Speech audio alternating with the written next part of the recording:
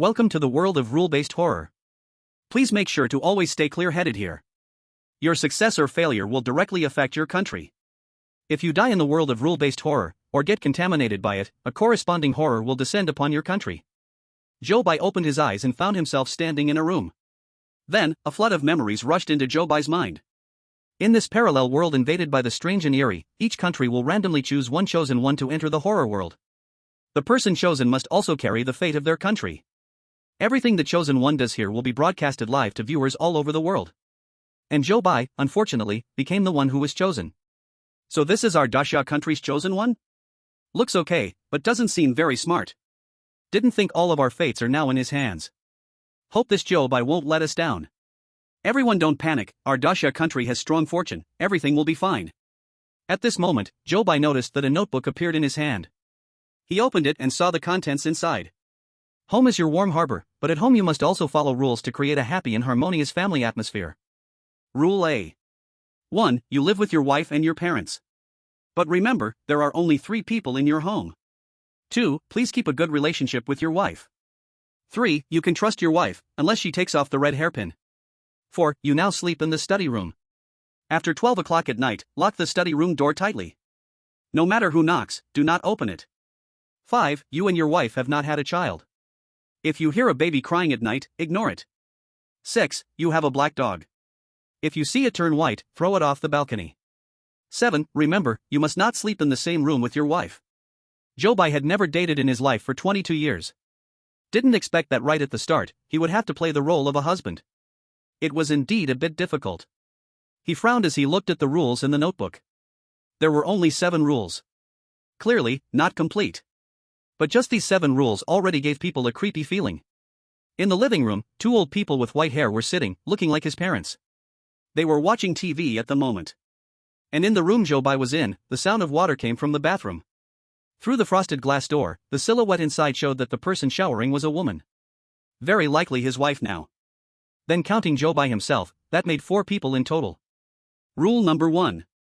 There are only 3 people in your home. Exactly who are his family members, and who is that it? Zhou Bai fell into thought. At the moment the rules were released, each country's expert analysis team also began discussing these rules. It's just starting. There's really too little information. Right now we can only see some conflict between Rule 2 and Rule 3. Based on the current 7 rules, it's hard to tell what is true or false. Each country has 3 chance hints. We hope Zhou Bai can hold on until we send him information. But for now, he seems relatively calm. In other countries, some chosen ones broke down just by seeing the rules. In the live broadcast screen. At this moment, a charming woman's voice came from the bathroom. Honey, can you help me get my pajamas? In the live room, the audience thinking along with Zhou Bai felt chills all over hearing this voice. Still not clear about the household members. Isn't it risky to agree to a request?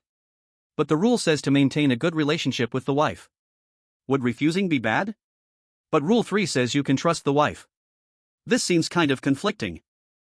And now, I don't know if my wife is wearing the red hairpin, it's still risky. Sigh. I wonder what Zhou Bai will choose. I'm so worried. Inside the live stream room of the Iron Tower country. The romantic Charles, hearing his wife's request, felt he had no reason to refuse. Oh, beautiful lady. Charles is willing to serve you. He immediately picked up his pajamas and walked towards the bathroom. A pair of tender, fair hands painted with red nails reached out from the bathroom. When Charles saw those hands, he immediately started to imagine. He placed the pajamas into the hands of the other person. Unexpectedly, the person grabbed him back with the other hand. Oh, beautiful lady. Isn't this a bit too forward? Then, he felt a tremendous force pulling him into the bathroom. With a crack, the entire bathroom was dyed a blood red. The live stream screen of the Iron Tower country turned dark. Fuck, Charles that fool. What time is it? Still thinking about beautiful women. It's over, the horror story is about to descend on our Iron Tower country. The chosen ones from other countries, however, were not as easily swayed by beauty as Charles. For example, the chosen ones from Pickled Cabbage country in India immediately rejected their wives' requests. Both of them survived safely. But what they didn't know was that after hearing their refusals, their wives' expressions turned strange. Some others, on the other hand, were still hesitating and thinking about a strategy, neither agreeing to nor rejecting their wives' requests. This included Zhou Bai. But he stood still. Because at that moment, a mechanical voice echoed in his mind. The system has been activated. Every time you get the rules, there will be an error prompt chance. Rule A, item 3, is incorrect. Zhou Bai looked at the notebook in his hand and saw that the third rule read, "You can trust your wife, unless she takes off the red hairpin." Could it be that his wife couldn't be trusted? Inside the bathroom, his wife, not getting a response from Zhou Bai, sounded a bit anxious, even slightly angry. Honey, are you out there? Please help me." Zhou Bai kept thinking, beads of sweat forming on his forehead. Should he reject her? But he still felt there was something he hadn't figured out. At this moment, Zhou Bai's gaze fell upon a photo on the nightstand. In the photo, his wife wore the red hairpin, her expression strange in a way that was hard to describe. Zhou Bai's heart skipped a beat, and he quickly looked at other photos. When he saw the expressions of his wife in the other photos, a guess appeared in his mind. There was little time left for Zhou Bai to come up with a solution. So, he grabbed the pajamas and walked toward the bathroom. The viewers from Daxia country, seeing Zhou Bai's actions, started to panic. Charles from Iron Tower country, who had just agreed to his wife's request, was already dead. Zhou Bai seemed to want to agree to his wife's request too. Could it be that Daxia country was doomed as well? The experts from Daxia country all nervously stared at Zhou Bai's movements. If necessary, they would have to consider using up one of the prompt chances. But Zhou Bai reached the bathroom door and didn't hand the pajamas to his wife. Instead, he directly opened the bathroom door. What exactly was he going to do? Chapter 2, The Crucial Red Hairpin. Seeing Zhou Bai's actions, some parents watching the livestream quickly covered their children's eyes. They didn't want them to see anything inappropriate. But their worry was unnecessary, as the live stream screen had already been kindly blurred. However, the red hairpin in his wife's hair was still very visible, clearly appearing in the live stream.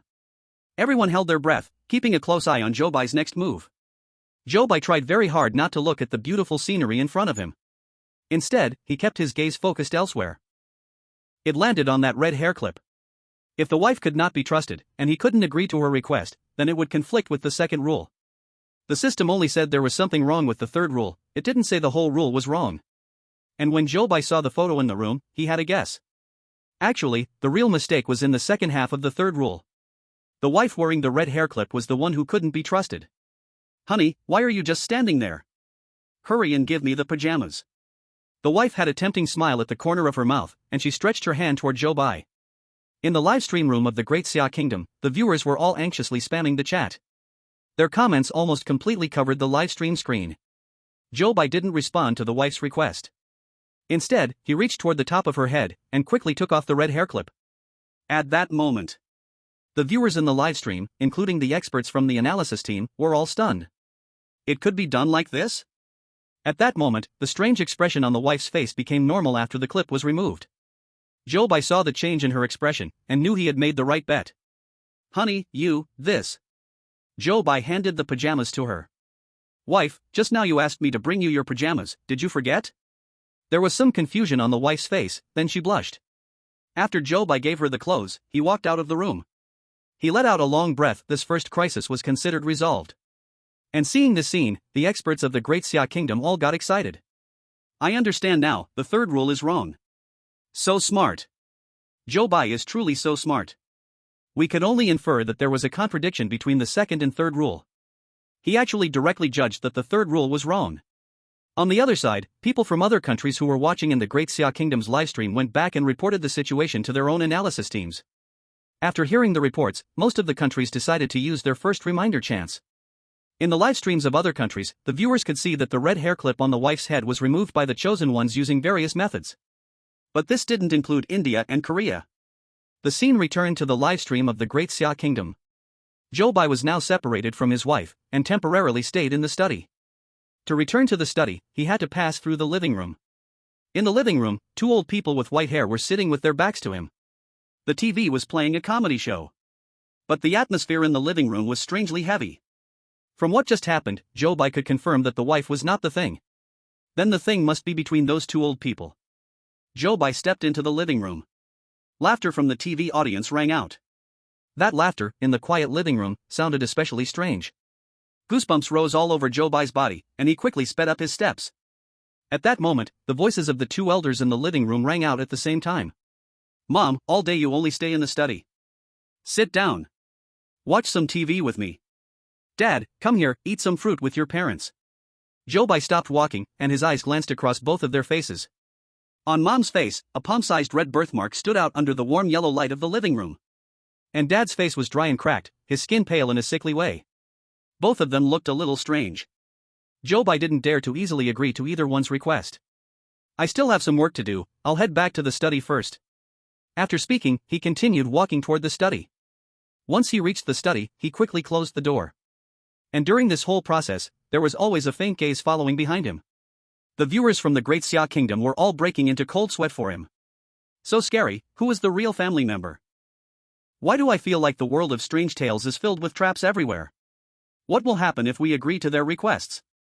The doubts of the viewers in the Great Xia Kingdom were answered by the neighboring Monkey Kingdom. When Wan Kai from the Monkey Kingdom heard his parents' request, he took a piece of fruit from the plate and sat down on the sofa. This fruit isn't as delicious as the bananas grown in the Monkey Kingdom.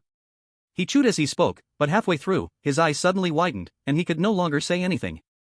Greedy Wan Kai, doesn't our country have fruit? Why go eat that piece of fruit? Because of the fruit you're eating, our country will face disaster. Oh no, can I make it to the Great Xia Kingdom by nightfall? The viewers in the Great Xia Kingdom were filled with lingering fear as they watched the Monkey Kingdom's plight. Zhou Bai returned to his study and first observed his surroundings. In the study, there was a desk, and behind it, a long row of bookshelves. In the open space of the room, there was a folding bed. It seemed this was where Zhou Bai temporarily slept. He opened every drawer in the room and checked each one. When he opened the bottom drawer of the bookshelf, he found a set of baby clothes inside. The fifth rule stated that he and his wife had never had a child. So, what was this set of baby clothes? It was possible that the fifth rule was wrong. Another possibility was that Zhou Bai and his wife once had an unborn child. This matter couldn't be concluded just yet, he would need to find a way to verify it. He put the baby clothes back into the drawer and closed it. At that moment, a piece of paper fluttered down. Rule B. It was a new rule. Zhou Bai quickly read it. 1. Do not agree to any of its requests. 2. From 9 a.m. to 6 p.m. is your wife's working hours, make sure what you see is and only is your wife. 3. The kitchen belongs to your mother, you cannot enter. 4. The market does not sell pork. 5. Your father likes sweets. If he acts spoiled, give him a piece of candy. 6. You live on the 13th floor, if you see someone standing outside your window, just turn off the lights immediately. 7. If someone wearing a green hat comes to deliver a package, scold them and tell them to get lost. Chapter 3. The woman in red outside the window. After reading these rules, the voice of the system in Zhou Bai's mind sounded again. Host has obtained new rules. Now, marking one incorrect option for you. Then, Zhou Bai saw that Rule 7 on the paper was marked in red. This rule indeed seemed somewhat illogical. When Zhou Bai first read this rule, he had some doubts. But if someone truly wearing a green hat came to deliver a package, what should he do? Ignore them? Zhou Bai shook his head, he wasn't completely sure about this guess yet. He put the paper and the notebook he had first gotten together and sat at the desk, furrowing his brows in deep thought. He didn't know how much time passed, but there was a knock on the door outside the study. Zhou Bai picked up his phone and checked the time, 11:35 p.m. He could open the door. He put the notebook away, stood up, and went to open the door. Standing outside the door was his wife. She was wearing a silk strap nightgown, her hair curled and falling loosely. She had a charming and alluring air about her.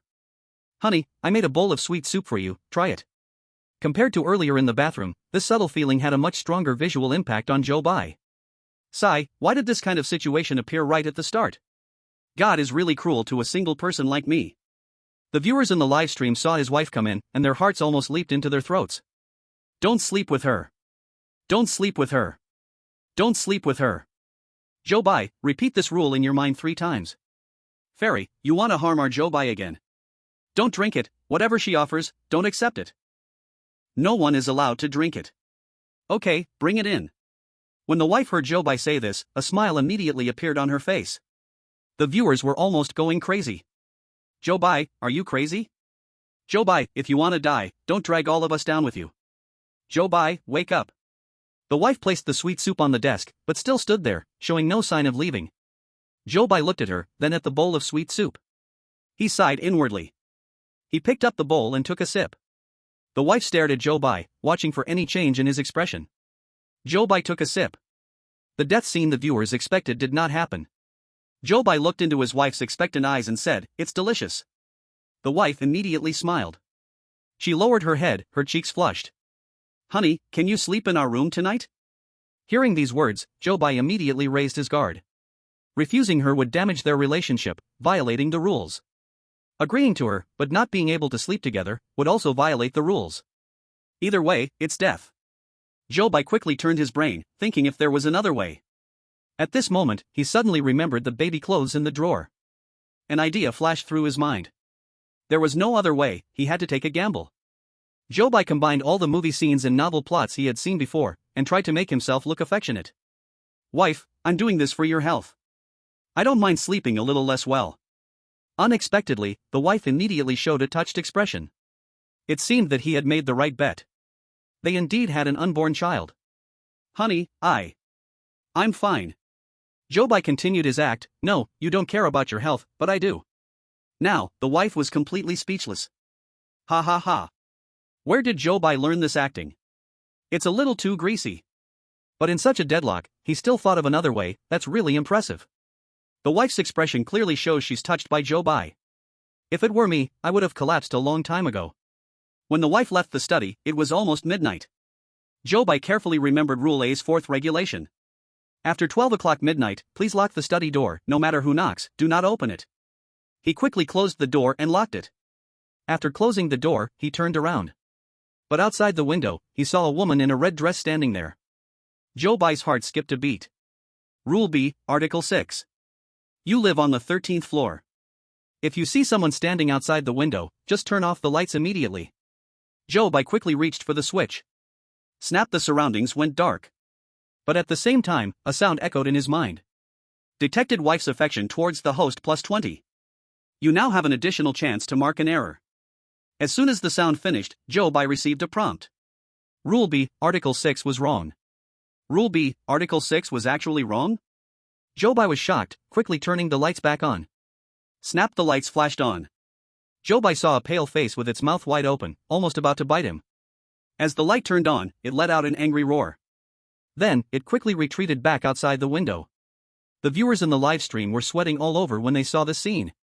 That was so close. Too scary. Oh my god, I'm crying from fear. The sixth rule is wrong? Zhou Bai's reaction was so fast. At this moment, the clock struck midnight.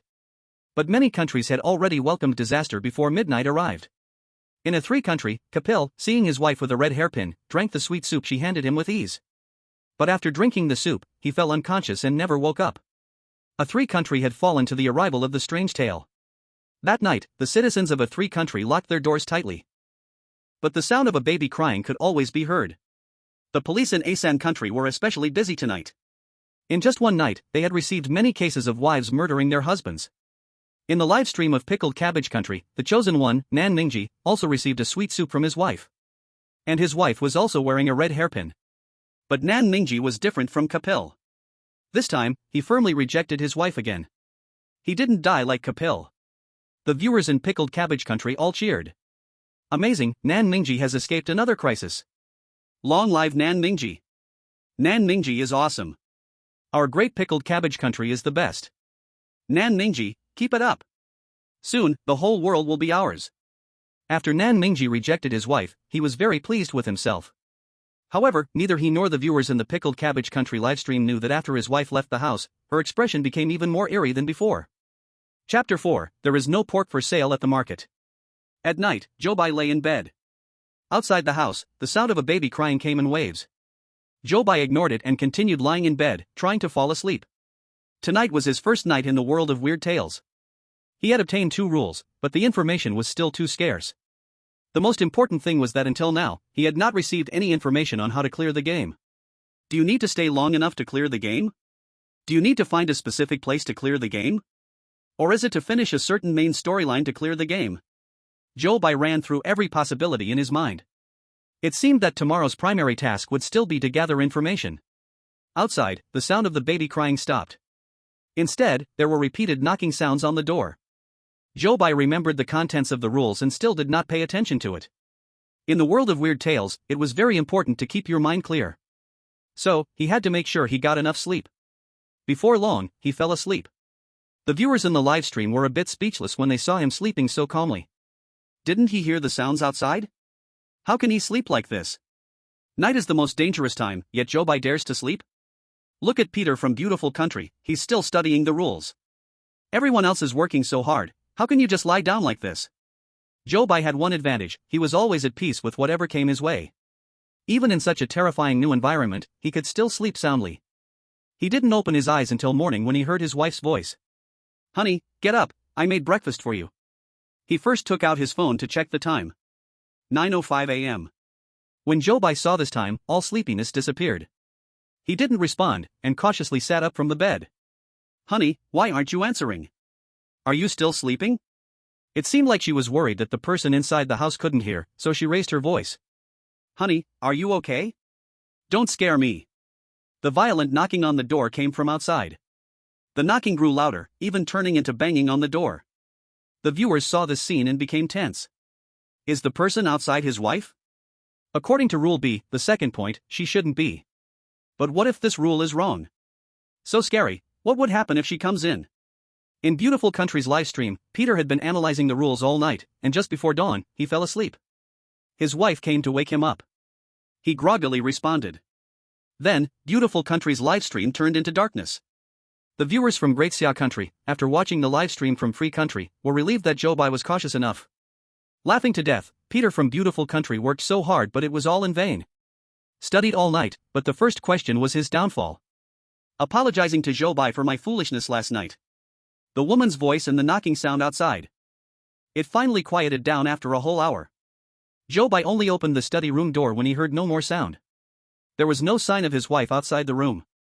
Dad was still sitting on the couch watching TV, and Mom was busy working in the kitchen. Both of them looked very calm, as if they hadn't heard a thing from outside the study just now. The black dog was lying in the corner, very skinny, and it looked like it had no energy. When it saw Zhou Bai come out, it didn't wag its tail or come over to greet him like a normal dog. It seemed too quiet, and instead looked more like an old person who had aged. All day long, you just stay in your study. If you're not sleeping, you're writing those useless articles of yours. It's been more than a week, and you still don't sleep in your own room. How can I ever have a grandchild if you go on like this?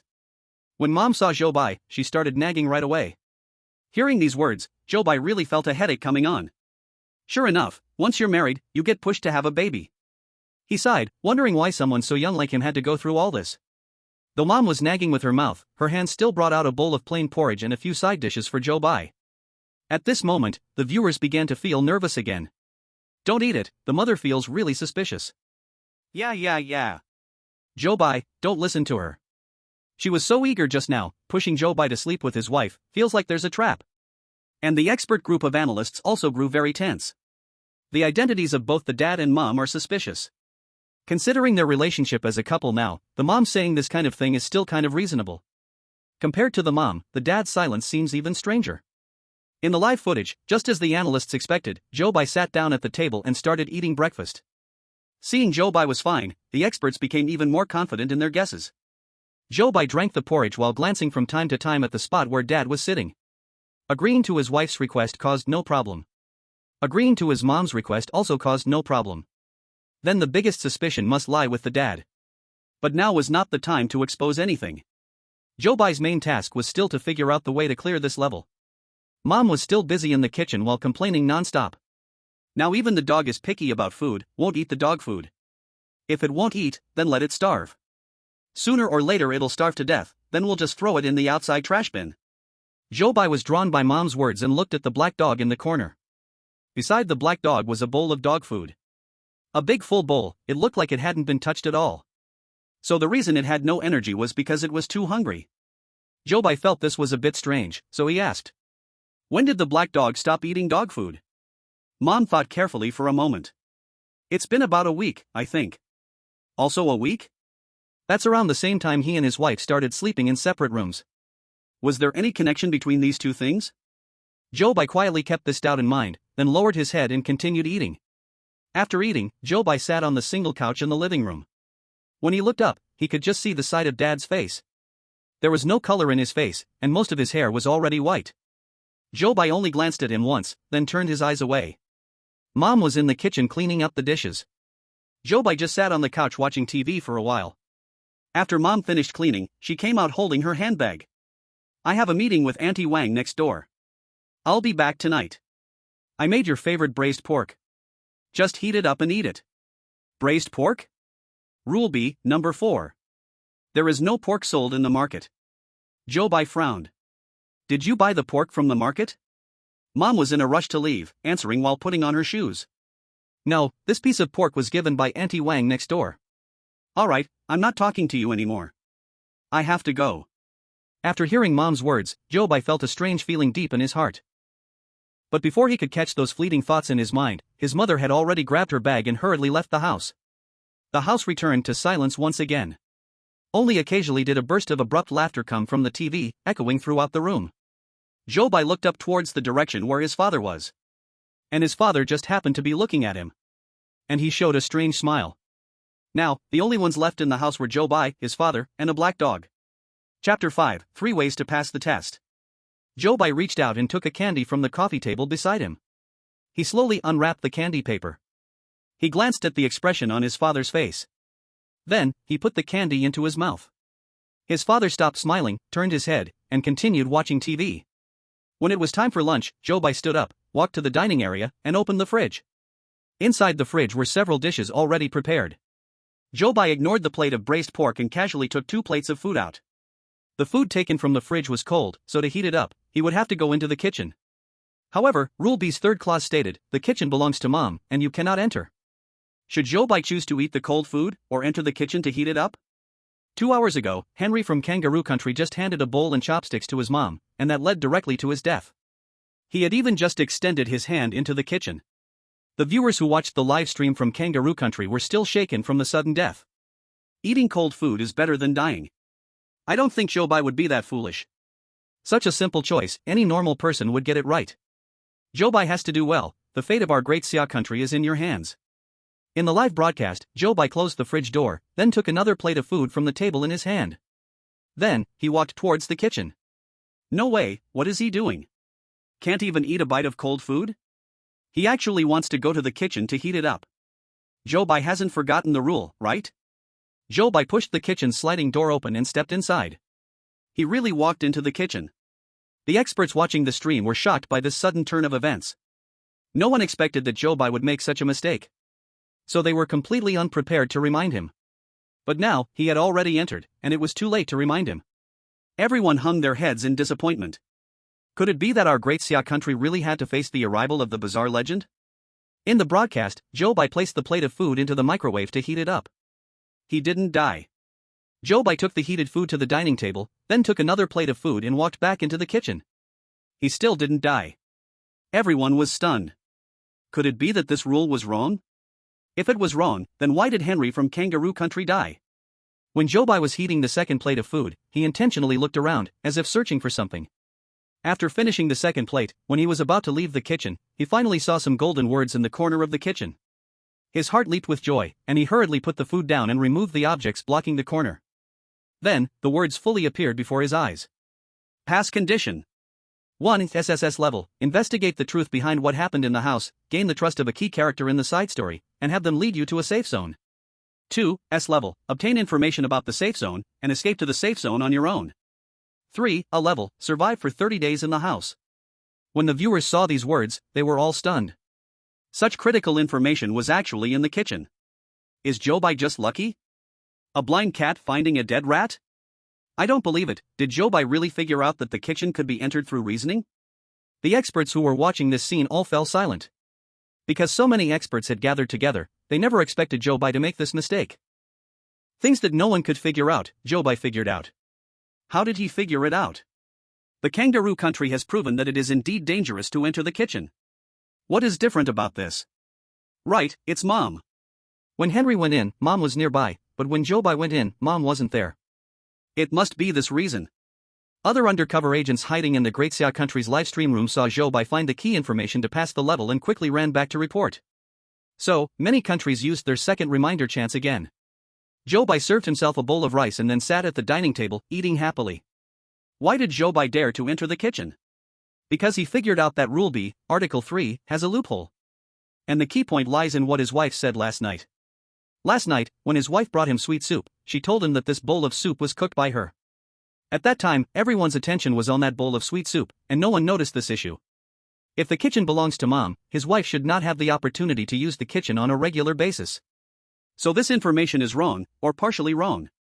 Every piece of wrong information hides its own internal purpose. The vast majority of wrong information is meant to lead you to death.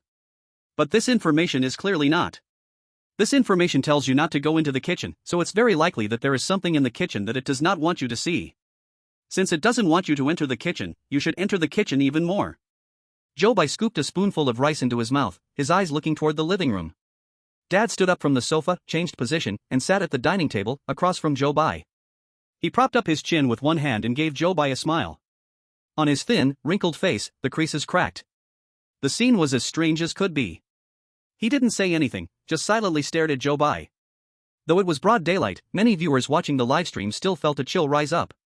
Zhou Bai pretended to remain calm and continued eating. In the corner, the black dog was still lying there.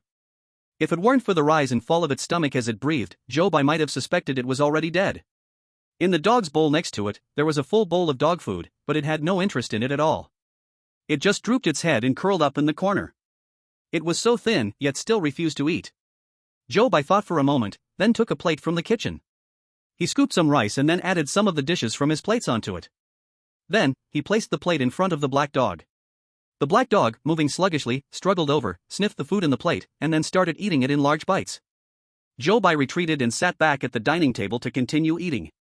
Ignoring his dad sitting across from him, he buried his head in his food. Dad watched Zhou Bai for a while, perhaps thinking it was boring, and sat back down on the sofa. So, the dining room was left with just one person and one dog, silently eating their food. In this eerie world, this scene somehow felt strangely warm. After finishing its meal, the black dog seemed to have regained some strength. Wagging its tail, it came over to Zhou Bai's side. It bit Zhou Bai's pants and tugged at him several times. Seeing it couldn't pull him, it ran in front of him, as if wanting to take Zhou Bai somewhere. Zhou Bai was puzzled but still followed behind it. The black dog led Zhou Bai to the door of his parents' room. Zhou Bai stopped there, hesitating whether to go in or not. In a world of strange tales, randomly entering a place could lead to immediate death. The black dog saw Zhou Bai hesitate, but didn't tug him anymore. Instead, it ran in by itself. Soon, it came out holding a piece of paper in its mouth. Zhou Bai took it and opened it. It was actually Rule C. Chapter 6, Pills of Different Colors. Rule C. 1. You need to take the black dog to the pet hospital every day at 5 p.m. until it turns white. 2. If you receive a call from your wife's company, ask which department is calling. If they say it's the R&D department, hang up immediately. 3. If there's a loud banging from the storage room, do not open it. 4. Always watch your family's emotions. It's the key to keeping a peaceful family. 5. Be careful of Aunt Wang next door. 6. If mom goes out with Aunt Wang, give her the gray pill in the drawer when she comes back. 7. When your wife comes home from work every day, give her the white pill in the drawer. After reading the 7 rules, the system's voice sounded in Zhou Bai's mind. One wrong rule has been marked for you. Zhou Bai looked at the note again and found that the last part of Rule 1 was marked in red. Until it turns white. It seemed that taking the black dog to the pet hospital at 5 p.m. every day was correct. But when it turns white, should he still take it to the hospital? This conflicts with Rule A, number 6. You have a black dog. If you see it turn white, throw it off the balcony. If this part is wrong, then why did it change the rule? Maybe the answer is in the pet hospital he's supposed to go to this afternoon. Zhou Bai turned his eyes to Rules 6 and 7. Before the system marked the wrong rule, Zhou Bai had hoped it would mark one of those two. The experts watching the live stream also frowned at those 2 rules. From Rule 2 and Rule 5 and Rule C, it seemed like the wife and mother might both have some abnormalities after coming back from outside. Or maybe, both of them might be contaminated. But why do they need to take different pills? Is one of the 2 rules wrong? Or is the contamination they suffer not the same? The experts all shook their heads. They couldn't figure it out. They only hoped Zhou Bai could use the afternoon time to get more useful information before his wife came home. Zhou Bai squatted down and touched the black dog's head, wanting to thank it for helping him find the note. Unexpectedly, the black dog acted cold. It gave him a light glance, then walked back to the corner and lay down again. Zhou Bai shrugged helplessly and took the note back to his study, placing it between the notebook pages with the other rules. In the afternoon, Zhou Bai locked himself in the study. Seeing that Zhou Bai didn't go out to get more information, the experts guessed he was choosing the third way to clear the level. That is, to survive in this house for 30 days. After all, this seemed to be the easiest way. Although the experts didn't agree with this choice, they couldn't force the chosen one to follow their will. They could only go to other countries' live broadcasts to see if there was any useful information. Nam Minji, the chosen one from Kimchi Country, got ready to go out right after lunch. He received a tip from Kimchi Country's analysis team and knew the conditions for clearing the level. So, he decisively chose the third method. After lunch, he went out to the supermarket. There, he bought lots of bread, snacks, water, and other daily supplies. He even thought ahead about not being able to leave the study to go to the bathroom. Seeing all this, the viewers in Kimchi Country were blindly confident. Nam Minji's method is the smartest among all chosen ones. The horror world is so dangerous, there's no way to win by the first or second method. In the end, only Nam Minji will survive. Let them all die, and our big pickled cabbage country will own the entire blue planet. The experts from the Great Xia Country, seeing the joyful atmosphere in the pickled cabbage country's Livestream room, all shook their heads. The world of strange tales changes constantly. A passive response could lead to even greater danger. But when they turned around and saw their country's chosen one, staying in his study, looking even more passive, they could only sigh helplessly. At 4:30 in the afternoon, Zhou Bai finally came out of the study. His father was still sitting on the sofa, maintaining the same posture as before. Zhou Bai ignored him. He grabbed a dog leash, put it on the black dog, and took it outside. The black dog was old and walked very slowly. Zhou Bai didn't rush it. Anyway, the pet hospital was not far from the community, so they had plenty of time. The two of them, one person and one dog, walked to the security office downstairs. When they reached the door, the security guard stopped Zhou Bai. "You, come over. Do some registration." Zhou Bai stopped and glanced at the security guard, then walked over to grab the pen. Since Nan Mingji from Pickled Cabbage Country was also called over by the security guard to register when he went out at noon, the viewers didn't think anything unusual. Zhou Bai glanced at the registration book the security guard handed over. Name, house number, contact number, destination. These were all the details he needed to register. Zhou Bai felt it was strange. Why do they still have to register their trips with the security guard when going out? What happened in this community that made the property management feel the need for such tight control? After filling it out, Zhou Bai put the pen down. He casually chatted with the security guard. "I haven't gone out for many days. Has anything new happened in the community recently?" The security guard was a middle-aged man in his 40s or 50s. Normally, no one talked to him. Seeing Zhou Bai speak to him, he became very enthusiastic. "How many days has it been since you last went out?" "It's been more than a week since I went out." The security guard immediately showed a surprised expression when he heard Zhou Bai's words. These young people nowadays, staying at home playing games, playing with their phones, and not even knowing what happens in the neighborhood. A week ago, there was a crazy woman who caused trouble in our community. "Do you know about it?" Zhou Bai shook his head. The security guard looked at the registration form. "Well, it happened in the building you live in." "You didn't know?" "She was quite beautiful, wearing a red dress." "That figure, TSK. But unfortunately, her mind wasn't right." "You live in that building, and you didn't know?" Sigh, young people nowadays. Zhou Bai could no longer hear the security guard's rambling words in his ears. His mind kept replaying the key phrases he had heard. "A week ago. Red dress. Woman.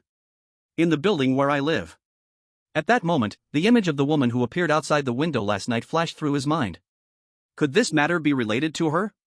Zhou Bai bid farewell to the security guard and turned to walk out of the security room.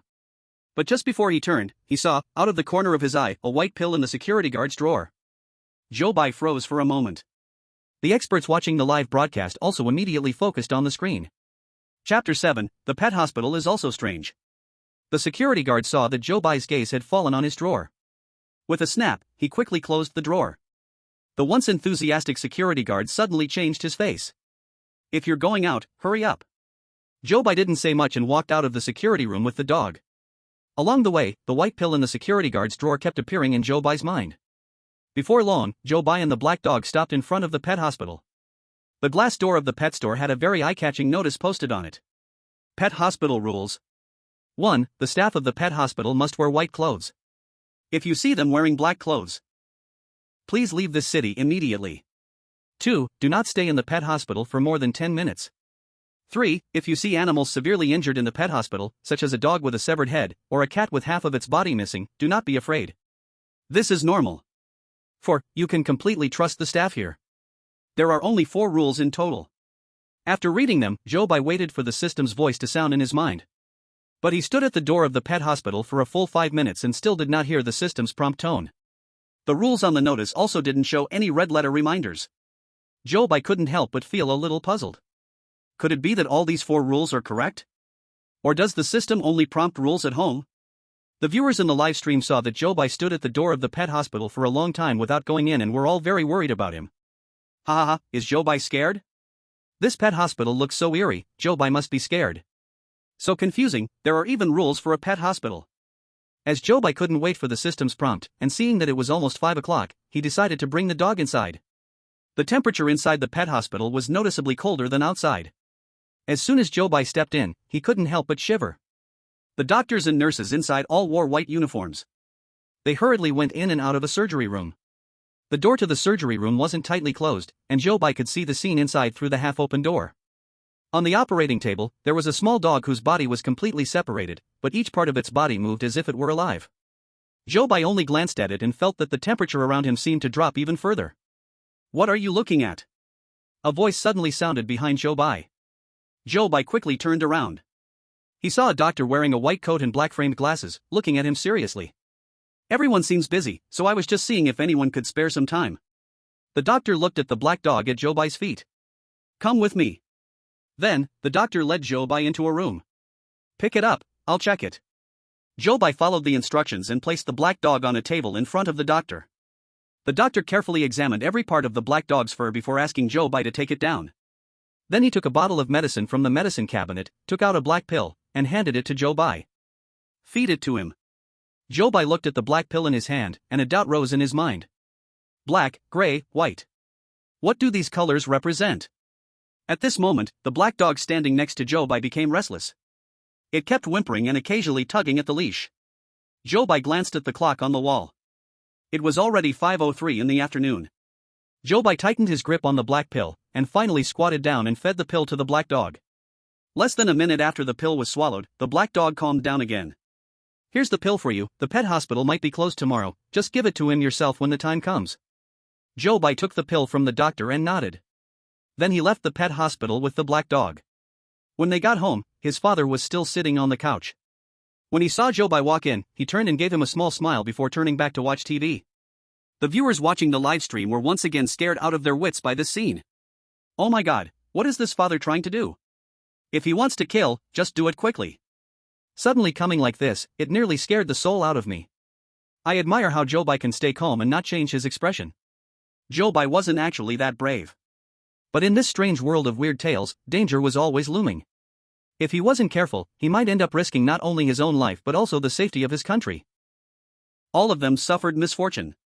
Even though he was just an ordinary man, when the country needed him, he would give it everything he had. So even if he was not very brave, he still forced himself to stay calm and clear-headed. Those experts, seeing Zhou Bai's performance, also showed looks of approval on their faces. In the live broadcast screen, Zhou Bai helped the black dog untie the rope. It looked a lot more energetic than in the morning. After running to the water basin and drinking a few sips, it found a corner and went to sleep comfortably. Zhou Bai walked past the back of the sofa where his father was sitting, and then entered the study room. It was 5:15 in the afternoon. There was only about 1 hour left before his wife returned from work. And his mom and Aunt Wang, who had gone out, could also come home suddenly at any time. The experts in the analysis group were urgently having a meeting to discuss the next response measures. Rule 6 and 7 of Rule C, are they right or wrong? The security guard took the white pills. The pet hospital gave the black dog black pills. Can this prove that the pills really can resist the pollution from it? The other experts nodded in agreement when they heard this view. So, the pills must be taken. But which pill should be taken? It might have deliberately mixed up their pills. The experts started discussing this new topic again. What is the difference between pills of different colors? Maybe they treat different sources of pollution, or maybe they treat different levels of pollution. When thinking about whether it would do this, the first thing we should think about is its motive. Mixing up the pills they are supposed to take, driving them crazy, then killing Zhou Bai? Some experts nodded, thinking this guess made sense. But some experts disagreed with this view. The meeting once again fell into intense discussion. Time passed second by second. Soon it was 6:20 in the afternoon. Click-clack, click-clack. The sound of high heels stepping on the floor came from outside the door. Then came the sound of a key turning the door lock. Ka-cha. The experts, who were still in a heated discussion, all fell silent when they heard this sound. It was the wife who had returned. Chapter 8, The Difference Between Different Medicines. But they still hadn't come to a conclusion. Xia was the only country among all that had not used a single hint opportunity. The choice Zhou Bai was about to face was very dangerous. So, the experts decided to use one hint opportunity first. They then sent the just discussed conclusion of the pills must be taken and their guesses about pill colors to Zhou Bai. Zhou Bai was originally sitting in the study room when he heard a mechanical voice in his mind. Then he received a series of voice reminders from the Xia analysis team. Zhou Bai got up and opened the door of the study. While walking out to greet his wife, he was also digesting the information in his mind. The father who had been sitting on the sofa was no longer there. Maybe he had returned to his own room. The wife was wearing a professional business outfit. She was standing by the door, with one hand holding the doorframe and the other taking off her high heels. Her eyes looked dull, and her face looked paler than last night. Zhou Bai poured her a glass of water, then opened the drawer. When reaching for the medicine jars, his hands hesitated between the two jars. The experts all held their breath, staring closely at his actions. In the end, Zhou Bai picked up the jar with the white pills. Thump, thump, thump. Watching Zhou Bai hand the white pill to his wife, the experts could all hear their own hearts beating nervously. The wife took the pill and drank it down with the water Zhou Bai handed her. Then she smiled. "Thank you, husband." Zhou Bai took the glass from her hand. "Take it to the kitchen, rinse it clean, then put it back where it was." After waiting for a while, nothing strange happened. The experts finally let out a slight sigh of relief. "Looks like we guessed right. That kid Zhou Bai really has some luck on his side." As expected of the chosen one of the Great Xia Nation. Since Zhou Bai had been performing outstandingly ever since entering the strange tale world, the Great Xia livestream room became a key focus for all the other countries. Seeing Zhou Bai smoothly survive another crisis, those spies hiding in the Great Xia livestream room quickly copied his method and brought it back. As a result, almost all the remaining countries had already used up their 3 reminder chances. Inside the Great Xia livestream room, the wife changed into some home clothes after returning to the room, took a few dishes prepared by mom from the fridge, and went into the kitchen to heat them up. Zhou Bai stood beside her, carefully checking each dish she took to make sure none of them contained pork before feeling relieved. Dinner was eaten together by Zhou Bai and his wife. Before eating, Zhou Bai also gave a portion of the food to the black dog. That black dog really liked the food Zhou Bai gave it, eating happily. After dinner, Zhou Bai and his wife watched some TV together. Dad was still alone, staying in his room. Mom didn't come in until nearly 11 o'clock. But the viewers in the live stream room were all shocked when they saw Mom walk in. Because on top of her head, a pair of pig ears had actually grown out. "Mom, you're back." The wife didn't show any unusual reaction, as if this was something completely normal. Zhou Bai was originally just startled by how his mom looked, but after seeing his wife's reaction, he suddenly felt all the hairs on his body stand up. Are there any normal people left in this family? Mom looked very tired, her face completely blank. The wife went over and took the shopping bag from her hands. Zhou Bai forced himself to calm down. He imitated his wife and tried to act as naturally as possible. He stood up from the sofa behind his wife, then opened the drawer where the medicine was kept. The experts once again watched Zhou Bai's actions nervously. This time Zhou Bai didn't hesitate, he directly picked up that jar of gray pills. Different colored pills were used for different levels of contamination. The darker the color, the heavier the contamination. So, the wife had the lightest level, Mom was second, and the black dog was the most serious. After Mom swallowed that gray pill, the blank look on her face eased a bit. But the pair of pig ears on top of her head still didn't disappear. Mom behaved like she always did when coming home, tidying things up a little, then went into the bathroom. Even when she looked at herself in the mirror inside the bathroom, she didn't show any surprise at all. Zhou Bai looked at her figure and felt a wave of numbness crawl over his scalp. The time was now 11:35 at night. Zhou Bai finished showering and stayed in the study room. At the same time as last night, the wife knocked on the door of the study room and brought in a bowl of sweet soup. "Honey, drink the soup." Zhou Bai remembered the rule that he had to maintain a good relationship with his wife. He didn't refuse, drank all the soup in one gulp, and handed the bowl back to his wife. The wife took the bowl, lowered her head, smiled at the corner of her lips, and walked out of the study room. Zhou Bai turned his head back. That woman in red clothes appeared outside the window again. This time, Zhou Bai didn't panic like he did last night. It's the unknown that makes people feel scared. He had already expected it to be there, so naturally he didn't feel as afraid. Besides, Zhou Bai knew that in the strange tale world, as long as he didn't break the rules, it couldn't hurt him. Once he understood that, looking at it didn't feel so terrifying anymore. Zhou Bai even got bolder and looked it up and down. He wondered if the woman in red the security guard mentioned today was this it outside the window? A child had a miscarriage, the male owner of this room and his wife slept in separate rooms, a black dog became odd, and a woman in red caused a scene downstairs. They all happened within a week. What is the connection between these events? Zhou Bai always felt that something key was missing to link all these events together. Rule A, Article 7. Remember, do not sleep in the same room as your wife. If the wife is not a source of danger, then what is the source of danger in sleeping with your wife? Zhou Bai replayed all the information and questions he had gathered over the last 2 days in his mind. Unknowingly, the time had already reached midnight, 12 o'clock. Zhou Bai walked to the door and locked it. Outside, the sound of a baby crying arose, followed by a series of knocks at the door. The viewers watching the livestream felt a chill run down their spines. Zhou Bai turned on the light, lay down on the bed, and fell asleep. The next morning, Zhou Bai woke up to a loud knocking at the door. He picked up the clock and saw it was 9:35 in the morning. Zhou Bai carefully discerned that the knocking sound did not come from the study door. He opened the door. The house was unusually quiet today. His wife had already gone to work, and there was no sign of his parents. Only that black dog was curled up in the corner, shaking, looking very scared. Zhou Bai walked toward the direction of the knocking sound. Finally, his footsteps stopped at the tightly locked storage room door. Chapter 9, Secrets in the Storage Room. Rule C, Article 3.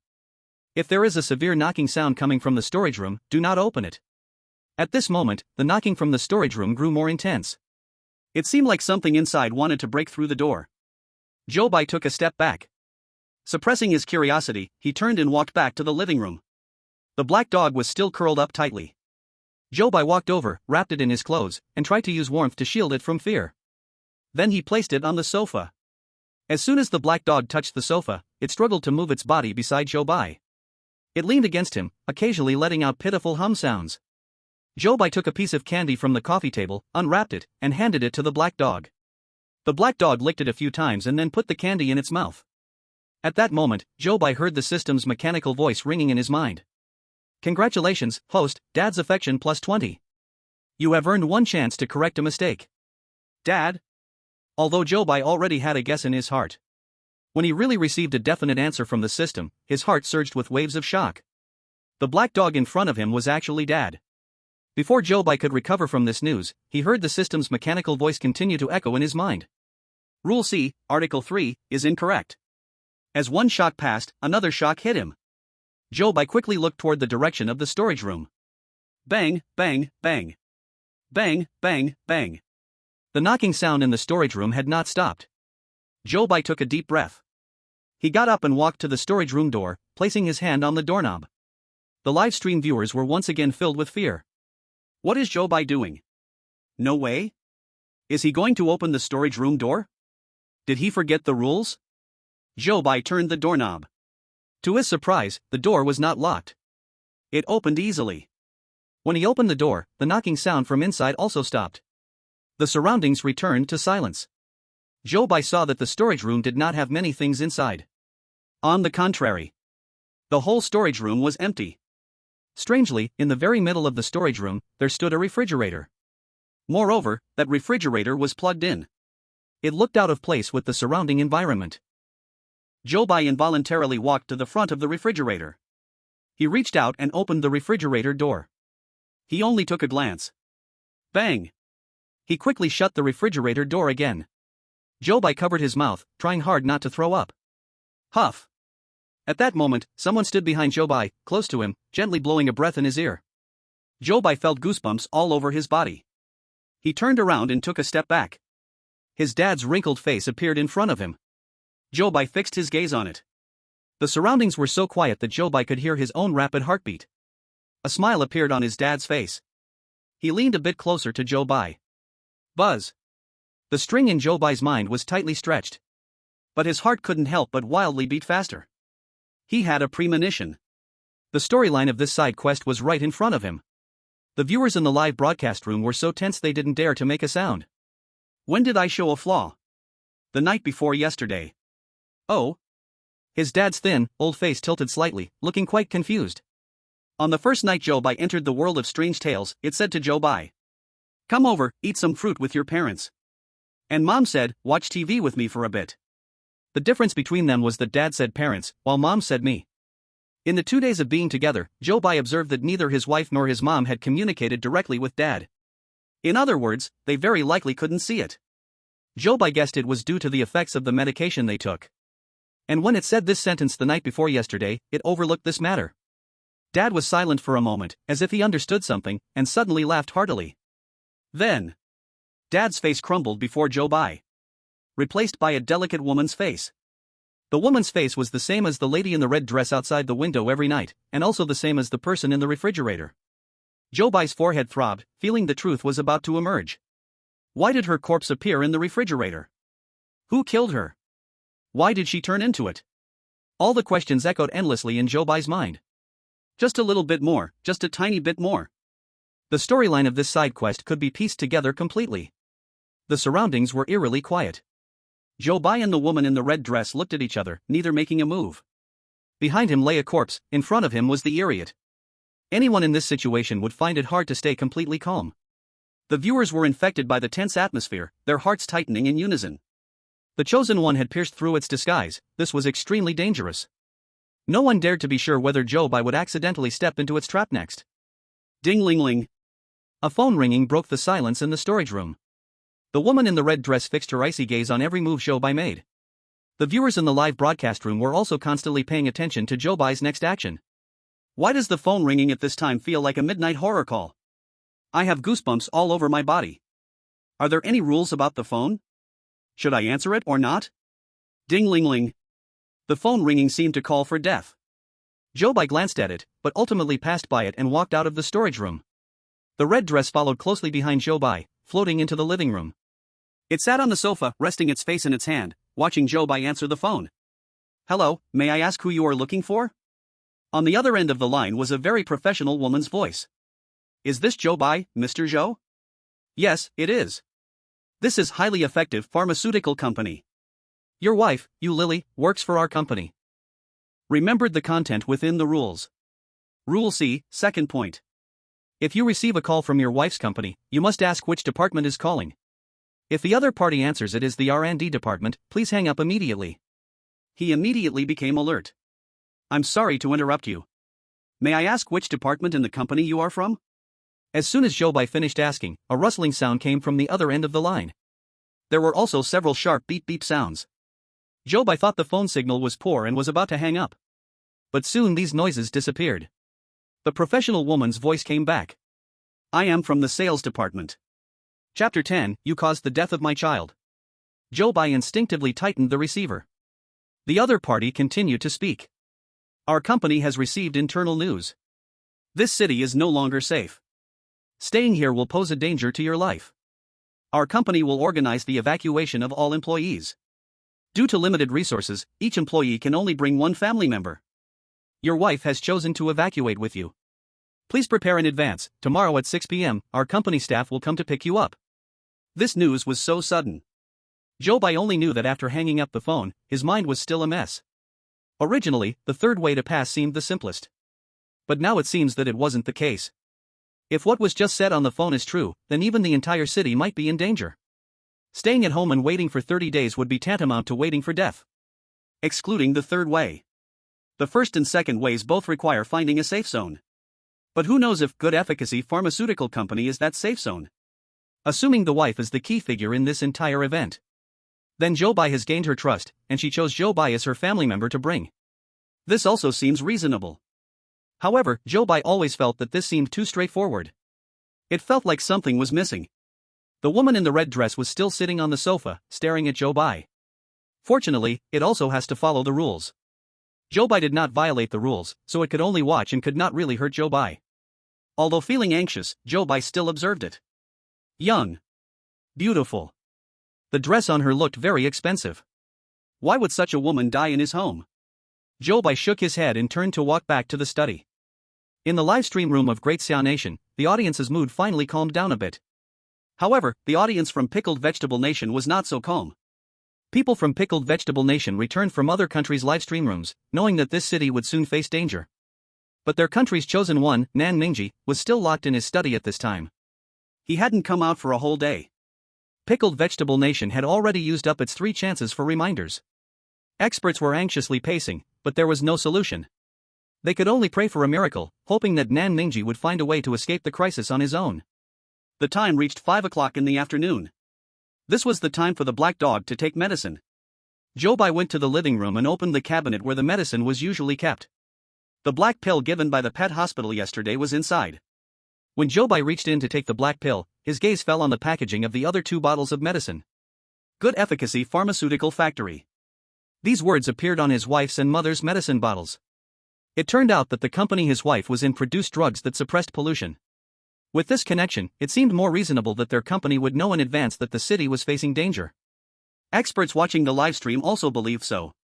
A company that produces pollution suppression drugs generally has an official background. It seems that the company his wife is in. This is the safe zone. As long as Zhou Bai goes tomorrow, he can complete the S-level clearance. With only 1 day left, figuring out the storyline of the dungeon is simply too difficult. The SSS level clearance seems to be out of reach. To understand the entire storyline of the dungeon, one must take the initiative to explore. But in the world of rules and spooky stories, anything you do could lead to death. An S-level clearance is already the best achievement so far, we can't be too demanding of Zhou Bai. The experts felt confident, without much worry about Zhou Bai's clearance. At this moment, the black dog started to show signs of restlessness. Zhou Bai saw its condition and quickly stopped thinking, feeding the black pill into its mouth. After eating the pill, the black dog quieted down. Zhou Bai looked at the black dog's appearance, feeling a mix of emotions. The it in the red dress still sat on the sofa, never taking its eyes off Zhou Bai. Time passed by second, and soon it was 6:30 p.m. Click, the sound of the key turning was heard. It was his wife returning home. This time, the it in the red dress was still sitting on the sofa, showing no intention of leaving. The wife opened the door. In a daze, she was about to bend down to take off her high heels. But then, out of the corner of her eye, she saw the woman sitting on the sofa. Instantly, her gaze sharpened. "Why are you here?" Zhou Bai looked at his wife cautiously. He knew the effect of his wife's medication had worn off and hurried to open the medicine cabinet and take out the white pill. What would happen if the family knew about it? Zhou Bai didn't dare to be curious about that question at all. Experts watching the live broadcast in Daxia Kingdom also understood the seriousness of this matter. Zhou Bai could go to the safe zone tomorrow. He was just about to clear, and he couldn't back down at this crucial moment. They all focused intensely, staring at the television screen. At this moment, the wife's emotions were extremely agitated. "My child. It's you. It's you who killed my child." Zhou Bai, holding the pill, suddenly looked at the red figure. The storyline of the dungeon unfolded before his eyes again. Perhaps already exposed by Zhou Bai, it no longer pretended. With a forced smile, it just stared at the direction of the wife. The wife was almost in a state of rage. With a ferocious face, she waved her hands, ready to lunge at it. Zhou Bai quickly grabbed his wife's hand. Veins bulged on her face. Little bumps appeared near her ears, as if something was trying to emerge from her ears. Zhou Bai's heart raced wildly. He remembered when his mother returned, her head resembling a pig's ear. He thought of his father, who now looked like the black dog. He felt that if he didn't stop his wife, she might immediately mutate into another form. One hand firmly pulled his wife, while the other shoved the white pill into her mouth. He covered her mouth until he confirmed that she swallowed the pill before letting go. The ferocious expression on his wife's face gradually softened. Her strength faded, and she slumped weakly to the ground. The figure in the red dress was still in front of her eyes, but her gaze had lost focus on it. "Hubby. Why am I sitting on the ground?" Zhou Bai poured a glass of water and handed it to her, comforting her. "You might be too tired." His wife blankly took the cup, nodding slowly. At this moment, Zhou Bai deeply understood the meaning expressed by Rule C, Article 4. Constantly paying attention to family members' emotions is the key to maintaining a harmonious family. Chapter 11. Be careful of Aunt Wang next door. Mom prepared meals for the family in advance again before leaving today.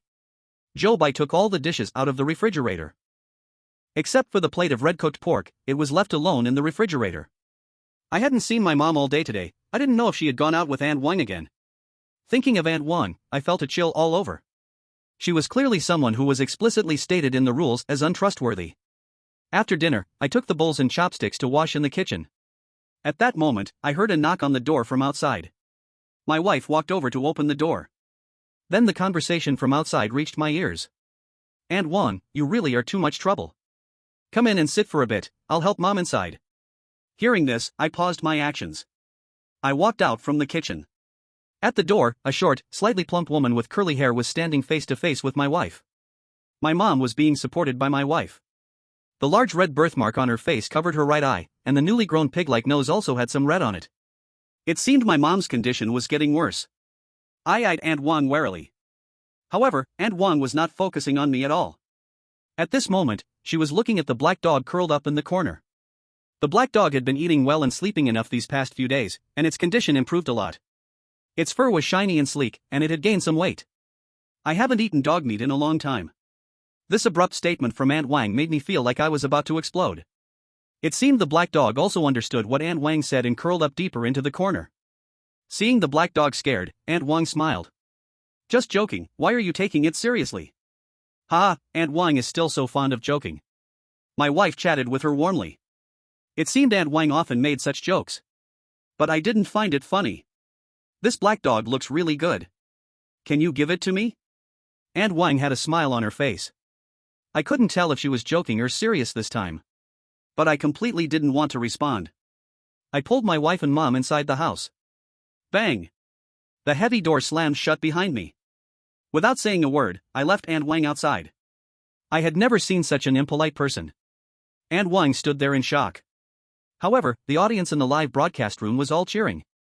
Well done. I hate this kind of aunt the most, don't be polite to her. Joking about eating someone else's dog and then asking for it to be given to her, how shameless. Mom came back this time looking unusually weak. I had to take out the gray pills and stuff them into her mouth for her to barely swallow them. After taking the medicine, her eyes just became a little clearer. But her weak condition showed no signs of improvement. My wife and I could only help her into the room to rest. After settling Mom down, I remembered the unwashed bowls in the kitchen. But I glanced at Mom in the room and ultimately didn't go back into the kitchen. Those unwashed bowls sat in the kitchen all night. The next morning at 8:30, I was woken up right on time by the alarm. I opened the study door. I saw my wife had put on a professional outfit and high heels, preparing to go to work. When she saw me come out, a smile spread across her face. Honey, I'm off to work. Bye-bye. Bye-bye. I waved goodbye to her. She looked very happy, bouncing with light steps out of the house. I helped her close the door behind her. Watching her figure leave, I thought about the call I received yesterday. This afternoon at 6 o'clock. Effective Pharmaceutical Company. I was mentally calculating my final day's schedule. Just then, as I turned around, a face with a red birthmark like a pig's appeared before my eyes. The child who didn't wash the dishes is not behaving. Mom was holding a knife in her hand. It was dripping with blood. In the kitchen, there was a half-prepared chicken lying flat in the sink. The knife was very close. Zhou Bai twisted the corner of his mouth, gently moving the knife away from in front of him with his hand. Yes. You are right. Mom seemed very satisfied with Zhou Bai's answer. He walked back to the kitchen in a daze. Zhou Bai let out a sigh of relief, feeling cold sweat seep from his back. Bang, bang, bang. The sound of the kitchen knife hitting the cutting board kept coming from the kitchen. The viewers in the live stream accompanied Zhou Bai, listening to these sounds, feeling a bit nervous even through the screen. This family of 4 in the instance lived in an old community. The building was old, and the walls were somewhat dilapidated. Even the soundproofing was not very good. Right now, the sounds of children jumping and playing upstairs clearly echoed in the house. The sound of Mom chopping chicken in the kitchen gradually quickened, becoming heavier. Suddenly, with a clank, the kitchen knife was smashed to the ground by Mom. What are you making noise about? Is your family the only one with children? Are you trying to mock me? Mom yelled loudly at the ceiling. The upstairs immediately fell silent. The viewers watching this scene in the livestream were also scared into silence for several seconds. Will being polluted also make one irritable? I feel like she has violent tendencies now. Then Zhou Bai being with her means he could be in danger at any time? Zhou Bai also felt the danger he faced now. Sitting quietly on the sofa, trying not to make any movements that would anger Mom. In the kitchen, chicken soup was bubbling away. Mom took out a mop to clean the floor. Lift your feet. Zhou Bai obediently lifted his feet. Seeing the mop dragged back and forth under his feet a few times, then turned to another place, Zhou Bai carefully placed his feet down. Irritable Mom. Mopping online. Although my mom hasn't been infected, the way she tells me to lift my feet is exactly the same. Zhou Bai doesn't dare to move JPG. Ha ha ha. Why do I feel like Mom during the day is scarier than at night? Zhou Bai also felt the same way as the viewers. When he woke up in the morning, the mutation on Mom's face had worsened a bit. It seemed it wasn't because she went out with Aunt Wang that her mutation worsened. Moreover, her temper was even more irritable than when she came back every night. Zhou Bai was puzzled by this. However, one thing Zhou Bai was certain of. That is, if he had angered Mom just now, that knife for chopping chicken might chop towards him. Trembling through an hour. At 9:30 a.m. There was a knock at the door. Zhou Bai went over to open the door. Seeing Aunt Wang with curly short hair standing outside, he hesitated. Aunt Wang made a grimace when she saw Zhou Bai open the door. "Where is your mom?" "I made an appointment with her to go out." Chapter 12, The Delivery Man Wearing a Green Hat. Zhou Bai hesitated for a moment, ultimately not stopping Aunt Wang from taking Mom away. If Mom's mutation worsening wasn't because she went out with Aunt Wang, then stopping them from going out together seemed even more dangerous. Seeing Mom go out with Aunt Wang, the viewers in the livestream all let out a sigh of relief. Danger averted. Thanks to Aunt Wang for taking Mom away. Suddenly, even Aunt Wang seems right in my eyes. Enough upstairs, it doesn't mean much to find her pleasing. Aunt Wang is the only villain mentioned in the rules. After Mom left, it in a red dress floated out. The viewers were stunned. Alarms sounded again. Almost forgot about it. This house has never had a peaceful day. Bang, bang, bang. There were knocking sounds coming from outside the door.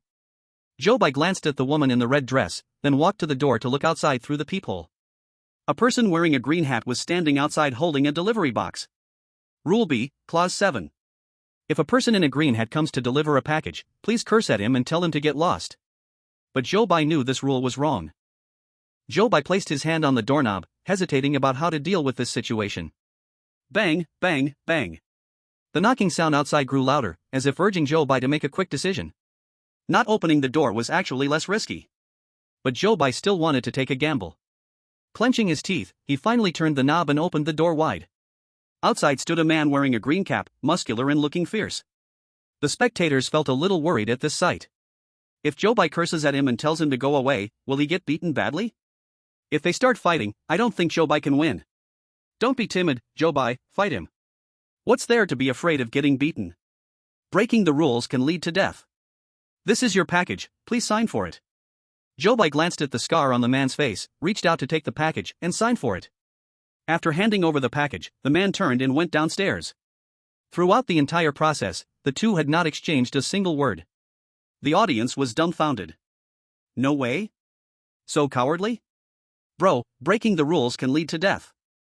Oh my god, could the ghost stories really descend upon Daxia? No, wait. Could it be that this rule is wrong? Zhou Bai closed the door and brought the box into the living room. The death the audience imagined did not come. At this moment, everyone confirmed that this rule was indeed wrong. Once again, Zhou Bai had guessed right. Thinking back to if Zhou Bai had really followed the rules, he might have already been beaten to death by that delivery man. At this thought, the audience felt a lingering fear, relieved that Zhou Bai was clever enough. On screen, Zhou Bai placed the box on the coffee table in the living room. Then he went to get a pair of scissors, ready to unpack the delivery. The woman in the red dress stood in the living room, staring intently at every move Zhou Bai made. Zhou Bai could feel the chill radiating from it. But Zhou Bai did not stop his actions. The package in his hand was very small. He used scissors to cut through the tape wrapped around the box. He opened the box. Then he saw that inside the package, at the top, was a USB flash drive. Zhou Bai frowned and picked up the USB drive from the package. A USB drive? He looked at the sender section of the package and saw the words "heartbroken person" written there. What kind of name is this? Zhou Bai noticed that it was still fixated on the USB drive in his hand. He thought. Something related to it? Zhou Bai's heart skipped a beat. He speculated that the USB drive in his hand must be related to the storyline of this chapter. And it didn't want Zhou Bai to see it. Thinking this, Zhou Bai quickly walked into the study and took out his laptop. He plugged the USB drive into the laptop. He opened the folder inside. Then he found several videos inside. Zhou Bai began watching the first video. As soon as the image appeared on the screen, Zhou Bai felt goosebumps all over his body. Because the person in the video turned out to be Zhou Bai. Or rather, it should be said, the character Zhou Bai played in the ghost story world. This is a hidden camera? In this character's home, there were hidden cameras capturing every one of his movements? Zhou Bai knew that once he entered the game, everything he did would be live-streamed. He was aware of this beforehand. But the footage in the video was taken before he entered this game. Being secretly filmed like this in real life is truly terrifying. Zhou Bai continued watching. Most of the footage in the video showed Zhou Bai's daily life at home. There was nothing strange about it. Just as Zhou Bai was about to open another video, another figure appeared on the screen. A woman with long hair wearing a dress. Zhou Bai quickly recognized her. She was the one, now floating in the living room, wearing a red dress. In the video, Zhou Bai had just walked out of his house. The woman in the red dress crawled out of the wardrobe. So, when Zhou Bai was at home just now, that woman had been hiding in the wardrobe, spying on him? This is simply horrifying. Zhou Bai rummaged through the package box and found several letters at the bottom. He took out the letters. Seeing that each letter was addressed to him, suddenly, his scalp tingled again. He opened the envelopes, reading the contents of the letters one by one. Each letter was long, and Zhou Bai sat quietly in the study, reading all the contents. Outside the living room, the red figure's back was turned to the study. Her long hair fell low. It seemed a bit lonely. Zhou Bai finished reading all the letters and sighed softly. He summarized this incident as the story of a crazy female fan and a little writer. But unfortunately, the original owner had no idea about this fan's existence from beginning to end. Recalling what his wife said when she saw it last night, Zhou Bai speculated that this woman in the red dress might have done other, even more serious things afterward. Zhou Bai continued to open other videos on the USB drive. In this video, the woman wore a red dress and once again sneaked into Zhou Bai's home. She rushed into Zhou Bai's study, rummaging through his things. Suddenly, the front door opened, and Dad returned home. The woman in the red dress frantically looked for a place to hide. But she was still caught by Dad. Dad questioned her harshly, and then the two of them began to struggle in the study. Then Zhou Bai saw Dad accidentally push the woman in the red dress away. The red-dressed woman's head hit Zhou Bai's desk hard. Blood flowed down the edge of the desk. And the woman in the red dress fell to the ground, no longer moving. Chapter 13, The Pet Hospital Falls. It turned out that Dad accidentally killed her. In the video, Dad hurriedly checked her injuries. His bony hands trembled as he tried to cover her wound. But it was of no use at all. Only after confirming she was already dead did he slouch down on the floor. Zhou Bai looked at this scene with mixed feelings. Dad's old and hunched figure was turned away from him. After a long while, he finally stood up, struggling to drag her body out of the study. Then he brought a mop and cloth, cleaning up many times back and forth. The video was shot from the perspective of the study. Zhou Bai couldn't see what was happening outside the study. He could only hear what seemed to be the sound of a chainsaw in the video. And the sound of things dropping on the ground. Next, Mom's voice appeared in the video. It seemed that Mom was also involved. Zhou Bai didn't know how the woman in the red dress ended up as it. Nor did he know how Dad got contaminated. He only knew that after this, a black dog appeared in the house. Dad reappeared on screen, his eyes already completely different. After watching all the videos, Zhou Bai leaned back in his chair. He could not calm his emotions for a long time. Congratulations to the player Zhou Bai from the Great Xia Kingdom, unlocking all storylines of the side quest. Next, please find the key character of the side quest, let him/her take you to the safe zone. At this moment, the entire live broadcast room of the Great Xia Kingdom heard this mechanical voice. The experts watching the broadcast and the audience all cheered. SSS level clearance. Zhou Bai is very likely to have an SSS level clearance. Awesome. Our chosen one from the Great Xia Kingdom is truly amazing.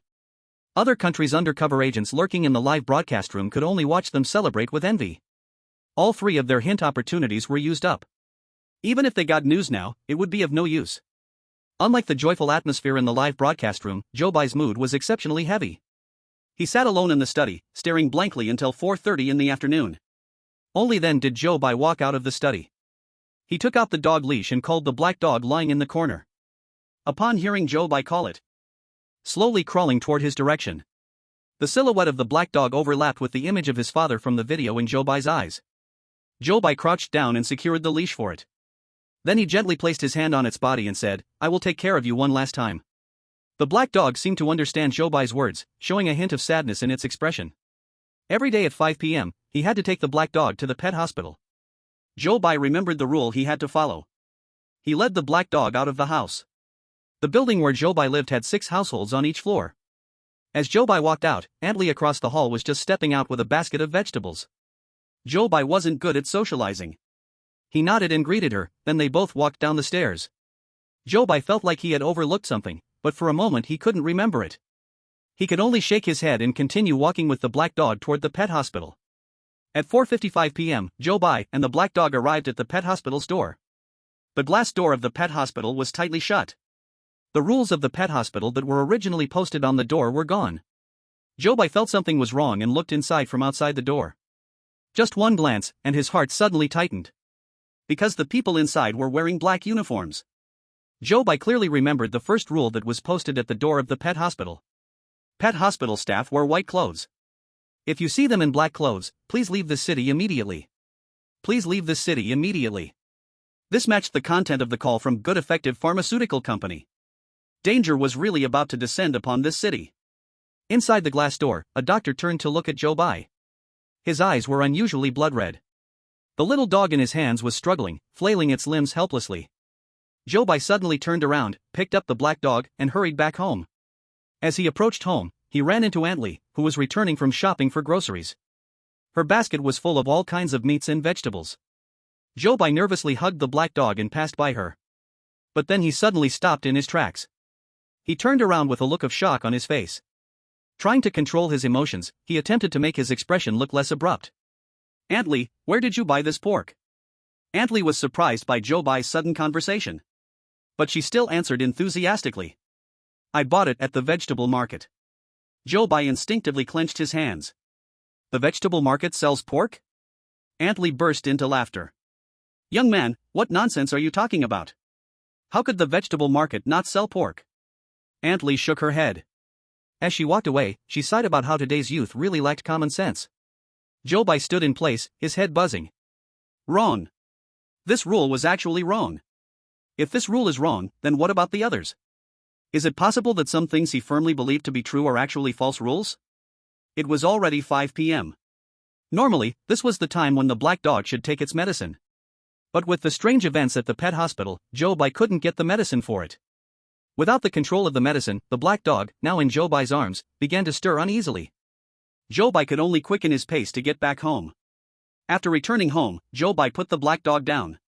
It was already 10 minutes past the time when the black dog needed its medicine. Zhou Bai saw that white fur was already starting to sprout from the black dog. It wrinkled its nose, showing its sharp teeth, making heavy snorting noises. The audience in Great Xia Nation grew tense. It's over. The black dog is mutating. What should we do? Should we throw it off the balcony? Now we don't even know if this rule is right. There's less than an hour left. The checkpoint is about to close. We can't let everything go to waste. Zhou Bai watched the black dog almost go crazy. Medicine. It needs to take medicine now. The pet hospital has fallen, and the black pills cannot be obtained. What about other colored pills? Can they be used? Zhou Bai rushed towards the cabinet where the medicine was kept, grabbing the gray pills that his mother took. No matter what. A dead horse can be treated as a living one. Zhou Bai poured out a gray pill from the container. Holding it in one hand, he grabbed the black dog's scruff with the other. The black dog's strength had now become extraordinarily strong. It kept struggling, baring its teeth, ready to bite Zhou Bai. It was a matter of life and death, and Zhou Bai had to use all his strength. He held the black dog's scruff with one hand and pinched its jaw with the other. Then he threw the gray pill into its mouth. Watching the black dog swallow the pill, Zhou Bai, along with the viewers in the live stream, anxiously waited for the effect of the pill. Chapter 14, The Effective Pharmaceutical Factory. After the pill was swallowed, the black dog's gaze seemed to regain some clarity. The struggling lessened. But the fierce expression had not withdrawn, and its nose was still making a woo sound. Zhou Bai tried to loosen his grip. The black dog sensed that Zhou Bai was letting go and retreated a few cautious steps. Then it lowered its front limbs and crouched, preparing to attack. It's over. The effect of the pill is not significant. The black dog still wants to attack Zhou Bai. What to do? When will the effective pharmaceutical company come to rescue Zhou Bai? Zhou Bai clenched his fists, also preparing to fight. If the medicine didn't work, then he had to rely on force. Although Zhou Bai wasn't very strong, he still had the courage to fight to the death. The black dog bared its teeth, its face twisted. It could even be said to be in some pain. It seemed like two consciousnesses were struggling and battling within the black dog. Suddenly, the black dog lunged forward. All the viewers thought the black dog would pounce on Zhou Bai. But that wasn't the case. The black dog's sharp teeth bit into the sofa. As if finding something to vent its anger on, it kept tearing at the sofa. The fabric sofa was quickly torn to shreds by the black dog, leaving a big hole. The stuffing was being pulled out, falling all over the room. Zhou Bai stood still, watching the black dog's actions. It should be that the Grey Pill had taken effect, awakening the father's latent consciousness, which stopped the black dog from attacking Zhou Bai. However, Zhou Bai soon realized that the white fur on the black dog was increasing. As the white fur kept increasing, the black dog's manic state also worsened. Zhou Bai knew he had to quickly think of a solution. His mind was racing. Rule A, Clause 6. You have a black dog, if you see it turn white, please throw it off the balcony. Was this rule really correct? Zhou Bai had doubted the correctness of this rule when he learned that Rule C, Clause 1, was incorrect. But now, thinking carefully, this rule might not be wrong after all. When the black dog turns white, it can be sent to the pet hospital, or it can be thrown off the balcony. These are just two different choices and may not conflict. Zhou Bai looked again at the black dog. In the video, his father slumped on the ground, an old and hunched silhouette, still lingering in Zhou Bai's mind. After arriving in this world, the black dog fetching Rule C for him also remained in Zhou Bai's memory. At this moment, the black dog's eyes had turned crimson, and most of its fur had turned white. The sofa was almost torn to just its skeleton. It had a piece of torn fabric hanging from its mouth, turning its head to glare fiercely at Zhou Bai. Next, it wanted a new target to tear apart. 5:55 p.m. The time agreed with the effective pharmaceutical company was about to arrive. Zhou Bai, come on. Hold on a little longer. You're almost there. Don't be cowardly, fight it. Disobedient dogs must be taught a hard lesson. The black dog let out a woof, then rushed towards the direction where Zhou Bai was. But just a meter away from Zhou Bai, it suddenly stopped. Its face wore an exceptionally fierce expression. Veins bulged all over its body. It trembled continuously but still looked up at Zhou Bai. In that one glance, Zhou Bai seemed to see the shadow of his father from the video. Then, the black dog turned away. It dashed towards the balcony. Zhou Bai understood what it wanted to do and shouted "Dad." The black dog did not respond, but its actions became more determined. It leaped over the balcony railing, and its figure fell straight down. This was a father's last protection for his child before dying. Zhou Bai rushed to the balcony and saw a pool of blood below. Not far away, several people in white clothes were walking towards the building where Zhou Bai was. The big words "Good Effective Pharmaceutical Factory" were very eye-catching on them. There was no time for Zhou Bai to sort out his emotions, a new challenge was approaching him. The viewers knew at a glance that the people coming were here to take Zhou Bai to safety. Zhou Bai stared at the words on their clothes, and the strange feeling in his heart could not be shaken off. It was still too straightforward. He always felt he had missed some detail. Zhou Bai returned to the living room, thinking about gathering some things to take with him. He casually picked up some snacks, and then thought for a moment, opening the medicine drawer. He also took his mother's and wife's 2 bottles of medicine with him. The big words "Good Effective Pharmaceutical Factory" were glaringly printed on the packaging of the medicine bottles. Zhou Bai's gaze lingered on the medicine bottles. After a while, he finally recalled where that strange feeling in his heart came from. His wife had told him that Good Effective Pharmaceutical Factory and Good Effective Pharmaceutical Company were not in the same place. The factory was responsible for research and production. The company was responsible for sales. This meant that the Good Effective Pharmaceutical Factory had no sales department. The few people who came to pick up Zhou Bai were not from the sales department. Zhou Bai's heart jolted. Indeed, it was not that simple. He almost fell into a trap. Bang, bang, bang. The knocking sound began to echo. Hello, is Mr. Zhou Bai there? We are here to pick you up from Good Effective Pharmaceutical Factory. The viewers in the live room became all excited. Waiting for the stars and the moon, we finally waited for you. Nervous and excited. Our Great Xia country is finally going to clear the SSS level. Sakura country has not unlocked all storylines, but can still go to safety. It seems that only 2 countries can clear this instance. The knocking outside continued. At that moment, the viewers suddenly realized that Zhou Bai showed no intention of opening the door at all. No way? Has Zhou Bai lost his mind? Why isn't he opening the door? Does Zhou Bai not want to clear the level? This guy wants to die. Why should the whole country accompany him to die? The viewers from Great Xia country did not understand Zhou Bai's behavior right now. They were all frantically posting on the bullet screen in excitement. Those experts from the analysis group also frowned. From their observations of Zhou Bai over the past few days, they felt he didn't seem to be the type to make rash decisions.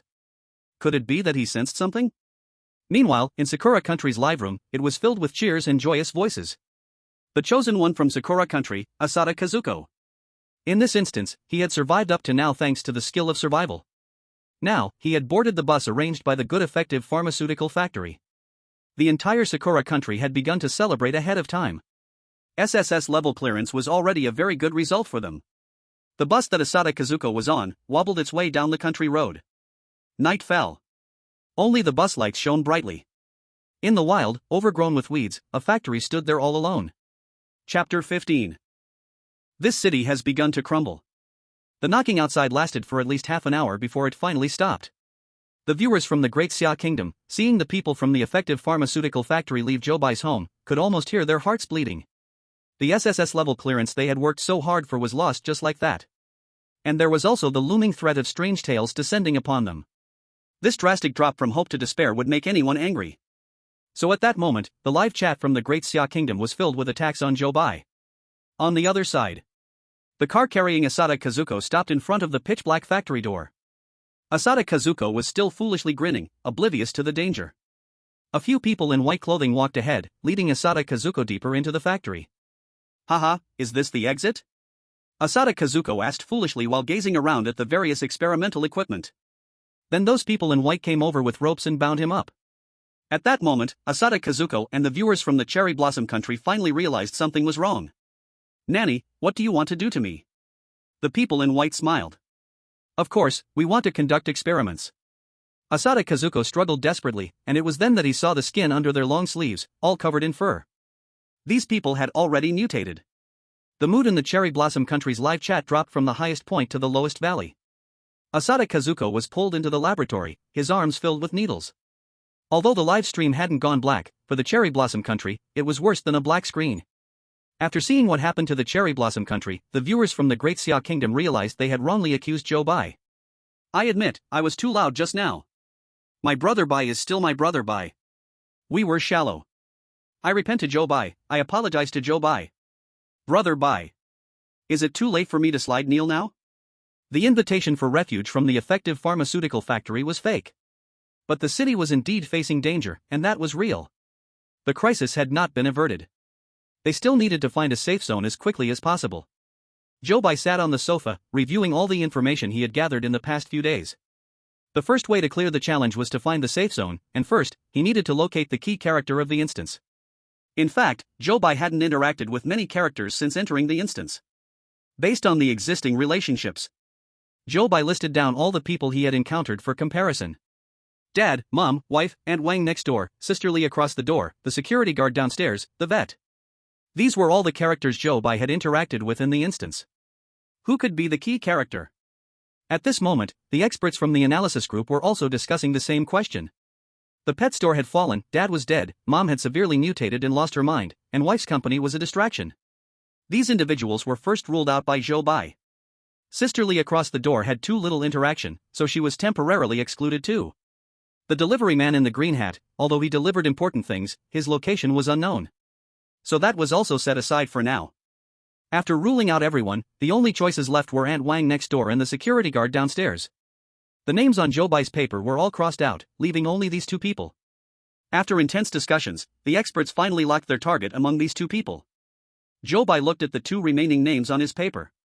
His gaze fell on Aunt Wang. If a person seems the least likely, yet all clues point to her, perhaps she is the one you are looking for. Zhou Bai began to sort through all information related to Aunt Wang again. Aunt Wang, from the very beginning, looked very much like a villain. The rules clearly state to be careful of her. She brought pork to my mother, but the rules say that the market does not sell pork. After my mother went out with her, she also mutated. This series of events led Zhou Bai to doubt her and keep his distance from her. But if she is a key person, then when it altered the rules, intentionally guiding the chosen one to avoid her seems very reasonable. Zhou Bai began to reassess the points of suspicion against her. Since the rule stating the market does not sell pork, which initially made Zhou Bai suspicious of Aunt Wang, is false. Then the rule, be careful of the neighbor, Aunt Wang also becomes very suspicious. The only thing Zhou Bai could not understand is that his mother's first mutation only happened after going out with Aunt Wang. Looking at it this way, seeking out Aunt Wang still carries a certain danger. The experts discussed and also could not ignore Aunt Wang's dangerousness. As time went on, everyone became increasingly cautious. The experts decided to use a hint opportunity to tell Zhou Bai their discussion results. Although their discussion results did not greatly help Zhou Bai still decided to play it safe and first go downstairs to find the security guard, to test his bottom line before making a choice. Just as Zhou Bai stepped out of his home, he saw the moon hanging in the sky had turned red. Everything around was shrouded in red moonlight. The entire city looked strangely eerie. It was here. crisis had arrived. A cold wind picked up around him, and Zhou Bai shivered, wrapping his clothes tighter around himself. In the darkness of the night, it seemed like there were numerous eyes silently watching him. On the other side, in the live streaming room of Pickle Country, Nan Ningji had locked himself in his study for 3 days. His study was filled with the trash of food he had carelessly discarded. A bucket for waste was placed by his bedside. Through the screen, the viewers felt they could smell the odor coming from the study. In his dungeon, the red moon had also descended. Outside, the sound of his wife knocking on the door echoed repeatedly. Nan Ningji lay calmly on his bed. He had heard this knocking sound for 3 days and had long become immune to it. But this time, the knocking turned into banging. Boom! The entire study door collapsed with a crash. Nan Ningji sat up in shock from the bed.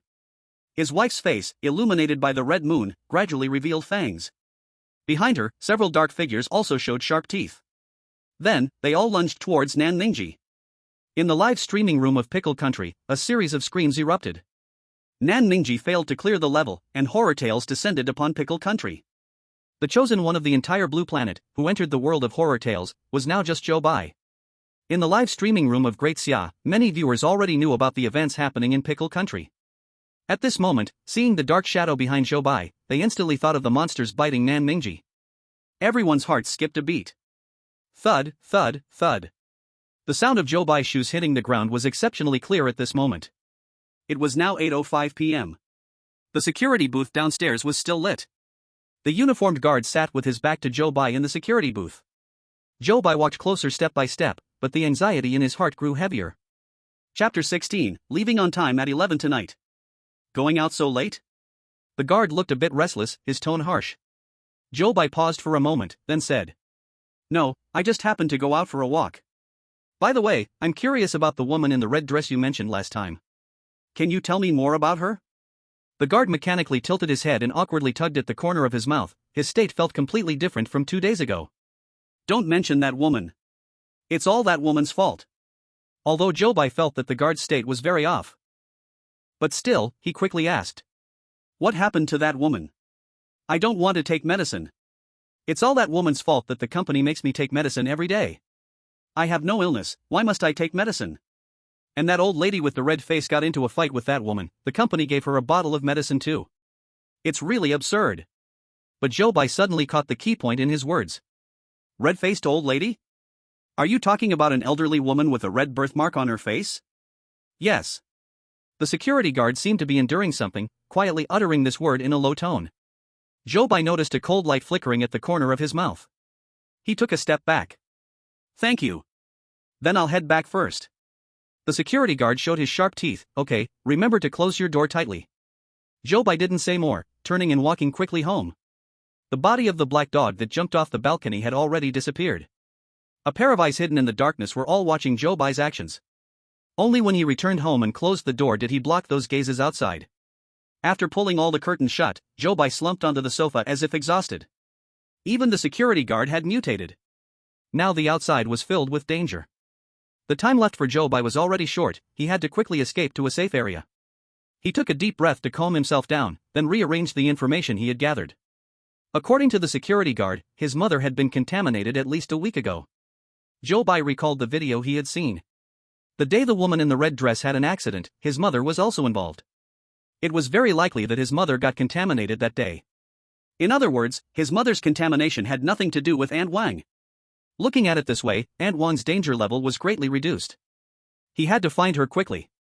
Aunt Wang's house was right across the street. Zhou Bai could just go out and knock on her door to find her. However, at this moment, he was pacing back and forth in the room, hesitating and not stepping out. It was because he had locked Aunt Wang outside last night. The relationship between the two of them was probably already broken. Gaining her trust and getting her to agree to take Zhou Bai to the safe area would not be easy. After thinking for a while, Zhou Bai began to rummage through his home. Drawing on the excellent traditions he learned in elementary school in the Great Xia Kingdom, he decided to take a gift when he went to Aunt Wang's house. Maybe she'd like it and it could increase her goodwill. So he examined everything in his home that might be suitable. But it all felt inappropriate. Finally, he opened the refrigerator and saw a solitary plate of braised pork sitting inside. Zhou Bai remembered Aunt Wang's words from last night, so he took out the braised pork. He definitely couldn't take out dog meat, but pork might be okay. He heated the plate of braised pork in the microwave, and the aroma immediately filled the entire kitchen. His mother's cooking skills were still pretty good. Holding the plate of braised pork, Zhou Bai opened the door to his home. As soon as the door opened, that feeling of being watched by many gazes in the dark reappeared. Zhou Bai quickly knocked on Aunt Wan's door. Before long, the door opened from the inside. The somewhat plump Aunt Wan looked at Zhou Bai with a not-so-friendly expression. "What is it?" Strangely, as Aunt Wang appeared, the feeling of being watched behind Zhou Bai suddenly vanished. Zhou Bai quickly put on a smile. "My mom's braised pork is quite delicious, so I brought some for you to try." Aunt Wang glanced at the braised pork Zhou Bai was holding, and reached out to take it. At this moment, the system's voice echoed in Zhou Bai's mind. "Key characters goodwill in the quest plus 20. Congratulations, host, you have gained a chance to enhance your physique. Your arm strength has been increased by 200%. As soon as the words fell, Zhou Bai felt his two arms. The warmth began to softly radiate. He delightedly watched the changes happening in his body. At the same time, he confirmed that Aunt Wan was the key character in this scenario. It seemed that this plate of braised pork was the right choice. Just when Zhou Bai wanted to ask about the safe area. Bang! The door in front of him slammed shut. Zhou Bai stood dazed in place. No way? Wasn't the affection level increased? Why did the door suddenly close? With the door shut, the gazes behind him began to return. Zhou Bai shrugged his shoulders, about to continue knocking. Suddenly, the door in front popped open again. Zhou Bai looked at Aunt Wang in confusion. One time per person, it's even now. Zhou Bai was shocked, his lips twitching. Was this revenge for him locking her outside last night? Having been in the wrong, Zhou Bai could only chuckle awkwardly twice. Aunt Wang, you are really humorous. Come in. Zhou Bai followed Aunt Wang into the house. She placed the plate of braised pork on the dining table, then picked up chopsticks, grabbing a piece and putting it in her mouth. So, what do you need from me? Zhou Bai pondered his words and then said, I find the city a bit strange, and I'm worried it could be dangerous. I wanted to ask if there are any safe places to avoid any risks. As he spoke, Aunt Wang stuffed a few more pieces of braised pork into her mouth. A huge plate of braised pork was quickly devoured. Well, you've asked the right person. I work at the slaughterhouse, we're all being transferred to City B. Tonight's night bus. As she spoke, she looked up at Zhou Bai, her greasy lips curling into a somewhat chilling smile. If you have enough courage, I can take you along. The viewers in the Great Xia Nation's livestream couldn't help but shiver. There's a problem. Aunt Wang has issues. Why is even Aunt Wang so strange? If it's going to a safe area, why does one need to have courage to go? Is that slaughterhouse also dangerous? So terrifying, can Zhou Bai really get through? Aunt Wang just smiled and watched Zhou Bai, seeming very interested in his next answer. Zhou Bai didn't hesitate, then I'll trouble Aunt Wang. What time do we leave? Aunt Wang laughed heartily a few times, very satisfied with Zhou Bai's answer. Tonight at 11 o'clock, at the community entrance, we'll depart on time. Chapter 17, The Bloody Slaughterhouse. Zhou Bai returned home. He checked once more the things he had packed for the afternoon. Then he sat on the sofa, waiting for 11 o'clock at night to arrive. Tonight, the number of viewers in the Great Xia Nation's livestream directly broke the previous highest record. Billions of people from other countries on Blue Star were almost all glued to their televisions, waiting to see the ending of this scenario. If extraterrestrial beings could see what the people of Blue Star were doing, they would surely doubt their intelligence. Because they all had their TVs turned on, intently watching a man sitting in the living room and daze. That dazed man was, of course, Zhou Bai. Outside, the night deepened more and more. Cats meowed, dogs barked, nails scratched the windows, door handles turned incessantly. All sorts of eerie sounds continued to ring out. It seemed like countless monsters were coveting the person inside this house. Crisis lurked. No one knew if it was the last darkness before victory or a warning before failure. Until the clock showed 10:55, Zhou Bai picked up the things he had prepared and stood up from the sofa. The door opened. The darkness outside seemed to swoop towards Zhou Bai with a whoosh. Fortunately, at that moment, the door next door also opened. Let's go. Aunt Wang walked ahead, and Zhou Bai followed behind her. Those eyes hidden in the darkness followed them, not too far yet not too close, but did not dare to truly approach. At the entrance of the community, the security kiosk was still lit. The security guard had his back to them. Buried in thought, occasionally making chewing sounds. Don't make a sound. Aunt Wang whispered a reminder. Then the two hurried past the security booth. Outside the neighborhood, a large bus was parked there. A burly man with a beard stood at the bus door. As Zhou Bai approached him, he instantly smelled a strong metallic scent of blood. The man said little, stepped aside to let Zhou Bai and Aunt Wang on the bus, and then closed the door. There were many people inside the bus, but everyone was strangely silent. Zhou Bai didn't know how to speak. He just stared outside, watching the bus leave the neighborhood and drive farther away. The audience in Daxia Kingdom was closely watching Zhou Bai's movements. The chosen one from Sakura Nation had also taken the same bus before, and the outcome was tragic. Because they had not received a notification of passing, no one dared to relax. Along the way, Zhou Bai saw various strange-looking people chasing, biting, and screaming on the city streets. It was as if the entire city had suddenly turned into hell. Although it was in a world of strange tales, Zhou Bai couldn't help but feel a touch of compassion upon seeing these scenes. However, no one on the bus shared his feelings. They all looked on with blank expressions at everything. It seemed as if these mutated beings were no longer their kind. Before long, the bus drove out of the city. The bus swayed, making one feel drowsy. Without realizing it, Zhou Bai closed his eyes. When the sun shone through the window, Zhou Bai opened his eyes and saw the sign of Beast City appear in front of him. Everything seemed to return to normal. The people walking on the streets were all normal. The bus drove through bustling streets, turned into an alley, and finally stopped at the entrance of a slaughterhouse. Zhou Bai followed the crowd off the bus, and when he stood at the entrance of the slaughterhouse, a mechanical voice echoed in Daxia Kingdom's livestream. Congratulations to Daxia Kingdom's chosen one, Zhou Bai, for reaching the safe zone and successfully passing. Rating, SSS level. As the mechanical voice fell, the citizens of Daxia, watching the live stream, erupted into cheers. It's true. The slaughterhouse in B City is the safe zone. Zhou Bai has passed. Our Daxia Kingdom does not have to suffer the arrival of strange tales. Zhou Bai is the hero of our Daxia Kingdom. Now, rewards will be distributed. The overall physical fitness of Daxia people has collectively increased by 10%. In this world where strange tales had arrived, people constantly faced fear. Having a healthy body was necessary to better fight against unforeseen accidents from the outside. Upon hearing this news, the audience in Daxia felt their energy instantly boosted. At this moment, the system began to announce the content of another instance. Next, enter the bloody slaughterhouse instance. Chosen ones who have passed must continue participating in the upcoming instances until failure. Besides Daxia Kingdom, the strange tale game has randomly selected one chosen one from each country. The bloody slaughterhouse instance has begun, please all chosen ones prepare. This instance's passing methods. SSS level passing, find the source of pollution in the slaughterhouse and eliminate it. S level passing, gain recognition from your superior and get the opportunity to be transferred to another city. A level passing, survive in the slaughterhouse for 7 days and receive praise from your superior. Then, the live stream rooms of other countries that had previously gone black turned back on. Viewers could see all the randomly selected chosen ones standing at the gate of the slaughterhouse, just like Zhou Bai. Ganba Day. Our Sakura Nation will surely pass smoothly this time. Huai Ting. The final victory must belong to the beautiful nation. Our Sunset Nation will show the whole world our power. After hearing all the information, Zhou Bai gazed at the slaughterhouse door. It seemed the safe zone wasn't so safe after all. At this moment, Aunt Wang, who had been behind him, got off the bus and called out to him. If you want to stay, come with me. She said this and walked into the slaughterhouse. The slaughterhouse is very large, but it is somewhat old. As soon as he entered the gate, a damp, sticky air carrying the smell of blood rushed to greet him. Zhou Bai had not yet seen the layout of the slaughterhouse when Aunt Wang led him into a room next to the entrance. The slaughterhouse is currently short of a security guard, you can take this position.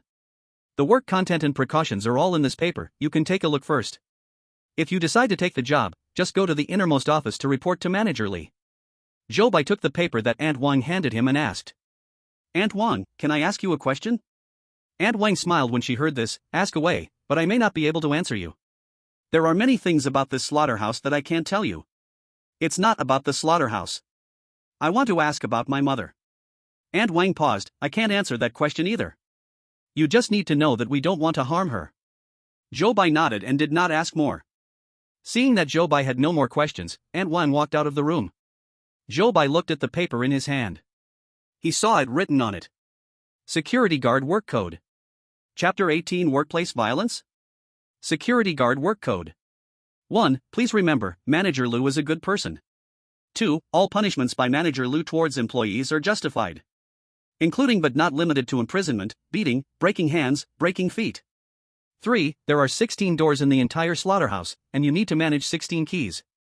There is no 17th door, and there are no red keys. 4. Unless permitted by Manager Lu, you must not enter slaughtering room number 8. 5. The slaughterhouse will only transport live pigs at noon every day, no other time will there be deliveries. If you see them at other times, please return to your room immediately and lock the door. 6. The working hours of the slaughterhouse are from midnight to 6 a.m. the next morning. During this time, if you need to enter the slaughtering room, please keep your mouth shut. 7. Manager Lu's office is at the innermost part of the slaughterhouse. After sunset, do not approach that area. 8. The slaughtering room will be disinfected at 7:30 a.m. every day. You need to ensure that everyone in the slaughtering room has left before this time. After reading all the rules, Zhou Bai heard the system's voice in his mind. New rule detected, marking a wrong option for the host.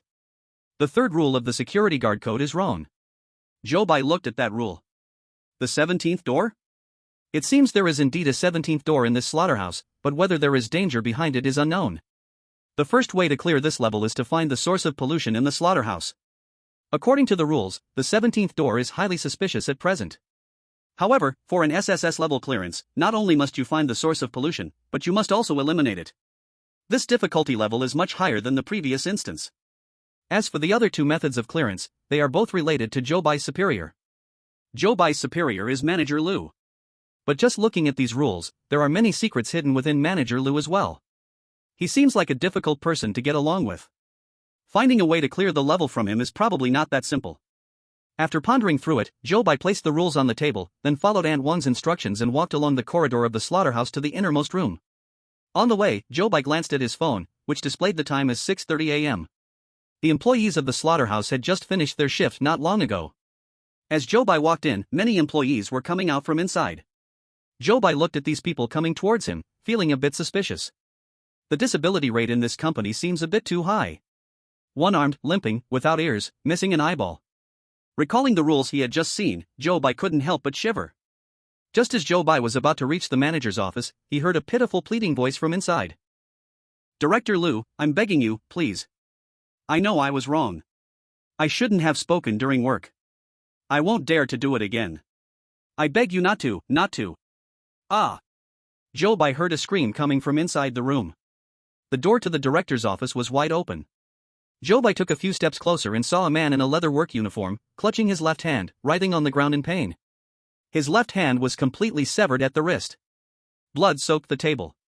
Next to the table, the garbage bin still faintly showed the shape of a hand inside. Zhou Bai stood a short distance away, taking in the whole scene, instantly feeling his scalp tingle. Although the rules included the word severed hand, seeing it happen right in front of him felt entirely different. The viewers in the livestream gasped. God! What kind of devilish place is this? Talking during work leads to such punishment? Then someone like me, who slacks off every day, would have long become a human pig. If I came to this place, I'd definitely not survive a single episode. Zhou Bai stopped and considered whether he should come back another time. Going in now might lead him to see something he shouldn't, putting his life in danger. But he glanced at the people passing by. He noticed everyone had calm expressions. No one showed any surprise, nor did anyone want to help. Zhou Bai looked again at the director's office, that door that was calmly open, but in the end, he did not turn back. Knock, knock, knock. Zhou Bai stood at the office door and politely knocked. The director still held a knife in his hand. He kicked the garbage bin, moving it under the table. Zhou Bai couldn't see what was inside. Who? The viewers gasped when they heard Director Lu shout. Why is Zhou Bai still going in? George from the Sunsetting Nation just came to the director's office, but he turned back and saved his life. Director Lu is still holding a knife. Doesn't Zhou Bai fear seeing something he shouldn't and then being silenced? In the livestream, Director Lu appeared to be around 40 years old, wearing a white tank top. His arms bore at least a dozen scars of varying sizes. Some scars looked fresh, with exposed flesh still bearing dried blood clots. Zhou Bai forced himself to calm down and moved his gaze away from the struggling person on the ground. He spoke to Director Lu. I am the new doorman, coming to report in. Director Lu glanced Zhou Bai over. All right, here are all the keys to the slaughterhouse, take them. Zhou Bai took the keys handed over by Director Lu. Then Director Lu pointed to the person on the ground who had already fainted in pain, saying, Carry him away, take him to the infirmary. The slaughterhouse even has a designated infirmary? It seems the employees here often get injured. Okay. Zhou Bai replied and then went over to help the unconscious man up. The person on the ground looked like a butcher. He weighed at least 200 pounds. Fortunately, Zhou Bai's strength had increased by 200% in the last instance. So lifting this butcher seemed very easy. Wow, I didn't expect Zhou Bai to be so strong. Looks thin but has muscle? Sisters upstairs, secretly eyeing our chosen ones, that's your mistake. Why didn't you bring me? Zhou Bai supported the butcher and casually grabbed someone to ask for the direction to the infirmary. Then he took the butcher there. On the other side, the chosen one from the Monkey Nation, Ruan Wenliang, also carried the butcher to the infirmary. However, he looked too thin. He comically fell several times along the way. Even the audience from his country couldn't help but laugh at him. What a shame. Ruan Wenliang. You really should exercise more. Compared to the chosen one Zhou Bai from the neighboring Great Xia Kingdom, I really don't want to acknowledge this so-called chosen one. Ruan Wenliang is so thin, other countries might suspect we are so poor we don't even have food to eat. Although Ruan Wenliang walked slowly, he set out earlier than Zhou Bai. Now, the two in the live broadcast appeared almost simultaneously at the door of the medical room. Chapter 19, Don't Anger the Doctor. Zhou Bai supported the butcher with a broken arm and walked into the medical room. Seeing an empty bed, he slowly helped him lie down. On the other side, Ruan Wenliang also helped the butcher into the medical room. However, he was not steady, and the two of them fell heavily to the ground. In the center of the medical room, there was a row of neatly arranged hot water bottles. When they bumped into them, all the hot water bottles fell over and made shattering sounds. The viewers from Monkey Kingdom's live broadcast couldn't help but laugh again when they saw Ruan Wenliang falling flat on his back. Ruan Wenliang is such a fool, he's really embarrassing Monkey Kingdom. Look at his silly look. I laughed so hard it hurt my stomach. But soon, their smiles froze on their faces. Destroy it. This damn world. I can't take it anymore. Everyone die. Die. Inside the medical room, a white curtain was angrily yanked open with a whoosh. A doctor walked out from behind the curtain. His eyes had turned red with anger. He charged over madly and started to bite Ruan Wenliang. Ruan Wenliang was so scared he wanted to struggle, but he was too weak to compete with the doctor. Soon, the Monkey Kingdom's live broadcast darkened. Their chosen one became the first one to be eliminated. Bloody slaughterhouse horror tales descended upon Monkey Kingdom. The viewers from Great Xia Kingdom, seeing this scene, felt cold sweats for Zhou Bai. Behind Zhou Bai, the white curtain swayed in the wind. The audience all knew that the crazy doctor was just behind the white curtain. Everyone prayed for Zhou Bai to get out quickly or to stay silent, lest he anger that doctor. In the footage, Zhou Bai noticed that no one was in the medical room, so he thought of getting gauze to help stop the butcher's bleeding. His hand touched the plate on the rack. With a clang, a crisp sound rang out. The viewers from Great Xia Kingdom were suddenly startled, their hair almost standing on end. Who is out there? Zhou Bai, hearing the sound, looked back over his shoulder. He thought, so there was someone in the medical room after all. A doctor in a white coat unfolded the white curtain and came out. The audience watched him nervously. Luckily, his eyes were not red. It seemed that the Monkey Kingdom had just angered him, which led to his outburst. The viewers from Great Xia Kingdom just hoped Zhou Bai could be careful and absolutely not anger this doctor. Doctor, there's a patient here, we need to stop his bleeding quickly. The doctor impatiently glanced at the butcher lying on the bed. What's the rush? He won't die. And then he turned to get some tools. Zhou Bai thought the patient was delivered, and the next steps should be left to the doctor. Finding himself unhelpful, he prepared to leave. Unexpectedly, as he was about to walk out the door, the hot water pot beside him shook slightly. Then, a whole row of hot water bottles all fell over. Another round of shattering sounds echoed. The audience from Great Xia Kingdom, hearing the sound of breaking, was almost driven crazy with anxiety. This row of hot water bottles placed in the middle of the path was practically just asking for trouble. Zhou Bai hadn't seen the tragic scene of the chosen one from Monkey Kingdom, so he was completely unaware of the crisis he was about to face. Destroy it. This damn world. I can't take it anymore. Everyone die. Die. The same words echoed again. Zhou Bai was squatting down, helping to pick up those fallen hot water bottles. Hearing the voice, he turned his head in surprise. Behind him, the doctor with blood-red eyes stepped out. He bared his teeth and roared as he pounced toward Zhou Bai. Many of the viewers from Great Xia Kingdom covered their eyes. He didn't want to see the chosen one of his country killed in such a tragic way. But after waiting for a long time, the notification sound of a strange tale descending upon the Great Xia Kingdom still did not ring out. The audience couldn't contain their curiosity any longer, so they carefully looked at the screen through their fingers. At this moment, the screen showed Zhou Bai pinning the doctor to the ground. Then, he punched the doctor's face again and again. The audience was dumbfounded. Can it be done this way? Zhou Bai's punches were chaotic, clearly showing that he was pushed to the brink. There was no way, at this time, if he didn't resist, would he just sit and wait to die? The doctor's face had already turned red and swollen from Zhou Bai's beating, his features were blurred, almost unrecognizable. Now, the audience couldn't help but feel a bit sorry for the doctor. Zhou Bai from the Great Xia Kingdom seemed weak in the last instance, but how can he hit so hard? The undercover up there. Let me tell you, do you know what happens to a rabbit when it's desperate? It can also bite. Don't think about bullying the people of the Great Xia Kingdom. When we get serious, we can all bite.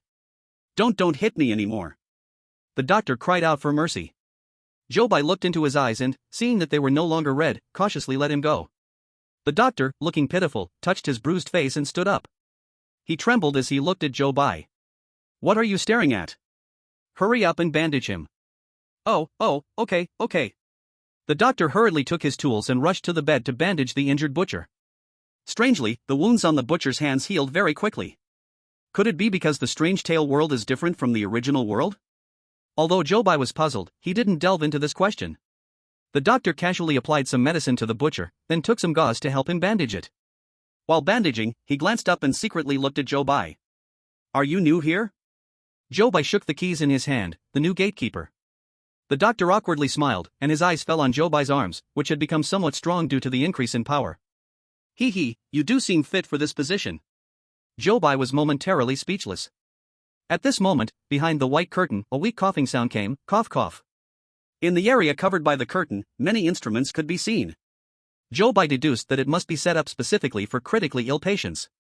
A small medical room and a slaughterhouse actually had such complete equipment, which was somewhat unusual. Seeing Zhou Bai gaze toward the direction of the white curtain, the doctor got a bit closer to Zhou Bai, whispering, that inside is the butcher from slaughterhouse number 8.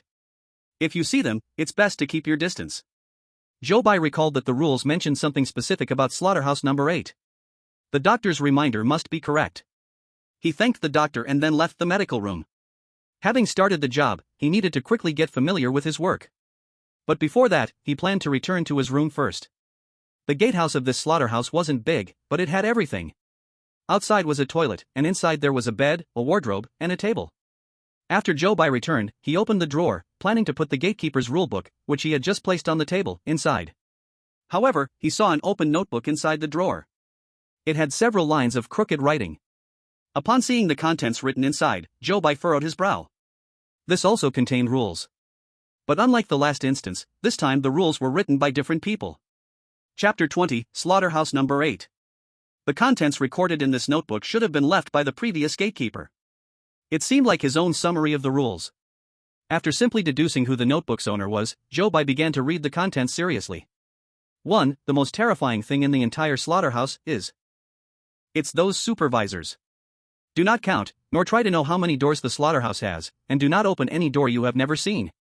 Do not anger the doctor. Remember. Pigs are gentle animals. They have stout bodies, short limbs, large ears, and relatively long snouts. Remember these characteristics of pigs. Remember. Director Liu will always put our safety first. Absolutely do not enter slaughter room number 8. No matter what happens.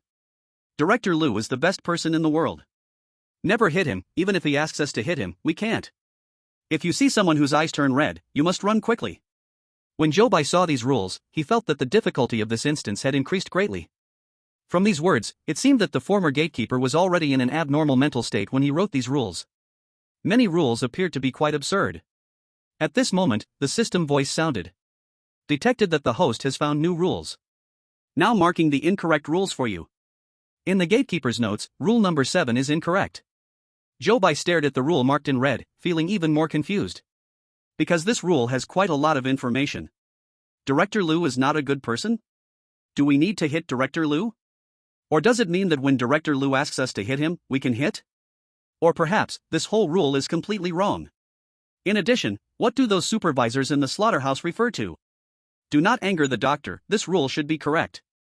But seeing a person whose eyes turn red does not necessarily mean you must run, you can also beat them up like Zhou Bai did just now.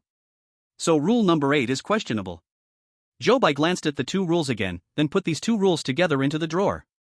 Now is not the time to stop and think about the rules, there are more urgent matters waiting for him to handle. The work code states that the slaughter room will be disinfected every morning at 7:30. Zhou Bai must ensure that everyone in the slaughter room has left before then. This is his job duty. It is now 7 a.m., with only half an hour left. Zhou Bai needs to quickly patrol the slaughter rooms. So he took the key and walked towards the slaughterhouse. Even though it is daytime now, the damp and chilly feeling inside the slaughterhouse still gives a slight shiver down the spine. This slaughterhouse has a total of 8 slaughter rooms. They are arranged horizontally in order from the left side of the entrance. Zhou Bai started checking from the first slaughter room. As soon as the slaughter room opened, a strong smell of blood rushed to his face. In the workplace, hooks, large knives, and bone knives were all laid out on the tables. They emitted a chilling light that shocked the heart. Zhou Bai tried his best to adapt to the smell inside. After carefully checking each slaughter room, he took out the key and locked the door. When he arrived at the 8th slaughter room, he stopped at the door. The gatekeeper's work code and the notes left by the previous gatekeeper both mentioned this slaughter room. However, the work code says, no entry into slaughter room number 8 without Director Liu's permission. And the previous gatekeeper's notes stated, absolutely do not enter slaughter room number 8. No matter what happens. There is an obvious contradiction between these two rules. But it is not possible to discern the truth now. To be safe, it is still unwise to take risks now. So Zhou Bai decided to confirm if there was anyone inside by looking through the glass window outside slaughter room number 8. Therefore, he walked to the window and looked inside through the glass. He saw that the layout inside was no different from the other slaughter rooms. There was a row of shelves used for hanging live pigs. However, in this slaughterhouse, it seemed that a pig was still hanging on a rack that hadn't been taken down. Because the distance was a bit far, Zhou Bai worried that the reflection of the glass made him see wrong. So he placed his hand on the glass, then brought his face closer to the glass to carefully identify. That dead pig was hanging on the rack. In the empty slaughterhouse, it swayed, making a creak sound. All of Zhou Bai's attention was on that rack. Suddenly, an eye appeared, occupying all of his line of sight. The pupil was directly facing Zhou Bai's eye, separated only by a sheet of glass. Zhou Bai was startled by the suddenly appearing eye and took a step back. Then he saw a human face emerge from behind the glass. He was wearing a set of protective clothing. But the hood on his head had already been pulled back. His entire head was exposed to the air. Zhou Bai didn't know who he was, but he glanced at the clock on his phone. 7:26. Disinfection time was approaching. After 7:30, no one could stay inside the slaughterhouse. This was Zhou Bai's job responsibility. So, Zhou Bai knocked on the glass. He shouted to him to hurry up and come out. But the other party ignored Zhou Bai. He just laughed foolishly to himself. Zhou Bai immediately felt anxious. The viewers watching the live broadcast also started to feel anxious like him. There are only 4 minutes left. If he doesn't come out, Zhou Bai will violate the rules. But that person looks confused. No matter how Zhou Bai calls him, he won't come out. If only he could go in and pull him out. That would be even worse. The rules say you can't enter slaughterhouse number 8. Is it too late to run over and notify Chief Liu? It's too late. It's too late. Only 3 minutes left. Slaughterhouse number 8 and the director's office, one is at the far north of the slaughterhouse, while the other is at the far west. Zhou Bai running to the director's office and back wouldn't make it. Only 3 minutes left. Zhou Bai anxiously looked around. Seeing the changing room next to slaughterhouse number 8, where several sets of protective clothing hung.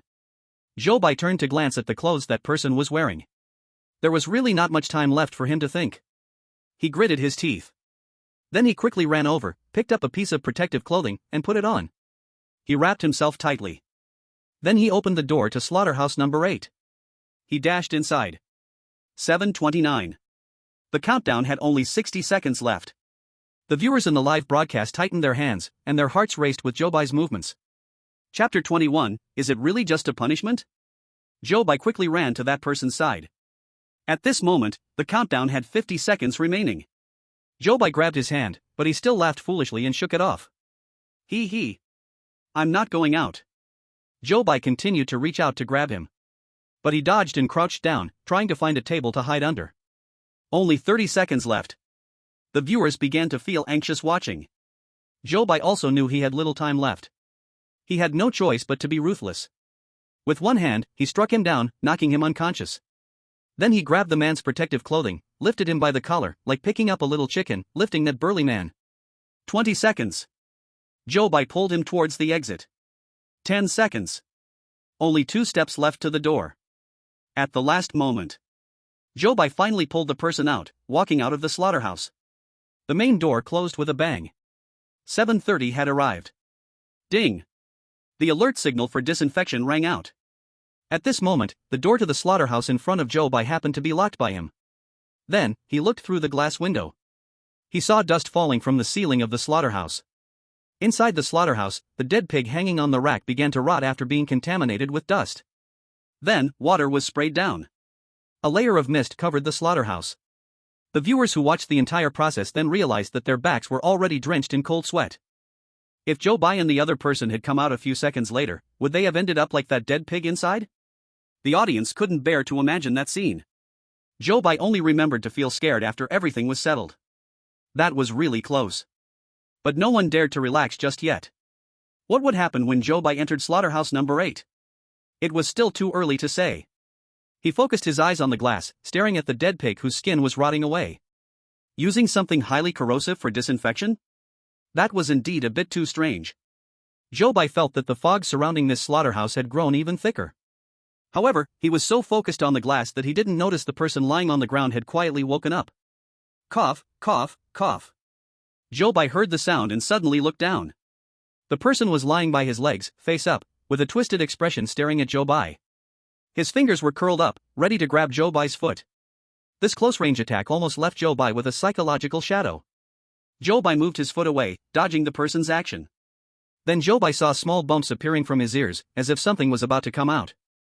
Zhou Bai stared hard at his ears. He felt that this scene was too familiar. In the last instance, his wife had also been in such a state when stimulated. He frowned. Need to take medicine? The experience from the last instance made him instinctively want to find pills for him. But the medicine he brought from home was still in the entrance room. Just as he was worrying about how to deal with it, a noisy footsteps came from behind. Director Liu. Please slow down. The bell just rang.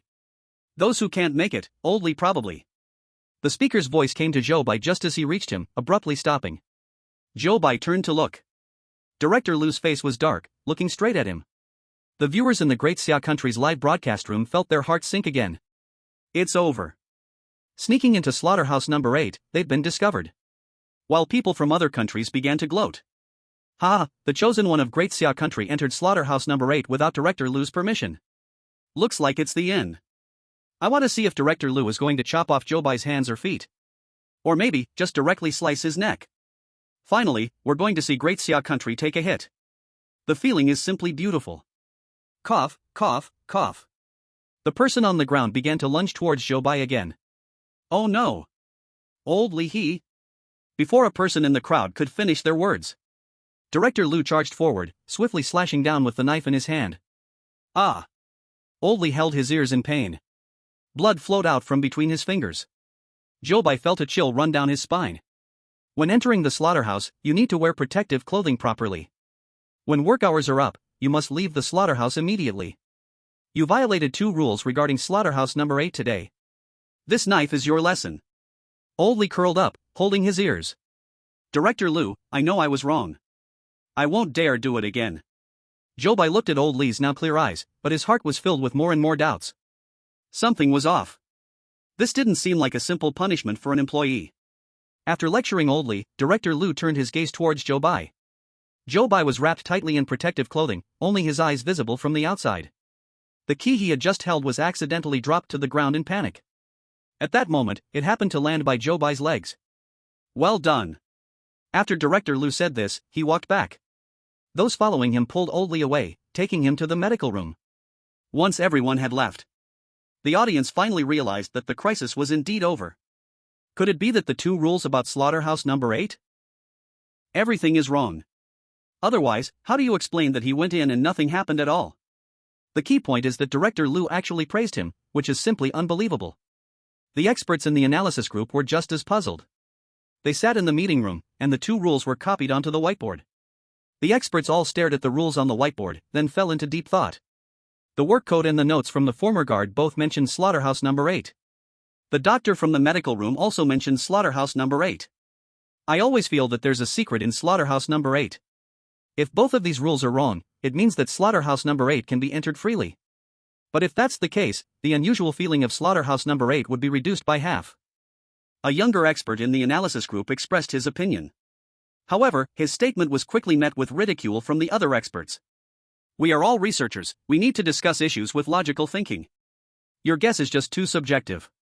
Seeing that no one agreed with his viewpoint, the young expert fell silent and stopped speaking. Meanwhile, those foreign spies lurking in the live broadcast room of Xia immediately returned to report the information they collected in Xia to their superiors. As a result, most countries came to a conclusion. The fourth rule of the guard's work code. Unless permitted by Director Liu, entry into slaughterhouse number 8 is not allowed. Is wrong. The sixth item in the former guard's notes. Never go into slaughterhouse number 8. No matter what happens. Is also wrong. However, after the recent events, most of the chosen ones who entered the world of strange tales had already been filtered out. Leaving behind those who accidentally stumbled through, they all received reminders from their country's analysis groups. Chapter 22, 17 Gates. Zhou Bai saw that the matter had been resolved, so he took off the protective suit and put it back in place, then walked back to the guardroom. He sat down at the table, took out the 2 rules from the drawer. He examined the contents carefully. However, his focus was different from that of the experts. At this moment, his eyes fell on the 5th item in the former guard's notes. Director Liu will always prioritize our safety. When he faced a critical decision, this rule flashed through his mind. If this rule is correct, then Zhou Bai's entry into slaughterhouse number 8 just now did not violate any rules, which makes sense. If Laoli was just left in the slaughterhouse, then he would definitely be in life-threatening danger. How could Director Liu, who puts the safety of employees first, possibly disagree with Zhou by going into slaughterhouse number 8 in this situation? So, if this rule is correct, then Zhou Bai's actions also comply with the 4th rule of the guard's work code. After realizing this, Zhou Bai felt deeply confused about Director Liu's series of actions. The Director Liu described by this rule seems to have no connection with the ruthless Director Liu he saw. What unsolved puzzles lie within this? Zhou Bai shook his head, then looked at the other rules. But because the evidence that could be used to testify was simply too little, it was impossible to discern the truth. He could only memorize these rules for now, so he wouldn't forget them at crucial moments. In the following time, Zhou Bai began his work as a gatekeeper. If he was destined to be a gatekeeper when he got older, then Zhou Bai started watching the gate at 22. Does this mean he has avoided decades of detours? Zhou Bai sat there bored, teasing himself in his mind. To be honest, being a guard is not easy at all. Especially since there's nothing to entertain himself with in this guardroom. Zhou Bai's phone was also one of those old-fashioned ones that could only be used to text, make calls, or check the time. He sat in the guardroom, bored and waiting until noon at 11 o'clock. Seeing that all the slaughterhouse employees had gone home, Zhou Bai walked over and locked the big door. Then he closed his own door and began to sleep. The working hours at the slaughterhouse start at midnight. So this afternoon, the employees went home to sleep, and no one would come in or out of the door. Zhou Bai lay on the bed and quickly fell into a deep sleep. The sky gradually darkened, and night fell. Zhou Bai slept very soundly during this nap. At 10 o'clock in the evening, he finally woke up. He got up, washed up briefly, and then picked up a set of keys, preparing to inspect all the rooms again before work at the slaughterhouse began. He still started his patrol from the slaughtering room. The slaughtering room had been cleaned and disinfected, and the smell of blood was gone. From slaughtering rooms 1 to 7, Zhou Bai carefully checked each one. When he arrived at the door of slaughtering room 8, he stopped again. Without formal permission from Director Liu and without wearing protective clothing, he decided not to enter. He just took a glance by the window, unlocked it for the incoming workers, and then walked away. The audience did not quite understand Zhou Bai's overly cautious attitude. However, it is always a good thing for a chosen one to be cautious. So no one discussed this issue too much. Leaving slaughtering room 8, Zhou Bai changed direction and walked towards other rooms. From the cutting area, pig holding area, freezing storage, to the cafeteria and medical room. Zhou Bai checked each room in turn. As he walked, he arrived at the northernmost part of the slaughterhouse. Along the way, he vaguely heard painful groans coming from ahead. Zhou Bai thought that he must be near the director's office. Were those painful groans from the director punishing some employee again? Although Zhou Bai had questions, he was not curious. 7th rule of the guard's manual. Director Liu's office is the furthest inside the slaughterhouse. Do not approach that place after sunset. Zhou Bai turned without hesitation and walked in the opposite direction. From the entrance to here, he had already inspected the other 15 rooms, except for the director's office. Next, he could open the big door and wait for others to come to work. Zhou Bai thought this and easily swung the keys in his hand. The iron keys clinked, making a crisp sound that echoed in the empty corridor. Suddenly, this crisp sound stopped abruptly after a muffled thud. Zhou Bai tightened his grip on the keys and stared intently at a red door nearby. He clearly remembered that he hadn't seen this door when he first came in. Zhou Bai looked at the keys in his hand. 16 keys, no mistake. When he just came over, each key corresponded to a door. No mistake either. 3rd rule of the guard's manual. There are 16 doors in the entire slaughterhouse, and you need to keep 16 keys. There is no 17th door, nor a red key. The system had already warned that this rule was incorrect. So, this was the 17th door. Zhou Bai stood still, pondering how to respond. However, at this moment, the live chat was already exploding. A red door? This is too eerie. Is this the 17th door? The third rule of the guard's manual was apparently wrong. It looks like something that shouldn't be seen. Shouldn't Zhou Bai run away now? But to their disappointment, Zhou Bai did not run away, but walked toward the red door instead. His experience from the last instance taught Zhou Bai. Those incorrect rules and things you are discouraged from touching are more likely to be the key to clearing the game. This door was usually not visible. If he didn't check it now, it would be hard to have this opportunity again in the future. The audience watched as Zhou Bai next to the red door. Some timid audience members even turned away, not daring to look at the screen. Didn't they say they weren't curious? So curious, in a horror movie, they wouldn't last 3 minutes. The audience had seen Zhou Bai's crazy actions in the last chapter. This person, when scared, is very cowardly, but when brave, is quite terrifying. Everyone still could not figure out his tricks. They just hoped he could continue his previous good luck this time. In the picture, Zhou Bai walked to the front of the red door and twisted the doorknob with his hand. The audience broke out in a cold sweat again. How brave he was. However, after twisting a few times, the door did not open. It seemed he still had to find the key first. Seeing this, the audience's racing hearts could barely settle down. But they didn't relax for long. Soon, they heard a loud knocking sound from inside the door. Who is in there? Chapter 23, Is Pain the Key to Suppressing Pollution? Do you want to know who I am? No. You don't want to. You want to survive here, and you want to know the secret of this slaughterhouse. Zhou Bai felt a chill run down his spine at the voice coming from inside the door. What was said was indeed what Zhou Bai most wanted to know right now. Could the person inside know what others were thinking? Zhou Bai paused, weighing whether to ask, "Can you tell me?" Ha ha ha, the person inside burst into laughter. Yes, I can tell you. But in exchange, you have to help me find that red key and let me out of here. Zhou Bai became alert. This person inside felt like no good sort. So he deliberately asked, "Why should I trust you?" The person inside was not angry at Zhou Bai's skepticism. "I can pay a little deposit first. If you see a second truck delivering live pigs tonight, you can go take a look. There will be things you want to know there." A second truck delivering live pigs? Zhou Bai recalled the 5th rule of the guard's manual. The slaughterhouse only delivers live pigs once at 12 o'clock every day, no other pigs will be delivered at other times. If you see one at another time, return to your room immediately and lock the door. Another wrong rule? Or was the person inside trying to lure Zhou Bai into breaking the rules? According to the rules, just seeing the delivery of a second batch of live pigs could already be dangerous. Zhou Bai's wariness toward the person inside increased a bit more. Truth or falsehood, it was hard to tell. Zhou Bai told himself to always be alert and must not be deceived. Zhou Bai hesitated, thinking about how to reply. Just when Zhou Bai was organizing his words, ready to speak, he heard the other person speak first. "Look at what's behind you." Zhou Bai suddenly felt a chill run down his back. He took a deep breath and slowly turned his head to look. Then, he saw the doctor from the morning in the infirmary, quietly standing behind him in a white lab coat. Perhaps Zhou Bai had been too focused on thinking, he hadn't heard the sound of the doctor approaching. "What are you doing?" The doctor looked at Zhou Bai with an eerie expression. His eyes were filled with bloodshot veins. Zhou Bai immediately noticed something was off and frowned. Had he been polluted again? Thinking of this, Zhou Bai immediately became on guard.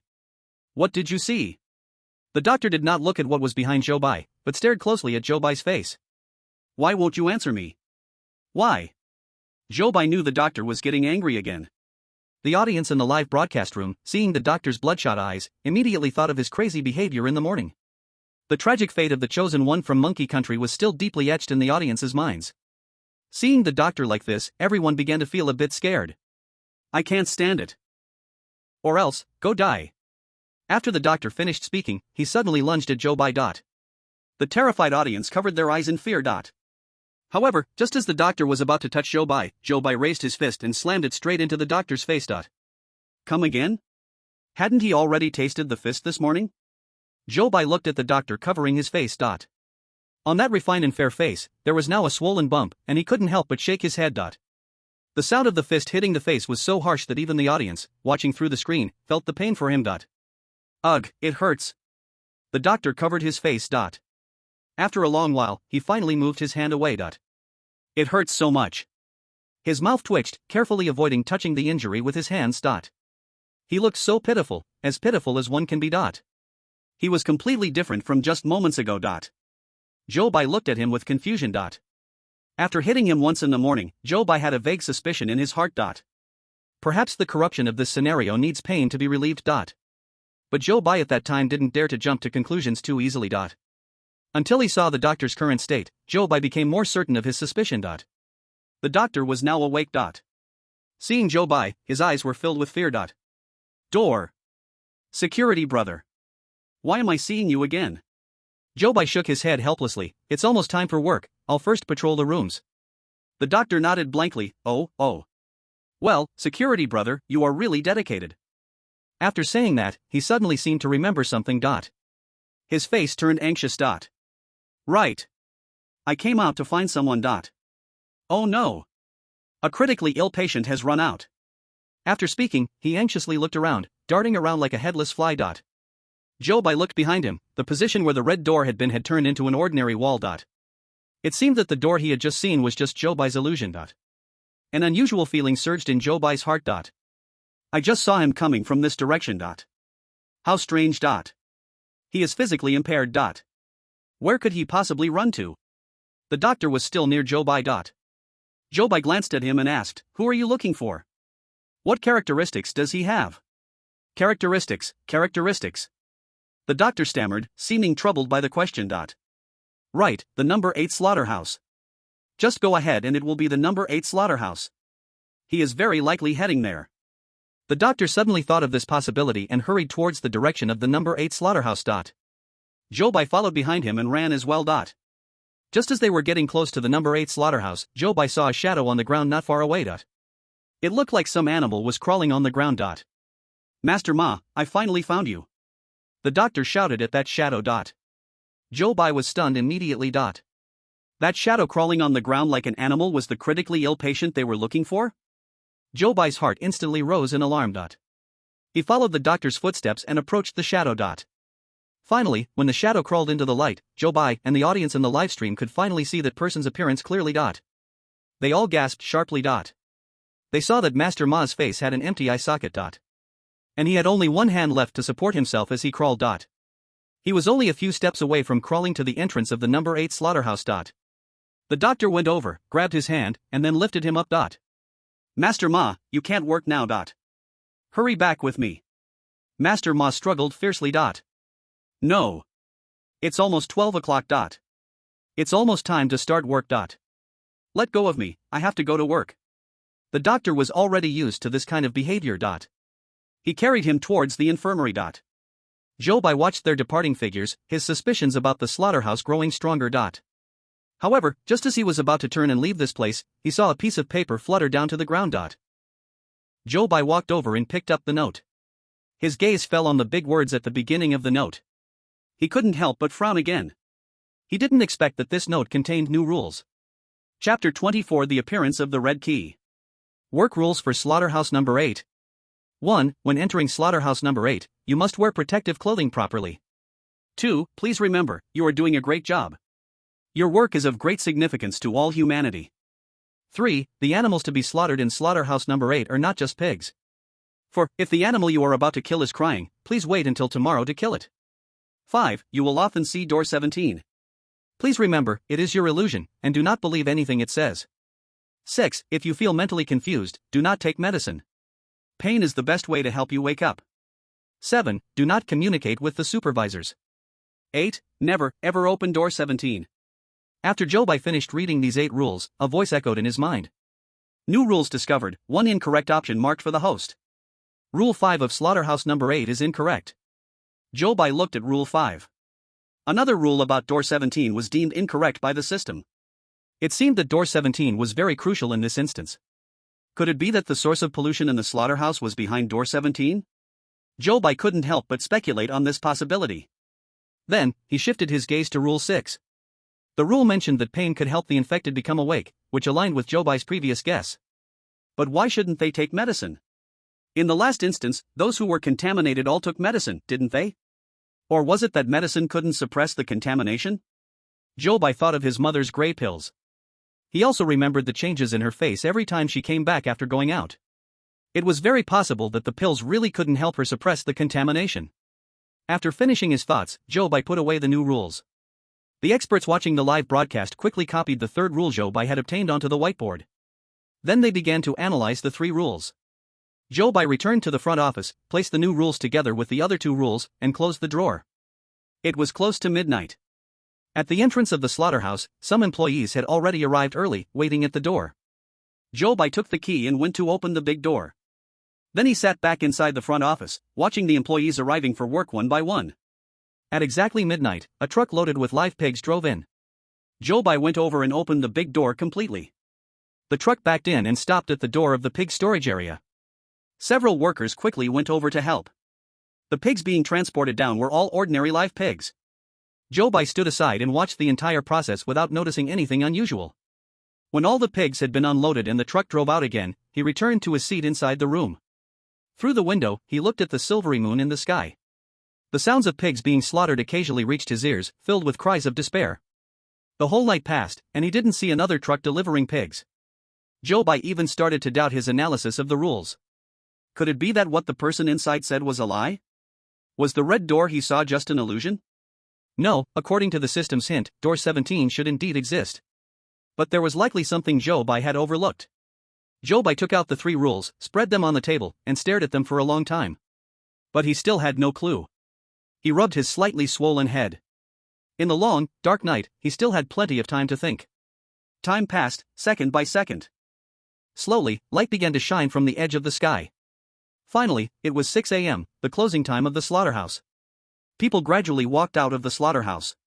The processed meat, some were put into the freezer, while some had already been taken away by vehicles in the middle of the night.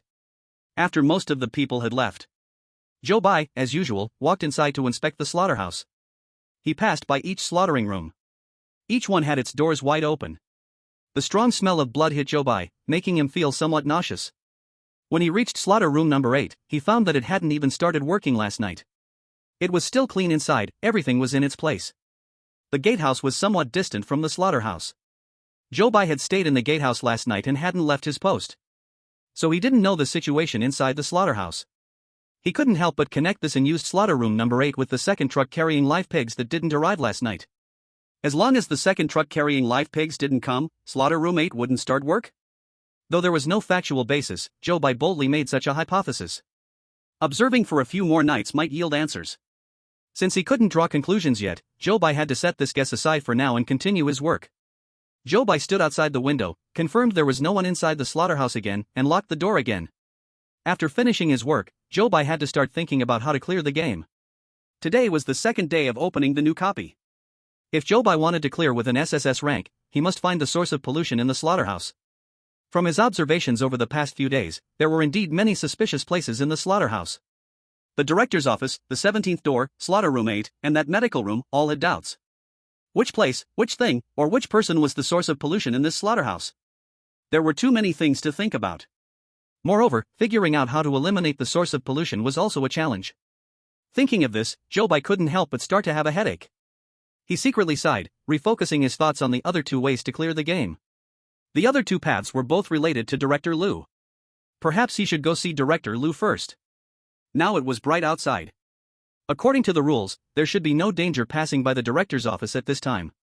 So after making up his mind, Zhou Bai walked towards the director's office. Today, the director's office was very quiet. It seemed no employees needed to be punished today. When Zhou Bai reached the door of the director's office, Director Liu was rummaging through his drawer. Seeing Zhou Bai approaching, he closed the drawer. But sharp-eyed Zhou Bai still saw a red key lying inside. Though he was startled, he still acted very calmly. With a smile on his face, he tried to present himself like a sincere new employee seeking advice.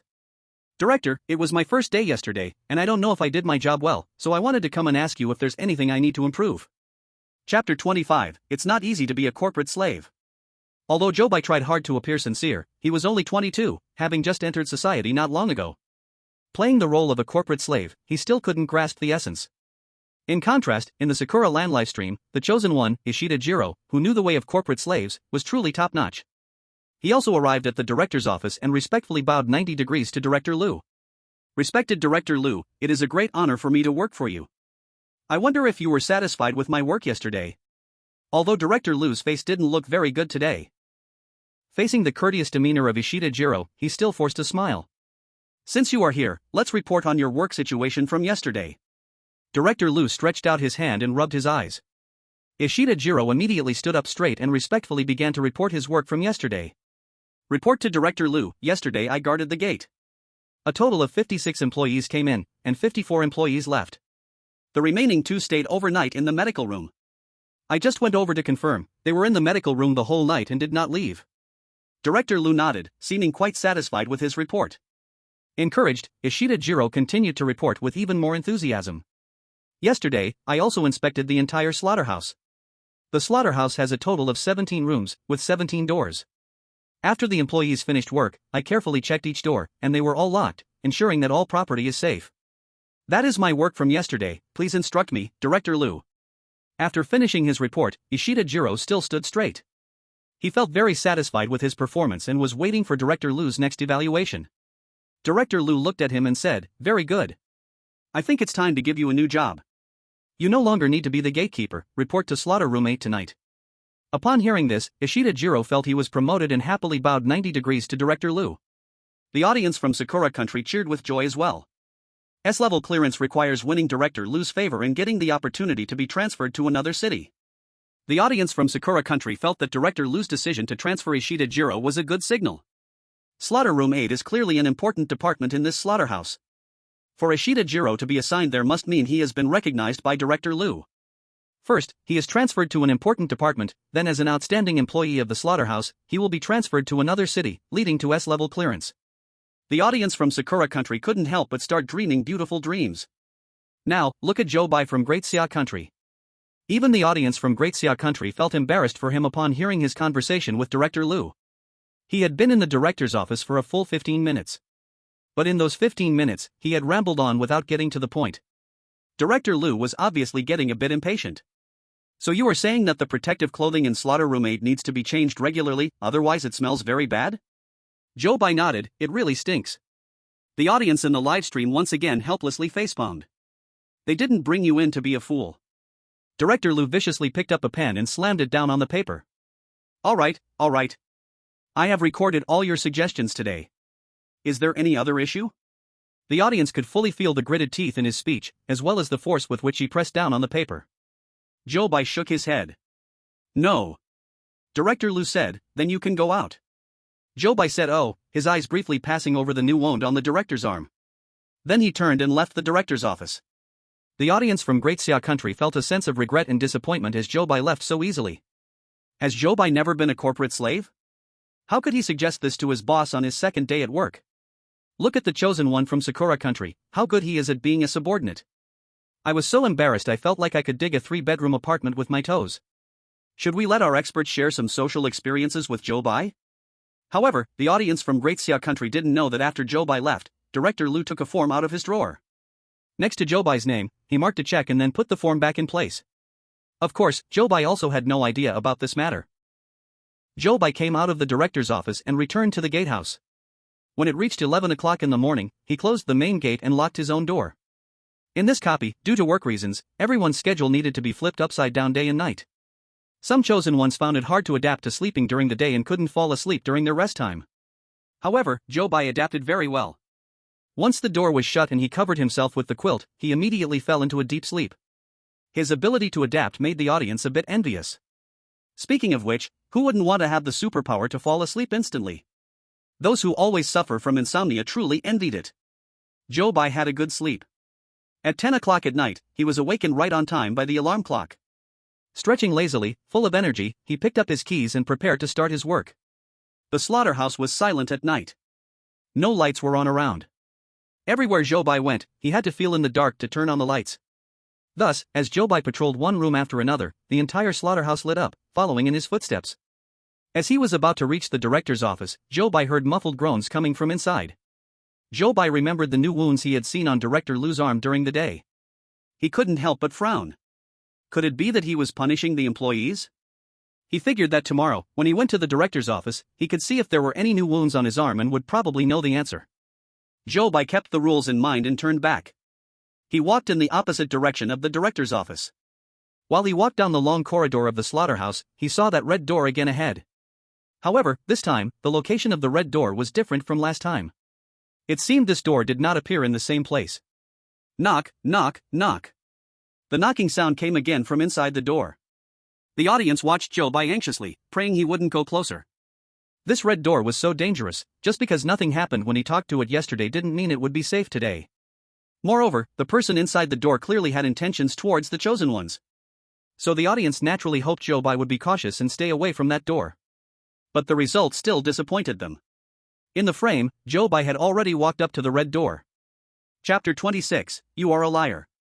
So? Do you want to make a deal with me? What the person inside the door meant by this was that they knew the visitor was Zhou Bai and had been waiting for him.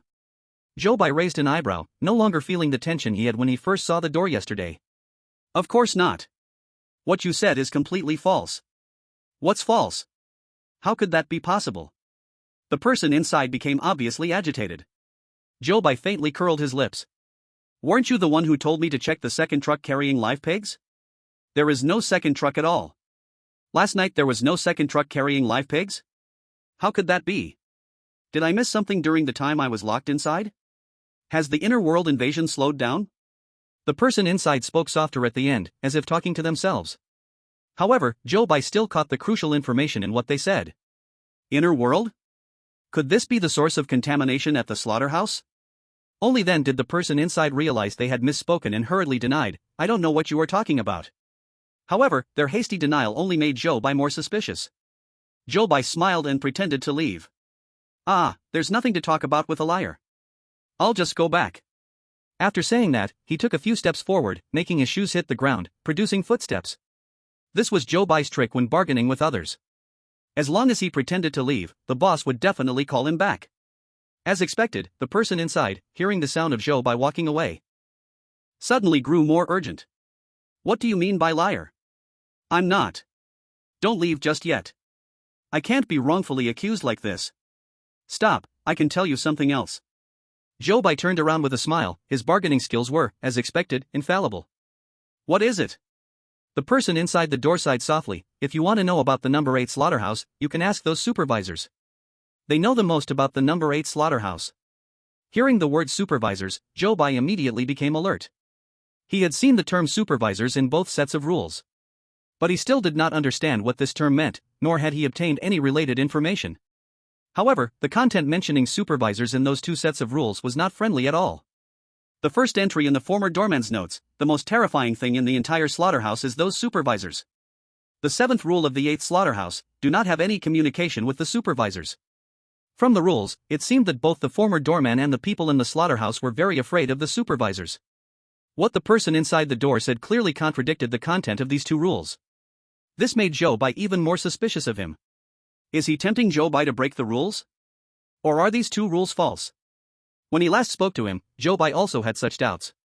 And those previous doubts still remained unresolved until now. Should he trust him or not? Zhou Bai still had no answer. What are supervisors? Zhou Bai could only ask tentatively. However, what Zhou Bai did not expect was that the next answer from the person inside the door struck like a thunderclap. It shocked Zhou Bai completely. You've never seen the supervisors? In this slaughterhouse, there is a slightly plump old woman with curly short hair. She is the supervisor. As soon as the words were spoken, the image of Aunt Wang immediately appeared in Zhou Bai's mind. Aunt Wang is the supervisor? She looks like an ordinary middle-aged woman. Just by appearance, it is really hard to connect her with the person described in the rules. However, Zhou Bai had interacted with her in the last chapter, and he knew she was indeed a bit different. Especially remembering that night when those monsters in the darkness dared not approach. Zhou Bai's brows furrowed even deeper. You are still unable to shake off the suspicion of being a liar. I will find a way to verify what you said. After saying that, he turned around. Humph. I am not a liar. Once you verify, you will know how reliable the information I provided is. Hey! Why are you leaving again? You, come back. Zhou Bai had no interest in talking more with him, so no matter how the other party shouted, Zhou Bai still walked away without looking back. Time arrived at 12 o'clock. It was time for the slaughterhouse to start working again. Zhou Bai entered with the key and opened the big door. The employees who had been waiting at the door rushed in like a swarm. Next, a truck loaded with live pigs arrived right on time. Zhou Bai still stood beside, watching others unload the live pigs from the truck. The whole process was still normal. He watched as the truck drove away from the slaughterhouse, then went back to the front desk. He spread out the 3 sets of rules on the table. He stared at the rules on the paper, starting to think. His gaze fell on the rules related to the second truck and the supervisors. If there really was a second truck, then it might be seen tonight. But Zhou Bai still couldn't make a decision. If he really sees the second truck tonight, should he go check it out? He also hadn't figured out the issue about the supervisors. Just from the former doorman's handwriting, it didn't specifically say not to speak with the supervisors. The supervisor is just terrifying. But when it comes to the 8th slaughterhouse, the level of terror from the supervisor is directly upgraded to the point where you cannot talk to them. Zhou Bai recalled. On his first day at the slaughterhouse, he had spoken to Aunt Wang. And nothing unexpected happened. So, talking to the supervisor must not violate the rules? Could it be that the rule of the 8th slaughterhouse is incorrect? But is it really that simple? Zhou Bai shifted his gaze back over the 3 rules. The biggest difference in this instance's rules from the previous one is that the authorship of each rule is different.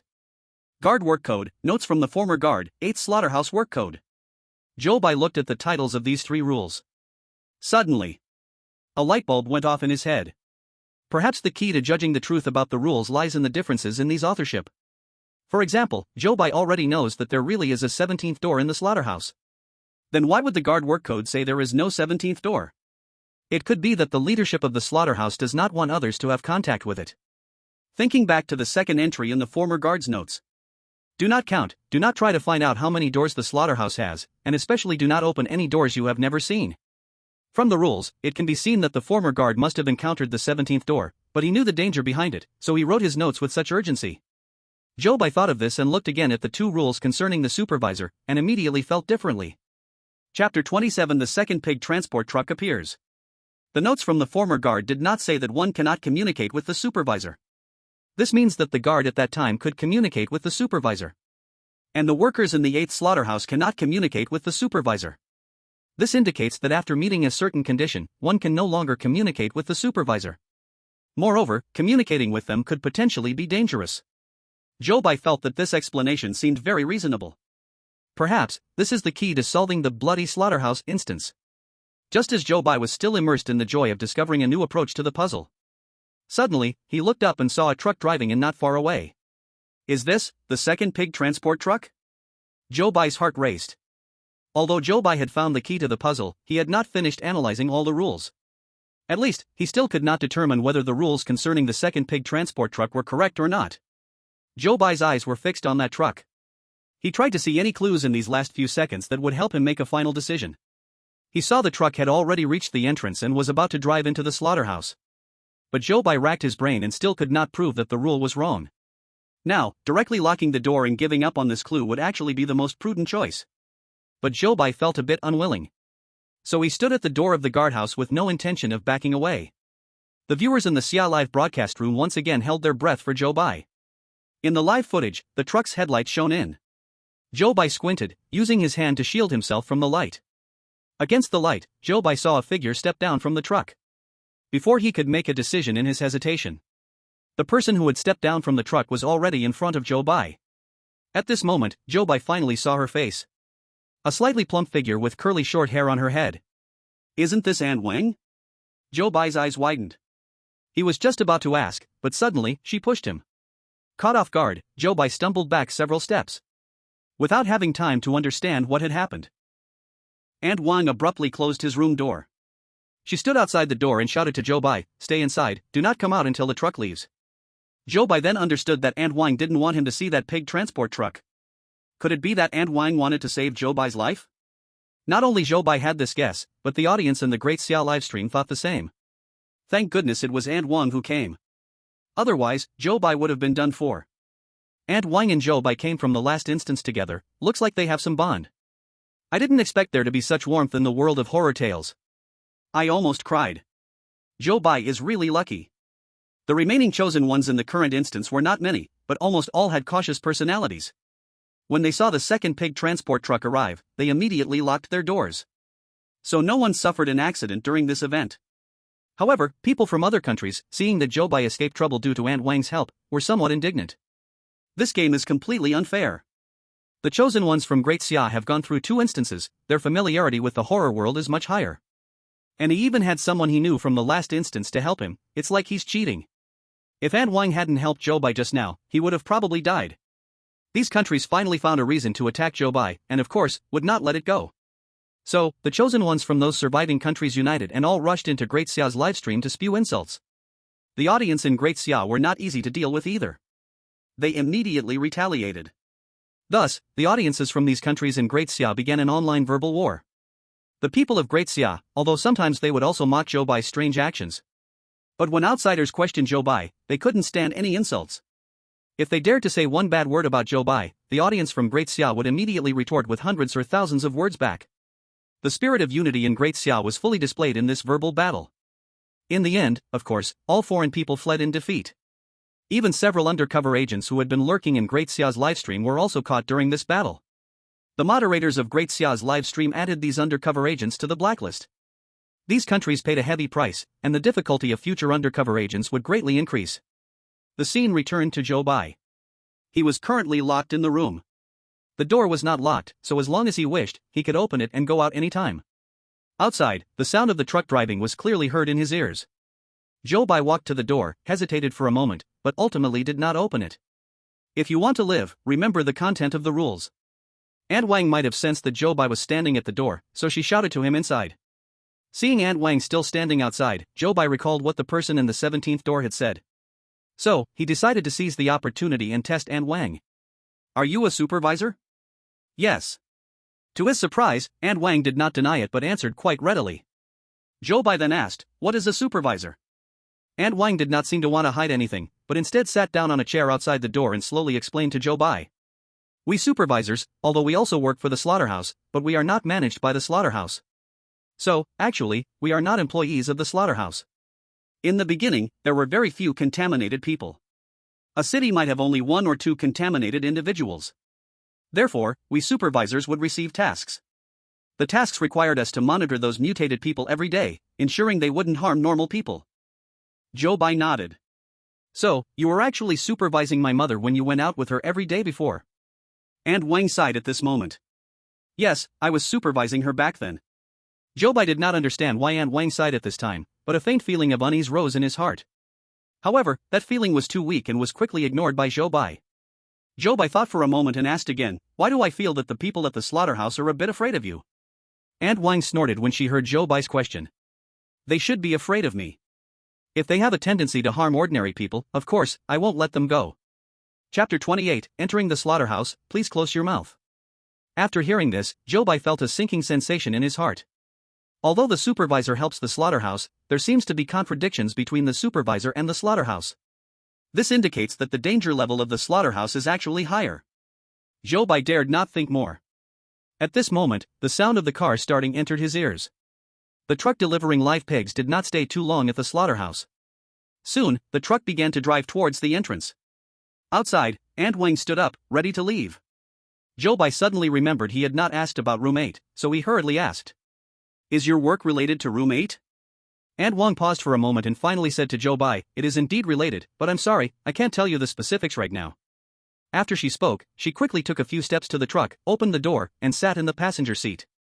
Zhou Bai waited until the truck had driven far away before opening the door. Inside the slaughterhouse, all the newly received live pigs had already been moved inside. In the waiting area for slaughter, he did not see their figures. It is estimated that those newly arrived pigs have already been transported to the slaughter area, not knowing which butcher's knife was lying beneath them. Zhou Bai looked towards that whole row of slaughtering rooms. He saw that the last slaughter room, which had originally been in the dark, had now turned on the lights. Room 8 was starting work today. Zhou Bai's heart skipped a beat. It seemed that the pigs delivered by the second truck were meant for room 8. Zhou Bai did not look any longer and walked back to the office, sitting down in his own seat. To find out the pollution source of this slaughterhouse, he had to rule out every suspicious point in this slaughterhouse. At present, this truck carrying pigs had heavy suspicions. How could he know the secrets of the second pig truck without breaking the rules? Zhou Bai looked again at the 3 rules on the table. He began to rethink. Various piercing screams still echoed in his ears. Faintly, he also heard a few cries. On the other side, Jiro Ishida from the Cherry Blossom country waited until 12 o'clock, thinking room 8 would not start work. So he went to sleep, only to be woken up halfway through. Get up, it's time to work. He rubbed his eyes and followed the person to room 8. Inside the slaughterhouse, a butcher grabbed a live pig and slammed it onto the table, then slashed down from its neck. The pig was instantly opened up, blood gushing out. The scene in this slaughterhouse looked much crazier than in the others. Every butcher holding a knife had a wild smile on their faces. However, at this moment, Jiro Ishida, immersed in the joy of promotion, did not notice anything odd. Still half asleep, he had not fully woken up. Reaching the table, he casually picked up a knife and asked, "How do you use this? Is no one here to teach me?" As soon as he finished speaking, nearly 10 pairs of eyes in room 8 all turned towards him in unison. Rule 6 of the Doorguard Work Regulations. The slaughterhouse's working hours are from midnight to 6 a.m. the next morning. If you need to enter the slaughter area during this time, please keep your mouth shut. Ishida Jiro thought he didn't have to be the gatekeeper anymore, so he completely forgot this rule. Why is there a pig not tied up here? The butchers, holding shiny knives, all walked towards Ishida Jiro. Ishida Jiro was so scared that he hurriedly stepped back. What do you want? I'm not a pig. However, when those butchers heard his voice, their expressions became even crazier. Hurry up. This pig is talking. It needs to be killed right away. So nearly 10 butchers surrounded Ishida Jiro, tying him up and lifting him onto the table. The slaughter knife gleamed, then came down. The live broadcast room of Sakura Country turned dark. The air in Sakura Country was soon filled with the smell of blood. The bloody slaughterhouse horror story descended upon Sakura Country. Ishida Jiro was such a fool, we clearly had a chance to achieve S-level clearance. Why is he so careless? Our Sakura Country is done for. Ah. It's so scary, my dad actually brought a slaughter knife over. Zhou Bai sat staring at those 3 pieces of paper for an entire night. When dawn broke, he finally yawned. At 6 a.m., the slaughterhouse finished work on time. Many butchers came out still covered in blood, not even cleaning up. Zhou Bai peeked through the window of the gatehouse, looking at them. He felt that every expression on their faces was cold and lifeless. They looked like human puppets walking down the street. Zhou Bai shivered. He recalled what Aunt Wang had said last night. They are right to be afraid of me. If they have a tendency to harm ordinary people, of course, I won't let them go. Zhou Bai's mind again flashed to the doctor rushing toward him with red eyes. The people polluted by this scenario indeed became more aggressive. But why is that? Is the level of pollution in this world becoming heavier? Or is the source of pollution in this slaughterhouse more severe than the last scenario? Zhou Bai shifted his gaze away from these people. After all the slaughterhouse employees returned, Zhou Bai picked up the keys and started his patrol work. He still carefully checked the condition of every room. When he arrived at slaughter room number 8, he stopped, standing outside the window, seeing it full of bloodstains. It seems that only when the second pig transport truck arrives will slaughter room number 8 start working. Zhou Bai stood by the window of slaughter room number 8, unable to see any difference from the other slaughter rooms. After a quick inspection to confirm no one was inside, he prepared to head towards the manager's office. If SSS level clearance is too difficult, then S level and A level should also be well contended. Just as Zhou Bai was about to leave, he heard a noise coming from the changing room behind him. A sense of foreboding suddenly rose in Zhou Bai's heart. Just like in a horror movie, there must be a frightening scene that will appear at this moment. But Zhou Bai still steeled himself and walked over. In the changing room, a row of white protective suits hung. Many had just been taken off. In the cramped space, the smell of blood mixed with sweat was confusing. Zhou Bai pushed aside that row of protective suits, and then saw Manager Lu squatting on the ground, gnawing on a piece of raw pig meat he was holding. The viewers in the live broadcast room felt their scalps numb at the sight of this scene. That's disgusting. Is Manager Lu going to mutate? If even Manager Lu mutates, how can this scenario be cleared? Zhou Bai also felt his scalp tingling as he looked at this scene before him. Manager Lu also noticed someone entering the changing room, and he looked up at Zhou Bai. There was a moment of shock. Zhou Bai unconsciously furrowed his brows. No. There was not a hint of red in his eyes. Director Lu had not mutated. But after reaching this conclusion, Zhou Bai felt everything became even more horrifying. His behavior looked even more terrifying. Director Lu still held that piece of pork in his hand, silent, his eyes fixed on Zhou Bai. Zhou Bai finally managed to calm himself down. He forced a smile and said, "Director Lu, I didn't know you were here. I was just thinking of looking for you." Director Lu glanced at Zhou Bai, still holding the piece of pork, then walked past the row of coat racks toward Zhou Bai. The viewers watching the live stream held their breath in tension at this scene. In this current state of Director Lu, everyone worried Zhou Bai might be in danger. However, Director Lu calmly walked up beside Zhou Bai. He said to him, "You're looking for me?" Alright, let's go back to my office. After saying this, Director Liu exited the changing room. Zhou Bai followed closely behind, his gaze falling on his arm. He saw that on his already scarred arm, there was now an additional wound today. However, this wound looked deeper and longer than any previous ones on his arm. Zhou Bai's clenched fist involuntarily tightened. It seemed that the level of contamination Director Liu faced was getting worse every day. Zhou Bai didn't dare to imagine what would happen one day if he couldn't control himself and went insane. Perhaps by that time, not just Director Liu, but everyone in the slaughterhouse would begin to show aggressive behavior. Even if Zhou Bai's strength had increased by 200%, it would probably still be hard for him to escape. No wonder the A-grade clearance only required surviving in the slaughterhouse for 7 days. It was highly likely that regardless of the chosen clearance method, the chosen one was given only 7 days. Today was Zhou Bai's 4th day in the slaughterhouse. If his guess was correct, then more than half of his time to clear the stage had already passed. Thinking of this, he looked toward Director Liu again. He saw that without wearing protective clothing, he reached for the door of slaughter room number 8, looking ready to open it. Zhou Bai was suddenly taken aback. Could it be that the rules of this slaughterhouse did not apply to Director Liu? But Zhou Bai felt that the possibility should be slim.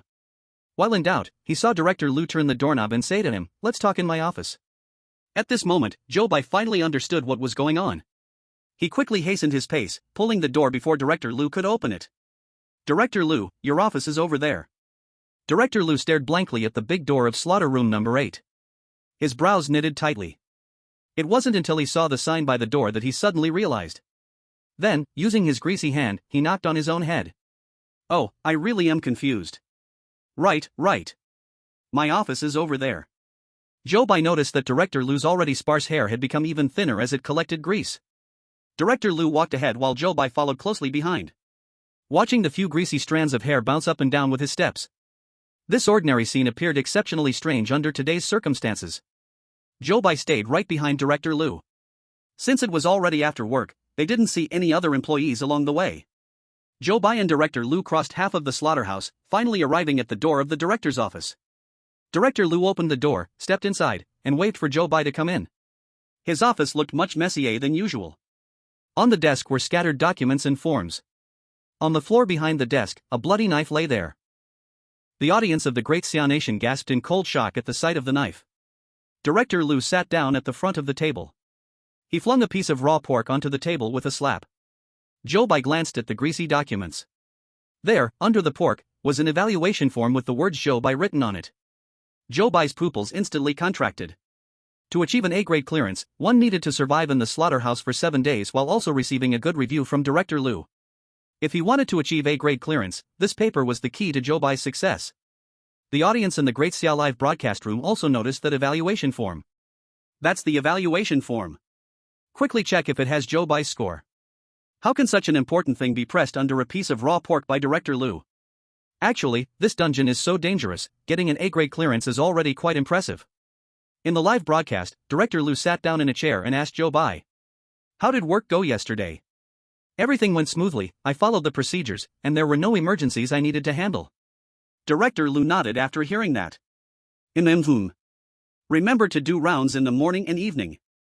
Especially at 11 p.m., the inspection before employees start work is extremely important. Director Liu casually conveyed Zhou Bai's tasks. It sounded just like a normal conversation between a boss and a subordinate. But Zhou Bai broke out in a cold sweat upon hearing those words. The slaughterhouse's working hours are clearly from midnight to 6 a.m. Why did it become 11 p.m. when it came out of Director Liu's mouth? Did the rules change? Or was Director Liu getting confused?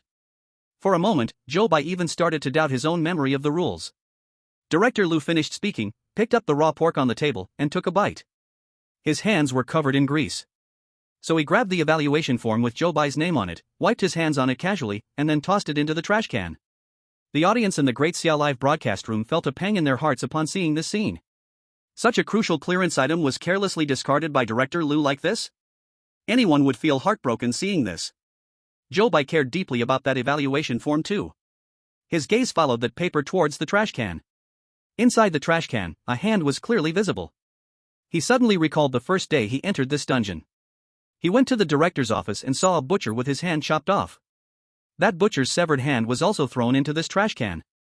But the hand in this trash can appeared somewhat strange. It didn't seem like a human hand.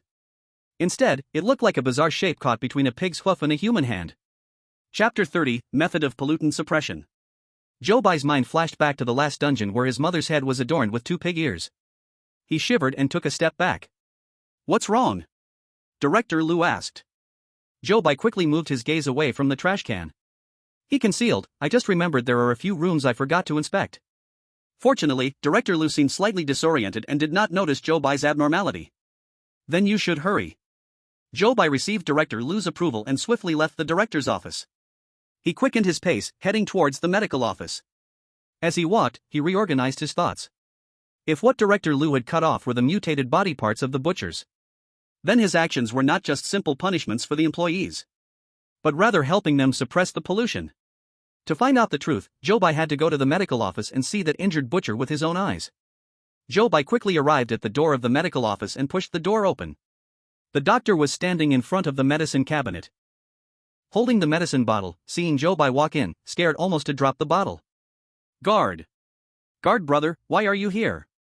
The doctor had a psychological shadow about Zhou Bai. Zhou Bai ignored him and instead focused on the person lying on the hospital bed. The butcher was sitting with his legs crossed, leaning against the hospital bed, with his uninjured hand flipping through a newspaper. Zhou Bai quickly walked a few steps to his side, his eyes landing on the injured hand. Who are you? Why are you standing here? Go away, don't block my view of the newspaper. The butcher spoke to Zhou Bai with disdain, even trying to wave him away. The doctor next to them, seeing the butcher daring to act against Zhou Bai, was so scared he didn't dare to breathe. Zhou Bai saw his injured hand blocked and couldn't distinguish it clearly, so he grabbed it directly. What do you want? Someone suddenly barged in and grabbed his hand. The butcher was furious and wanted to shake it off. However, he felt that the grip was extremely strong, and he couldn't move his hand at all. Zhou Bai didn't answer, directly looking at his hand. He saw the place where his hand was chopped off exactly matched the half-human, half-pig hand in the trash can. Zhou Bai's pupils suddenly contracted sharply. Doctor, what's going on in this clinic?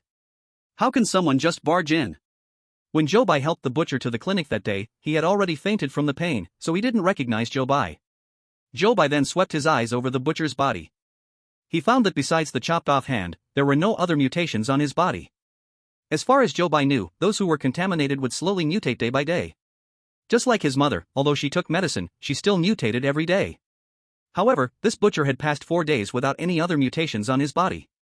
This meant that directly chopping off the mutated part could indeed prevent the body from continuing to mutate. This was the real reason why Director Lu punished employees. No wonder the disability rate in this slaughterhouse was so high. The butcher lying on the hospital bed felt uneasy under Zhou Bai's gaze. But he couldn't break free with his hand. He, a 200-pound man, had never felt this helpless in his life. Zhou Bai got his answer, released his hand, and casually made up a reason to smooth things over. You were injured that day, I brought you to the clinic. I just wanted to see how your wound was healing. Since it's almost healed, I'm relieved. After saying this, he walked out of the clinic, leaving the butcher still looking dazed. After Zhou Bai returned, he locked the door and went back to the guardhouse. After closing the door, he took out 3 notes with rules from the drawer. If Director Lu punished employees to suppress infection, then the first rule of the guard working guidelines is, please remember, Director Lu is a good person. And the second rule, all punishments from Director Lu towards employees are correct, including, but not limited to, confinement, beating, chopping off hands, chopping off feet. These 2 rules could basically confirm as correct. However, Zhou Bai's gaze fell upon the 7th rule on this page. Director Lu's room is at the very back of the slaughterhouse, do not approach that place after sunset. But what is this rule about? It seems to partially conflict with the first rule. What happens in the director's room after sunset? Zhou Bai remembered the muffled groans that came from inside when he patrolled near the director's room every evening, and the new wounds that appeared daily on Director Lu's arm. These details must all be related to this rule. Director Lu is a good person, but that doesn't mean he isn't a dangerous person. His danger level should come with additional conditions. Both the S-grade and A-grade passing require Director Lu's help. But seeing Director Lu's condition today, it's likely that his mind has already been affected. Relying on him to pass would not be low in danger and difficulty. After much thought, Zhou Bai decided to focus on finding the pollution source for passing. Although it may carry a higher danger risk, Zhou Bai felt there was still a chance to give it a try. Thinking of this, Zhou Bai took out a pen and wrote down several places he believed were related to the pollution source, circling them with the pen. Slaughterhouse number 8, the Red Door, and the director's office. After finishing, he made several more circles heavily around slaughterhouse number 8. Slaughterhouse number 8 and the second pig transport truck were the key points Zhou Bai wanted to understand. However, many rules imposed limitations on Zhou Bai. How could he avoid all the rules while still achieving his goals? Zhou Bai picked up the pen and kept doodling on the paper. When several sheets on the table were filled with his notes, he finally stopped. He looked carefully at what he had written, and only after satisfying himself did he put it away. Then he lay down on the bed and fell asleep. At 10 p.m., Zhou Bai was woken up right on time by his alarm clock. He picked up his keys and started to inspect one room after another. The slaughterhouse was very quiet, just like usual. He jangled his keys as he walked and soon arrived at the medical room. The butcher lying on the sickbed, seeing Zhou Bai enter, immediately shrank back his hand, as if fearing Zhou Bai would do something to his hand. The doctor also looked terrified. This butcher had been quite rude to Zhou Bai in the morning, yet after an afternoon, he had become so frightened of him. Zhou Bai reasonably suspected that it was the doctor who had educated him on some matters after Zhou Bai left. What do you want to do again? Chapter 31, Work begins at 11 o'clock. Zhou Bai shook the keys in his hand. The gatekeeper. Inspecting rooms and stopped by for a look. Since the doctor stays in the medical room 24 hours a day, Zhou Bai had not visited the medical room during his previous inspections. Today, after his analysis, Zhou Bai realized he still knew too little about the medical room. So, with plenty of time today, Zhou Bai came to have a look. In the ward, the doctor continued to keep his head down, pretending to be busy, secretly hoping Zhou Bai would ignore his presence. The butcher kept his mouth shut, lying on the sickbed, occasionally stealing glances at Zhou Bai. Zhou Bai ignored their strange reactions and began to look around himself. The medical room was not large, with 4 sickbeds placed outside. Besides the butcher with a severed hand, there was another patient lying in the corner. Next to his sickbed was a wheelchair. He must have injured his foot. Zhou Bai's gaze left him and moved to the medicine cabinet. On the cabinet were just some ordinary medicines for treating injuries. Other than that, there was no canister of medicine to suppress pollution found. He continued to walk inside. When he reached the white curtain, he heard a series of painful whimpers from behind the curtain. The doctor also noticed the situation behind the curtain. He quickly stopped his work and ran towards the white curtain. Then, the white curtain suddenly shook violently. Let go of me. Let me out. Zhou Bai could feel the person inside was resisting fiercely against the doctor. Don't move, you can't go out. The white curtain was pulled, opening halfway. Zhou Bai saw the doctor pick up a rope, wanting to tie up the patient who had only one hand left. The doctor pressed down on the patient's shoulder with one hand while struggling to tie the rope with the other. The patient bared his teeth and lowered his head, ready to bite the doctor's hand that was resting on his shoulder. Fortunately, Zhou Bai rushed over in time and held the person's head down.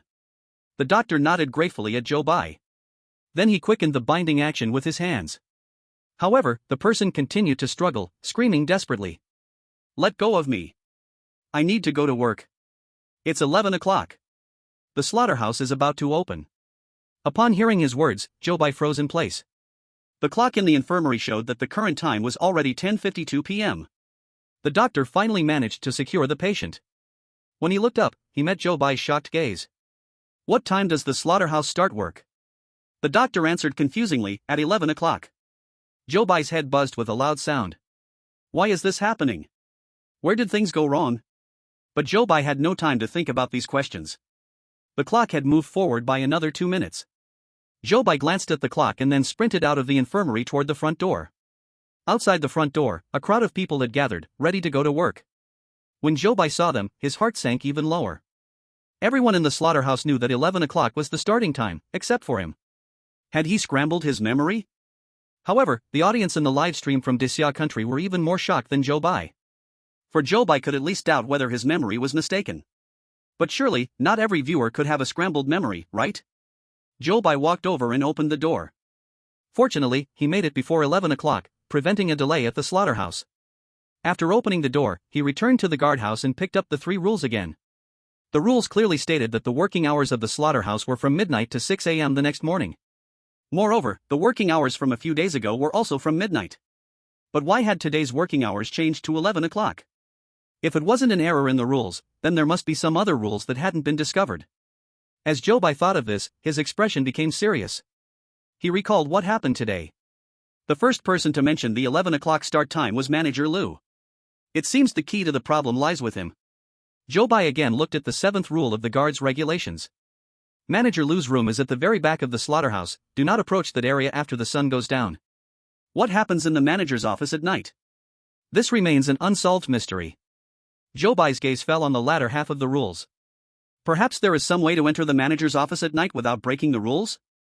Outside the door, the first pig transport truck was coming in. Zhou Bai glanced at the time on his phone.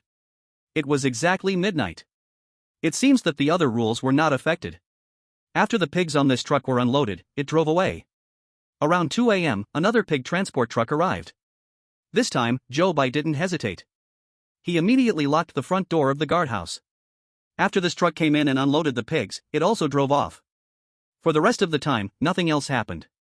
Zhou Bai remained in the guardhouse until dawn. After all the employees of the slaughterhouse had finished their shifts, he conducted his routine check of the entire slaughterhouse. Then he locked his door and went to sleep. At 9 p.m. the alarm clock woke him up on time. After patrolling the slaughterhouse again, he walked into the infirmary. The doctor, the butchers, and even the patient in the serious illness ward behind the white curtain looked at Zhou Bai with fearful eyes. Zhou Bai did not know what the doctor had said behind his back to make everyone in the infirmary so afraid of him. But that was fine, it saved him some effort. He walked directly to the innermost bed. He pulled out the wheelchair beside the hospital bed. Why are you taking my wheelchair? The patient wanted to stop him but didn't dare. Zhou Bai deliberately put on a fierce expression. Just borrowing it, is that okay? The patient was so scared that he wanted to grab the wheelchair, but with the slightest tremor, he didn't dare to reach out again. He looked at the doctor for help, but the doctor gave him an expression of helplessness. So, he could only watch Zhou Bai push his wheelchair out. Zhou Bai pushed the wheelchair out of the medical room. The viewers in the Daxia live broadcast were puzzled. Especially when Zhou Bai pushed the wheelchair near the director's office, all the viewers were shocked. No way? He wants to enter the director's office at night? The audience was frightened by Zhou Bai. Then, they saw Zhou Bai sitting in the wheelchair. He turned the wheels with his hands, moving towards the director's office. At this moment, the audience realized Zhou Bai's true intention. Since the rules didn't allow approaching the director's office, then sitting in a wheelchair to get close shouldn't count as breaking the rules, right? Chapter 32, The Loophole in Rules. Unexpectedly, Zhou Bai was actually exploiting a loophole in the rules. This operation. So clever, truly clever.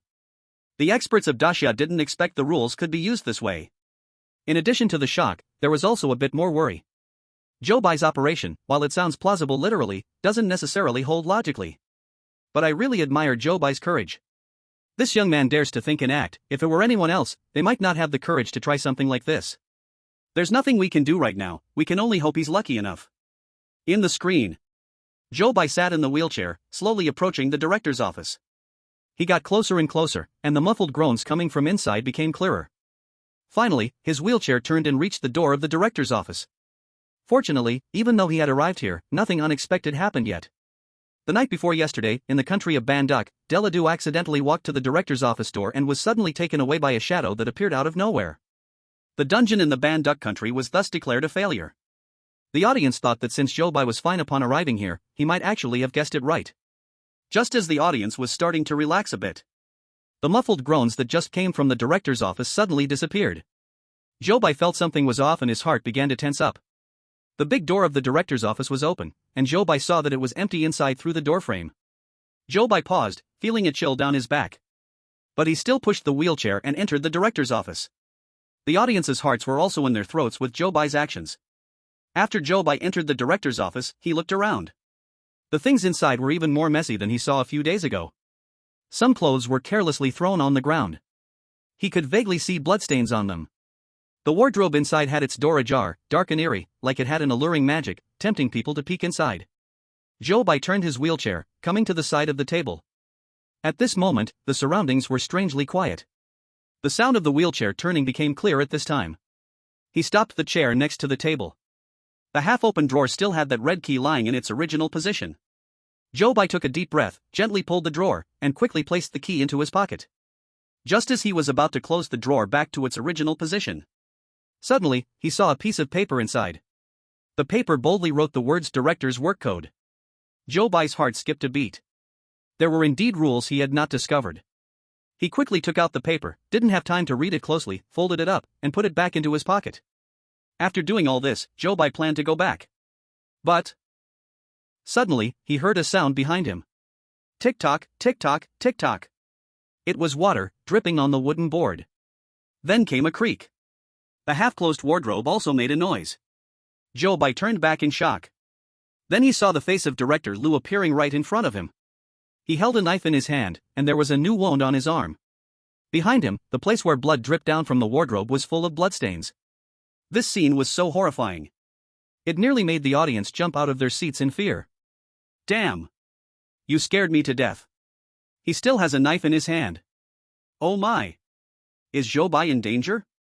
The rules clearly say, you can't come to the director's room at night. Zhou Bai is trying to exploit the loophole in the rules. It's doomed now. A horror story is about to descend upon the Great Xia country. Zhou Bai was also frightened by the sudden appearance of Director Liu. His hands unconsciously clenched into fists. He covered the pocket with the keys and rules out of guilt. Here you go. Director Liu pulled out a large stack of cash from his pocket and handed it to Zhou Bai. Instantly, Zhou Bai was stunned. He sniffed and found that Director Liu smelled of alcohol. Injured people should take more cash. Director Liu was so drunk that he couldn't tell people apart, probably mistaking Zhou Bai for one of the injured employees. He tilted his head mechanically until he saw Zhou Bai accepting the money, then he finally let it go. However, his state did not last long. Suddenly, his face started to twitch. The hand holding the knife bulged with veins, trembling, as if two different forces were fighting inside him. His face became hideous, and then, uncontrollably, the knife began to swing toward Zhou Bai. But just as the knife was about to touch the wheelchair Zhou Bai was sitting in, it suddenly stopped. Director Liu's eyes were fixated on the wheelchair Zhou Bai was sitting in. Then, the knife turned toward himself. He let out a muffled grunt in pain, and a wound deeper than the last appeared on his hand. Immediately, his hideous expression softened. The whole person seemed to slowly regain consciousness. Zhou Bai didn't know why Director Liu's knife suddenly turned. But he knew this was the best chance for him to escape. He seized the opportunity, quickly turning the wheelchair and hurriedly leaving the director's room. Along the way, the sounds of Director Liu's muffled grunts of pain came from behind Zhou Bai. Zhou Bai felt his scalp tingle and quickened his pace to leave the director's room. When he reached near the infirmary, he stood up from the wheelchair. Breathing a sigh of relief, he returned the wheelchair to the infirmary. On the way back to the gatekeeper's room, the red door appeared again. As Zhou Bai passed by the red door, the person inside kept trying to talk to him. Hey! New gatekeeper. Did you just come from the director's room? Did you go to get me the red key? Hey! Why are you not talking? Do you still want to eliminate the pollution here? When Zhou Bai heard this, he finally stopped in his tracks. His fingers tightened around the red key in his pocket, and he felt the key suddenly become extremely hot. However, the feel of the paper with the rules also transmitted to Zhou Bai's hand. He suddenly became somewhat clear-headed. He couldn't be easily misled without understanding the situation. Zhou Bai ignored the person shouting from behind the door and quickened his pace back to the gatekeeper's room. He opened the main door. Looking at the employees coming in for work one after another. Until no one was moving in front of him, he finally took out the key and the rules hidden in his pocket. He carefully examined the red key. The key looked no different from the other keys. The metallic material was covered in red paint, making it exude a strange aura. Zhou Bai found a piece of paper, carefully wrapped the key in it, and then placed it gently in the drawer. Then, he adjusted his breathing and opened the new rules. Chapter 33, Whitebeard and Blackbeard. Rules for the Slaughterhouse Supervisor. 1. You can arrange anything in the entire slaughterhouse, including but not limited to work hours, job transfers, life and death of personnel, etc. 2. Please treat disabled employees kindly, no matter what they have done, no matter how high their salary and benefit demands are, please satisfy them. 3. If you catch someone from the Whitebeard organization, please lock them behind the red door. They are very dangerous and can destroy the entire slaughterhouse. 4. If the pigs in slaughter room number 8 start to speak, do not be afraid, just kill them immediately. 5. You need to feel pain every day, this will keep you awake. 6. The slaughterhouse is the most important. If anyone threatens the existence of the slaughterhouse, you can end their life. 7. You can cooperate with the supervisors of Blackbeard, but also be wary of them, they can pose a threat to the slaughterhouse. 8. Please remember your duties and follow the rules, otherwise, you will be erased. After Zhou Bai finished reading the contents on the paper, the system's voice also rang in his mind. Detected new rules obtained by the host, now marking a false rule for you. The 5th rule of the slaughterhouse supervisor is incorrect. Zhou Bai looked at this rule but frowned. Pain can make a person wake up, he had seen the effect on the doctor and Director Liu. But now the system says this rule is false. This left Zhou Bai feeling puzzled. Perhaps the real error in this rule should be that pain can make a person wake up, but it cannot keep them awake forever. It is very likely that constantly suppressing pollution in this way will only worsen the situation. Zhou Bai recalled Director Lu's current condition and remembered the critically ill patient behind the white curtain who was a bit mentally unstable.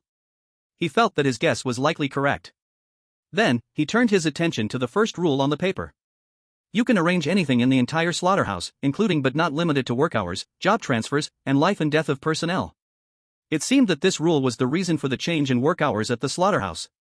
Next, his gaze fell on the second rule. Please treat disabled employees kindly, no matter what they have done, no matter how high their salary and benefit demands are, please satisfy them. Seeing this rule, Zhou Bai felt very fortunate that when he entered the supervisor's office, he chose to go in on a wheelchair. It was also thanks to Director Lu's current unclear mind that he mistook him for a disabled employee. Zhou Bai placed the bundle of cash that Director Lu had just given him on the table, shaking his head in frustration. If he had chosen a small cart, it might not have been so easy to escape danger. Then, Zhou Bai looked at the other rules. This time, the rules contained information Zhou Bai had never come across before. Blackbeard and Whitebeard? What kind of organizations are these? From this perspective, Aunt Wang might know information about the people inside the door. He can ask her later. And this sixth rule? Zhou Bai hesitated for a moment. Then opened the drawer and took out the previous guard's notebook from inside. He placed the fifth rule from this page next to that rule. Director Lu will always prioritize our safety. The slaughterhouse is the most important. If anyone threatens the existence of the slaughterhouse, you can end their life. These two rules clearly conflict with each other. In front of the television screen, the experts, seeing Zhou Bai putting these two rules together, were suddenly enlightened. Our chosen one is quite clever. He quickly discovered that this rule conflicts with the sixth rule. But which one is true? In my experience, the likelihood that the director's work regulations are correct is greater. It's more reasonable for capitalists to put their own interests first. At that moment, Zhou Bai was thinking in a completely different direction from the experts. The fifth rule of the gatekeeper's notebook, Zhou Bai had already verified as correct in previous events. So, this sixth rule might be wrong. However, it was also possible that Director Lu would violate the rules. Zhou Bai's expression became heavy. Time reached 12 o'clock. The first pig transport truck drove in. Zhou Bai put the rules away in the drawer, looking outside, watching the whole process of the living pigs being unloaded from the truck. Then, time reached 2 o'clock. The second pig transport truck drove in from a distance. It was now the sixth day of starting this copy. The time left for Zhou Bai was running out. Tonight, he had to figure out the secret of this pig transport truck in slaughter room number 8. Thinking of this, Zhou Bai couldn't help but feel nervous, but still forced himself to calm down. He saw the vehicle's headlights shining down, and Aunt Wang's figure walked over from the passenger seat. He immediately locked the door. He stood by the door, hearing footsteps that seemed to pass by him. Zhou Bai quickly called out to her loudly. Aunt Wang. The footsteps paused for a moment, then approached his position, stopping right by the door. You brat, what do you want this time? Zhou Bai had limited time and got straight to the point, asking, Aunt Wang, do you know the Whitebeard organization? Aunt Wang stood outside the door, and upon hearing Zhou Bai's question, she looked visibly surprised. I know. We originally belonged to the same organization. But the two leaders had different ways of handling some issues, so we split into two organizations. Although we handle problems differently, our goals and purposes are still the same. After hearing what Aunt Wang said, Zhou Bai already had an answer in his heart to something. His eyes turned to the drawer where the red key was lying inside. The pig transport truck didn't stay long before it started up and drove away. After bidding farewell to Aunt Wang, he heard the sound of the vehicle driving away. He stood by the door for a while longer, then walked over and put the red key from the drawer into his pocket. Then he opened the door. He glanced towards the direction of the slaughter room, leaving the lights on and the door open, pretending that the gatekeeper was still inside. Taking advantage of the night, he lowered his head and quickly walked towards slaughter room number 8. Based on Zhou Bai's experience as a gatekeeper over the past few days, from 2 to 3:30, there would be no one moving through the main gate. After 3:30, vehicles would gradually come to collect the live pig meat. So, Zhou Bai only had an hour and a half to act. Chapter 34, Found the Source of Pollution. He quickly arrived near slaughter room number 8 and sneaked into the changing room. Originally, the protective clothing in the changing room was prepared according to the number of people. But because Zhou Bai had made suggestions to Director Lu a few days earlier, a batch of new protective clothing was sent to the changing room. At this moment, there were still a row of old protective suits hanging inside the changing room. Zhou Bai picked one up, put it on, covering his entire face tightly. Then he ran towards the director's room. When the spectators who had previously ridiculed Zhou Bai for not knowing the ways of the company saw him in the protective suit, they finally realized the situation. Cow, still brother Bai's cow. Turns out I was shallow. Please, brother Bai, accept my knees. On the road, Zhou Bai casually took a small cart. When he reached near the venue manager's office, he stood on top of the cart and nudged it forward with his feet. Entering in a different way, he still faced no punishment from the rules. It seemed that the top logic of this rule-ridden world was still quite rigid. Zhou Bai quietly summarized this in his heart and then rolled the cart to the door of the manager's office. Then, Zhou Bai saw Manager Lu sitting in a chair with a pained expression. There was another wound added to his arm. Along with the two he had just seen, Manager Lu had a total of 3 wounds today. It seemed his level of contamination had become increasingly severe. Zhou Bai knew that now was not the time to think about this issue. So he moved his gaze away and quickly said to Manager Lu. Manager Lu, bad news. The pigs in Slaughterhouse Number 8 can talk. Originally, Zhou Bai had thought of other ways to convince Manager Lu to allow him into Slaughterhouse Number 8. However, after seeing the newly acquired rules, he changed his mind on the spot. Hearing Zhou Bai's words, Manager Lu squinted his eyes, still gasping in pain, but he said, "Don't worry, just go into Slaughterhouse Number 8 and kill those talkative pigs, then you'll be fine." Zhou Bai received Manager Lu's permission and quickly turned around to push his cart away. Then, he rushed towards Slaughterhouse Number 8. As Zhou Bai passed through the long corridor, he saw that red door again. The red door was obviously waiting for Zhou Bai to arrive. When Zhou Bai passed by, a person inside the door kept shouting towards him. "Hey! Door guard brother! Hey! Big brother! Don't run so fast! I can feel the key on you, are you here to open the door for me?" Zhou Bai had no time to pay attention to him. He quickened his pace and left that person's voice far behind. Although Zhou Bai had the red key on him, he did not intend to open the door for him now. He just wanted an extra layer of protection in case something happened. Finally, Zhou Bai arrived near Slaughterhouse Number 8. To look more normal, he slowed down as he walked towards his destination, keeping a bit of distance. The viewers in the Daxia live broadcast room, although they had already been shocked by Zhou Bai many times, still felt their hearts lift as they watched his actions. Especially since just now, Skav from the Big Mao country was torn apart and killed by suddenly rampaging butchers. So, Zhou Bai became the only survivor in this instance. Except for Daxia, all other countries had fallen victim to the arrival of the strange tales.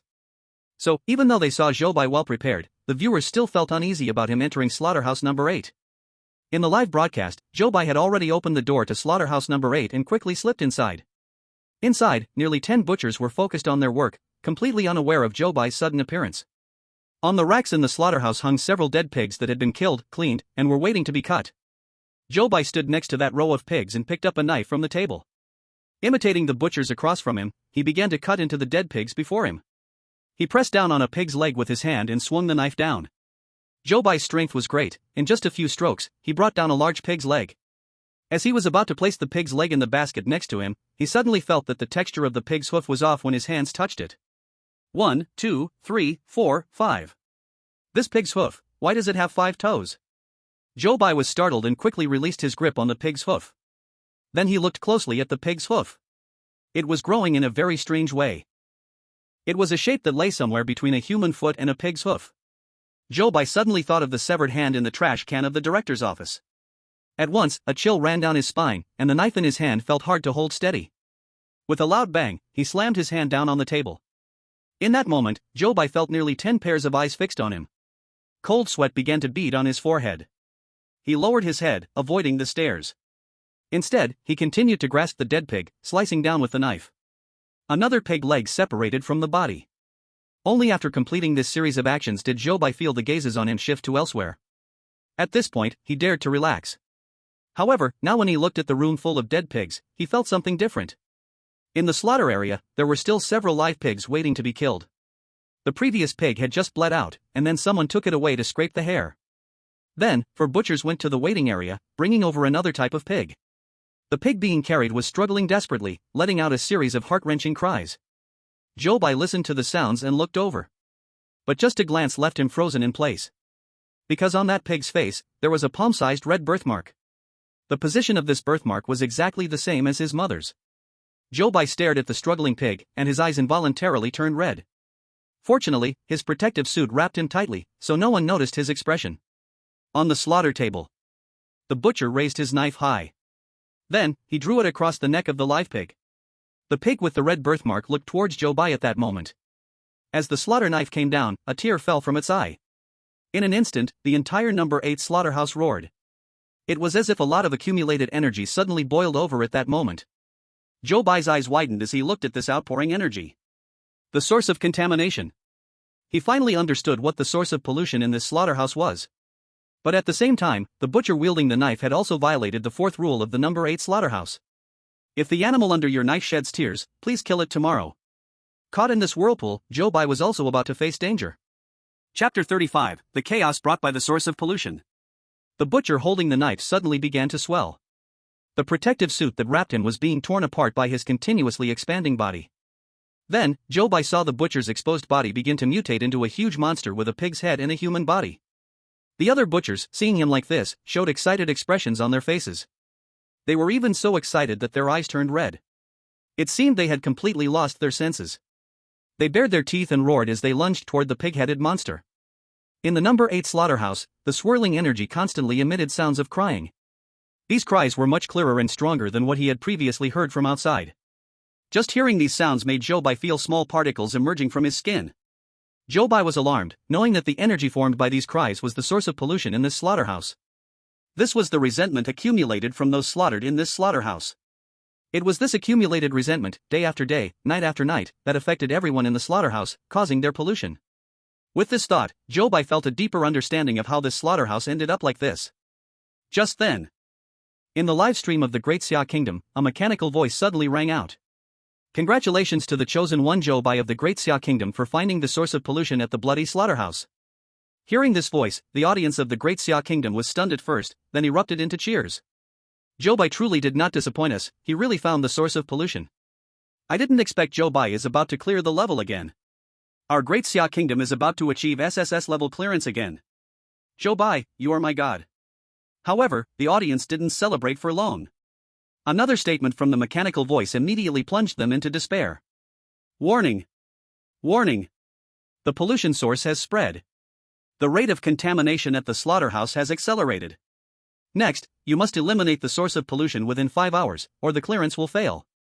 Due to the recent incident, although it helped Zhou Bai find the pollution source, it also made his situation more dangerous. The viewers in the Great Xia livestream all felt a tightening in their hearts. They were so close to the SSS level clearance, Zhou Bai must not let them down. At this moment, Zhou Bai also heard this mechanical announcement in his mind. He knew that the time left for him was already running short. Inside the number 8 slaughter room, a frenzied feast of biting was unfolding. Those butchers had all gone mad. They acted like pigs, yet also like dogs. Crouched on the ground, they surrounded a half-human, half-pig monster and began to gnaw on it. Zhou Bai felt the particles emerging from his body and had an ominous premonition. Taking advantage of the others not noticing him, he quietly ran to the door and quickly opened it. He took out the key and locked the number 8 slaughter room door behind him. This way, at least he could ensure that those crazed butchers inside wouldn't randomly come out to attack others. Then, he took off his protective suit. His skin was once again exposed to the air. But at that moment, some sharp-eyed viewers noticed that a small tuft of hair had already grown on the back of Zhou Bai's hand. Zhou Bai turned his head and took a look at the current situation inside the slaughter room through the window. Then, he reached into his pocket and quietly clenched the red key inside. Up to now, he had not encountered any information that could directly lead to how to eliminate the pollution source. Therefore, finding a solution within 5 hours, he actually had no confidence. The pollution source in the slaughterhouse stemmed from their treatment of the mutated beings. In other words, the emergence of this pollution source actually originated from the deeds of the slaughterhouse. Fundamentally, the slaughterhouse's goal was in direct conflict with Zhou Bai's. Among all the rules, the one with a direct conflict of interest with the slaughterhouse, Zhou Bai could only think of the person locked inside. He was the one warned multiple times to be careful and wary. And the system's repeated alerts about rule errors were all related to rules concerning him. So, holding that red key in his hand, Zhou Bai hurried toward the direction of the recently seen red door. The sounds of biting coming from the number 8 slaughter room did not affect the normal operations of the other slaughter rooms. Along the way, everything Zhou Bai saw was orderly and methodical in their work. If it weren't for the bloody scene he just witnessed, Zhou Bai might even suspect that tonight was just an ordinary night. He quickly arrived at the place where he had just seen the red door. But that spot had now turned into an ordinary wall, with no trace of the red door at all. Zhou Bai hurriedly began to search the area. In the past, this red door had been elusive. Every time it appeared, it always came towards Zhou Bai. Now that Zhou Bai was trying to find it, he suddenly felt at a loss for how to start. Zhou Bai had no better way, so he had to search every corner of the slaughterhouse carefully, but he couldn't find any trace of the red door. He sensed that something seemed off. In the previous encounters with the red door, the attitude of the person inside had been very positive. Moreover, Zhou Bai could feel that the person was able to control the location of the door's appearance. This time, when Zhou Bai intentionally wanted to let him out, he had mysteriously disappeared. This was somewhat illogical. Avoiding a confrontation? Or did he lack the ability to appear now? Regardless of which reason it was not a good omen. Unknowingly, the time had arrived at 3:30. Outside the gate, the headlights of a truck shone inside. "Hey! Gatekeeper! Come help me open this side door for the truck." Zhou Bai saw the driver in the driver's seat shouting at him. He could only hurry a few steps over to help open the large gate for the truck to pass, then directed the truck to park in the correct spot. Soon, more and more trucks came, going in and out, leaving Zhou Bai with no way to escape. The audience watching the livestream began to feel anxious for Zhou Bai. Why are there so many trucks today? If he can't find a way to eliminate the pollution source, Zhou Bai will fail to clear the level. There really isn't much time left, I'm almost dying from anxiety. Can't we just ignore these trucks? Maybe it really isn't possible. If there's chaos at the gate here, someone will quickly discover Zhou Bai's abnormality. Finally, the trucks stopped coming when the sky had slightly brightened. Zhou Bai looked at the time on his phone, and it was already 5:15. He had less than 3 hours left. And at that moment, a commotion erupted inside the slaughterhouse. Chapter 36, It was you, wasn't it? Zhou Bai's heart skipped a beat, suspecting that the incident in slaughter chamber number 8 had been discovered. However, when Zhou Bai looked in the direction of the commotion, he saw Director Liu walking through the crowd, leading a group of people towards Zhou Bai's gatehouse. Zhou Bai felt a bit confused. Director Liu rarely showed up at this time, and now he had brought so many people, it surely wasn't a good sign. Zhou Bai watched them approach, then hid his furry hand behind him. As they came closer, Zhou Bai could see the serious expression on Director Liu's face. However, judging by his eyes and the way he walked, he seemed to have regained his composure. Soon, they arrived right in front of Zhou Bai. Surrounded by the group, it indeed looked like they had come to make an accusation. Zhou Bai's hidden hand involuntarily clenched into a fist. He scanned the crowd, estimating how likely he would be to escape if a conflict arose. No wonder Zhou Bai felt guilty. After all, everything he had done that night was something they could not know about. Director Liu said with a cold face. "I have a red key missing from my drawer." Upon hearing this, Zhou Bai tightened his fist even more. He still had that red key in his pocket. If Director Liu asked to search him, he would probably find that lost key immediately. Yet, no matter how turbulent his heart was, Zhou Bai still appeared calm on the surface. How could it be lost? Director Liu frowned, looking troubled by the question as well. "I don't know either." When Zhou Bai heard his answer, he secretly breathed a sigh of relief. It turned out they weren't here to arrest him. However, Director Liu seemed dissatisfied with Zhou Bai's reaction. Thus, his expression became even more serious. "As the gatekeeper, there have been losses of property in the slaughterhouse. It is your failure at work. Are you aware of your mistakes at work?" Zhou Bai nodded quickly after hearing this. "It is indeed my mistake." Director Liu, after hearing this, finally nodded in satisfaction. "I will deduct half a month's salary from you as punishment. Are you convinced?" "Convinced. Of course, I'm convinced. I will help you search the whole slaughterhouse for the key." Zhou Bai thought to take advantage of the excuse of finding the key to search the entire slaughterhouse again. Unexpectedly, Director Liu said, "No need to search. I will never use that key again. Besides, I was fully prepared for this. Even if someone gets that red key, they won't be able to use it." Zhou Bai was taken aback after hearing this. He finally understood why he couldn't find the red door earlier. It turned out that Director Liu had been prepared all along. No wonder such an important key was left so casually in a drawer. It seemed that it would now be very difficult for him to find that red door. Thinking of this, Zhou Bai immediately felt that learning how to eliminate the source of pollution through someone behind the door seemed to be a slim chance. In the Daxia live broadcast room, the atmosphere had also turned unusually heavy. The audience understood Director Liu's words and knew that the red door would probably be hard to find. Less than 3 hours remained. Zhou Bai found it really difficult to find a way to eliminate the source of pollution in such a short time. Many viewers no longer dared to have too much hope for clearing the game, and some even began to prepare for the arrival of strange tales.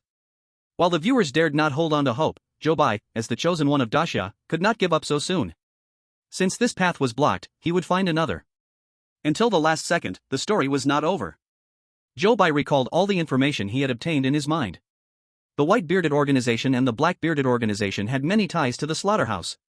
Moreover, both had some conflicting interests with the slaughterhouse. Especially the white-bearded organization, where the conflict was even more evident. From both organizations, it was possible to find out the way to eliminate the source of pollution. However, the red door could not be found, and it was too late to find Aunt Wang. These two organizations could only be temporarily excluded. Besides, there was one more person who might know how to eliminate the source of pollution. Zhou Bai thought of this and turned his gaze to Director Liu. He held the highest power in the slaughterhouse and should also be the one who knew the most secrets of the slaughterhouse. But how could he extract information from him? Moreover, eliminating the source of pollution might cause damage to the entire slaughterhouse. It was almost impossible to make Director Liu do something harmful to the slaughterhouse.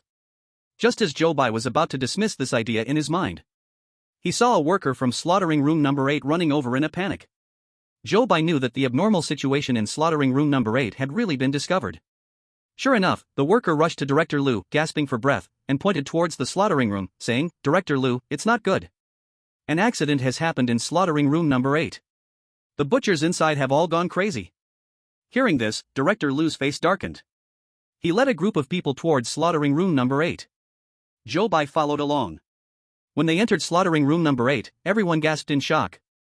On the floor of slaughtering room number 8, there were large pools of blood. The butchers' teeth were all stained with blood, and their bodies had various mutations of different degrees. They clawed at the windows, repeatedly banging on the glass towards the people outside. The people outside were frightened by this scene. No one spoke at that moment. Director Liu's face was completely dark. Everyone could tell the seriousness of the situation just by looking at his expression. He walked closer to the window and looked inside. When he saw the energy swirling inside the slaughterhouse, Zhou Bai clearly heard him whisper the words pollution source. Zhou Bai immediately looked over at him. So he really knew. Zhou Bai quickly thought about how to find an opportunity to gather information. Meanwhile, Director Liu approached the big door of slaughterhouse number 8. He turned the doorknob with his hand. It seemed he wanted to open the door and go in. However, his actions quickly came to a halt. Because the doorknob surprisingly wouldn't turn. He turned his head in shock, then looked at Zhou Bai with a murderous glare. The door was locked from the outside. It was you, wasn't it? Everyone else looked at Zhou Bai when they heard Director Liu say that. Zhou Bai felt like he was in the wilderness, being watched by a pack of hungry wolves. In the next second, he could be torn apart at any moment. Chapter 37, Director Liu's Choice. In that instant, countless thoughts flashed through Zhou Bai's mind. Aside from Director Liu, only Zhou Bai had the key to the slaughterhouse. It was impossible for him to deny it. But did he really want to admit it? If he admitted it, he would probably be dealt with immediately after speaking. Not admitting wasn't an option, and outright denying it wouldn't work either. Zhou Bai found himself in a bit of trouble. Director Liu's sharp gaze fixed on Zhou Bai. Zhou Bai had to respond, so he said, "It was me who locked it. If we let them out, we will all be in danger." He neither denied nor directly admitted it. The employees standing near Director Liu changed their expressions when they heard they might be in danger. Their looks at Zhou Bai lost some hostility. But Director Liu was not so easily fooled. "When did you notice that something was wrong in slaughterhouse number 8? "Around 3:15 p.m. Zhou Bai answered honestly. Director Liu's face became even darker after hearing that. Looking at the state of the butchers inside the slaughterhouse, they must have been exposed to the pollution source for at least over 3 hours to mutate to this extent. So, Zhou Bai wasn't lying. However, that didn't eliminate the suspicion. "Since you discovered it 3 hours ago, why didn't you come to report it to me? I was just about to tell you when you arrived. My work code states that I cannot disturb you after sunset. I waited for it to get light." Zhou Bai's reasoning wasn't completely convincing, but it was somewhat reasonable. After all, anyone would prioritize their own safety. After hearing this, Director Liu stopped saying anything more to Zhou Bai. Instead, he looked seriously at slaughterhouse number 8. After a moment of thought, Zhou Bai decided to step beside Director Liu and whispered, "Director Liu, what should we do now? It's almost 7:30, and the slaughterhouse needs to be disinfected soon." Director Liu had also thought of this point. If the pollution source inside wasn't resolved, all the butchers in slaughterhouse number 8 would be in danger. There was only 1 hour left before the disinfection of the slaughterhouse. There was also less than 2 hours left before Zhou Bai had to get through. The already enraged butchers in slaughterhouse number 8 kept banging on the glass. Although the glass material in the slaughterhouse was very tough, under their violent banging, it started to show signs of cracking.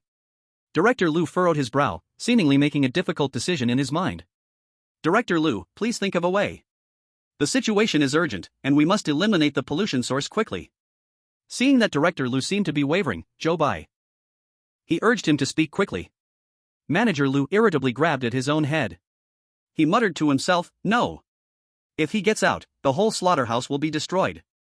The veins on his hands bulged out. There were wounds all over them, looking truly frightening. But he still struggled to stay clear-headed. Zhou Bai knew the pollution in him was about to start affecting his mind again. He hurriedly asked again. Who is he? Where is he? Manager Lu painfully grabbed his hair, pulling out several strands at once. It's useless. Even if you know, it's useless. Zhou Bai knew there wasn't much time, so he kept pressing. Why is it useless? Only by destroying the pollution source can we save them. The key. The key is lost. Even if we know where he is, it's useless. He will not come out, it's impossible to ever let him out. When Zhou Bai heard Manager Lu's words, he suddenly felt the red key in his pocket turn scorching hot. The audience in the livestream was all stunned by what they heard. The key is in Zhou Bai's hand. If he tells Manager Lu now, he'll probably be treated as a thief and caught. If he doesn't take out the key, Manager Lu won't say where the red door is. And letting out the person inside the door would bring danger to the slaughterhouse. Even if Manager Lu is hesitating now, there's no way he'll agree to it. Third rule of the manager's work code. If you catch someone from the White Beard organization, lock them behind the red door. They are very dangerous and can destroy the entire slaughterhouse. Rule 8. Always remember your duty and follow the rules, or you will be erased. A manager who breaks the rules will be erased. Not a single viewer believed Manager Lu would break the rules just to save those people in Slaughter Room 8. In the livestream room of Great Xia Nation, many viewers from other countries had gathered.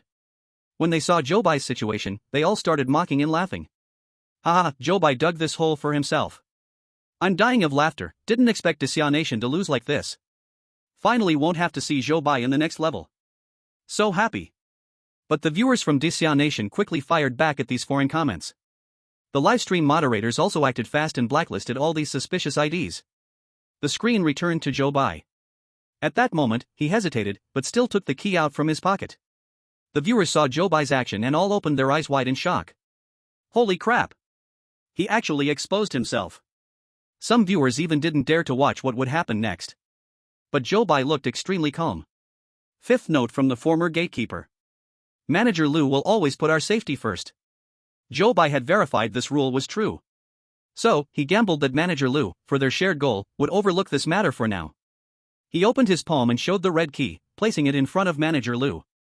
When Manager Lu saw the red key in Zhou Bai's hand, he instantly understood what had happened. His face twisted with rage. You're the one who stole this key.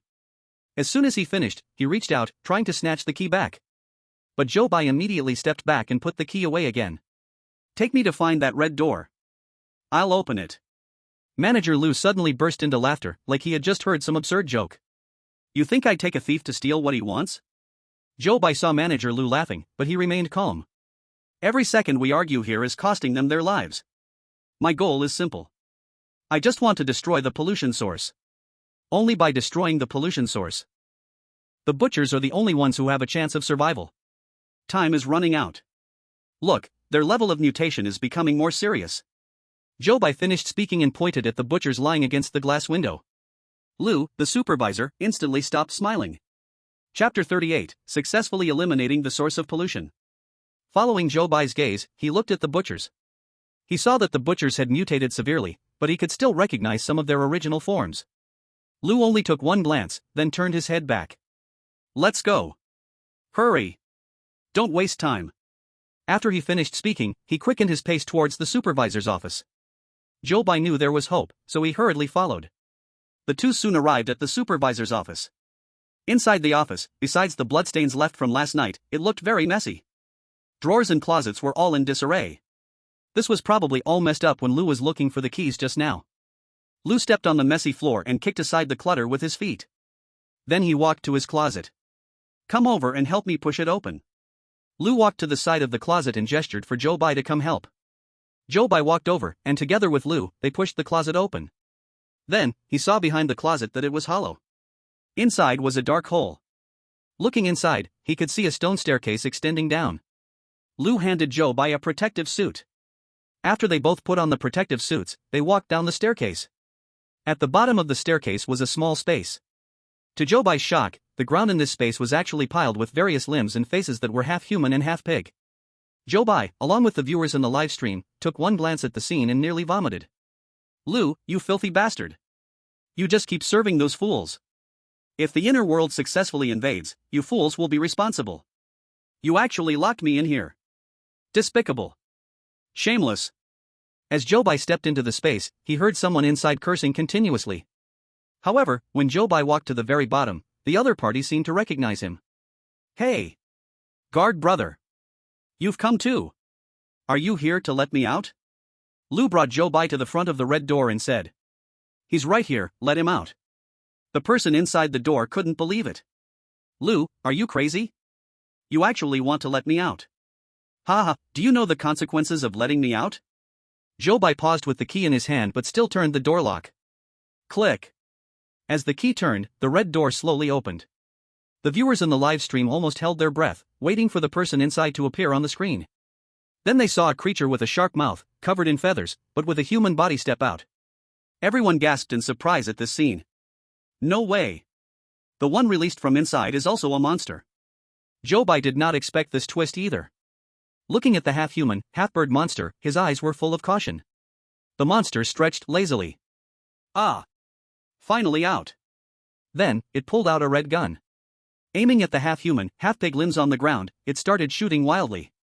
Immediately, these limbs all caught fire. The viewers in the live stream widened their eyes. Wow, this monster is quite fierce. But, is it an enemy or a friend?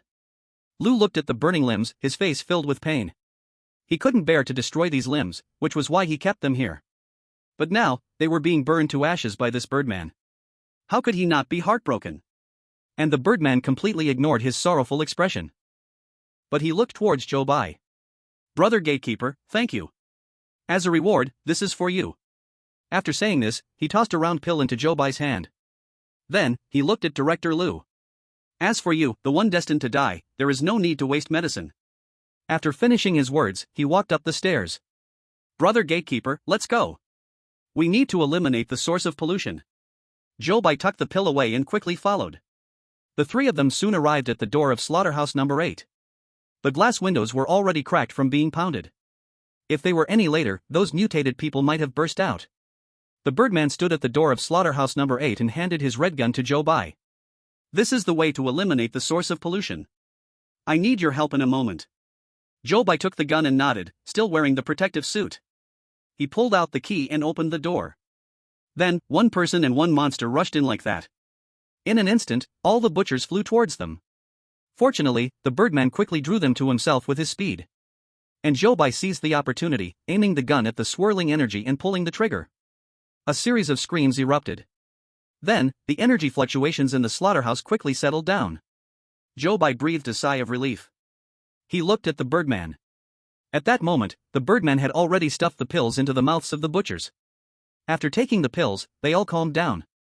At that time, a mechanical voice rang out in the Daxia live broadcast room. Congratulations to Zhou Bai for successfully eliminating the source of pollution and passing the level. Rating, SSS level.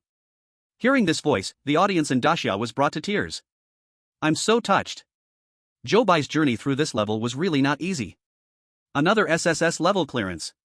Zhou Bai is just too amazing. Zhou Bai. We are proud of you in Daxia.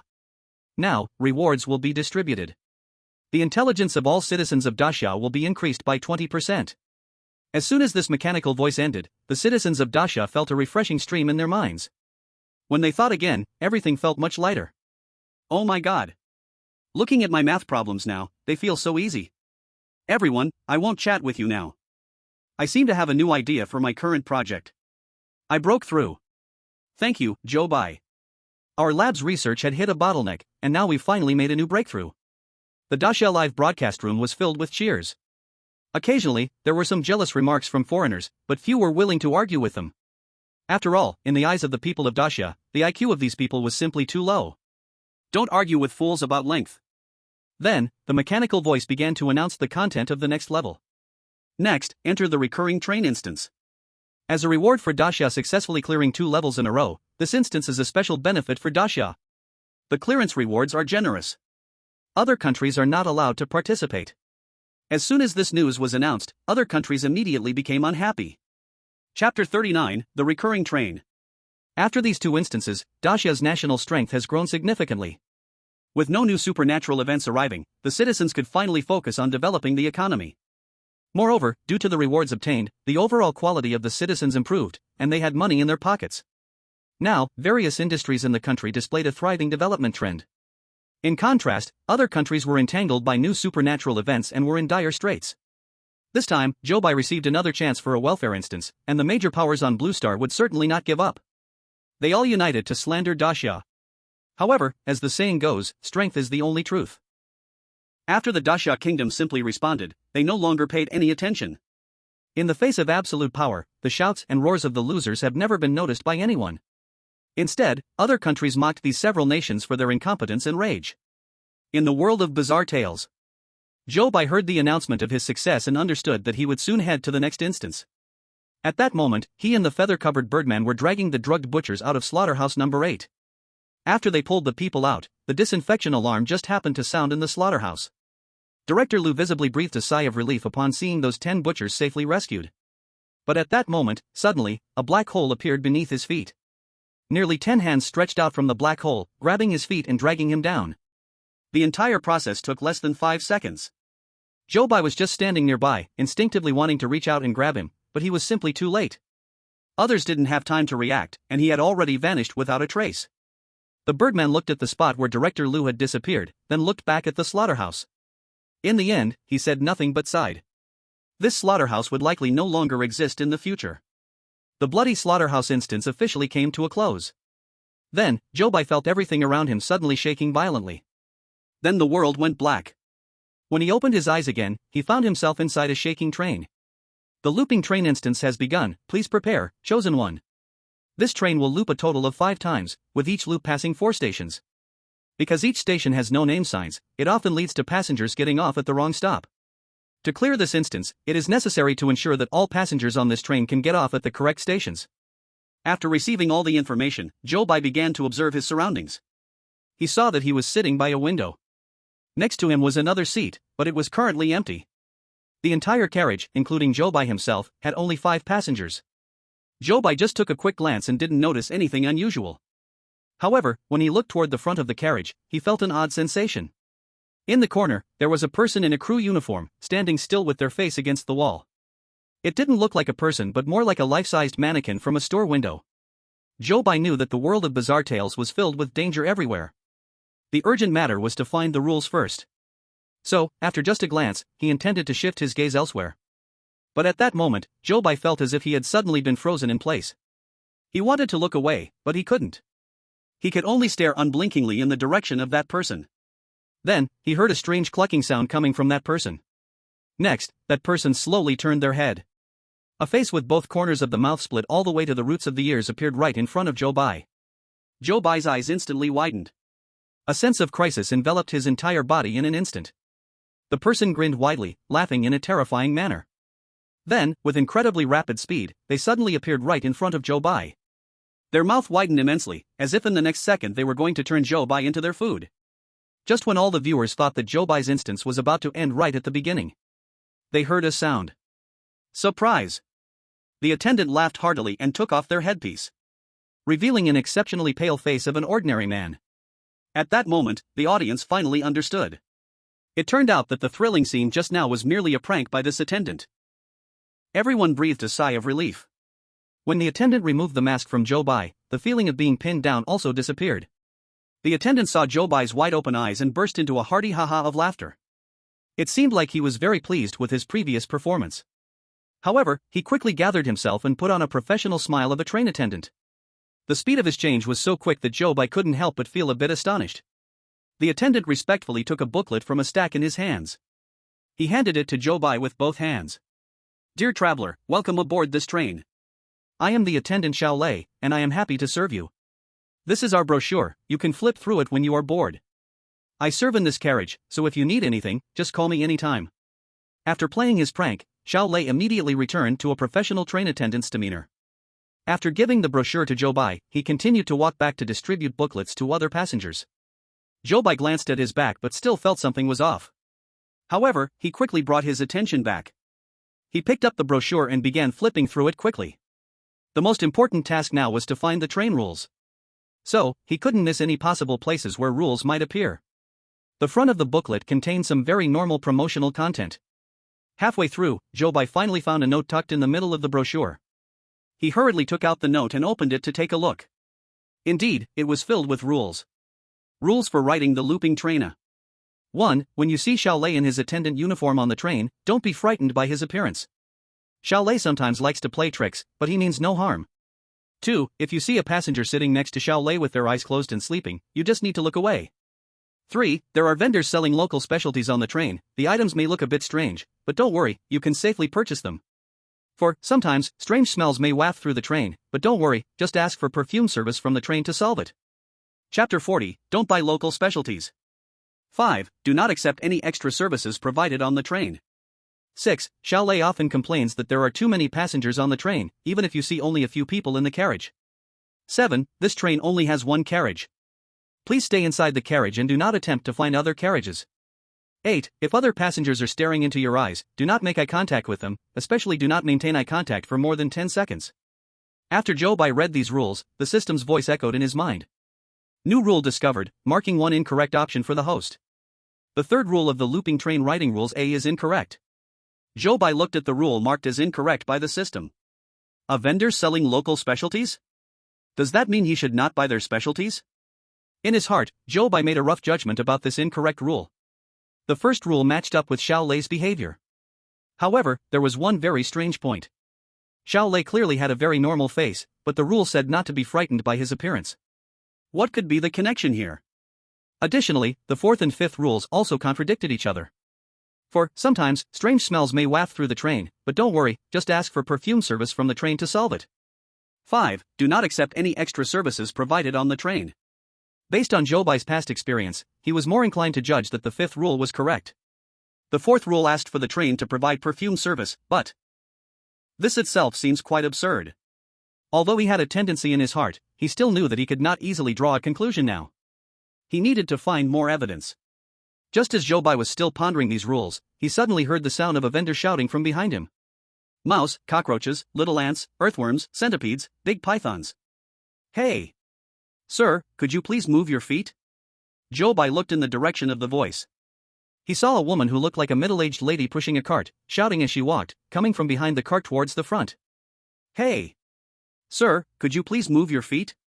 Even though there was no one blocking the aisle of the cart, she insisted on shouting this. This reminded Zhou Bai of the sixth rule. Xiao Lei often complains that there are too many passengers in the train, even though you can actually see only a few people in the carriage. As Zhou Bai thought of this, he felt as if the empty seat beside him was exhaling a chill. The vendor lady, every time she passed a passenger, was earnestly promoting her specialties from the cart. Would you like to buy some specialties from the train? Kid, do you like big cockroaches? Look at this big cockroach, I just caught it on the floor of the carriage. I guarantee it's absolutely fresh. If you don't like cockroaches, you can also take a look at this big python, which ran in from the grass outside. First to be asked was a little boy sitting in the last row, about 6 or 7 years old. He was holding a soccer ball and pulled out a coin from his pocket to hand to the vendor lady. Then he barehandedly grabbed a big python from her cart. The little boy held the python, pulling it like a rope, and laughed happily with cuckoo sounds. However, soon he let out a loud cry of wow. Stinky python, how dare you bite me? After saying that, he grabbed the python's head with one hand and easily twisted it off. He held the python's head and laughed again with cuckoo. But on the back of his hand, where the python had bitten, it had already turned into large patches of black. The experts of the Great Xia Kingdom took a sharp breath upon seeing this scene. And they began to doubt the rule regarding the vendor. The third rule must be wrong. Zhou Bai cannot buy anything from that vendor. The little boy was bitten by the python. Look, this female passenger, that group of ants has also just climbed all over her arms. If the rule is wrong, Zhou Bai only needs to refuse to make a purchase, right? But just as the experts finished speaking, they saw a man holding a cat in his arms and rejecting the vendor's sales pitch. Then the vendor immediately took out a knife from her cart. With one stroke, the man's head rolled down. The cat in the man's arms was so frightened that its fur stood on end. It let out a meow, then jumped onto the top of the shelf to hide. The experts witnessed this scene and immediately broke out in a cold sweat. Their hearts were filled with gratitude. Fortunately, they didn't rush to give Zhou Bai bad advice, or else he would be slapped in the face right now. Although they gained information through that man's death, the time left for Zhou Bai to think of a strategy was already limited. The seat Zhou Bai sat in was only 2 rows away from that man. The vendor lady was pushing her cart and would reach him next. He could not buy her goods. Another dilemma presented itself before Zhou Bai. Zhou Bai frowned tightly. The audience from the Great Xia Kingdom also clenched their fists for him. Just as the vendor lady was about to walk in front of Zhou Bai, the audience saw him suddenly stand up from his seat. He didn't even look at the vendor lady. He walked straight to the back row and changed his seat. The audience was stunned. The vendor lady was also frozen in place, staring blankly for several seconds. However, in the end, the lady didn't turn around but continued to push her cart forward. The experts from the Great Xia Kingdom saw the scene and all laughed heartily, slapping the table in approval. Ha ha ha. Why didn't I think of this method? I'm getting old. It's still young people who have the good ideas. Vendors cannot easily change their sales route. Zhou Bai's solution is quite innovative. Actually, if Zhou Bai had just pretended to go to the restroom, he could have avoided a disaster. However, this expert's unintentional comment caught others' attention to the train's restroom. Since Zhou Bai entered this copy, the train's restroom had been closed. This made the experts start to speculate about the situation inside. Just then, a flushing sound came from the restroom. Then the door was burst open from the inside. Zhou Bai heard footsteps approaching him from behind, coming closer, and finally stopping next to him. A woman's voice said to him, "Please make way, your seat is mine." Zhou Bai could feel a chill rising all around him as the woman approached.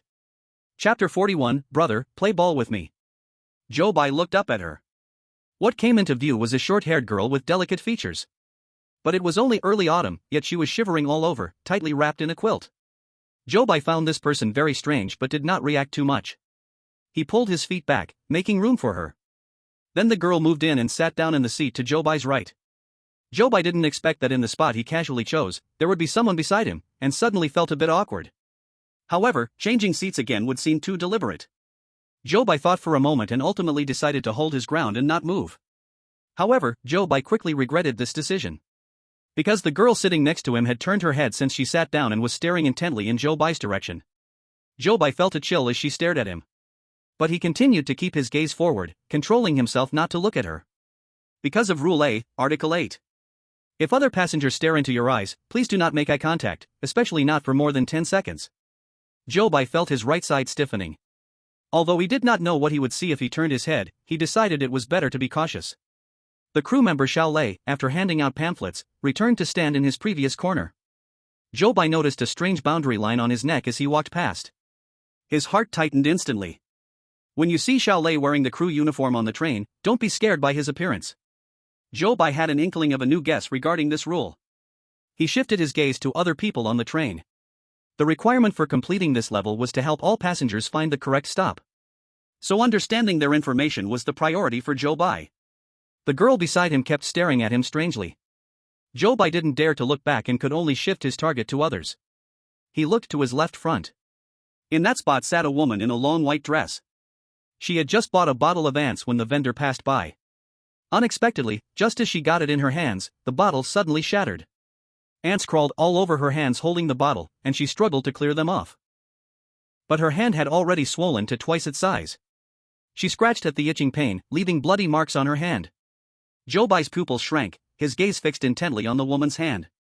He saw bumps begin to appear on her hand, and then, those bumps kept bursting open, with strands of hair emerging from them. It mutated. The things sold by the merchant were causing mutations. And the mutation was happening so fast. The people in the carriage didn't show any unusual reactions. Maybe they lived in a world full of strange tales, so they were used to these things. However, the viewers in the Great Xia country's livestream were also scared they got goosebumps. After watching this scene, Zhou Bai's expression grew heavy, and he lowered his gaze to look at the back of his own hand. Strands of hair were growing there too. After finishing the bloody slaughterhouse dungeon, he had been immediately teleported onto this train. Then, a series of events happened, and he still hadn't had time to swallow that pill. Luckily, his contamination was not deep, so the mutation was progressing slowly. But he still needed to find a chance to take the pill as soon as possible. With this in mind, he decided to change his seat. There were few people in the carriage, and the attendant did not object to Zhou Bai changing his seat. Just as Zhou Bai was looking for a new spot, he suddenly heard a burst of laughter from the little boy sitting behind him. Fun, really fun. Zhou Bai remembered how the boy had just ripped off the head of a giant python with his bare hands. He thought to himself that the little boy wasn't simple, and was actually the kind with quite a strong aggression. He secretly told himself to sit farther from him later. But things never go as planned. After laughing, the little boy jumped down from his seat. Then, he bounced over to Zhou Bai's side. "Brother, can you play ball with me?" Lei loves playing with balls.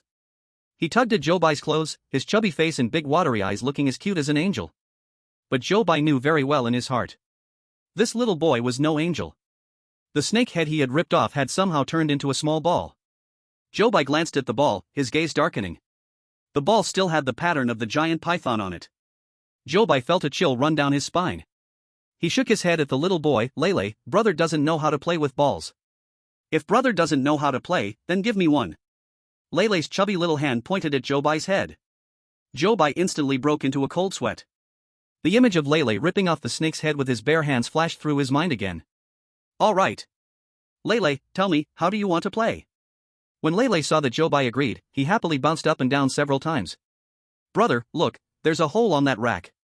If you throw the ball into that hole, I'll count it as you winning. Zhou Bai took the ball from Lei's hands, feeling that it was strangely hot to the touch, but he still nodded in agreement. All right. But, brother, if you don't throw it in, you still have to give me a ball, okay? Lei said it so innocently, but Zhou Bai felt a chill on his back. He stood up with the ball in hand. At that moment, he felt several pairs of eyes in the carriage simultaneously focus on him. He had no time to investigate where these gazes were coming from. Instead, he put all his attention on the ball in his hand. This throw, if he missed, his head might just end up as a prize. Zhou Bai took a deep breath. He raised the ball above his head. Fingers slightly spread, grasping the ball, then using the strength of the fingers to guide the wrist, gently throwing the ball out. The hole on the shelf was not far from him, and the ball was quite light. So Zhou Bai did not use much strength to throw the ball. However, even so, when the ball fell on the shelf, it still made a dull thud. Meow. The black cat hiding on the shelf was startled by the sound. After giving a little cry, it jumped down from the shelf, not knowing where to hide next. And that ball wobbled a few times before it fell off the shelf. Chapter 42 No Name Station. Wow! Brother is amazing. The ball fell steadily from the broken hole and rolled to the ground. Lei happily walked over and picked up the ball from the ground. At this moment, Zhou Bai heard the system's voice ringing in his mind. Detected Lei's favorability towards you +20. Now granting you one chance to mark the error opportunity. Rule A, item 4, is incorrect. Zhou Bai recalled this rule in his mind. This train sometimes emits strange smells, but don't worry, just ask the train to provide perfume service to solve it. It seemed that, just as he had guessed before, this rule was indeed wrong. One must not accept any extra services provided by the train. It should be that this train itself also had problems. Just then, a breeze blew from the back of the carriage. A wave of foul odor also wafted in from behind. That smell was like rotting meat left out for several days. Lei covered his nose. Yikes, it stinks. Zhou Bai used the brochure in his hand to fan some air. Hold on a bit, it won't smell soon. Lei nodded. Not long after, the stench really did disappear. Then Zhou Bai felt his hand being held by a small hand. Brother, come here, sit with Lei. Saying this, he pulled Zhou Bai to sit next to him. The girl who was originally sitting next to Zhou Bai wanted to turn back to look at them, but was glared at by Lei, who made her shrink back into her blanket and turn her head away. Lei held the small ball with a python pattern in his hand, and on his seat, there was also a large ball the size of a head. Beneath Zhou Bai's seat, the corpse of the python lay on the ground. Lei was utterly unconcerned, happily swinging his feet while sitting in his chair. Zhou Bai noticed that the hand Lei had been bitten by the python had turned completely black. But unlike the terrifying mutation of the girl in the white dress, Lei's wound seemed much milder in comparison. Apart from the large area of black, there were no other symptoms, and Lei looked like he was not uncomfortable at all. Zhou Bai couldn't help but feel a bit confused. Could it be that all the specialties sold by the merchants did not lead to mutations? Or was it that this little boy's constitution was different from others? Regarding these two questions, Zhou Bai could not draw conclusions for now. He sat in his seat, leaning forward to look ahead. At present, in the carriage, the only remaining passengers were the two sitting at the very front, from whom Zhou Bai had not received any information yet. From Zhou Bai's current position, he could only see their hair was white, looking quite old. And they were cuddled together, seeming to have a strong bond. He guessed they were an old couple. Apart from that, there was no other information. Seeing no other gains, Zhou Bai turned his attention elsewhere. Just as his gaze swept towards the corner where Xiao Lei was, he suddenly froze. Because next to him, someone was sitting, resting with their eyes closed. Rule A, item 2. If you see a passenger sitting next to Xiao Lei, please close your eyes and sleep. At this moment, you just need to look away. Zhou Bai quickly turned his gaze away. The short-haired girl sitting in front of them also looked in the same direction. She muttered softly, "What bad luck." Then she also looked away. Zhou Bai noticed her reaction and felt a hint of confusion arise in his heart. At this moment, the sound of the train arriving at the station echoed. "The train is about to arrive at platform 1, please prepare to get off if you are disembarking." The announcement did not mention the name of the station. The passengers in the carriage suddenly became a bit restless. Which station is platform 1? Is this a joke? Why don't they tell us the name? What if we get off at the wrong station? However, no matter how much the passengers complained, the train still stopped at the platform. The doors opened, and a large announcement board was standing there. The announcements sounded again. "The train has arrived. Please passengers, determine your disembarking point according to the rules on the announcement board. Each station only has 5 minutes to get off. Please hurry, or the train will not wait." As soon as the announcement ended, everyone's gaze focused on that announcement board. There were 2 lines of text on the board. 1. This station has 2 exits. Passengers need to enter through the left door. If you only see one door, please do not get off at this station. 2. If you feel that your presence brings trouble to those around you, then you will be welcomed here. After reading the rules, Zhou Bai looked towards the station exit and indeed saw 2 large doors standing there. As he was pondering the implications behind this rule, he heard Lei beside him say, "There is only one door, this shouldn't be the place I'm going." Zhou Bai paused for a moment. It seemed that different people really see differently. But what is the reason behind this difference? Zhou Bai still couldn't figure it out. At this moment, the elderly couple sitting in the front row helped each other and stood up from their seats. Only then did Zhou Bai notice that each of them had one pant leg empty. They each leaned on a cane and slowly walked towards the door. "Old man, this should be our destination. Sai, we always give our son trouble, I hope they will welcome us here." After that, they walked out of the train door and headed towards the left door. None of the other passengers seemed to want to get off at this station. So the doors closed, and the train moved forward again. Zhou Bai recalled the 2 rules he had just seen at platform 1. And remembered the state of the 2 elderly people he had just seen. They walked towards the left door, which meant they should meet the first rule. And they had disabilities and would usually trouble their son, which also fits the second rule. Could it be that Zhou Bai didn't even need to act, and they were simply the right passengers? Zhou Bai shook his head, not daring to draw conclusions so easily. Soon, the train arrived at the second station. The train's announcements sounded again. After arriving, the doors opened, and a large announcement board stood there as well. Rules for Station 2. 1. This station has 2 exits.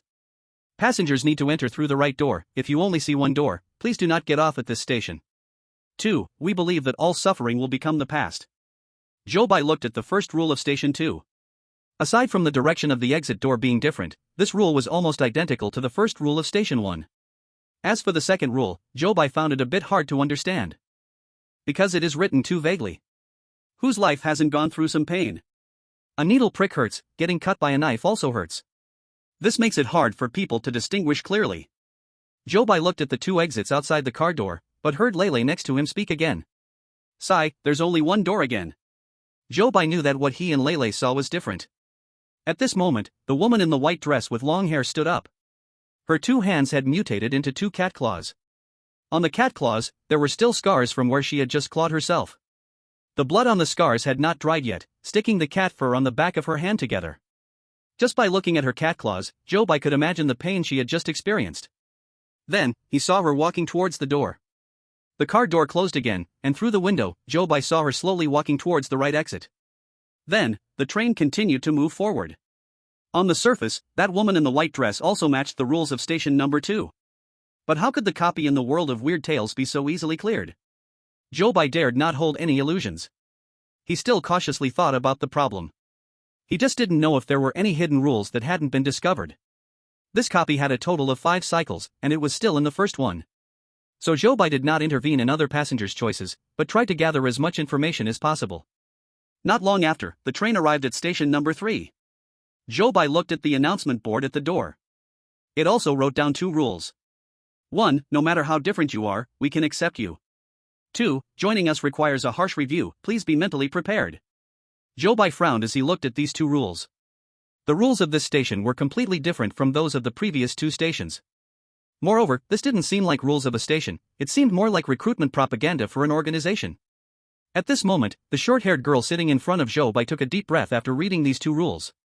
With a determined expression, she looked toward the door. It seemed that after silently cheering herself up, she stood up from her seat. She wrapped her blanket tightly and walked towards the door. Lele, sitting next to Zhou Bai, looked somewhat unhappy. Mom says I'm just a normal kid, nothing special about me. So this station isn't right either. I'm so annoyed, which station should I get off at? Zhou Bai heard Lele say she was a normal kid and worked hard to control his expression. Which normal kid can break the head of a giant python with bare hands? Who would believe that? However, Zhou Bai did not intend to expose a mother's kind lie. Instead, he chose to remain silent for the time being. After the short-haired girl exited the train, the door closed again. So, the entire train carriage was left with only Zhou Bai and Lele as passengers. The attendant, Xiao Lei, still stood in the corner of the carriage. The person next to him who was sleeping with eyes closed, Zhou Bai still caught glimpses of, but he quickly averted his gaze each time. The train continued to move forward. Lele saw that the number of people in the carriage was getting fewer, yet she still hadn't found her destination. She was scared that at the last station, she still wouldn't meet the requirements. Throughout the journey, she appeared somewhat downcast. Unlike the previous few times, the distance to the fourth station seemed very far from the first 3 stations. The train traveled for over 2 hours before arriving at station number 4.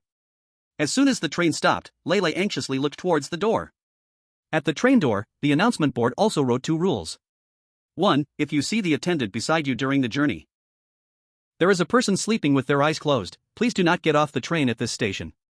Don't be afraid, everything you experience is just a dream. You come here, and you will no longer have nightmares. Zhou Bai looked at the first rule and remembered the person next to Xiao Lei. Sure enough, not everyone can see it.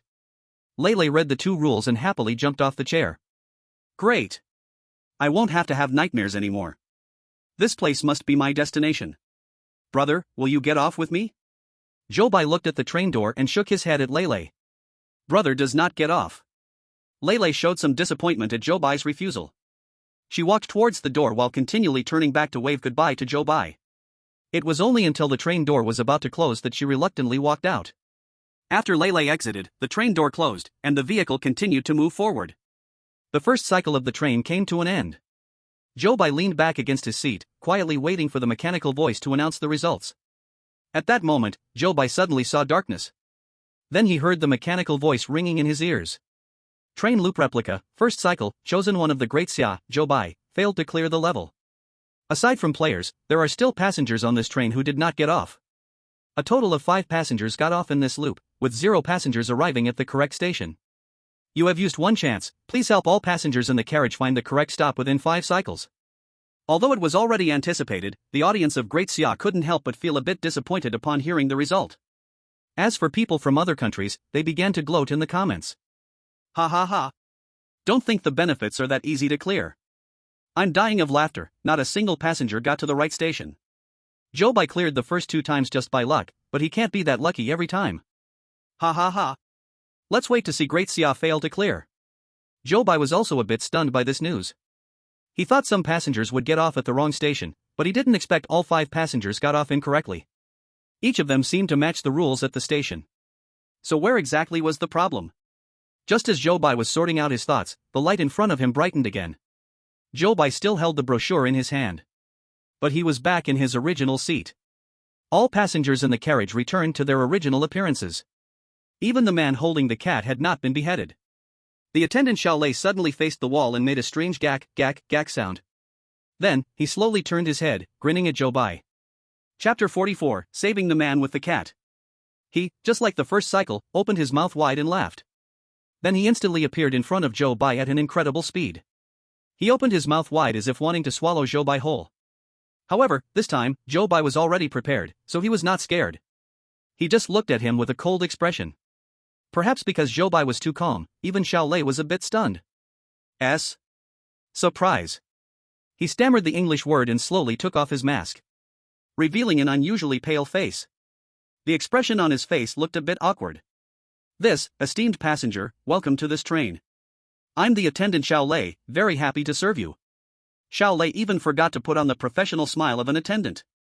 In a panic, he tried to pull out a brochure from a stack of papers in his hands. But seeing Zhou Bai already had one, he awkwardly put away the brochure in his hands. Sorry. I forgot that I had already given it to you. Xiao Lei felt a bit strange, but his memory had always been poor. So he didn't take it to heart.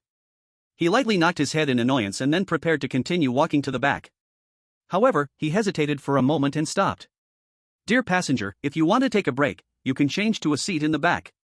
That seat is currently empty, and it will be more comfortable to sit there. Zhou Bai followed the direction of his finger and saw that he was pointing to a single seat in the last row of the carriage. That seat had a lot of space next to it and was quite far from the front row, so it would indeed be more comfortable to sit there. Zhou Bai didn't know why Xiao Lei suddenly was nice to him. Maybe he just didn't like to see others scared? But anyway, Zhou Bai still seriously said thank you to him. No. No problem. Xiao Lei replied a bit shyly, then held the booklet in his hand and continued to walk towards the back. Zhou Bai looked at the brochure in his hand and felt a bit puzzled. Normally, during a loop, each cycle should return to the initial state. But what about this brochure in hand? Could it be that the things on Zhou Bai and his bodily condition do not participate in the loop? Thinking of this, Zhou Bai took out the pill on him. Then quickly put it in his mouth and swallowed it. Next time during the loop, he could see if this pill was still there to find the answer. After swallowing this pill, Zhou Bai felt as if a force was forming in his body. It flowed to the back of his hand. After a while, Zhou Bai felt the back of his hand starting to heat up. Another force remaining in his body was slowly evaporating into this heating energy. Then Zhou Bai felt much lighter all over. However, when he looked at the back of his hand again, he found that the fuzz had not disappeared. Fortunately, the level of contamination had not been deep, so the fuzz on the back of his hand did not look obvious. And this little fuzz did not affect Zhou Bai's looks. So he didn't take this matter to heart. Just then, the vendor's call echoed again. Mice, cockroaches, little ants, earthworms, centipedes, big pythons. Hey! Sir, please tuck your feet in. Hearing this voice, Zhou Bai immediately became alert. Want to buy some train specialties? Little friend, do you like big cockroaches? Look at this big cockroach, I just caught it on the train floor. Guaranteed absolutely fresh. If you don't like cockroaches, you can also take a look at the big python. This python just came in from the grass outside. The vendor, pushing the cart, still repeated exactly the same words as in the previous loop. Zhou Bai turned his head to see Lei Lei handing a coin to the vendor. Then, reaching into the cart, grabbed a big python. Seeing this, Zhou Bai immediately looked towards the man holding the cat. If he died again this time, then there would be passengers who didn't get off the train. This meant that there was still no way to pass the level. Zhou Bai had to quickly think of a way to stop him. But now, the time left for Zhou Bai to respond was already very little. The vendor had already pushed the cart beside the woman in a white dress. The next one would be the man holding the cat. Zhou Bai had no time to think more and had to quickly stand up from his seat. While the woman in the white dress was selecting things in the cart, he walked next to the man. Zhou Bai bent down and said softly to him, if you don't want to buy her things, then hurry and move to the back row seat, do not directly refuse her, there is a knife in her car. After saying this, without caring about the man's reaction, he walked straight to the last single seat. Lei Lei was still bitten by the python, and the head of that python turned into a small ball in his hand. The ant bottle in the woman's white dress suddenly shattered, and ants instantly crawled all over her hands. The vendor pushing the cart continued to walk forward, getting close to the man holding the cat. The hearts of the audience all rose to their throats. Zhou Bai actually had no confidence, not knowing if the other party would accept his suggestion. But he could only try his best. Fortunately, when the cart was about to reach the man's seat, Zhou Bai saw him carefully hold the cat in his arms, then walked to the back row and found a seat to sit down. Seeing this, Zhou Bai leaned back against his chair, let out a long sigh of relief. Saving a passenger's life was also a step towards victory. Next, he should think about the right drop-off points for these passengers. Zhou Bai recalled the information he had obtained. But in the last cycle, everyone's choices for getting off seemed to fit their own situations very well. No matter how Zhou Bai matched these passengers with the corresponding station rules, he felt that something was missing. He thought there should be rules that had not been found yet. He had only found Rule A by now, there should at least be Rule B. So, he began to search around him. Fortunately, after searching just 2 places, he found a note in the mesh beside the seat. Opening it up, he was surprised to find that the content on the note was, Cycle Train Writing Rule B. Zhou Bai couldn't help but admire his luck. But then he thought that since he had moved to this position, it must be that Little Lei specifically wanted to help him find this rule. Chapter 45 2 Conditions for Correct Arrival at the Station. Cycle Train Rule B. 1. Please believe that everything we do is to take passengers to their destinations. 2. Security at every station is very strict. So, please be sure to clearly understand the station rules when getting off, otherwise there may be a possibility of being driven back. 3. If an alarm sounds after a passenger gets off, please do not make any noise. 4. If you are driven back to the train, do not be nervous, you can choose another drop-off station. 5. When there are not many passengers, it is allowed to change seats in the train. But the number of times you can change seats must not exceed 2. 6. The small animals in the train are very timid, please do not scare them, especially when their eyes turn red. 7. Mr. Lee who sells local specialties has poor legs. 8. If a conflict occurs among passengers in the train, please shake the silver bell placed in the first row to request the conductor's assistance. But this does not apply when the bell turns red. After reading these 8 rules, the system's voice echoed in Zhou Bai's mind. Detected that the host has found a new rule. Now marking a false rule for the host. Rule B, item 4, is incorrect. Zhou Bai looked at that false rule. Passengers entering the wrong station will be expelled? This seemed a bit strange. In the first cycle, all 5 passengers got off at the wrong station, but there was no alarm sound, and they were not expelled. Or is it that, besides getting off at the wrong station, there are other conditions that must be met to be expelled? Zhou Bai thought this guess was very likely correct. However, since this rule was incorrect, then after being expelled back to the train, he probably could not choose another drop-off station. Next, Zhou Bai looked at the first rule of Rule B. Please believe that everything we do is to send passengers to their destinations. His fingers tapped gently on this rule. After a while, he summarized 2 conditions for determining whether passengers had arrived at the correct stop in his heart. The first condition is that the station's rules must be met. The second condition is that the stop where they get off must be the destination in the passenger's heart. Zhou Bai now understood the rules of 4 stations, and next, he needed to know each passenger's destination to possibly pass through. Thinking of this, Zhou Bai's gaze fell on the elderly couple sitting in the front row. If nothing went wrong, they would still get off at Station 1. Zhou Bai had to stop them from getting off before Station 1 arrived. But which station was their true destination? Zhou Bai recalled the rules of the 4 stations. The first rule of stations 1, 2, and 4 should all be used to distinguish whether passengers had been contaminated.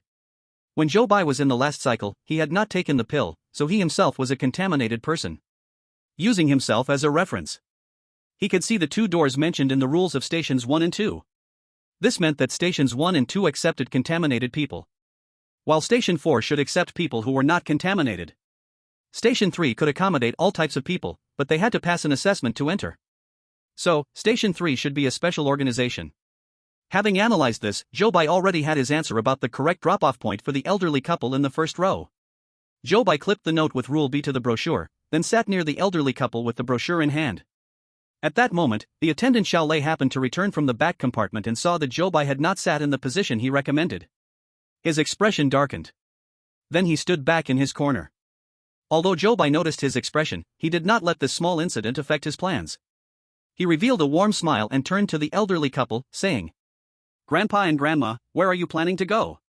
Because he looked like a good kid, the elderly couple immediately felt fond of this young man when he smiled. "We are planning to visit our son's workplace to see him. We haven't seen him for over a year, and we really miss him." After listening, Zhou Bai continued to ask, "Your son must be quite busy with work. Where does he work?" "He works at the slaughterhouse in City C." Zhou Bai's heart skipped a beat when he heard this name. No wonder Rule 2 of Station 2 was written this way.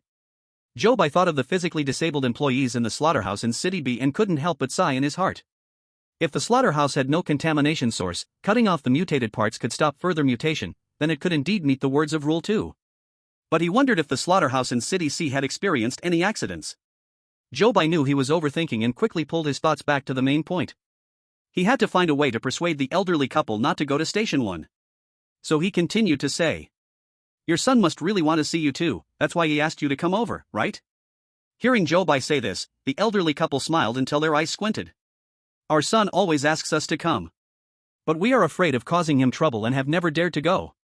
Seeing that the conversation finally reached the key point, Zhou Bai quickly added, "How could your son think you are a trouble?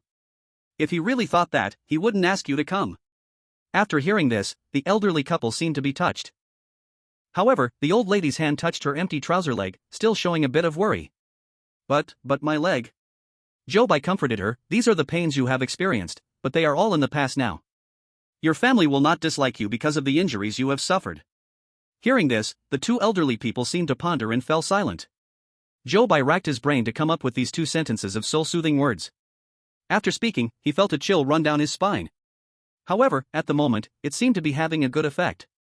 At least the 2 elderly people seemed to have taken it in. Not long after, the train reached Station 1. When Zhou Bai saw the train doors open, he nervously waited for the 2 elderly people's decision.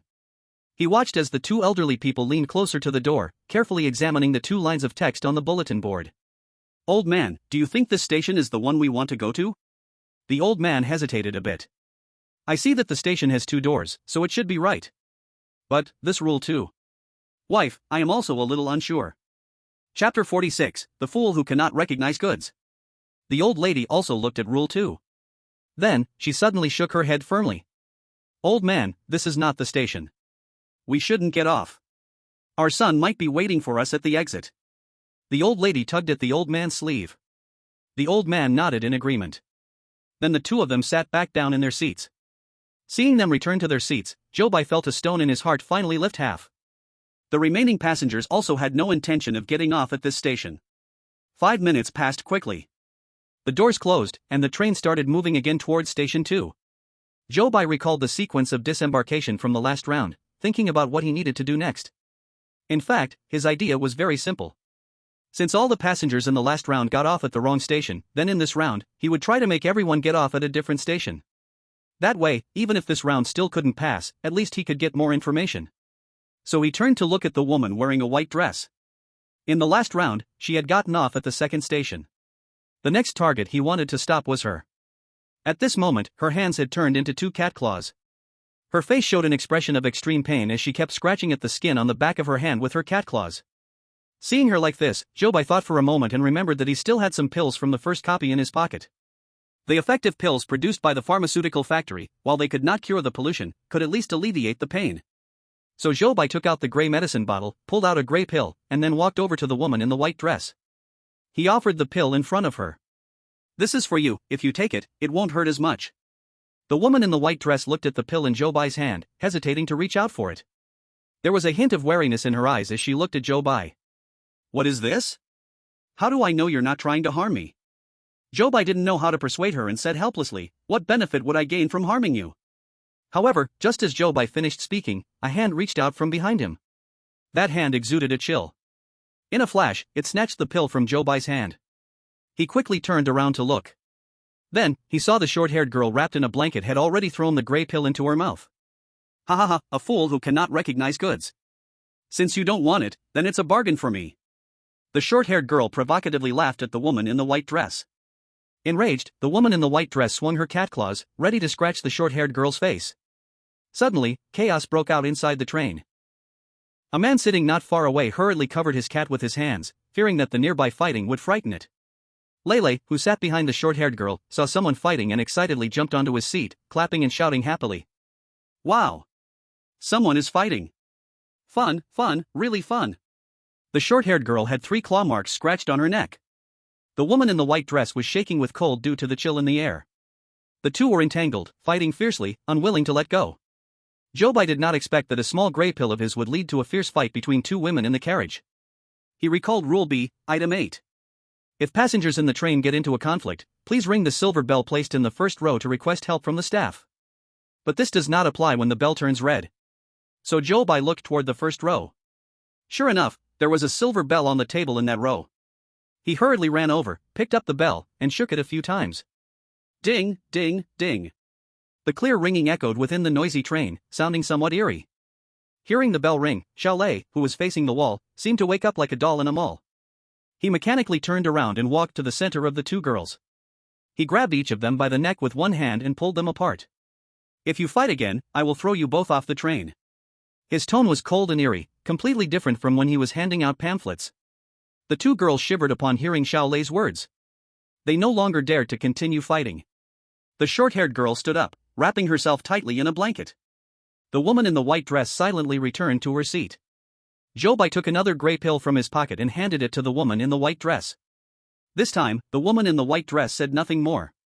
After taking the pill, she tilted her head back and swallowed it. Where are you planning to get off? Taking this opportunity, Zhou Bai hurriedly asked the question he wanted to know. After taking the pill, the woman in the white dress no longer felt itchy, and her expression relaxed a lot.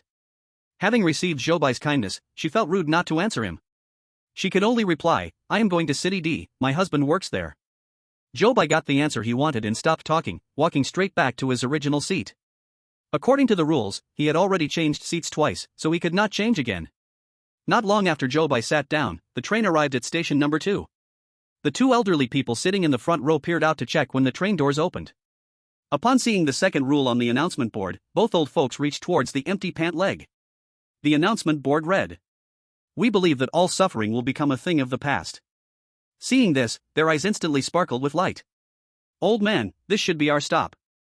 Our son might be waiting for us outside the station. Let's go. We need to get out and find him."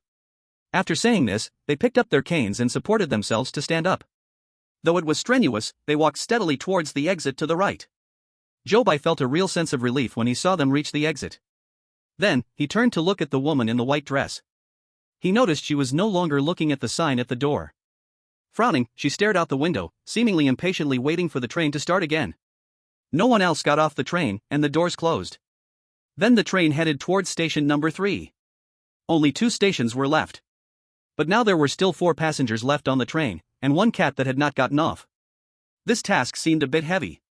The short-haired girl could not be allowed to get off at station number 3. Lele could not be allowed to get off at station number 4. In other words, during this short time, Zhou Bai had to stop the short-haired girl from getting off while convincing Lele. The key point was, Zhou Bai has no more chance to change his seat. In such a situation, he had to accomplish these 2 things at the same time. The difficulty is truly extraordinary. But fortunately, Zhou Bai is not someone who fears challenges. He stood up from his seat, walked over to Lele, and said, "Little friend, would you like to play ball with your brother?" Chapter 47, Is Zhou Bai a bad person? Lele hugged the ball tightly, turned his head away, and didn't look at Zhou Bai at all. "Humph. I don't want to play ball with you. You are a bad person." Zhou Bai was stunned upon hearing this. How was this scenario so different from what he had imagined? The little friend who used to sweetly call him brother had actually turned against him? How could brother be a bad person? Zhou Bai didn't have much experience in coaxing kids, and he smiled awkwardly. But his words sounded even more like those of a bad person. Lele turned his whole body toward the window in rejection, and Zhou Bai could only see his back. "Mom said that people who take that kind of medicine are all bad people. You, and those 2 sisters in front, are all bad people. This child's mother really has good intentions." Zhou Bai didn't expect that the reason Lele rejected him was because he had taken out the medicine earlier. He felt somewhat helpless. The 2 girls sitting in front of Lele, hearing themselves labeled as bad people, turned around to look at them. The woman in the white dress met the gaze of the short-haired girl, huffed, and turned back around. The short-haired girl smugly tugged at the corner of her mouth, seemingly very pleased with her title of bad person. Zhou Bai's plan fell through, and he stood there, feeling somewhat at a loss in front of the little boy. Just then, the announcement that the train was about to arrive at station number 3 sounded. "The train is about to arrive at station number 3.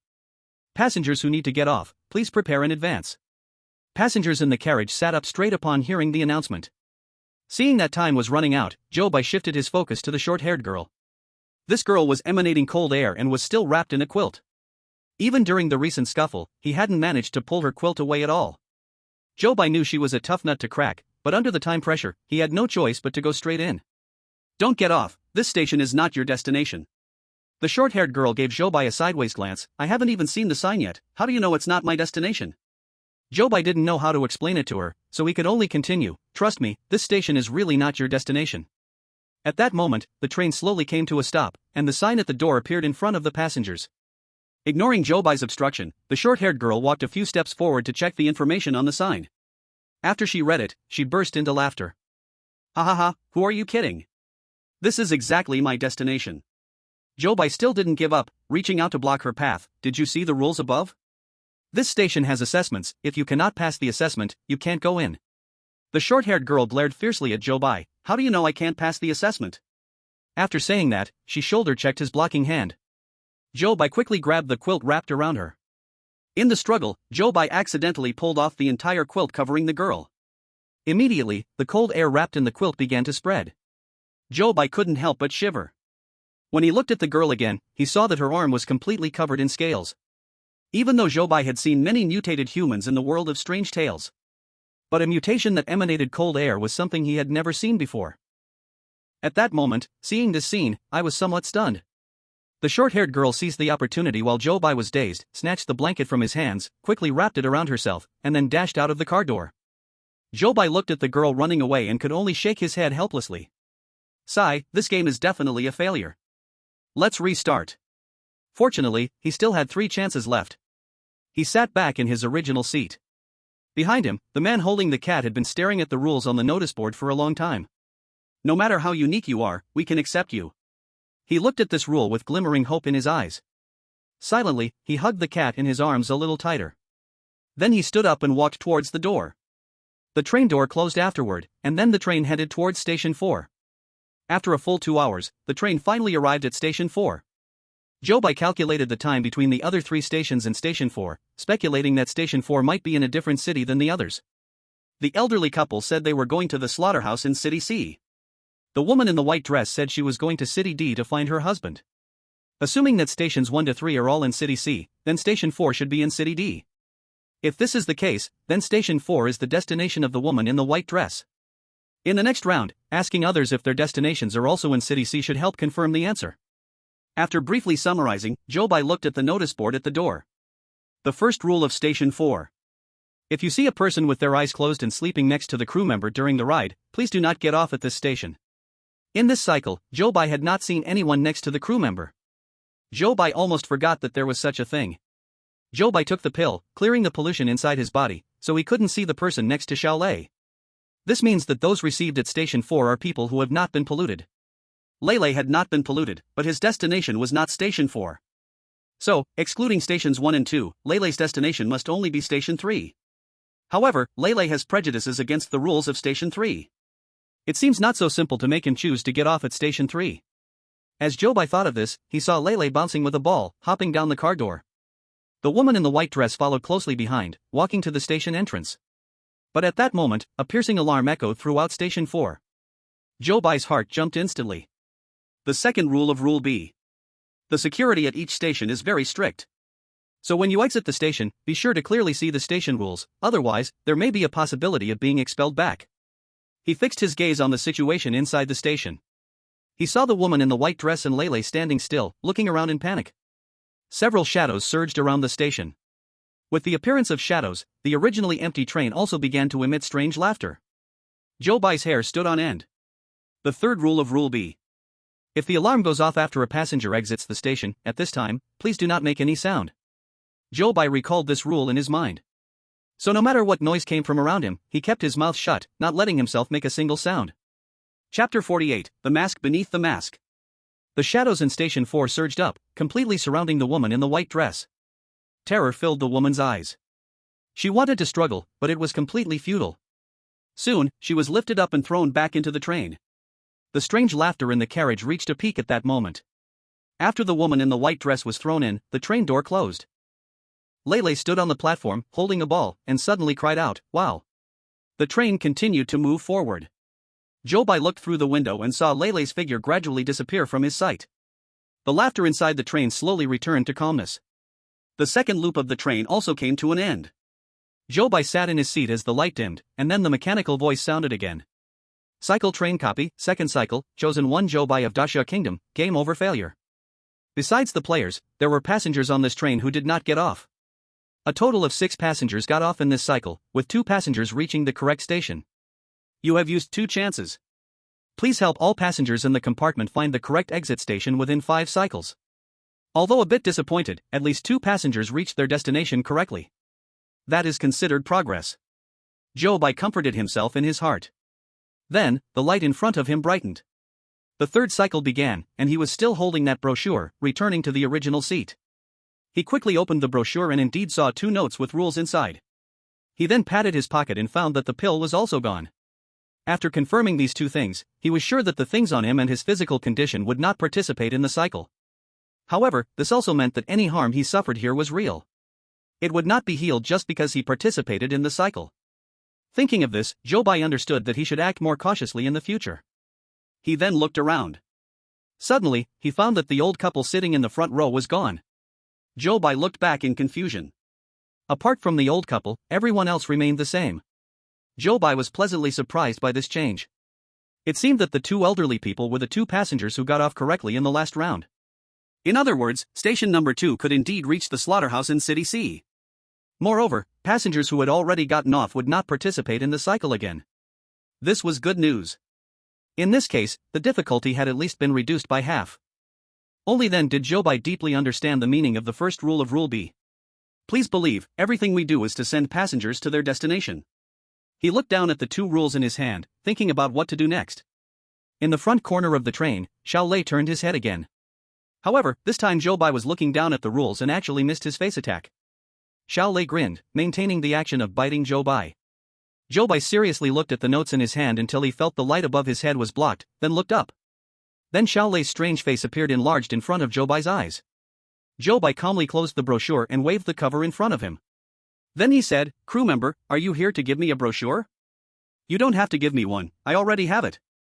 Zhou Bai's tone was very ordinary. It sounded as if he completely regarded Xiao Lei as a normal crew member. Xiao Lei was stunned. This time he even forgot to say the crew's greeting. Instead, he slowly took off his mask.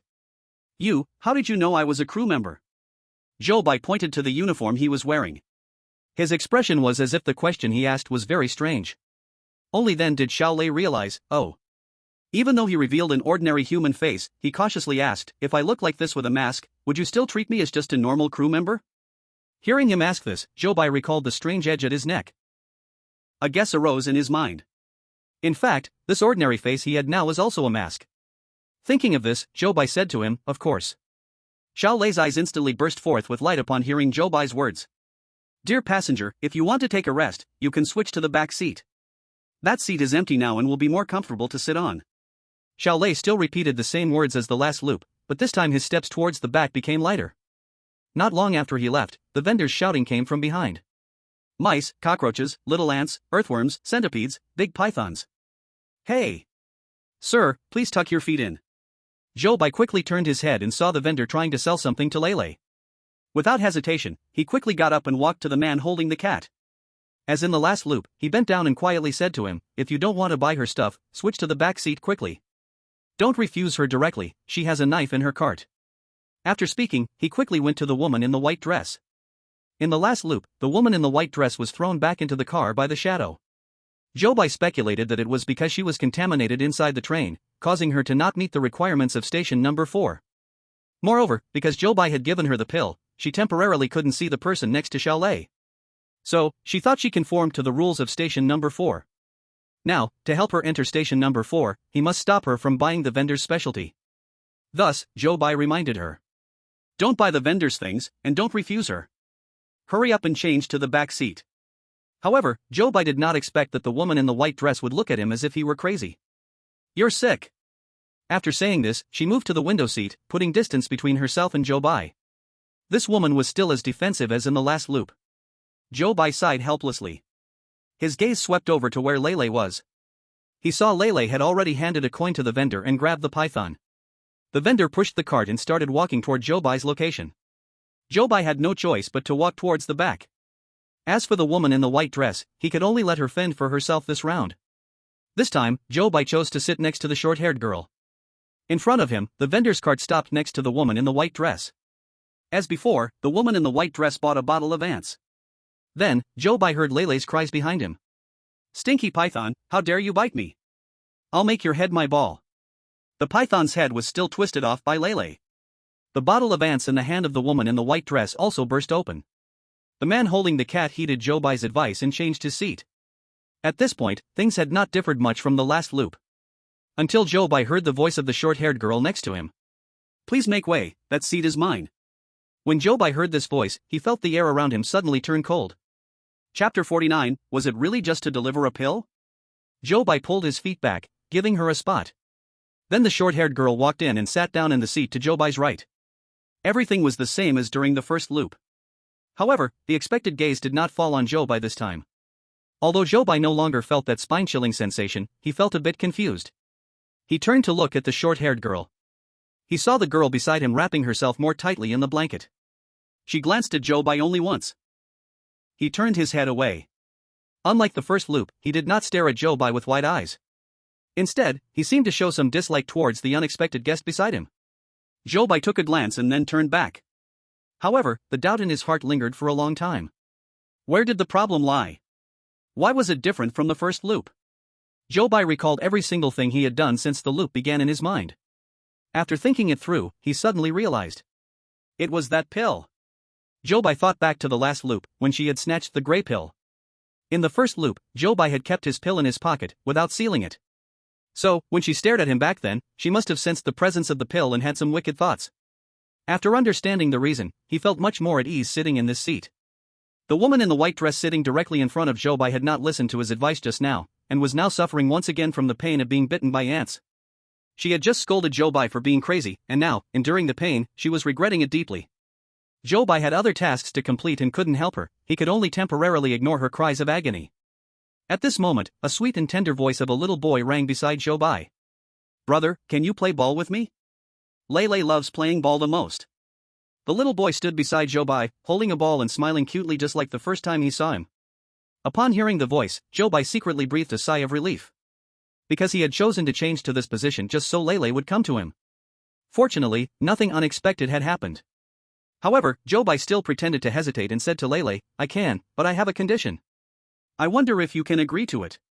Lei tilted his head, looking at Zhou Bai with innocent curiosity and asked, "What condition?"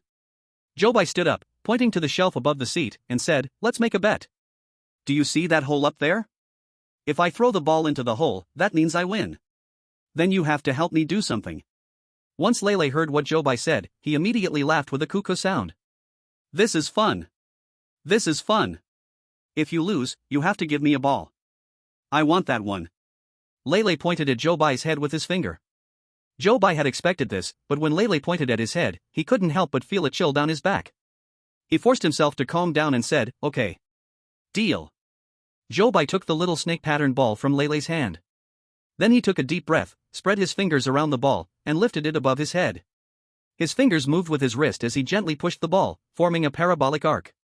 With a whoosh sound, the ball perfectly dropped through the hole. This perfect shooting performance made the viewers watching the live broadcast unable to help but want to applaud him. I have to say, that move was a bit cool. Damn it, he impressed me again. Honestly, I just broke out in a cold sweat for him. Me too. If he hadn't made it, he would have been in trouble. Seeing Zhou Bai's perfect throw, Lei immediately turned into his little fan. Bounding around, he constantly clapped for him. "Wow! Brother is truly amazing." Zhou Bai smiled, bent down to pick up the ball, and handed it to Lei. Lei accepted the ball, his eyes full of delight. "Brother, come here, sit with Lei." He still pulled Zhou Bai, bringing him to sit beside him. Once they sat down together, Lei began to ask about his bet. "What does brother want Lei to help you with?"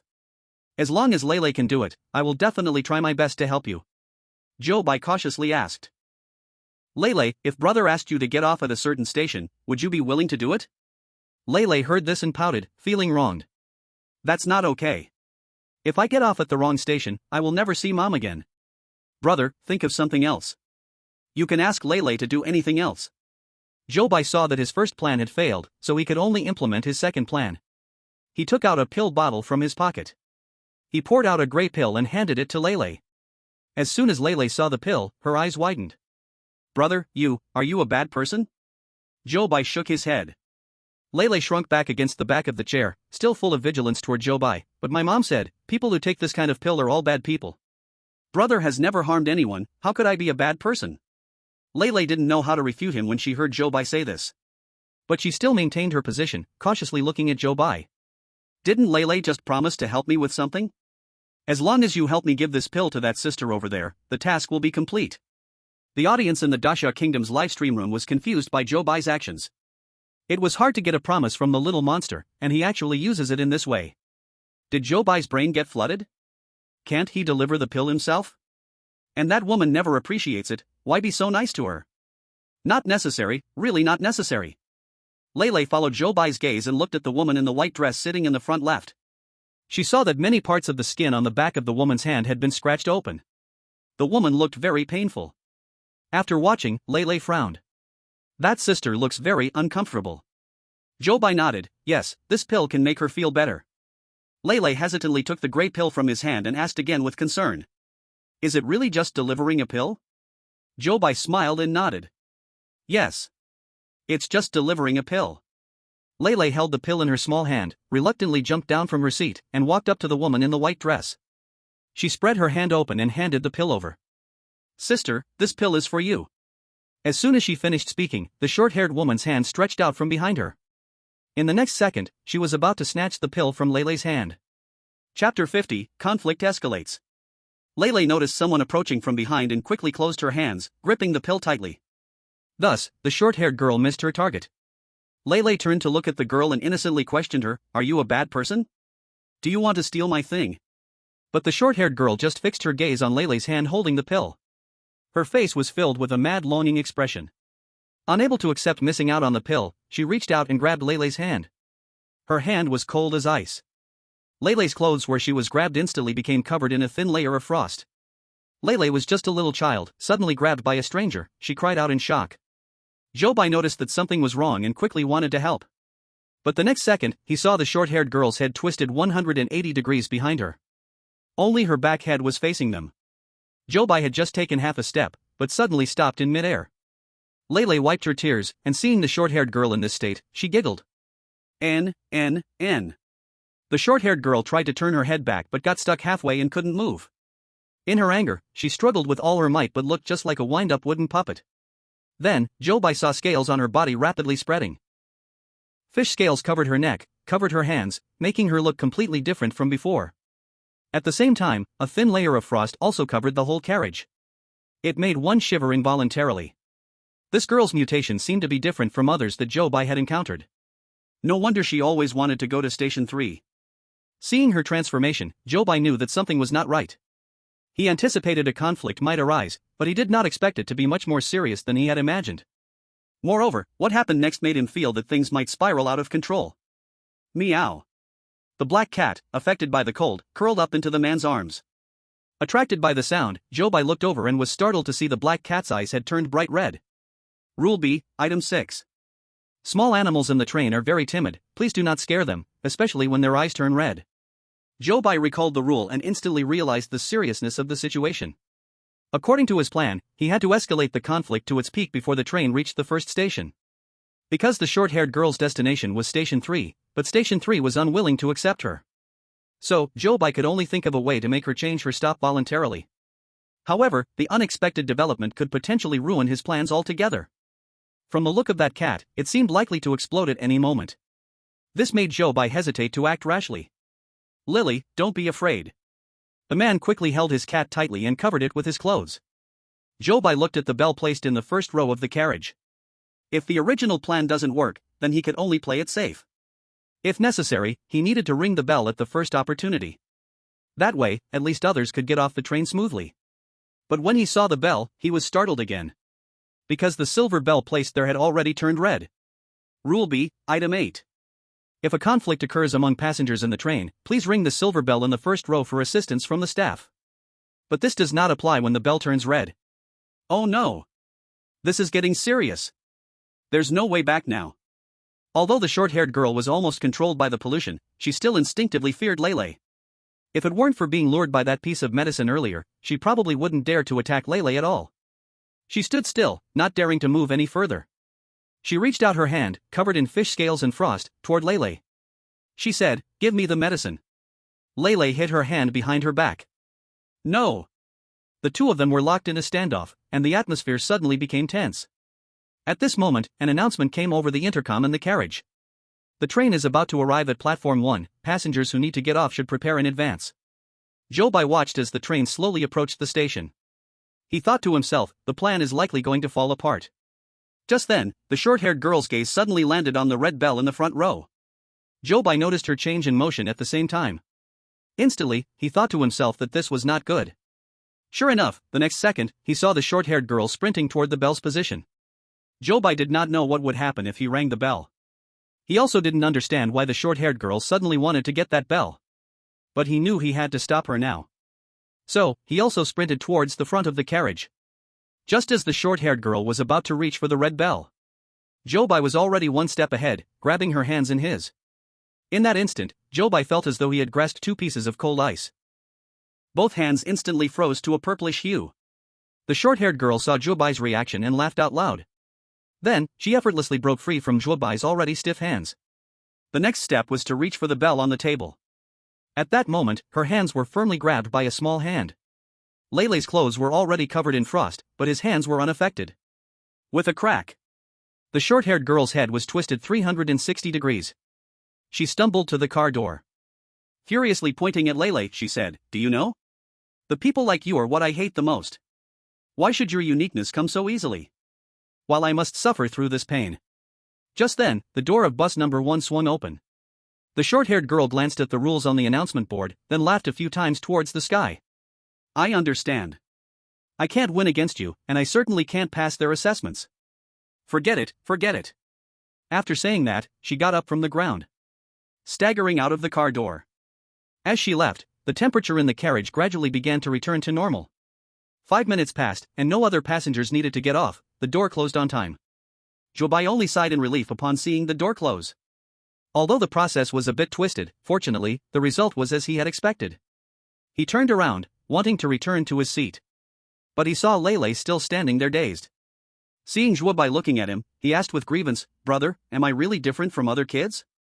Chapter 51, Normal doesn't mean mediocre. After Lele finished speaking, he cried out with a wow.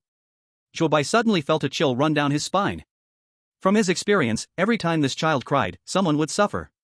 The first time he cried, the big python's head was twisted off. The second time, the short-haired girl's head was turned backward. This time he cried. Zhou Bai couldn't help but feel that his own head seemed a bit unstable. Everyone in this world is unique. Zhou Bai cautiously tried to instill some positive thoughts into Lele. Lele sniffled and whimpered, but my mom says I'm a normal kid." Normal doesn't mean mediocre. Being different is not a bad thing. Just now, because of your help, the people in the car did not get into trouble. After saying that, he squatted down to let Lele look inside the carriage. Lele's gaze followed Zhou Bai's finger. He saw a man clutching a cat in his arms, his face full of relief after the disaster. The woman in the white dress still had fear etched on her face. It was unimaginable how the scene in the train would be now if the short-haired girl had rung the red bell. Lele couldn't help but grip the grey pill in his hand a little tighter. He turned to Zhou Bai, then walked over to the woman in the white dress. The expression on that woman's face was very complicated. Fear mixed with pain made her face look somewhat distorted. Lele handed her the pill. "This is for you." The woman hesitated for a moment but eventually raised her bloodied paw to accept the pill from Lele. "Thank you." She forced a painful smile on her distorted face. Lele, feeling somewhat at a loss, held his small hands awkwardly, standing there watching the woman take the pill. Then, he saw the woman's expression slowly relax after taking the pill. Feeling the itch and pain in her hands gradually disappear, she looked at Lele again and sincerely said, "Thank you." Lele's face immediately broke into a smile. He turned to Zhou Bai, his eyes shimmering with joy. "Brother, come here, let's sit here." Zhou Bai smiled as he went over and took Lele's hand, then the two sat back in their seats. The station quickly arrived at number 2 station. The doors opened, but no passengers got off. So the vehicle continued to move forward. Zhou Bai leaned back in his seat, looking at the 3 remaining people on the vehicle, and began to fall into deep thought. The man holding a cat had not gotten off at stations 1 or 2, which meant he was a normal person who hadn't been contaminated. He chose to get off at station 3, but he still could not pass the assessment. The last option was only station 4. However, the cat in his hands. That was a bit tricky. In this world of strange tales, a cat might not be just a cat, it might have once been a person. If this assumption held, then the man getting off at station 4 with the cat would definitely trigger an alarm. That would be a problem. If the man had to take the cat off the vehicle, then at the 4 stations, none could accommodate them. Thinking of this, Zhou Bai scratched his head in distress. Only by separating them might it be possible to comply with the station rules. But, would they be willing to separate? Zhou Bai looked at the man's seat. He saw him completely protect the black cat in his arms, gently stroking its fur from time to time. In his eyes, there was nothing but love. Zhou Bai sighed softly. It was really difficult. At this moment, the train's announcement was notifying passengers that they were about to arrive at station 3. Lele was happily sitting on his seat, swinging his little feet. He peeked his fluffy little head out, occasionally looking outside the window. Zhou Bai nervously waited for the door to open. He wondered if Lele would get off at station 3 this time. The announcements sounded again. The train has arrived at station 3. Please passengers choose your off-boarding station according to the rules on the announcement board. Then Zhou Bai saw the doors slowly open. Lele hurriedly peeked at the announcement board outside the door. 1. No matter how different you are, we can accept you. 2. Joining us requires passing strict assessments, please be mentally prepared. Lele stared at the rules on the announcement board for a long time. Just when Zhou Bai almost thought he wouldn't choose this station, he suddenly found, with delight, that Lele jumped down from his seat. He waved his little hand at Zhou Bai. "Brother, I'm getting off." He straightened his back, like a little adult ready to face a challenge. So Zhou Bai waved back at him. Then, Lei turned and walked off the train. Without Zhou Bai's interference, the man holding the cat, like in the previous loop, chose to get off at Station 3. The doors closed. The train headed towards Station 4. Next, the woman in the white dress would get off at Station 4, and an alarm would sound in the station. These were all things that would surely happen, and Zhou Bai could no longer make changes, so he could only let things develop. Fortunately, it was still just the third loop. If nothing unexpected happened, he only had 2 people and a cat left to help find a stopping point. There was still enough time. As the light in front of Zhou Bai darkened, the third loop also came to an end. In his mind, the mechanical announcement echoed. Loop train copy, third loop, chosen one of Daxia, Zhou Bai, failed to clear the level. Besides the player, there are still passengers on this train who have not gotten off. In this loop, a total of 4 passengers got off, and 2 passengers reached the correct station. You have used up 3 chances, please help all passengers in the car find the correct off-boarding station within 5 loops. The audience in the Daxia live broadcast room became excited after hearing this announcement. Only 2 people left, and still 2 chances. Zhou Bai will definitely make it. I wonder what rewards will come if the welfare is cleared. I can't wait. It has to be Zhou Bai. He's so amazing. However, after hearing this information, Zhou Bai didn't show much expression on his face. On the contrary, he felt extremely tense inside. Because in the upcoming loop, he was preparing to do something very risky. He closed his eyes, taking deep breaths to adjust his mood. Then, he felt a sudden brightness in front of him. So, he opened his eyes and looked back. At the spot where Lei had previously sat, there was indeed no one. The door to the bathroom and the carriage was also wide open now. After confirming that both Lei and the short-haired girl had gotten off normally, he turned back. He put away the brochure in his hand. Then he walked quickly towards the back of the carriage. Chapter 52, I cannot part with it. The viewers in the Daxia live broadcast room were stunned to see Zhou Bai suddenly stand up and walk to the back. This action was a bit different from the previous few times, wasn't it? The woman in the white dress and the man holding the cat looked at Zhou Bai quickly walking to the back of the carriage, surprised to think something had happened. Zhou Bai walked to the back of the carriage, and surprisingly, he slammed the door to the carriage shut and locked it from the inside. The audience's eyes widened in shock at this move. Zhou Bai's actions were still as bold as always. As for the small Lei in the corner at the front of the carriage, even though he saw Zhou Bai was no longer sitting in his original position, he still chose him as the target for a prank. As Zhou Bai turned around after locking the door, he bumped right into small Lei's gaping mouth. No matter how many times the audience had seen small Lei like this, they were still shocked by his sudden appearance. But Zhou Bai was different. He not only wasn't scared but even felt a bit angry. This was the 4th time Zhou Bai was pranked by small Lei. Experiencing the same prank 4 times in a highly tense state made his already tight nerves snap completely. Mr. Conductor, this prank isn't scary at all. Please don't play this game anymore, okay? Small Lei, seeing Zhou Bai's darkened face, suddenly felt flustered. He silently took off his mask. Without saying a word, like a child who had done something wrong, he stood there with his head down. Then, they heard the sound of the carriage door turning in front of them. Mice, cockroaches, little ants, earthworms, centipedes, big pythons. Hey! Sir, please pull your feet back.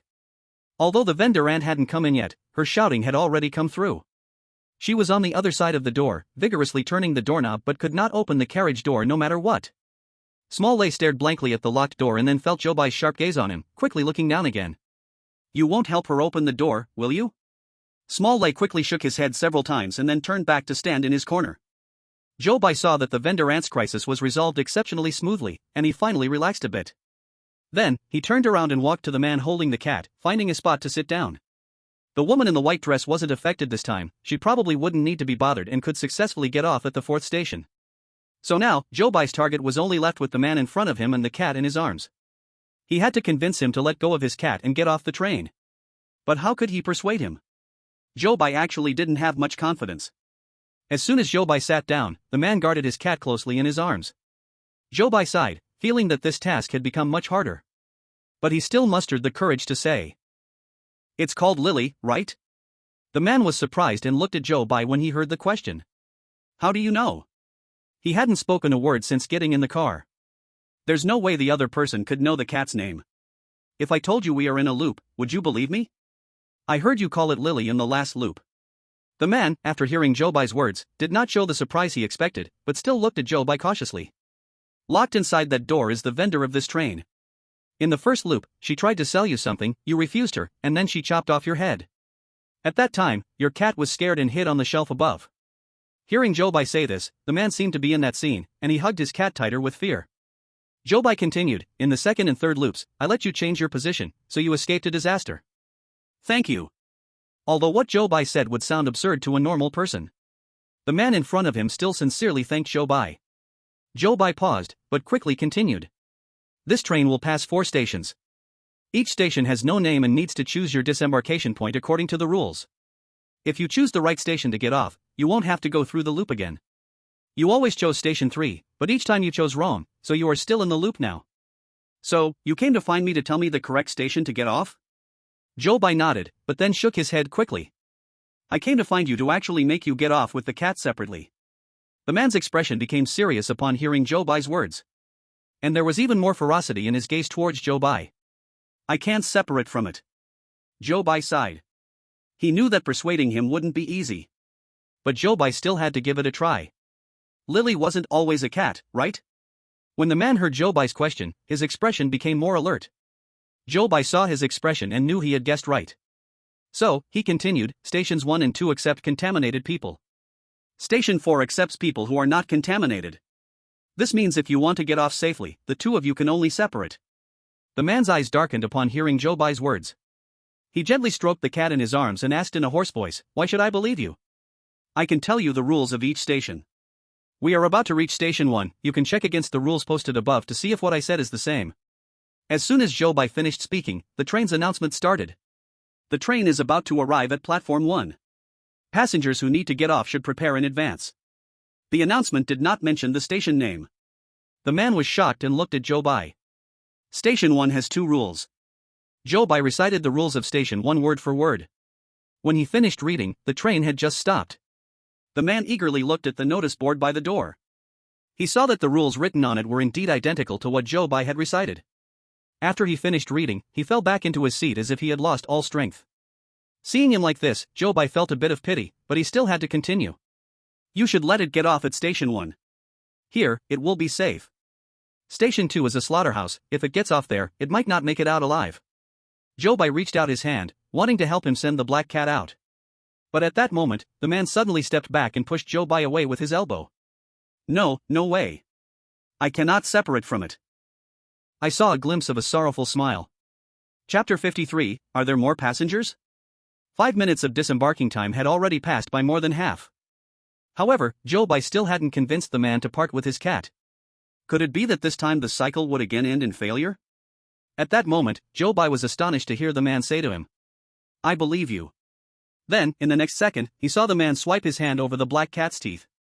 Meow. The black cat was startled by his action and let out a cry, its fur standing on end. The man quickly reached out to soothe it. After a long while, the black cat once again curled up in his arms. Zhou Bai watched in surprise at his hand movements, eyes fixed on the wound on the man's hand. He saw the cut hand rapidly sprouting little pellets. Then those pellets kept expanding, as if something was about to break through from them. The man furrowed his brows in pain, but a smile hung on his lips. Now, we can always be together. Zhou Bai looked at his actions in disbelief. He never thought someone would choose such a way to solve the problem. The man stood up, holding the black cat. He leaned slightly and thanked Zhou Bai, then walked toward the train door. As they walked towards the left exit of Platform 1, the train door closed behind them. Zhou Bai gazed at their departing figures, still unable to recover from the shock he just felt. The train slowly moved forward. Zhou Bai leaned back in his chair, eyes looking out the window. The original 7 passengers on the train had all reached their destinations one by one. If nothing unexpected happened, he now just needed to wait for the arrival of Platform 4 to end this cycle. For the time being, he didn't need to do anything, just quietly wait for the announcement of the results. He stared into the distance, lost in thought. Since entering the world of strange tales, this was one of the rare moments he could catch his breath. However, at this moment, the viewers in the Great Xia Country live broadcast room were all eagerly awaiting the announcement of the results. Finally, the train arrived at Platform 4. There were no unexpected events, the woman in the white dress smoothly walked out the train door. And no alarms sounded in the station. Seeing her successfully exit the station, the viewers from Great Xia Country could no longer contain their excitement and began to celebrate early in the live broadcast room. Great! Another chapter finished. Zhou Bai played this chapter beautifully. I can't wait to see what the rewards are. Zhou Bai is amazing, he cleared a cycle ahead of time. However, compared to the lively scene filled with comments on the live screen, the train inside felt much quieter. The doors closed, and the train moved forward again. In the whole train, only Zhou Bai remained sitting in his seat. Then, the screen slowly darkened. The viewers in the live broadcast room then heard the mechanical voice of the message announcement. The train cycle chapter, 4th cycle, Great Xia country chosen 1 Zhou Bai, clearance failed. Zhou Bai had been leaning against the back of the chair, but when he heard this news, he immediately sat up straight. Clearance failed? No, what went wrong? Besides the player, there are passengers on this train who have not disembarked. When Zhou Bai heard the next sentence, he felt his entire back become icy cold. There are still passengers who have not disembarked? But clearly, there was only him left on the train. Who? Who hasn't gotten off? In the previous cycles, there had been broadcasts of this message. But he had never carefully thought through the issue each time. In the first cycle, he thought the passengers who didn't get off were just the man who had his head chopped off and his cat. In the second and third cycles, Zhou Bai thought there were no passengers getting off, only the woman in the white dress who had been sent back. Now he realized, it was not like that. It turned out that every cycle, there were other passengers who did not get off. He had never thought that besides the few people he could see on the train, there were actually other passengers. In this cycle, a total of 3 passengers got off, and all 3 passengers reached the correct stop. You have used up 4 chances, please help all the passengers in the carriage find the correct stop within 5 cycles. Fortunately, not all the news he received was bad. The good news was that the 3 passengers who got off in the 4th cycle all reached the correct stop. But the bad news was that there were still passengers in the carriage who did not get off, and he had only 1 chance left. However, he didn't even know where the passengers who had not gotten off were or how many there were. He struggled to adjust his breathing, trying to calm himself down. The more dangerous it was, the more one should remain calm. The lights in front of him began to brighten again. Then, Zhou Bai saw that there was only him left in the entire carriage. Zhou Bai's brain raced, thinking of ways to cope. The first thing he must know is who the passengers who did not get off are. Now there was only him left in the train, but in this scenario, his identity was defined as a player, and during several announcements, he was excluded, so he did not need to get off. As for the people who had appeared in this carriage, besides those previous passengers, only Xiao Lei and the vendor ant remained. Although they both looked a lot like train staff, it did not exclude the possibility that they were also passengers. Therefore, Zhou Bai had to think of a way to verify their identities. Besides that, there was another possibility. As Zhou Bai thought of this possibility, he suddenly felt a chill around him. Rule's 6th clause. Xiao Lei often complains that there are too many passengers on the train, even when you see that there are actually only a few people in the carriage. Thinking of this, Zhou Bai couldn't help but look at the empty seats. These empty seats now appeared extremely strange in his eyes. Then, he heard a cluck, cluck, cluck sound coming from the front of the carriage. As soon as Zhou Bai heard this sound, he knew Xiao Lei must be in the corner, slowly turning his head. So Zhou Bai quickly looked up toward where he was. He looked him up and down, trying to figure out some clues from him. Xiao Lei grinned, turned around, and then met Zhou Bai's inquisitive gaze. He was first stunned. Then, just like several times before, he sped up, instantly appearing in front of Zhou Bai. As he got closer, Zhou Bai could see the details on him more clearly. His gaze swept over Xiao Lei's uniform, following the collar down to the obvious dividing line on Xiao Lei's neck. He frowned, feeling that there were indeed many suspicious points about Xiao Lei. Could it be that actually Xiao Lei was the passenger who did not get off? However, at this moment, Xiao Lei was already feeling a bit uneasy under Zhou Bai's penetrating gaze. Chapter 54, Vendor Uncle or Vendor Aunt? You, why are you looking at me? Xiao Lei took a step back. He felt that the passenger in front of him was simply terrifying. Especially since Zhou Bai was now smiling at Xiao Lei. Seeing Xiao Lei step back, Zhou Bai stood up and took a step toward him. What do you want to do? Xiao Lei had always been the one to scare others, he never expected to be frightened into retreating by a passenger today. What do I want to do? Ha. Of course, I want to lift your mask. Xiao Lei was so scared, he fell to the ground. Meanwhile, Zhou Bai stepped forward and placed his hand on Xiao Lei's mask. The audience in Daxia Country's live broadcast room witnessed this scene. Totally in a state of shock. Is Zhou Bai crazy this week? Does he think he can't clear the level, so he's just giving up? I seriously suspect that Zhou Bai is taking revenge on Xiao Lei for the times he tormented him. Is Zhou Bai trying to unmask Xiao Lei? This is simply going to lead to his own doom. Wow, this is the first time I've seen a chosen one being so arrogant in a horror world. I don't know why, but I actually feel a bit sorry for Xiao Lei. At this moment, in the live broadcast, the first layer of mask on Xiao Lei's head had been torn off by Zhou Bai. Under the mask, a normal human face was revealed. Zhou Bai casually tossed aside the cracked mask and reached towards Xiao Lei's neck with both hands. No way. This mask cannot be torn off. Zhou Bai didn't care about anything and directly grabbed the edge of the mask. Then he yanked it off with one swift motion.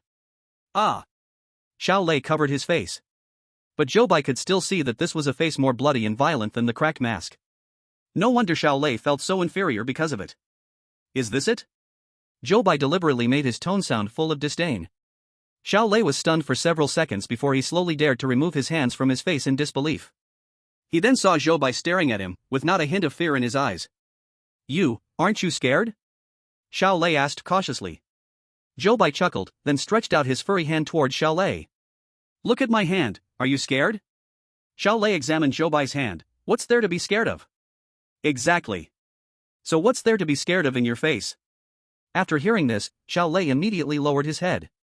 The audience thought Xiao Lei was upset by Zhou Bai. But then they saw a smile starting to emerge slowly on Xiao Lei's face. Though this smile brought some horror to his face, Zhou Bai could sense that this time he felt genuinely happy. Then, Zhou Bai heard the system's voice ringing in his mind. Detected Xiao Lei's favorability towards the host +20. Now you have gained an opportunity to mark a wrong option. The 7th rule of A is incorrect. Zhou Bai searched in his mind for information on this rule. This train only has one carriage. Please stay inside the carriage and do not attempt to look for other carriages. When he recalled the content of this rule, he was completely shocked. Is there not just one carriage? If it's not just one carriage, then this mistake is quite serious. Zhou Bai quickly looked towards the back of the carriage. There was no other exit at the front of the carriage, and if he wanted to get to other carriages, he could only go through here. Thinking of this, Zhou Bai intended to walk towards the rear carriage. At that moment, the cart full of special products appeared in front of him. Immediately after, the vendor auntie's shouts came through. Mice, cockroaches, little ants, earthworms, centipedes, big pythons. Hey! Sir, please pull your feet back. Upon hearing this voice, the audience in the live broadcast broke out in a cold sweat. The ant was back. Zhou Bai had just been focused on tearing off Xiao Lei's mask and didn't manage to lock the carriage door. He missed the best chance to stop her from coming in. Now, there was only Zhou Bai left in the entire carriage, and at this point, changing positions might already be useless. Zhou Bai also thought about this issue, and his expression instantly became serious. At that moment, the vendor ant also noticed Zhou Bai. She pushed her cart and walked directly towards Zhou Bai. The audience was so tense their palms were sweating. Would you like to buy some local specialties? Look at this bottle of fresh earthworms. If they crawled on you, they must look very cute. This was the first time the vendor ant had spoken to Zhou Bai in all these repetitive cycles. Everyone held their breath, waiting for Zhou Bai's response. Zhou Bai looked at the vendor lady, then pointed behind her and said, I need to use the restroom. Then, under the shocked gaze of the vendor lady, he walked into the restroom and closed the door. Seeing this scene, a young expert in the Daxia country analysis group excitedly pounded the table. Ha ha ha, I said in the first round that hiding in the restroom could avoid the vendor. Look, I was right, wasn't I? The older experts looked at him like he was a fool. However, even they had to admit that Zhou Bai's reaction was quite quick. But even so, there was only one last round remaining. Zhou Bai wanted to successfully clear the game, and the difficulty was still very high. Zhou Bai hid in the restroom, waiting until the sound of the vendor pushing her cart gradually faded away before he gently opened the door a crack. He let out a breath, secretly marveling, this lady is truly frightening. However, just as this thought crossed his mind, he suddenly froze in shock. Because it was not until this moment that he remembered something important. Rule B, Item 7. Old Manly selling snacks has trouble walking. But the vendor pushing the cart was obviously a lady. Zhou Bai annoyedly tapped his head. When he saw Rule B, he noticed this information. But at that time, he was focused on the other passengers, the vendor was just a danger to him. Whether she was a man, a woman, an old lady, or an old man, it did not greatly affect his task. So he subconsciously overlooked it. Only now, realizing that there were still passengers on the train who hadn't gotten off, did he grasp how critical this rule was. The station was almost here. He needed to quickly verify the identity of this lady. Zhou Bai gently opened the restroom door. Then he suddenly smelled a foul stench coming from the back of the train car. This smell was like a piece of raw meat that had rotted for many days. Zhou Bai frowned, and his heart sank suddenly. Chapter 55, The Corpse in the Abandoned Carriage. Connecting the scent to the recently remembered rule, Zhou Bai's heart began to race. He opened the restroom door and walked down the left aisle of the train. Following the direction of the stench, he stopped at a tightly closed door. The smell here had become unbearably strong. Zhou Bai couldn't help but cover his nose. He was certain that the foul smell was coming from inside this door. However, he had no key. Zhou Bai leaned close to the crack of the door and looked inside. Inside were rows of empty seats. Clearly, on the other side of the door was another carriage. In this strange world of horror stories, even the train structure was quite different from the real world. Zhou Bai muttered to himself and stepped back. Just as he was about to turn around, he realized he had bumped into something behind him. It felt like colliding with a mannequin displayed in a mall. Behind him came a creaking sound. Zhou Bai spun around quickly and saw a cracked face appear right in front of him. "What are you doing?" Xiao Lei's sudden face, in the dim corridor, looked even more terrifying. The audience watching this scene broke out in cold sweat. "This is an abandoned carriage, passengers are not allowed in here usually," Xiao Lei said and suddenly lowered his voice. "But I won't tell anyone." Xiao Lei pulled out a keyring from his pocket. "I'll help you open it." After saying this, Xiao Lei showed Zhou Bai a chilling smile. This smile nearly broke the screens in the livestream. "Oh my god, too terrifying." Zhou Bai still looked warily at the keys in Xiao Lei's hand. Xiao Lei suddenly being so friendly made it hard not to be suspicious. In the world of horror stories, it was better to be cautious. Xiao Lei saw that Zhou Bai still had doubts, so he quickly put the key into the door lock. With a click, the door of the compartment was effortlessly opened. After opening the door, Xiao Lei looked at Zhou Bai with a cheerful smile. He looked just like a little dog waiting for praise after doing a good deed. The audience was a bit dumbfounded when they saw this. Was this door really opened too easily? Zhou Bai was momentarily stunned, but was quickly hit by a foul smell, causing him to cover his nose again. As the door opened, the scene inside the compartment came into Zhou Bai's view. Each seat in the compartment looked somewhat worn. Xiao Lei was right, this compartment must have been abandoned for a long time. But peering inside, Zhou Bai noticed a foot sticking out into the aisle from under the front row of seats. Seeing this, Zhou Bai's heart skipped a beat. He wanted to turn back to see Xiao Lei's reaction, but when he looked back, he found that Xiao Lei had already left. Zhou Bai glanced at the position where the foot was located. After a mental struggle, he finally walked into the compartment. Step by step, he approached the position of that foot. Then, he finally saw clearly that lying under the seat was a body that had long since died. The foul smell he had been sensing was emanating from this corpse. The viewers in the live streaming room couldn't help but feel nauseous at the sight of this old man's death. Zhou Bai also suppressed his reaction and examined the corpse closely. When his gaze fell on the legs of the corpse, a lightning bolt seemed to flash through his mind. Rule B, Article 7. Grandpa Li, who sells local specialties, has health issues with his legs. There indeed was an old man with leg issues inside the train. This meant that the person lying here was the real vendor on the train. And that old lady was actually a fake vendor. It was very likely that she was originally a passenger. With this conclusion, Zhou Bai's mind began to race. Since she was a passenger, she had to get off the train. But now the question arose. From which station should she get off? To know from which station she should get off, he had to confirm if she had been contaminated first. Zhou Bai recalled the old lady's condition and did not remember her having any mutations. But to be cautious, he couldn't jump to conclusions just yet. He needed to see her again. Thinking this, Zhou Bai walked out of the compartment. Now the problem was to find that old lady first. While hiding in the toilet and listening to sounds, Zhou Bai remembered that the old lady had pushed her cart toward the right aisle.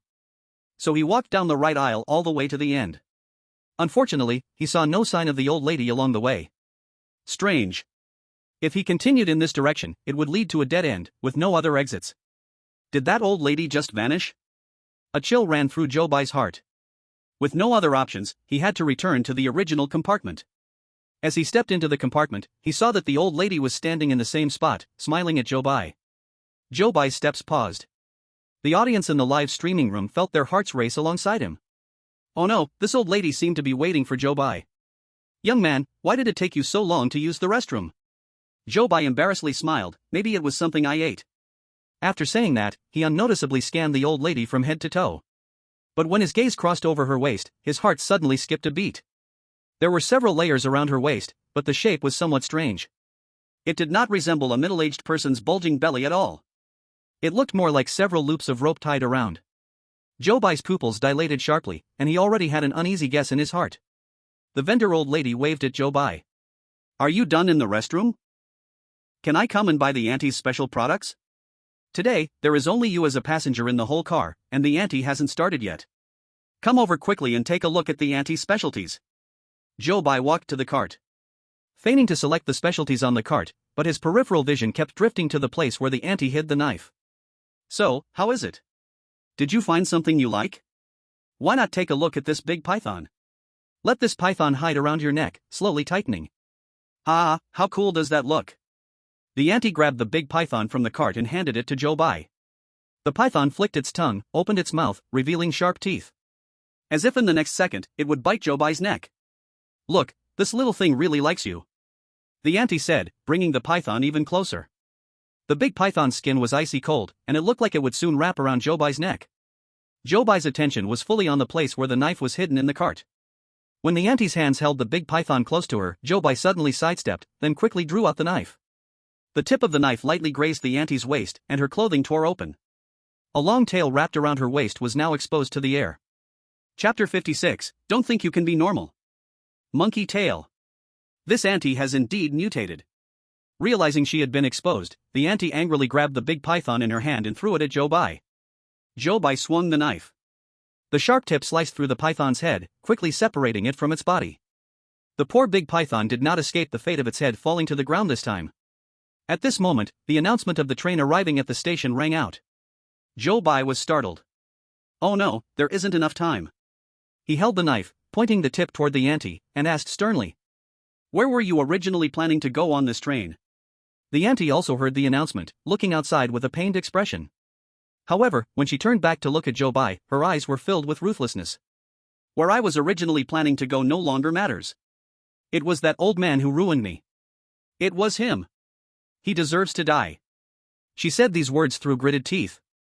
Zhou Bai thought of the state of the old man when he died in the abandoned car, and he formed a guess in his heart about what had happened. He couldn't help but feel a hint of sympathy for this auntie.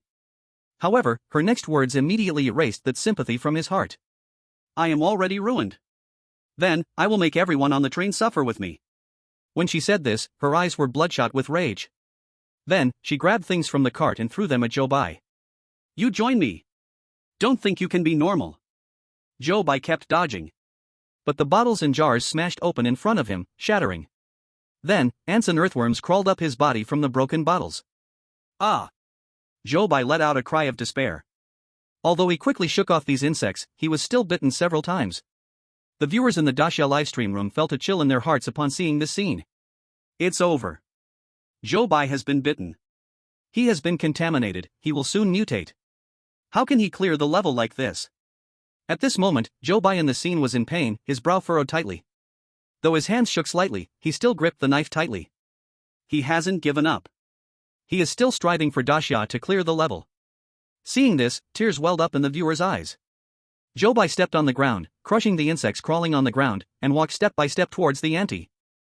The ant was suddenly scared and kept retreating. You are crazy, you will go crazy soon too. Yes, when Zhou Bai goes crazy, it is far more than this ant's madness. He tightly gripped the knife, enduring the intense pain in his body, gritting his teeth, and shouted at the ant. Tell me. Which station do you want to get off at? The ant was so frightened that her whole body trembled. She stumbled back, nearly getting close to the door, then fell out of the train completely. However, just at this moment, the 5-minute exit time had just ended. The door to Station 1 happened to close when the ant crashed into it. So when the ant bumped in, she directly crashed into the door. When Zhou Bai saw the door close, his heart sank immediately.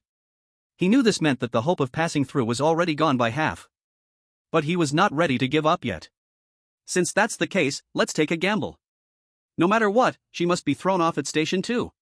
On Zhou Bai's body, the skin bitten by those ant insects had been continuously erupting with bumps. Pain, itching, burning. These feelings were constantly eroding Zhou Bai's sanity. Since entering the world of strange tales, it was Zhou Bai's first time deeply feel what it was like to be contaminated. He looked at the ant curled up beside the door, then tremblingly took a grey pill from his pocket. He quickly swallowed the pill, barely alleviating the pain. The ant leaned against the door, occasionally looking up at Zhou Bai. Seeing Zhou Bai taking the pill, she seized the opportunity and suddenly lunged at him.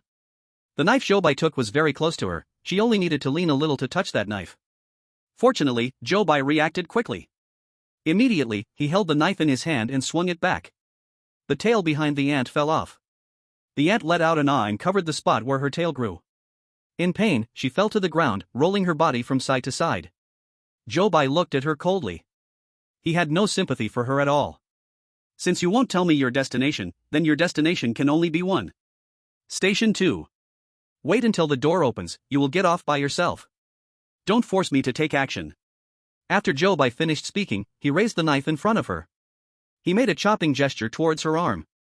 This immediately scared the ant, and she crawled to the edge of the door. Before long, the train's announcement sounded again. Station 2 is about to arrive soon. Zhou Bai aimed the tip of the knife at the ant. The ant immediately trembled and waved her hands. I'll get off, I'll get off. I'll get off here. As soon as she finished speaking, the train door opened just in time. She hurriedly ran off the train and stumbled towards the exit on the right. At this point, Zhou Bai was finally the only passenger left on the train. Only then did he put down the knife. But the pain and itching that followed began to spread all over his body. He painfully lay on the ground, shaking continuously. This pain was about to destroy his sanity. The viewers in the live broadcast room of Xia Kingdom saw this scene, and many of them were already in tears. It's okay, even if we fail to pass, Zhou Bai will always be our hero. I will always remember Zhou Bai. Isn't it just accepting the arrival of Strange Tales? What does it matter? Zhou Bai has gone through 3 rules of Strange Tale copies, so we can be considered to have experienced it with him. Zhou Bai, don't be afraid, we are with you. At this moment, Station 3 slowly appeared before the viewers. Zhou Bai looked towards the door. He saw 2 rules written on it, rules that he had long memorized. 1. No matter how different you are, we can accept you. 2. Joining us requires a strict review, please be mentally prepared. Zhou Bai stared at these 2 rules, feeling that these 2 rules in his heart. Suddenly, he had a different feeling. He struggled to stand up. He leaned against the back of the chair as he made his way to the door. As his foot stepped out of the train door, he heard the mechanical announcement by his ear. Looping train copy, 5th loop, chosen one of the Great Xia, Zhou Bai, successful clearance. Then, he immediately heard another voice. Welcome to the Whitebeard Organization. Chapter 57, The Whitebeard Badge. Zhou Bai felt as though he was in darkness. Only a beam of light shone brightly from far away. He struggled to open his eyes and look towards the light. He saw a small boy slowly walking toward him. When the boy got closer, Zhou Bai realized it was Lele. Brother, they sent me to find you. They? Zhou Bai was sweating painfully, his mind felt blocked, unable to think further. Then, he felt Lele putting a pill into his mouth. After swallowing the pill, the pain in his body gradually faded. Next, Lele stuffed a badge into Zhou Bai's hand. They also asked me to give you this. Zhou Bai held the badge up to the light, seeing a pair of Whitebeard symbols on it. Alright. Mission accomplished. Now I should go. Goodbye, brother. After Lele finished speaking, he quickly turned around and vanished into the darkness. Zhou Bai stared blankly, gripping the badge tightly in his hand, as the mechanical announcement echoed in his ears again.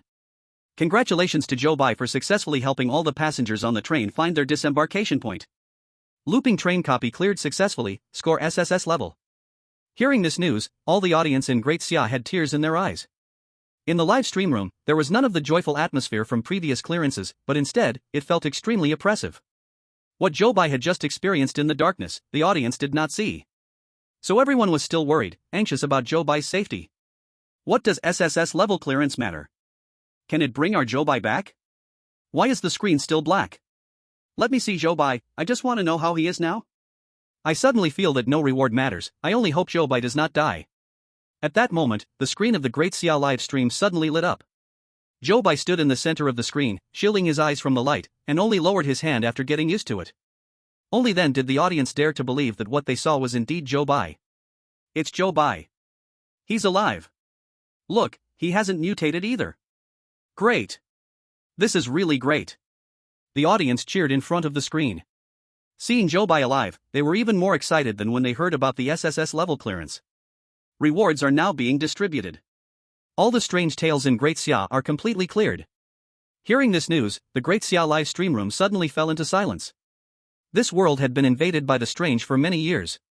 Because of the strange influence, people's lives had been seriously affected. The entire society's economic development was regressing year by year.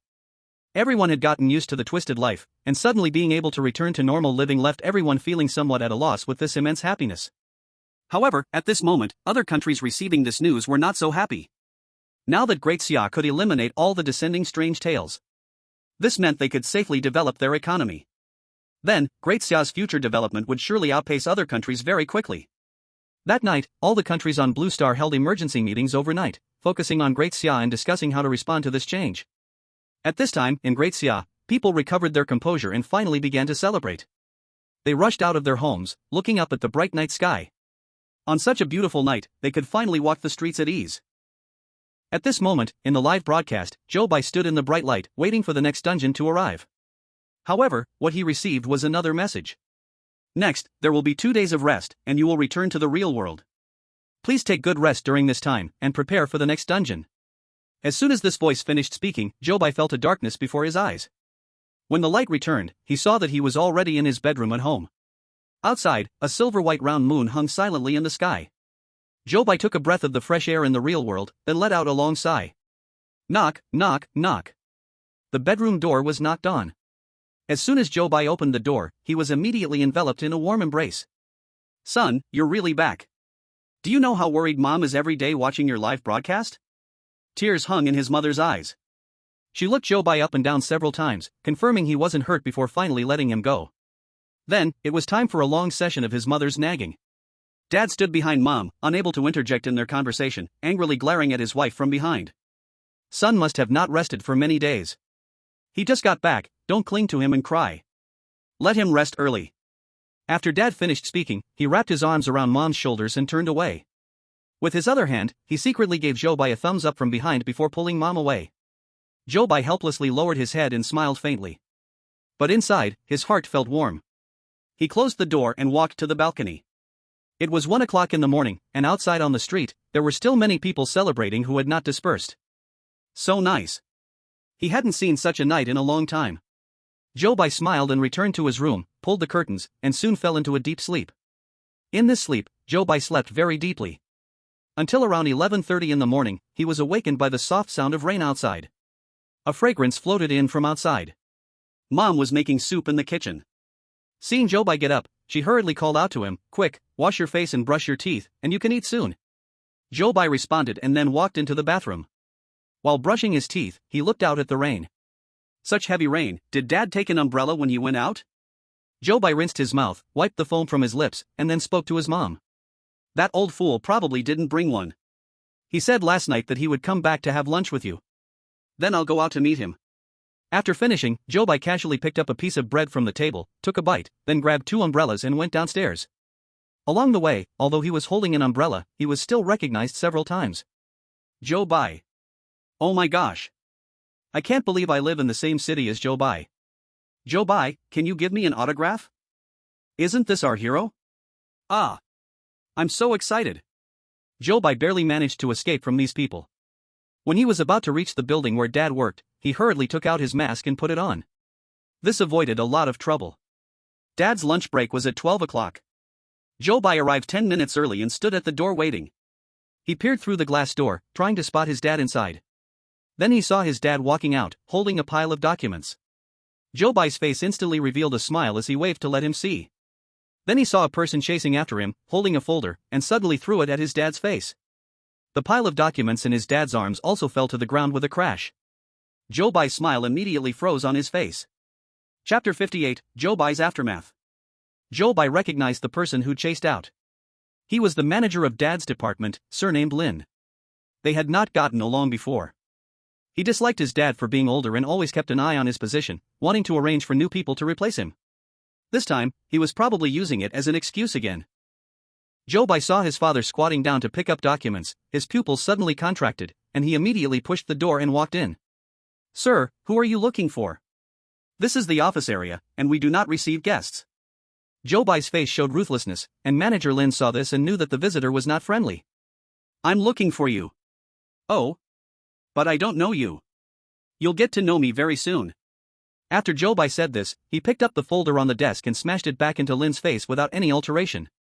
Bang! Manager Lin, in pain, covered his face with his hand, pointing at Zhou Bai. You dare to hit me? Come here. Where are the security guards? Hurry up and throw this person out. Zhou Bai couldn't care less about him and squatted down to help his father pick up the documents on the floor. Zhou Bai's father immediately recognized him. No, this is my son. You all don't touch him. Hearing Zhou Bai's father's words, Manager Lin's face showed a smile. Old Zhou, your son is causing trouble in the office, and this matter falls back on you. Looks like your bonus this month is going down the drain. As soon as he finished speaking, several security guards rushed in. Manager Lin pointed at Zhou Bai. Come, throw this disgrace of the Zhou family out of the office. As soon as Manager Lin finished speaking, those security guards all rushed up, reaching out to grab Zhou Bai. At this moment, with a crash, the glass door of the office suddenly shattered onto the floor. Everyone was startled and looked over. Then they saw more than 10 soldiers in camouflage uniforms, armed with weapons, charging in. Those security guards and Manager Lin had never seen such a scene. They were so scared that their legs trembled. Who dares to touch the chosen one of Great Xia? Manager Lin trembled. See, chosen one? Where did the chosen one come from? Then he looked at Zhou Bai, and his eyes suddenly widened. Zhou Bai? You are Zhou Bai. He carefully looked at Zhou Bai's eyes and finally felt a touch of familiarity. Zhou Bai's father had never boasted outside that Zhou Bai was his son, so Manager Lin did not know this matter. At this moment, Manager Lin wished he could slap himself twice. Just a moment ago, he called Zhou Bai the disgrace of the Zhou family. How dare he say such a thing? He even wanted to walk up to Zhou Bai and say a few words, but was immediately pushed away by several soldiers. Mr. Zhou Bai, the highest leader of the Great Xia Analysis Group, wants to see you. Please come with us. Hearing this, Zhou Bai nodded. Having become the chosen one, he was bound to the fate of Great Xia. It was also normal for the highest leader of the Great Xia Analysis Group to want to see him. He looked at his father. The soldiers immediately understood and said, "Rest assured, your parents will be protected 24 hours a day in secret. Even if you hadn't acted just now, we would have sent soldiers to protect your father." Hearing this, Manager Lin suddenly felt a chill down his back. Zhou Bai then nodded. Dad, take this umbrella. You wait for me at home, I'll be back soon to have dinner with you. After Zhou Bai finished speaking to his father, he followed the soldiers out. He was soon taken to a conference room. The old man sitting at the head of the conference table stood up quickly when he saw Zhou Bai walk in. Mr. Zhou Bai, thank you for your efforts for Great Xia. The others in the conference room also stood up. In their eyes looking at Zhou Bai, there was admiration, gratitude, and sympathy. Every chosen one must continuously accept challenge after challenge until failure ends it. No one knows how many challenges there are in the world of strange tales, how many times they need to challenge. Because since the bizarre invasion began, no chosen one has survived until the end. So, the young person in front of them was not only a hero of Great Xia but also someone whose death had been announced ahead of time. It's nothing, anyone from Great Xia being chosen. I will work as hard as I can, just like me. Zhou Bai said calmly. Although he was only 22, having experienced many life-or-death crises in the world of ghost stories, he had already learned to remain unperturbed by honor or disgrace. The old man looked at him and nodded approvingly. You have now become the focus of attention for foreign forces. But don't worry, we've increased manpower to secretly protect your parents. As for their future life, you can rest assured, the country will take full responsibility. In the world of ghost stories, you can fight without holding back. It seemed that they had brought Zhou Bai here to arrange matters for his family in advance, so he could set off with peace of mind. Although this thought seemed a bit cruel, Zhou Bai had to admit that this was the best arrangement the country could make. Thank you, but I won't let my parents lose their son, and I won't let the Great Xia country fail in the challenge. When the people in the meeting room heard Zhou Bai say this, no one believed he could do it. But no one had the heart to discourage his confidence. Good. Good. A young man should have this kind of ambition. When Zhou Bai walked out of the meeting room, he was handed an 8-digit bank card. This was the card that the old man gave him after he walked out of the meeting room. Zhou Bai did not refuse, accepting it calmly. When he returned home, hot food was just placed on the table. I saw you coming from this balcony, so I immediately told your mother to heat up the food. Isn't that clever? Zhou Bai looked at his father's playful expression and helplessly shook his head. Clever, really clever. At this time, his mother had already served soup into everyone's bowls. What are you two father and son whispering about? Hurry up and eat. Old man Zhou, I'm talking to you. Don't always be talking to your son. His father shrugged. Zhou Bai smiled and then obediently sat down at the dinner table. The short 2 days of rest quickly passed. Soon it was time to say goodbye. Zhou Bai took the bank card and stuffed it into his mother's hands. His mother turned around, secretly wiped away a tear, and then immediately forced a smile. His father patted Zhou Bai's shoulder. Go, I'll take good care of your mother. Zhou Bai nodded, then closed his bedroom door. He lay on the bed and closed his eyes. Not long after, the mechanical voice sounded again. Welcome to the world of ghost stories. The copy you entered is called the Horror Tavern. Please prepare yourself and stay alert at all times. Chapter 59, The Horror Tavern copy begins. The horror tavern copy has started, all chosen ones please get ready. The way to pass this copy. SSS level completion, obtain a blue handgun and ensure the tavern survives. S level completion, obtain a blue handgun. A level completion, enter the horror tavern 7 times and survive. After the information broadcast, live streams in other countries on Blue Star lit up at the same time. Hundreds of re-chosen ones stood on the street, just like Zhou Bai. A full moon hung in the sky. And in front of them was a 2-story dilapidated tavern. Our country will definitely win this time. Beautiful America is a big country on Blue Star. There's no difficulty we can't overcome. Oh, this time it's the tavern copy. Will there be pretty girls inside? Our Iron Tower country's chosen ones are lucky this time. These chosen ones stood in front of the tavern and noticed the rules posted at the tavern's entrance. Horror Tavern Customer Rules. 1. The tavern's business hours are from 23 to 4:44. Do not arrive early or leave late. 2. This tavern values gentlemanly manners. From 2 to 3 o'clock, you must actively invite a lady to dance. 3. The more beautiful the woman, the more irritable she is. Please don't anger them, or you might be thrown out at any time. If you see a cup of wine on an empty seat, remember, do not choose that seat. The control within the tavern is very strict, and patrolling guards wearing red hats often appear. No matter what they do inside the tavern, there is no need to be afraid. However, if you see them pull out black clubs, please leave the tavern immediately. This tavern offers free drinks and meals, but remember, do not waste them. If the bartender with a tilted head hands you a cup of wine, please do not refuse it. Do not ask the bartender any questions. After Zhou Bai read all the rules, a voice from the system echoed in his mind. Detected that the host has acquired new rules, now marking an incorrect option for you. The 8th rule of the Horror Tavern customer code is wrong. Zhou Bai looked at the rule marked incorrect. So, it is okay to ask the bartender any questions? Zhou Bai felt that things might not be that simple. This system only marks incorrect rules. However, if you take it for granted that the entire rule is wrong, it is very likely that you will fall into a trap. Zhou Bai decided to primarily observe during his first visit to the tavern. Less action, more observation. After sorting out his thoughts, he took out his phone to check the time. On the screen, it showed that the current time was 1:55 a.m. It was an allowed time to enter the tavern. So, he put away his phone and stepped into the tavern. Welcome! As soon as Zhou Bai pushed open the large wooden door of the tavern, he heard a fortune cat squatting at the entrance, swaying its arms and saying the welcoming words. Zhou Bai looked at that cat and found its fur strangely too realistic. He frowned slightly and then looked elsewhere. In the live broadcast rooms of other countries, their chosen ones entered the tavern after reading the rules. Only the chosen one of a San country, D Rang, stood in front of the tavern door, staring at the rules for a long time without going in. Audiences from a San country expressed their approval of D Rang's behavior in the comments. Our chosen one seems to be a very cautious person. I am very optimistic about D Rang. Look, he is still studying the rules. Looks like our Asan country will definitely shock the world this time. In the broadcast, D Rang finally finished reading the rules and stepped into the tavern. Welcome!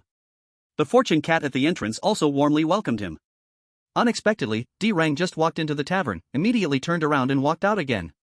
Then, he quickly walked back in. Welcome! Welcome! Welcome! Some audiences from Asan country finally understood D Rang's operation at this point. Haha, D Rang wants to enter the tavern 7 times in one day. Then he can pass at a level. A level pass means entering the horror tavern 7 times and surviving. D Rang is planning this. Speaking of intelligence, it must be our Asan country that is smart. Audiences from Asan country, across the screen, helped D Rang count. 5, 6, 7. 7 times reached. D Rang proudly stood at the tavern door. The audiences from Asan country happily waited for the pass announcement. Then, at that moment, the fortune cat at the entrance finally exploded with fur when he walked out for the 7th time. Foolish human, are you playing with cats? Its sharp claws extended, slashing toward D Rang's back. In an instant, blood stained the live broadcast room of Asan country. The horror tavern's ghost stories descended upon Asan country. Those undercover agents lurking in the live broadcast room of Asan country saw this scene and all laughed as they slipped back to their own country. At this moment, Zhou Bai was also standing next to the fortune cat, but he looked inside and then walked towards the bar. Although the outside of this tavern looked very shabby, there were many customers inside. Zhou Bai finally found 2 empty seats. He walked over. But he saw that on one of the tables at an empty seat, a glass of red wine sat on the table. He remembered the 4th rule. If you see a glass of wine on an empty seat, remember not to choose that seat. So, he chose to sit at the empty seat next to it. Hey, buddy. There are many beautiful women in this tavern. A furry hand reached out in front of Zhou Bai. Shaking a glass filled with green liquid, he tilted his head back and gulped it down. Zhou Bai looked at him. On this person's face, there were 6 long, horizontal whiskers, and his furry hands resembled cat paws. After seeing it, Zhou Bai was momentarily stunned. A mutant. Then he looked at the other customers in the tavern. At this moment, he realized the unusualness of this tavern. The tavern was noisy, and everyone wore cheerful smiles. However, if you looked closely, you would notice that the suited gentlemen, shirtless bearded strongmen, beautiful ladies with cat ears, and the empty seats with glasses all harmoniously appeared in the same space. In his heart, Zhou Bai silently categorized these customers. Mutants, normal people, and it. All appeared together in this tavern. At this moment, in front of the bar, the bartender with a tilted head rang the bell in front of him. Ding! Ding! Ding! Now it is gentlemen's time in this tavern. Please, all the gentlemen present, stand up and invite a lady to dance with you. Zhou Bai looked down at his phone screen. It was exactly 2 o'clock in the morning. Chapter 60, the aesthetics of these people are a bit strange. The viewers in front of the screen also realized the oddness in the tavern. In the world of strange tales, inviting a stranger to dance is not a blessing. With just a little carelessness, there's a chance of losing one's life. Zhou Bai also understood this point, so his expression turned serious. As the bartender's voice fell, all the gentlemen in the tavern stood up. Zhou Bai remained seated, not in a hurry to act, but instead observed the behavior of others. Quickly, these gentlemen swarmed out, searching for their dance partners. Sitting by the tavern window, a girl with a fish head occupying 2 seats immediately became the most sought-after invitee. In no time, 5 or 6 boys surrounded her. Meanwhile, a girl beside Zhou Bai, with a pale face and as skinny as a skeleton, was also surrounded by 2 or 3 boys. These boys pushed each other, hinting at a spark of conflict ready to ignite among them. The prettier the woman, the more temperamental she becomes. Please do not anger them, or you might be thrown out at any moment. In the viewer's eyes in the live stream, neither of these 2 girls could be considered pretty. They might even be regarded as lower in attractiveness within the entire tavern. However, it seemed that in this place, the lower the attractiveness of a girl, the more popular she became. The viewers speculated that their behavior was influenced by this rule. Zhou Bai's gaze skipped over these girls surrounded by invitees and landed directly on a neglected dark corner. Then, the viewers finally saw Zhou Bai stand up from his seat and walk towards that corner.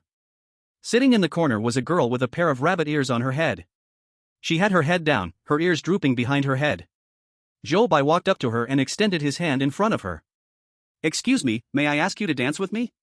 The moment the girl heard this, her ears perked up immediately. Then she turned her head to look at Zhou Bai. At this moment, the audience in the live stream from the Great Xia country finally got a clear look at her appearance. Wow!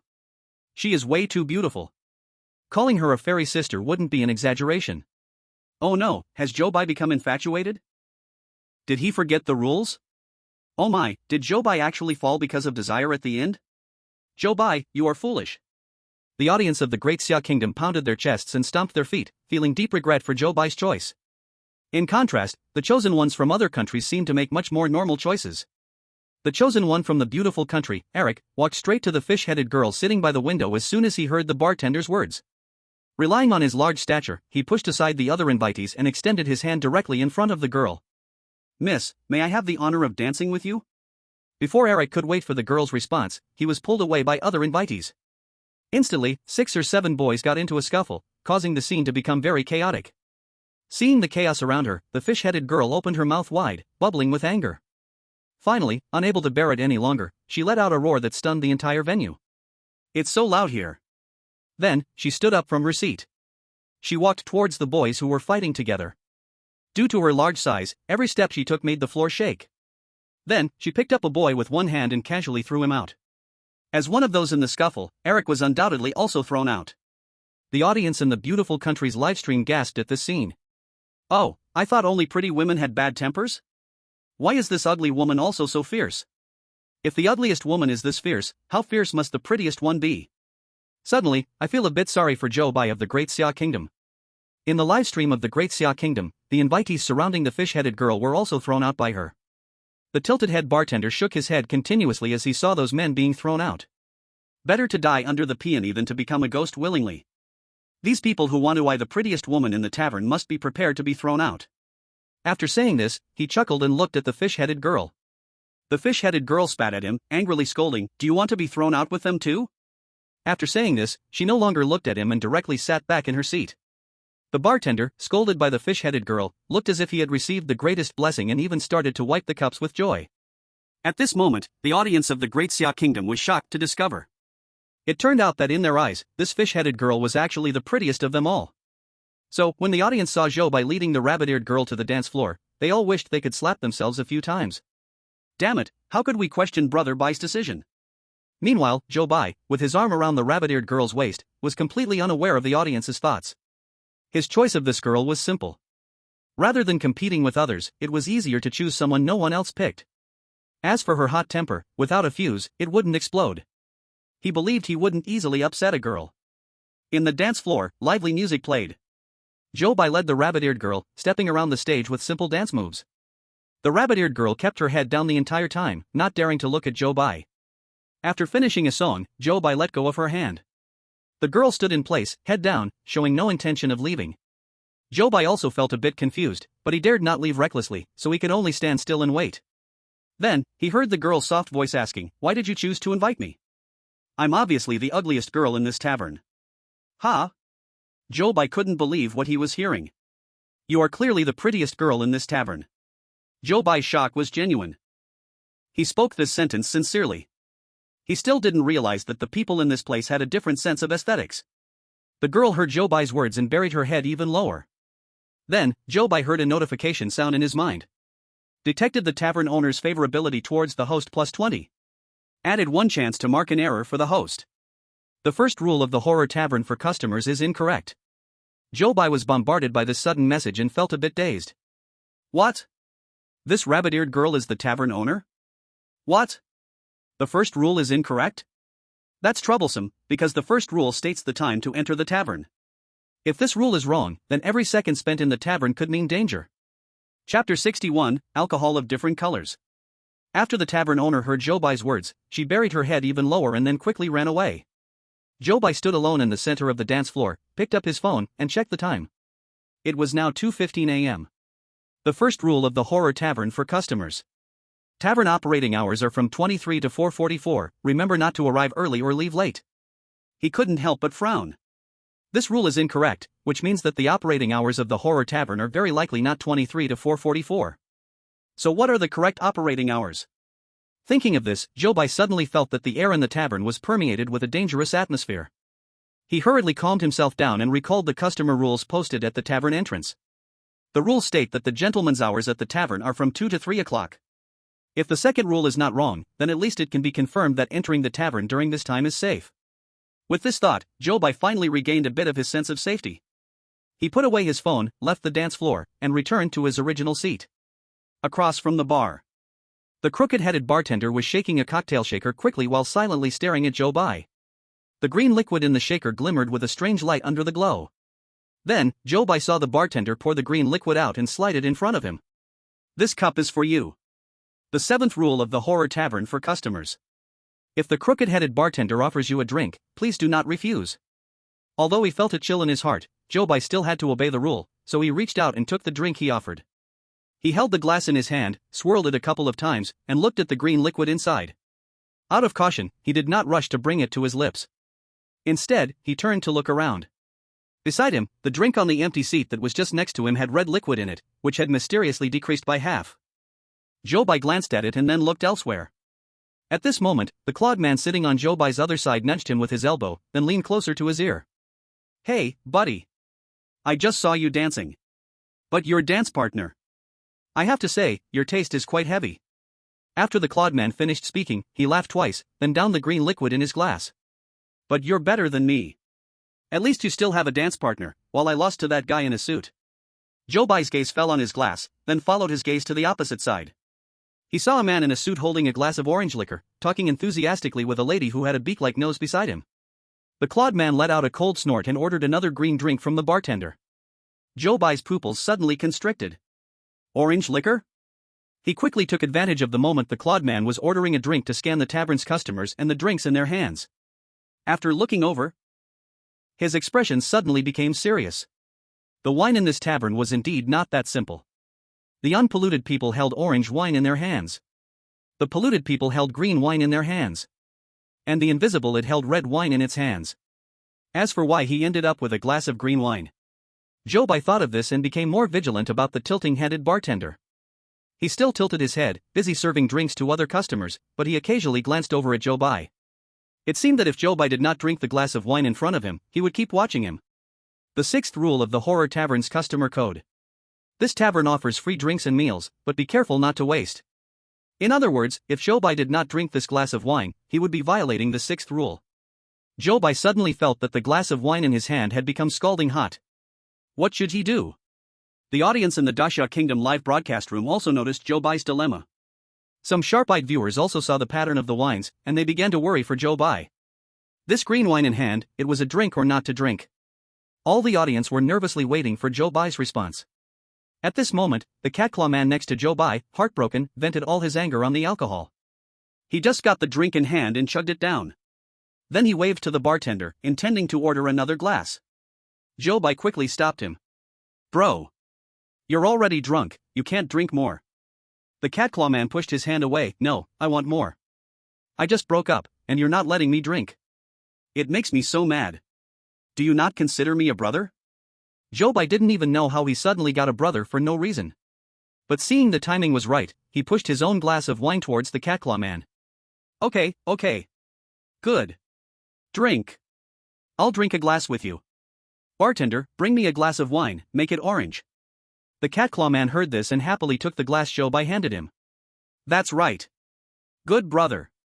The bartender picked up a glass of orange wine and looked at Zhou Bai with a complex expression. Zhou Bai took the glass, clinked it with the catclaw man, then chugged it down. The spicy flavor instantly rushed to his head. The catclaw man downed another glass and grabbed a cockroach crawling on the table, swallowing it whole. Zhou Bai grimaced in disgust. He turned his head, picked up his phone, and checked the time again. The phone screen showed it was now 2:35 a.m. He couldn't stay in the tavern too long. For safety's sake, he planned to leave before 3 o'clock. There wasn't much time left, and he needed to gather more useful information quickly. The catclaw man was drunkenly crying on the table. Zhou Bai took a glance, helplessly standing up from his seat. He walked towards the inside of the tavern. Along the way, a waiter with a tray weaved between the seats. From appearance, he seemed to be the most normal employee in the tavern. Zhou Bai stopped him and asked, "Excuse me, where is the restroom?" The waiter stopped and looked at Zhou Bai. Suddenly, he opened his mouth. Zhou Bai only saw a black hole inside, with no tongue. The audience watching this scene all gasped in shock. Though this scene was not terrifying, the suddenness of it was quite frightening. Ah. The waiter gestured, pointing a direction to Zhou Bai. Zhou Bai followed the direction he pointed and walked inside. However, when he reached the end, he saw only a staircase. The restroom is on the second floor? Zhou Bai thought to himself and raised his head to look ahead. There, next to the staircase, was a sign pointing upward. The arrow on it was outlined with a black pen. Zhou Bai stared at the sign, watching and watching, but found that the black above was slowly turning red, and red liquid was flowing out slowly. Chapter 62, The Patrol Officer with a Red Hat. Zhou Bai looked at the flowing liquid, and in an instant, his hair stood on end. "Excuse me, how did you end up here?" A voice came from behind Zhou Bai. Zhou Bai turned around in surprise. He saw the neck-tilted bartender, expressionless, holding a plate of greasy elbow meat, standing behind him. "I came to find the restroom. The waiter told me it was here," Zhou Bai said to the bartender. The bartender's expression was flat, showing no surprise at the red liquid flowing from the sign. "The restroom is broken. You'd better not go up." After coldly dropping this sentence, the bartender walked away with the elbow meat. Zhou Bai glanced back at the stairs. The atmosphere in the tavern was lively, although the second floor was also lit. It seemed like a completely different world. Zhou Bai did not take a step forward. He felt that it was not the time to take risks. He took out his phone to check the time again. At this moment, it was 2:42 a.m. He scanned the tavern's surroundings, seeing no other useful information. So he decided to leave the tavern for now. Zhou Bai thought this and walked back to the bar. The neck-tilted bartender placed the plate of elbow meat in front of the fish-head girl with a flattering gesture. The fish-head girl said something to the neck-tilted bartender and then pounded the table in anger. Instantly, all the customers turned to look at them. Zhou Bai was too far away to hear what they were saying. He only saw the fish-head girl, after pounding the table, furious, throw the plate of elbow meat on the ground. The plate was instantly shattered. The girl's hand was cut by the shards that flew from the plate, leaving a trail of blood. The surrounding customers suddenly looked at them with a few more intense gazes. Blood was slowly dripping from the wound on the fish head girl's hand. Zhou Bai looked at her injury, and suddenly his mind buzzed. He shook his head hard, trying to clear his mind. But looking at the dripping blood, he couldn't help but feel thirsty. The neck-tilted bartender hurriedly took out a handkerchief to cover the girl's wound. At that moment, Zhou Bai felt his symptoms easing a bit. There was a problem. Zhou Bai quickly recalled what he had done after entering the tavern. Alcohol? Or was it the business hours? He couldn't figure out what exactly had gone wrong. He could only hurry and walk faster toward the exit. Beside the bar, the cat-clawed man was still lying on the table. As Zhou Bai passed by him, he saw him laughing and crying, then pick up a plate on the table to gnaw at it. Zhou Bai looked across from his spot. He saw the bird-beaked girl and the suited man still chatting. The bird-beaked girl held the suited man's hand under the table. As they talked, she suddenly brought his hand to her mouth and bit down on it. Zhou Bai saw blood flowing from beside the girl's mouth. Yet the suited man still wore an expression of enjoyment. Zhou Bai instantly felt a shiver run down his spine. He quickened his pace toward the exit. At this moment, several sharp whistles sounded from outside. Then, Zhou Bai saw a person wearing a red hat burst in with a stick in hand. Tavern customer rules, 5th rule. Management in the tavern is very strict. Patrol officers wearing red hats often appear. Whatever they do in the tavern, there is no need to be afraid. However, if you see them take out a black stick, please leave the tavern immediately. Zhou Bai quickly looked at the stick in his hand. Fortunately, the stick held by that person was red. Zhou Bai stopped in his tracks, wanting to see what he had come in for. So he turned to look at him. And the next second, the entire tavern echoed with the sound of breaking porcelain, one after another. He held up a red stick and smashed it directly onto the wine glasses on the table. After smashing one table, he went on to smash another. Before long, all the wine glasses in the tavern were shattered to pieces by him. The scene that was once filled with clinking glasses had now turned into a complete mess. In such a scene, the person wearing a red hat did not look like a patrolling officer, but rather like a thug causing trouble in the tavern. The clangs of breaking glass continued, one after another. Zhou Bai felt that his head was being knocked clearer by these sounds. The tavern owner with rabbit ears curled up in the corner. She did not even dare to show her face. The crooked-neck bartender continuously bowed and apologized to the patrolling officer. It looked more like he was the owner of the tavern. After much effort, the crooked-neck bartender finally managed to see the patrolling officer out the door. Zhou Bai glanced at the time in his hand. It was exactly 3 o'clock in the morning. So, he followed behind the patrolling officer and walked out of the tavern. Behind him, the lucky cat waved its arm, saying to him, "Welcome for your next visit." Zhou Bai looked up at the sky. The full moon was still brightly hanging in the sky. Across from the tavern, there was an inn. This inn was specially prepared as a resting area for the chosen ones in this dungeon. As long as the chosen ones did not choose to enter the tavern, they could stay in the resting area. The street outside the tavern was unusually quiet. It was completely different from the lively scene inside the tavern. After Zhou Bai left the tavern, he entered the resting area, where he found his own room. His room's window faced directly towards the tavern's main door. So, he sat by the window, looking far towards the tavern across the street. After Zhou Bai left, the customers in the tavern also left one after another. Zhou Bai took out his phone and stared at the time on the screen. Until 5 o'clock, the lights in the tavern still had not been turned off. Later, Zhou Bai could no longer hold on, and he lay on the windowsill and fell asleep. The viewers in the live stream of Daxia country felt a bit distressed seeing Zhou Bai working so hard. Is Zhou Bai confirming the tavern's business hours? Does he think this rule might be wrong? I heard the chosen one from Iron Tower country, like Zhou Bai, also chose the rabbit-eared beauty, so he wasn't thrown out. But he just died for some unknown reason. Who knows which rule he broke? Yeah, really scary. Being cautious is definitely the way to go. Many viewers could not stay awake and went to sleep early. In the livestream, only a few viewers were left staring at the screen. But the longer these viewers watched, the more puzzled they became. Because in the real world, the sky was starting to lighten, but the moon outside Zhou Bai's window was still high in the sky. No daytime in the dungeon? This thought surged in the viewers' minds. At that moment, Zhou Bai stretched out his hand and woke up from his dream. He squinted at the moon in the sky. Then he took out his phone. When he saw the time displayed on the screen, his eyes widened in shock. Chapter 63, The Tavern's Backdoor Rules. The screen on Zhou Bai's phone showed that the current time was 10 o'clock in the morning. But outside the window, the full moon was still hanging high. Zhou Bai couldn't believe it and checked his phone again. Sure enough, it was indeed 10 o'clock in the morning. Was there no daytime in this dungeon? Was the phone broken? Or was something wrong with his mind? Zhou Bai's first reaction was to list all the possibilities. Meanwhile, the experts from the Daxia country analysis team were urgently holding a meeting to discuss this problem. Dungeons without daytime have been recorded in our ghost story archives. Such dungeons generally appear together with time confusion. At this time, the most important thing for the chosen ones is to find out the correct time. Let's use one hint first. Tell Zhou Bai the time in the real world so that he has one more reference. The other experts agreed with this suggestion. Soon, Zhou Bai received the information sent by the analysis group in his mind. After receiving the information, Zhou Bai picked up his phone and checked the time again. The time displayed on his phone was exactly the same as the time sent by the expert group. Therefore, he could rule out the last two assumptions. However, whether the time in this copy was consistent with the time in the real world still needed to be verified. Zhou Bai looked out the window again. He saw that the street now was even quieter than it had been last night. There were almost no pedestrians on the road. Only a limping old man was wandering back and forth around the tavern. Zhou Bai had lunch in the leisure area and then sat by the window in his room, looking at the tavern. During this time, there were no other pedestrians on the street. It was not until his phone displayed 2:30 p.m. that he saw a garbage truck stop behind the tavern. From a distance, Zhou Bai saw someone take out several bags of garbage from the tavern and throw them into the truck. Then the garbage truck turned around and returned the way it came. At this point, Zhou Bai realized that the tavern had a back door. After the garbage truck drove away, Zhou Bai walked out of the leisure area. He came to the back door of the tavern.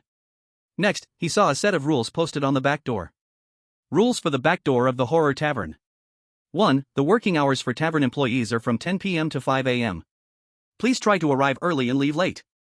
2. The garbage truck can come to collect garbage at any time.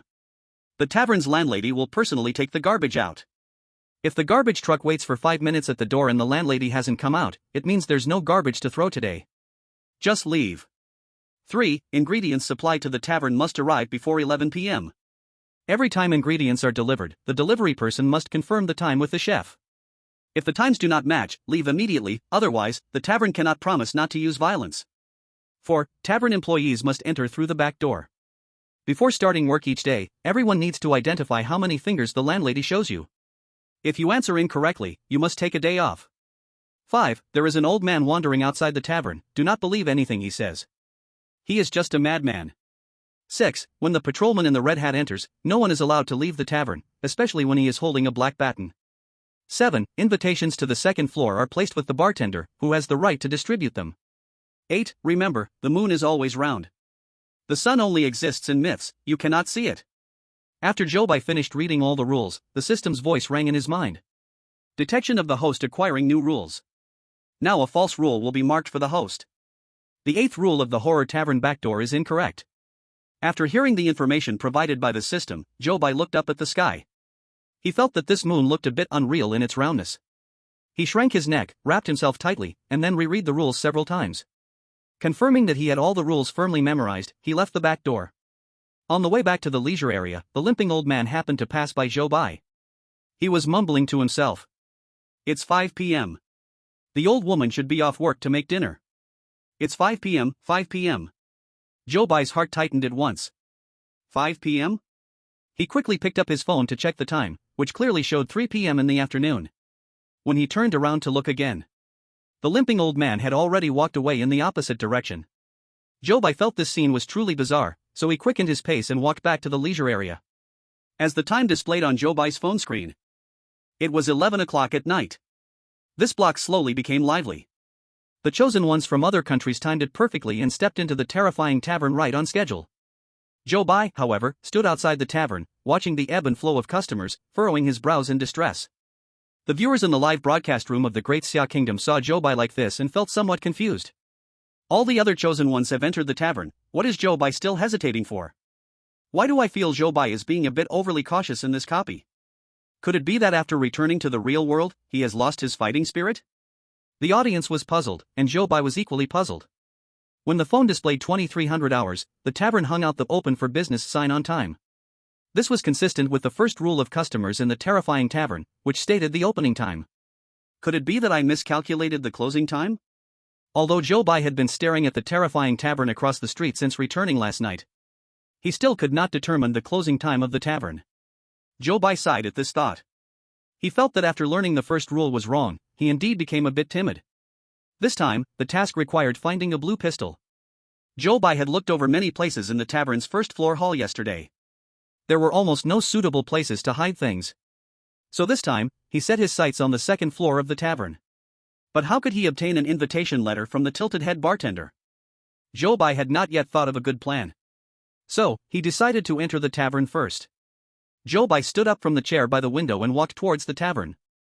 Welcome! The fortune cat squatting outside warmly welcomed every customer. Zhou Bai walked to the bar and sat in the same seat he had occupied last night. The tilted head bartender glanced at Zhou Bai. Then quickly shook his cocktail shaker. Next, he poured out a glass of orange liquor and handed it to Zhou Bai. Zhou Bai took the glass and placed it in front of himself. Now, even this glass of orange liquor made Zhou Bai hesitant to drink. He looked around. Zhou Bai came early today, so there weren't many customers in the tavern. The girl with the fish had arrived quite early, sitting alone by the window.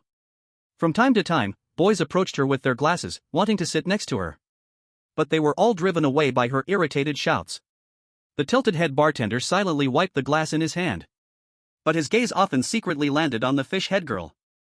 Zhou Bai watched the scene and smiled as he leaned closer to the bartender, asking, "Do you like her?" The bartender instantly panicked, almost dropping the glass in his hand. She is so beautiful, isn't it normal to like her?" Zhou Bai broke out in a cold sweat. So people in this world have such strong tastes? He turned his gaze to the fish head girl. Thinking with a smile, this indeed gave him an opportunity to win over the tilted head bartender. Seeing Zhou Bai looking in the direction of the fish head girl, the tilted head bartender warned him. Beautiful girls aren't that easy to pursue, be careful of being thrown out of the tavern by her. Zhou Bai found it amusing and ignored him, continuing to look at the girl. He noticed the fish head girl was sitting sideways to the bar. In front of her was a glass of green liquor, and no other food was placed in front of her. Zhou Bai stared at her for a long time, but the more he looked, the more he felt something was off.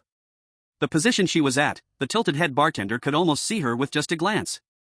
Moreover, although the fish head girl was facing sideways, Zhou Bai felt her gaze seemed to always be directed at him. To be more specific, it should be directed at the tilted head bartender standing across from Zhou Bai. Zhou Bai discovered the secret and couldn't help but laugh loudly. The tilted head bartender shot Zhou Bai an angry look. "Are you also thinking of making a move on her?" Zhou Bai didn't dare to entertain such thoughts and quickly waved his hand at him. No. I wouldn't dare to think that." Zhou Bai sat in his seat, occasionally tapping on the glass in front of him, pondering how to connect this red thread. At that moment, a furry paw suddenly landed on Zhou Bai's shoulder. He turned his head and saw a face with 6 whiskers leaning close to him. "Hey, brother. Why are you here so early today?" The cat paw man finished speaking and sat down next to Zhou Bai. Then, he shouted at the bartender, "Bring the drinks." The tilted head bartender responded and quickly handed over a glass of green liquid, placing it in front of him. The cat paw man grabbed the glass and boldly clinked it against Zhou Bai's glass. "Come on, brother, let's drink together." Having said that, he downed the glass in one go. Then, he turned to Zhou Bai. "What's wrong? Brother, why aren't you drinking?" At that moment, Zhou Bai really didn't want to recognize this cheap brother. However, the tilted head bartender suddenly stopped his actions and looked at Zhou Bai too. Zhou Bai instantly felt a chill down his spine. He picked up the glass and took a sip, and only then did they both withdraw their gazes. Outside the tavern, a beak-faced girl snuggled up against a suited man while they walked in together. Catpaw Man huffed angrily and turned his head away. "Quick! Bring me another drink." The two of them walked past Zhou Bai, and from the corner of his eye, he clearly saw that the suit-wearing man's bite wound from last night was now covered with a layer of feathers. Soon, it was the tavern's gentleman time. The tilted head bartender rang the bell in front of him. Ding! Ding! Ding! It's now gentleman time in this tavern. Gentlemen present, please stand up and invite a lady to dance with you. Zhou Bai hurriedly looked down at his phone screen. The time displayed was exactly 2 o'clock in the morning. This meant that the tavern time was in sync with real-world time. So what was that old hobbled man talking about with his time? Could it be that he was really a madman? Zhou Bai looked towards the fish head girl. After the bartender announced this news, a swarm of guys immediately rushed around her. The catpaw man, drunkenly, got up to seek another target. Seeing him walk away, Zhou Bai leaned closer to the bartender. "Aren't you going to invite her?" The bartender immediately lowered his eyes awkwardly. "No thanks. She wouldn't accept me. She has so many choices." Zhou Bai looked at the chaotic surroundings and leaned in closer to the bartender's ear, whispering a few words. The bartender initially widened his eyes. Then he solemnly nodded to Zhou Bai. Seeing that the bartender agreed to his suggestion, Zhou Bai turned and walked toward the fish head girl. In a corner of the tavern. The tavern mistress sat in a corner with drooping ears. Whenever there was noise passing by, her ears would perk up slightly. But they ultimately fell back down in disappointment. On the other side, Zhou Bai rolled up his sleeves as he pushed through the men surrounding the fish head girl. The audience in the Xia country livestream watched this scene with wide eyes. Zhou Bai is going crazy? His dance partner tonight is the fish head girl? Why choose this fierce fish head lady when there is a beautiful and gentle bunny ear lady? The other countries have used prompts this time. Except for Zhou Bai, all the chosen ones are going for that bunny ear lady. It's over, Zhou Bai will probably be thrown out of the tavern. The livestream showed Zhou Bai using his increased muscle power of 200% to push the men circling around the fish head girl away. Everything was pushed open. Zhou Bai's strength frightened many men away. But still, some stubborn ones continued to rush forward. After a hard struggle, Zhou Bai finally shook off these men and awkwardly approached the fish-headed girl. The fish-headed girl looked at Zhou Bai irritably. She shouted, "It's so noisy. I will not dance with you." After saying that, she reached out to grab Zhou Bai. The viewers in the Daxia live broadcast room shook their heads and sighed. It's over, he's going to get thrown out. Then they saw Zhou Bai block the fish-headed girl's hand. He then shouted loudly. No. No. I'm not inviting you to dance. It's him. He hired me to help drive away the people inviting you. Zhou Bai finished speaking and quickly pointed to the lopsided bartender in front of the bar. Suddenly, the eyes of the whole tavern turned toward him. The fish-headed girl was momentarily stunned, then shook off Zhou Bai's hand and walked toward the bar. With each step she took, the entire tavern trembled. And the bartender's heart stopped for a moment. Chapter 65, The Tavern's Underground Wine Cellar. Are you the one inviting me? The fish-headed girl stood in front of the lopsided bartender. The bartender tightened his grip on the glass in his hand, nervously nodding. Yes. But, if you... Before the bartender could finish, he was pulled out from behind the bar by the fish-headed girl. Let's go dance. Oh. Ah. The bartender hadn't even reacted before being dragged away by the fish-headed girl. He anxiously didn't know how to hold the wine glass in his hand. Then, they heard a clang, and the glass fell behind them. In the center of the dance floor, the fish-headed girl twirled the bartender, spinning and spinning. The bartender felt dizzy, as if he were in a dream. And the other men around looked at the bartender with envy and jealousy. Zhou Bai stood beside the dance floor, watching their lively steps, thinking about when to find the bartender to collect the reward. At that moment, he looked at the time and realized it was already 2:45 a.m. This meant he had to actively invite a dance partner within 15 minutes to avoid breaking the rules. He turned his head to scan the room and found that all the girls had already found their dance partners. This made things a bit tricky. Should he just butt in? Or should he leave? Just when Zhou Bai was troubled about what to do, the tavern owner with rabbit ears walked out of the corner. She hung her head and quietly moved away from the crowd. Zhou Bai's eyes lit up, and he quickly followed her. He saw the owner cross the crowd, walk to the back of the tavern, and then disappear. Zhou Bai followed her and found himself at the place where the stairs had appeared yesterday. However, the stairs that should have led to the second floor had now vanished. In its place was a staircase leading downwards. The sign was still hanging in its original spot. However, it was now a black sign with a downward arrow. Zhou Bai stood at the edge of the stairs and looked down. The camera in the Daxia live broadcast room followed Zhou Bai's perspective, showing a dark scene. Warning, high energy ahead. Folks, I have a feeling our brother Bai is going down. No need to feel, from what I know of brother Bai, in a place that looks the safe, he will definitely go down to take a look. Wait, let me wrap myself tightly in my little quilt first. In the live stream, Zhou Bai did not disappoint the viewers. He hesitated on the stairs for only 2 seconds before heading downwards. The place where the owner went must hold crucial information. This time, the task was to find a blue pistol. So Zhou Bai had to find a way to search every corner of the tavern. Thus, he descended the stairs. The further he went down, the fewer lights he could see in front of him. When he was almost at the bottom of the staircase, he discovered a piece of paper stuck to the wall beside him.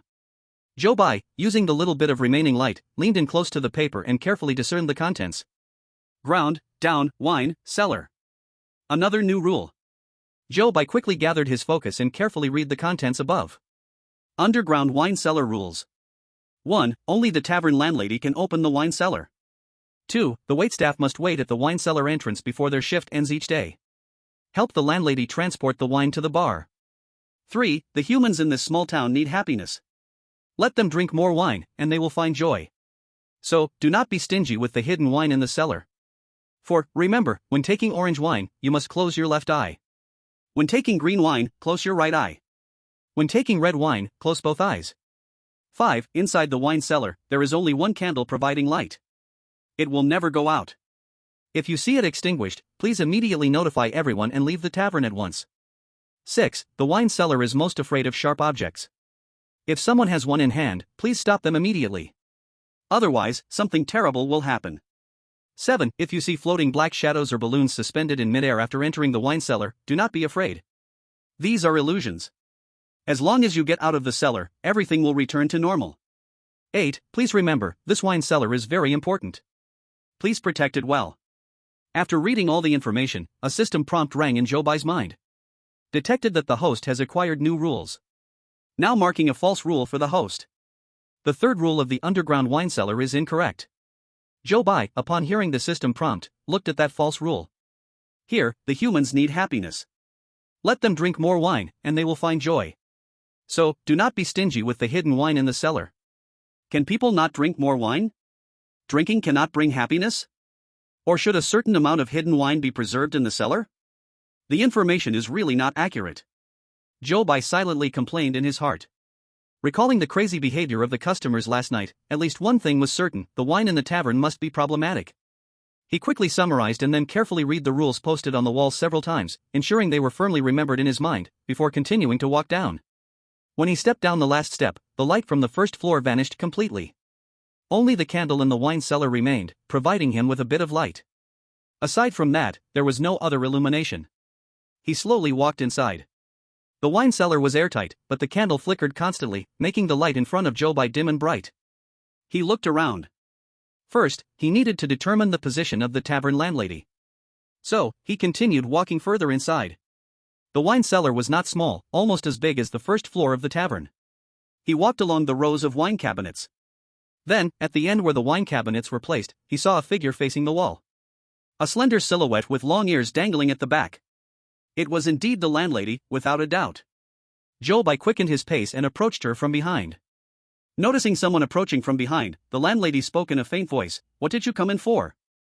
At that moment, the time on the phone displayed 2:58 in the morning. Zhou Bai did not forget his original purpose in chasing her down. So he said, "I came to invite you to dance with me." As soon as his words fell, a clatter sounded. Something fell from the landlady's hand. Zhou Bai looked down at the ground. There, a sharp pair of scissors appeared on the floor. The sixth rule of the underground wine cellar. The wine cellar is most afraid of sharp objects. If someone has one in hand, please stop them immediately. Otherwise, something terrible will happen. Zhou Bai's pupils suddenly contracted. What exactly did she just want to do? Chapter 66, The Illusory Bubble in the Empty Wine Cellar. The boss lady slowly turned her head. What appeared before the audience was still that beautiful face. What a pity, why does such a face appear in this distorted world of aesthetics? I think she's about to become depressed. Whoa. She just looked like she was about to hurt herself. So pitiful, with such a beautiful face, why is there no one to appreciate her in her world? I've already started to feel sorry for her. Beauty is justice. The live chat room in the Great Xia Kingdom was filled with comments expressing sympathy for the boss lady. But, would the audience still feel sympathy for her if she didn't have this face? In the live broadcast scene, the boss lady turned back and gave Zhou Bai a faint smile. Thank you. But now, going back, you probably won't make it to dance the last dance. Zhou Bai nodded in agreement. Anyways, he just wanted to complete a task, not really to dance. The surroundings fell silent again. As Zhou Bai was pondering how to search the wine cellar discreetly, the candle behind him suddenly flickered and became a little brighter. The candlelight flickered past, instantly illuminating the boss lady's face, and above her head, a floating balloon. Zhou Bai couldn't help but look up. That balloon was different from the ones he usually saw. Zhou Bai felt that describing it as an illusory bubble floating in the air was perhaps more appropriate. He also remembered the scissors the boss lady had just held in her hand. Could it be that she wanted to burst this bubble just now? But what does this bubble represent? The boss lady saw Zhou Bai's probing gaze land on the top of her head. Her expression instantly became unnatural. Well, I'll go out. You should go out too. The wine cellar of the tavern usually doesn't serve customers. After the boss lady finished speaking, she squatted down. She picked up the scissors from the ground and carefully put them in her pocket. Then she signaled Zhou Bai to go up with her. Other countries' undercover agents hiding in the live chat room saw Zhou Bai unlock a new area and hurried back to report this news. Thus, most of the chosen ones from various countries knew that they could enter the underground wine cellar through the boss lady. Even more chosen ones, eager to try, were planning ways to quickly enter the wine cellar. The scene returned to Zhou Bai.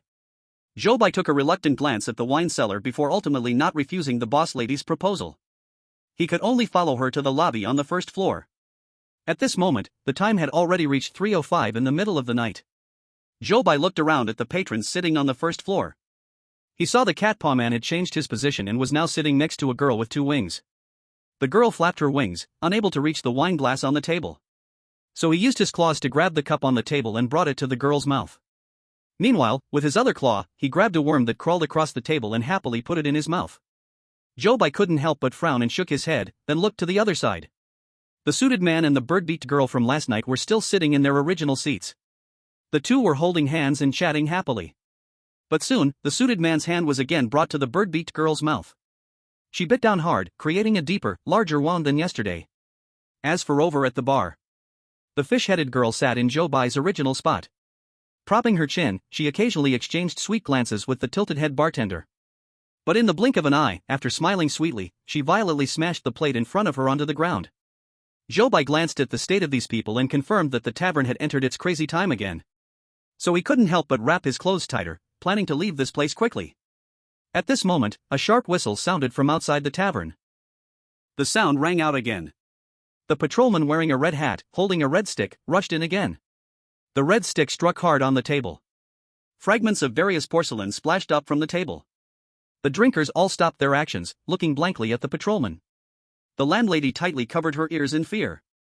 Here he comes again, here he comes again. Why is he coming again? Zhou Bai sensed the key point in the landlady's words and quickly asked, has he been coming frequently lately?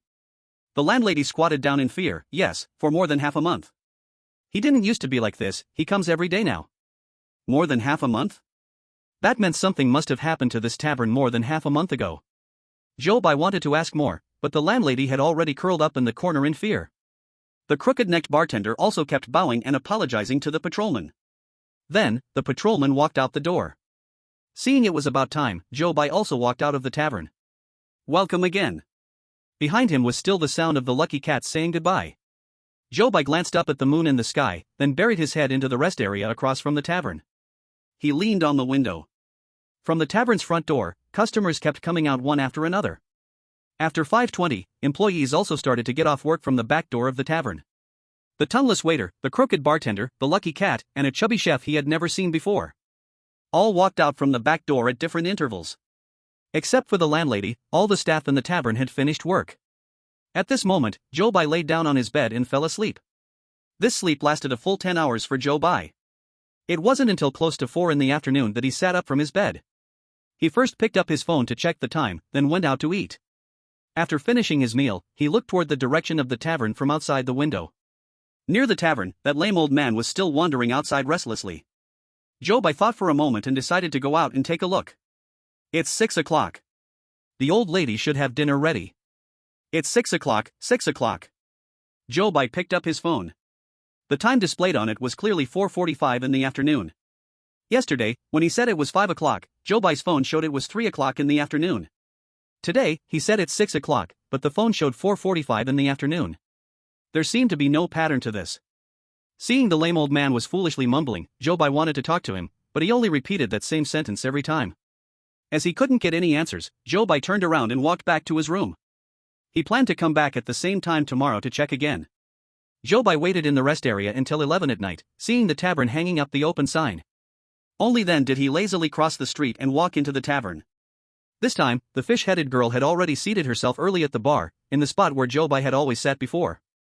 Zhou Bai glanced at her, smiled helplessly, then sat at the window seat. Chapter 67, The Hint Given by the Waiter. Zhou Bai sat by the window, turned his head to look at the bar. The crooked-necked bartender and the fish-headed girl were chatting happily, and Zhou Bai couldn't find a chance to go over and ask for his reward. So he looked inside the tavern, planning to find the landlady's location to gather more information about the underground wine cellar whenever he got the chance. Just as Zhou Bai leaned in to peek inside, the tongueless waiter appeared beside him, holding a plate. He took a glass of orange liquor from the plate and placed it in front of Zhou Bai. Zhou Bai frowned at the glass of liquor, thinking of a reason to refuse it. But he saw the waiter waving at him. Zhou Bai looked at him in confusion. He saw the waiter sneakily looking around. After confirming that no one was paying attention to him, he quietly placed a note in front of Zhou Bai. After placing it, he pretended to be nonchalant and continued delivering drinks to other customers. This series of actions left Zhou Bai dumbfounded. Passing a note to himself secretly? What does he want to do? Zhou Bai picked up the note in confusion and saw a line written in crooked handwriting. Drinking more than 3 cups will lead to cognitive errors. Although the content was brief, the message was explosive. Experts from the Great Xia National Analysis Group widened their eyes upon seeing the note's content. In the world of strange tales, NPCs actively conveying information to players is quite rare. Did Zhou Bai accidentally trigger something? Or did this waiter have some ulterior motive linked to Zhou Bai? The experts recalled that just 2 days ago, late at night, the customers in the tavern began to behave strangely. Seeing the customers in such a state made one 9/10 believe the note's content. Today was Zhou Bai's 3rd time entering the horror tavern. This time, a total of 7 entries were needed to complete the task. This meant that the progress of this dungeon was almost halfway done. Other countries' chosen ones had already been eliminated by 50% in the first 2 entries. Zhou Bai, with his outstanding performance in the previous dungeons, naturally became a focus for other countries. Especially with him inexplicably receiving the waiter's note, it made other countries envy enough to spit fire. The remaining half of the survivors only had Zhou Bai who received the waiter's note. Countries still holding hint opportunities quickly notified their chosen ones of this news. As a result, most countries consumed another hint opportunity. In the live broadcast feed. After finishing reading the content, Zhou Bai tucked the note away. He wasn't sure if this note counted as a rule. There was only one line, and no system prompt had sounded in his mind. So, his thought was to first verify the accuracy of the note's content. That way, he could at least determine whether this silent waiter was friend or foe. At the tavern's entrance, a welcoming voice from a lucky cat rang out. Zhou Bai turned to see Cat Paw Man walking in from the doorway. He waved at him, shouting, "Hey, brother. Come sit here." Upon seeing Zhou Bai had changed positions today, Cat Paw Man showed a puzzled expression. However, when he looked towards the bar, he couldn't help but burst into laughter.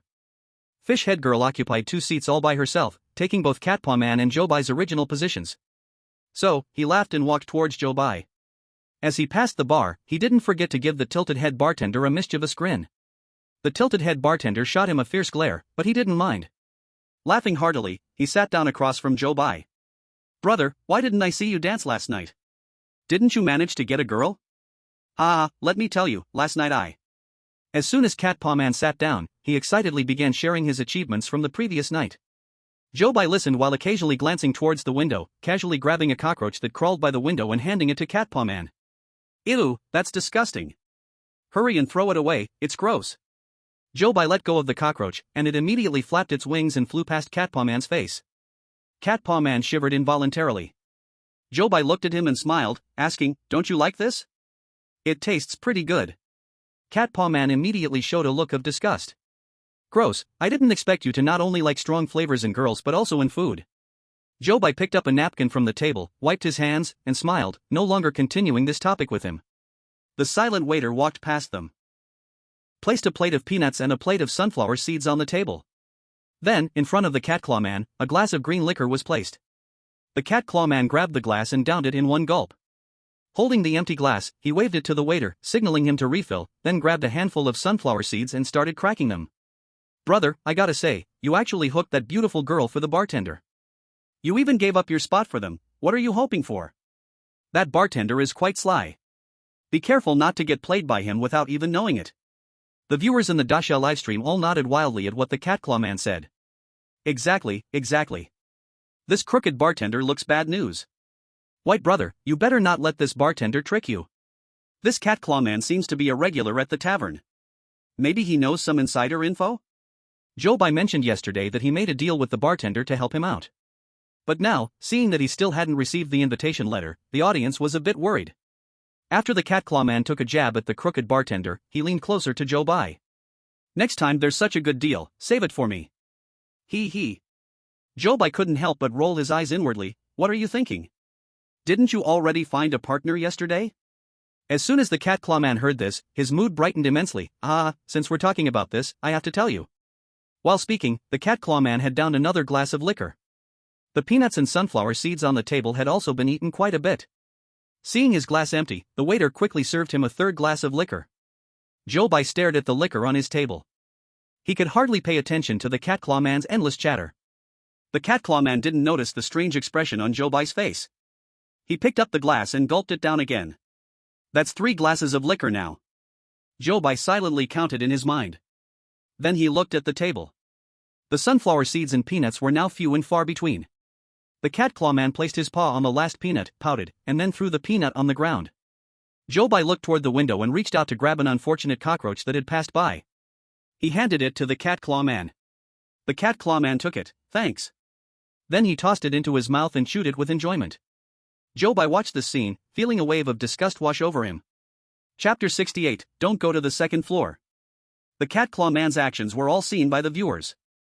The audience also realized that Zhou Bai was intentionally verifying the accuracy of the note. Seeing this result, the entire Daxia country's livestream became excited. Verified, verified. The content of the waiter's note is correct. Looks like this waiter is here to help Zhou Bai. Awesome, gaining a teammate. Zhou Bai is one step closer to clearing the game. Zhou Bai watched as the cat claw man ate the cockroach, confirming that downing 3 glasses of liquor definitely caused cognitive errors. This symptom should manifest as mistaking edible food for inedible items and vice versa. Zhou Bai recalled how every night the drinkers looked a bit mad, and he felt a shiver run down his spine. What would happen if they continued to drink themselves into a stupor? Zhou Bai couldn't bear to believe it. However, he still had doubts in his heart about why the waiter had chosen to tell him this news. At the tavern's entrance, the sound of customers entering was heard again. The cat claw man, hearing the sound, immediately leaned forward to look.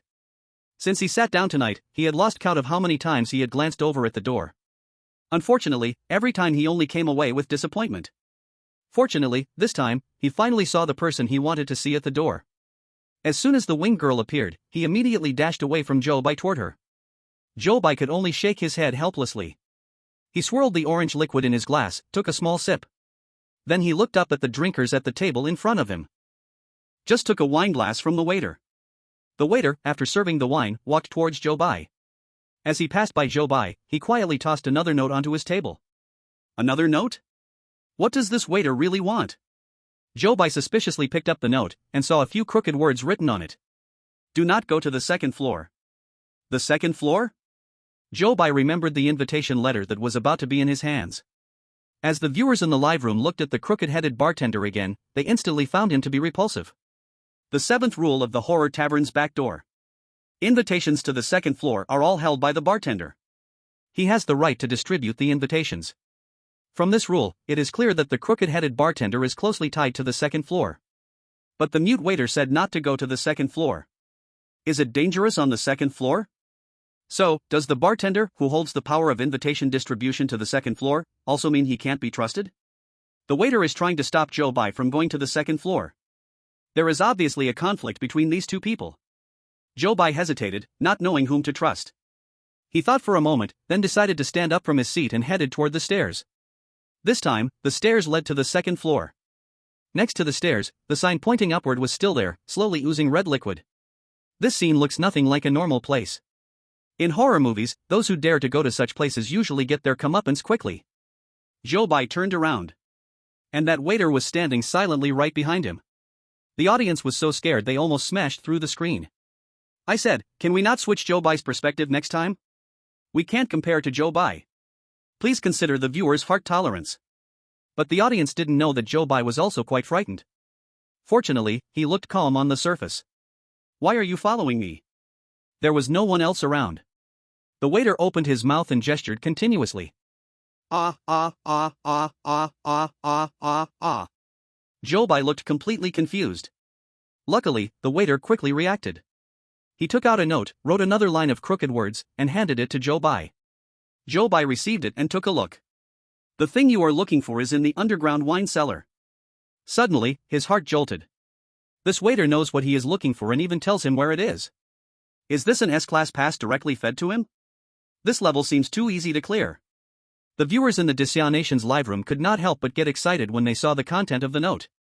As for the other undercover agents lurking in the live room of Great Xia, they quickly reported this news. In the live broadcast screen, The waiter, seeing Zhou Bai had read the contents of the note, felt relieved and returned to his job. Zhou Bai, filled with questions, walked back to his seat. Time quickly passed, and it was again the tavern's gentleman time. The crooked-headed bartender rang the bell in front of him. Ding!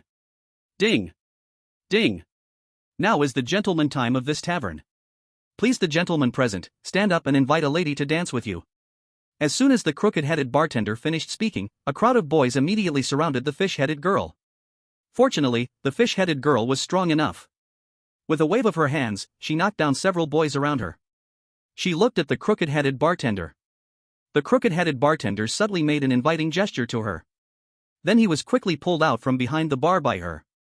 The two appeared together in the center of the dance floor. Zhou Bai did not stand up to invite a partner but looked toward the dance floor.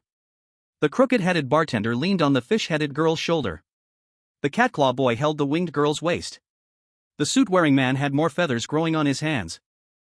But still, he danced gracefully with the girl with the bird beak, completely entranced. Zhou Bai looked at the couples in the dance floor, lost in his thoughts, so he didn't immediately invite his dance partner.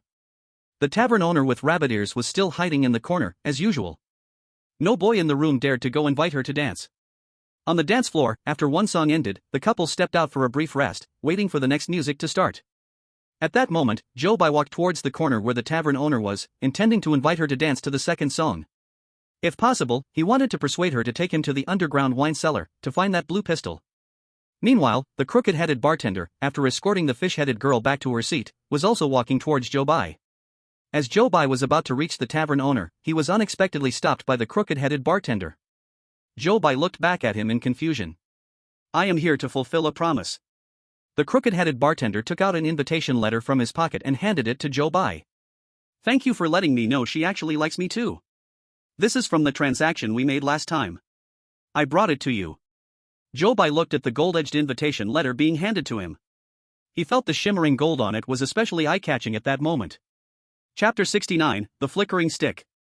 Zhou Bai hesitated for a moment but ultimately accepted the invitation letter handed to him by the crooked-headed bartender. Second floor invitation. Entry time, 10:30 p.m. every night. Please be on time, latecomers will not be admitted. Zhou Bai looked at the time printed on it. 10:30 p.m.? But the tavern opens at 11 p.m. This entry time is not within the tavern's operating hours. Could it be that the first rule of the horror tavern's customer guidelines was wrong in this place? The audience in the Daxia Country livestream did not know there was an error in the first rule of the customer guidelines. So when they saw the entry time for the second floor, it caused an uproar. This conflicts with the first rule of the customer guidelines.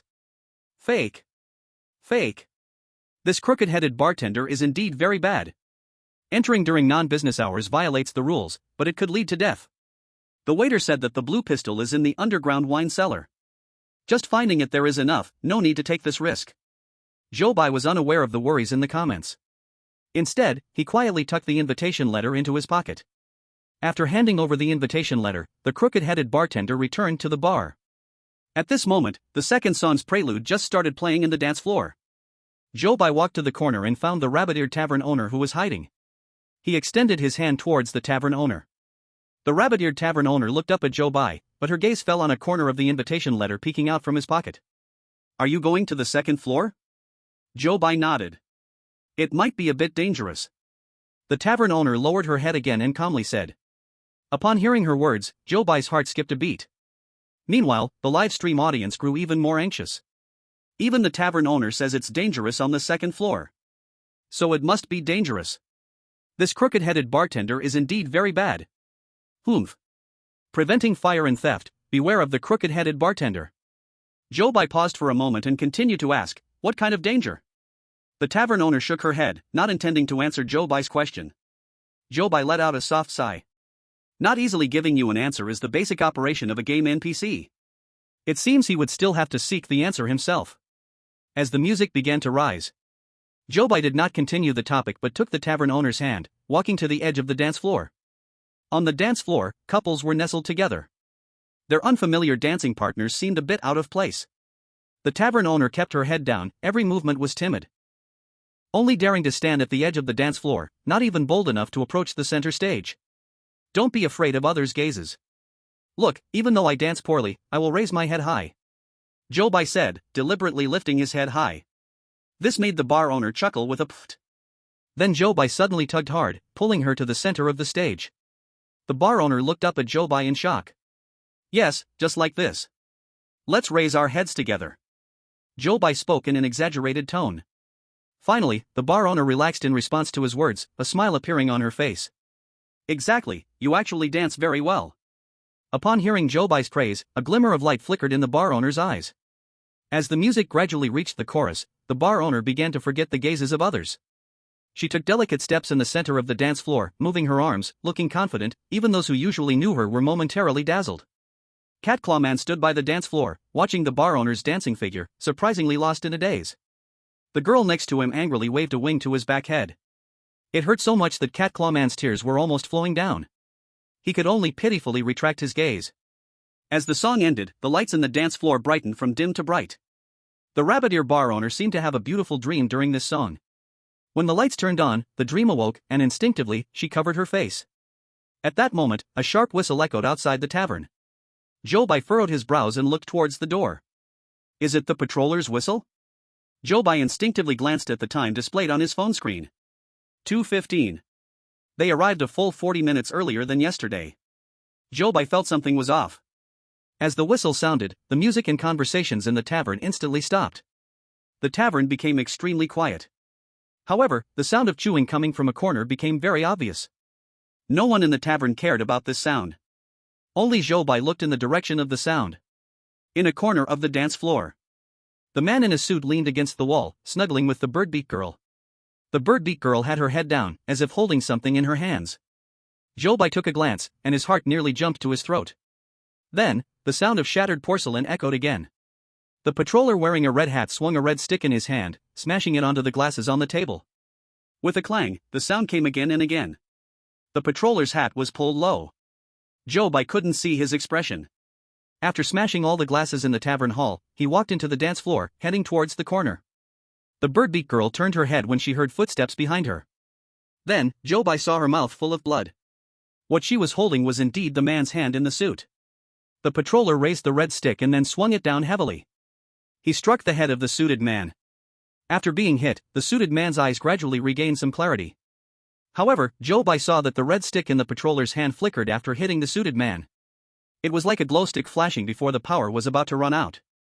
The fifth rule of the horrific tavern's customer code. The tavern's control is very strict, and patrollers wearing red hats often appear. No matter what they do in the tavern, there is no need to fear. However, if they take out a black stick, please leave the tavern immediately. Zhou Bai's heart tightened.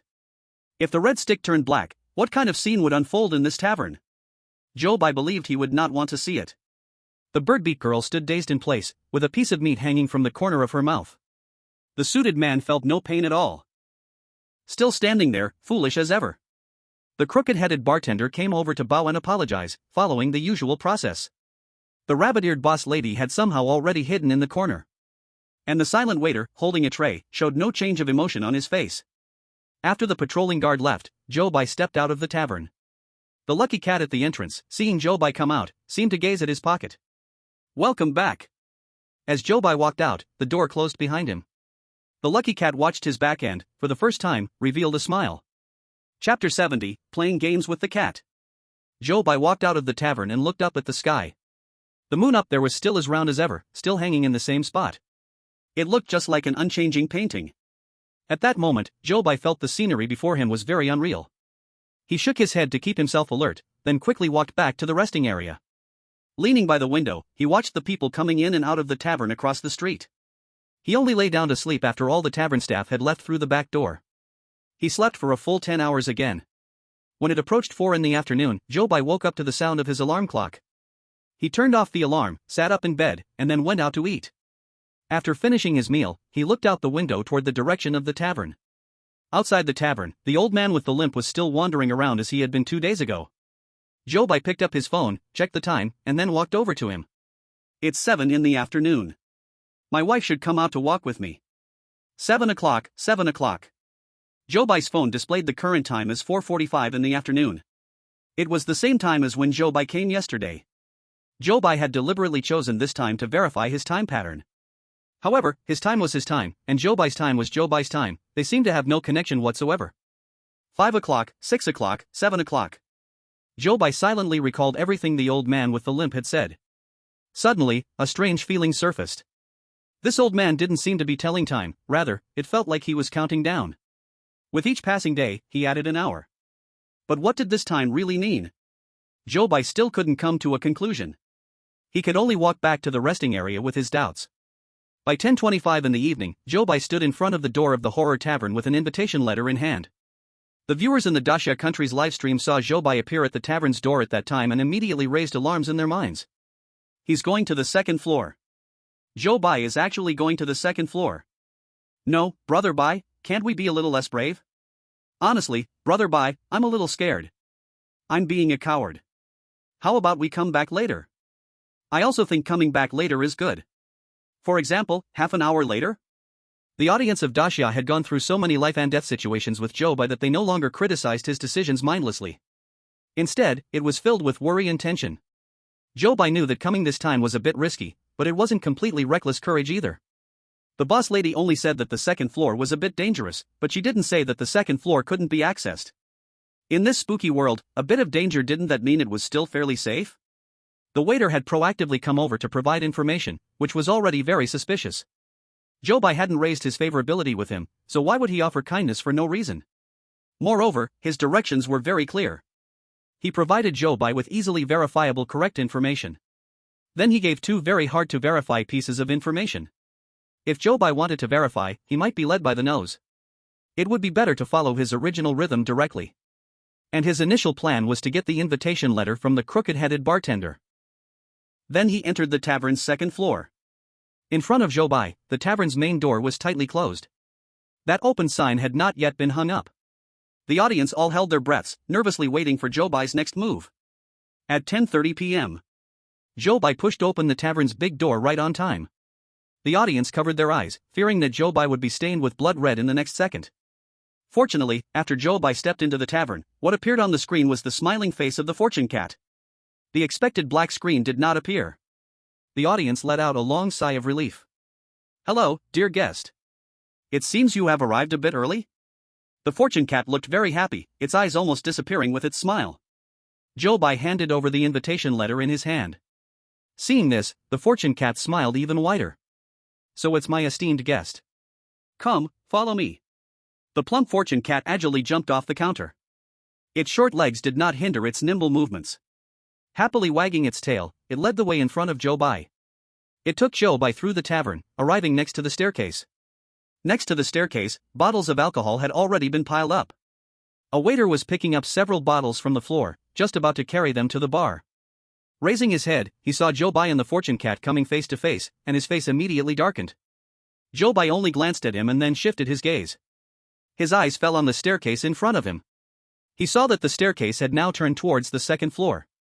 And the sign hanging on the wall was not oozing red liquid, it only had black lines outlining a pattern pointing upward. The fortune cat stretched out its short legs and stepped onto the old wooden stairs. Zhou Bai followed closely behind it and also stepped onto the stairs.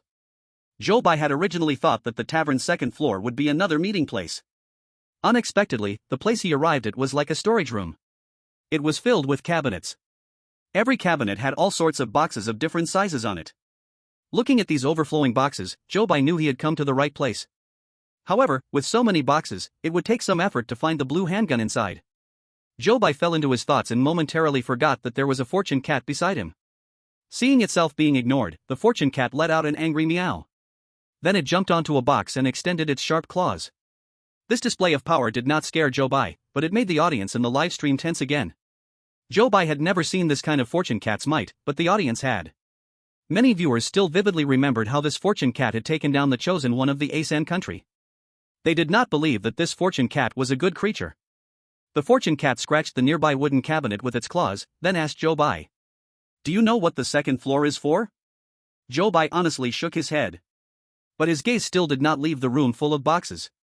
The fortune cat snorted coldly and jumped in front of Zhou Bai. "The second floor is a place to play games with me.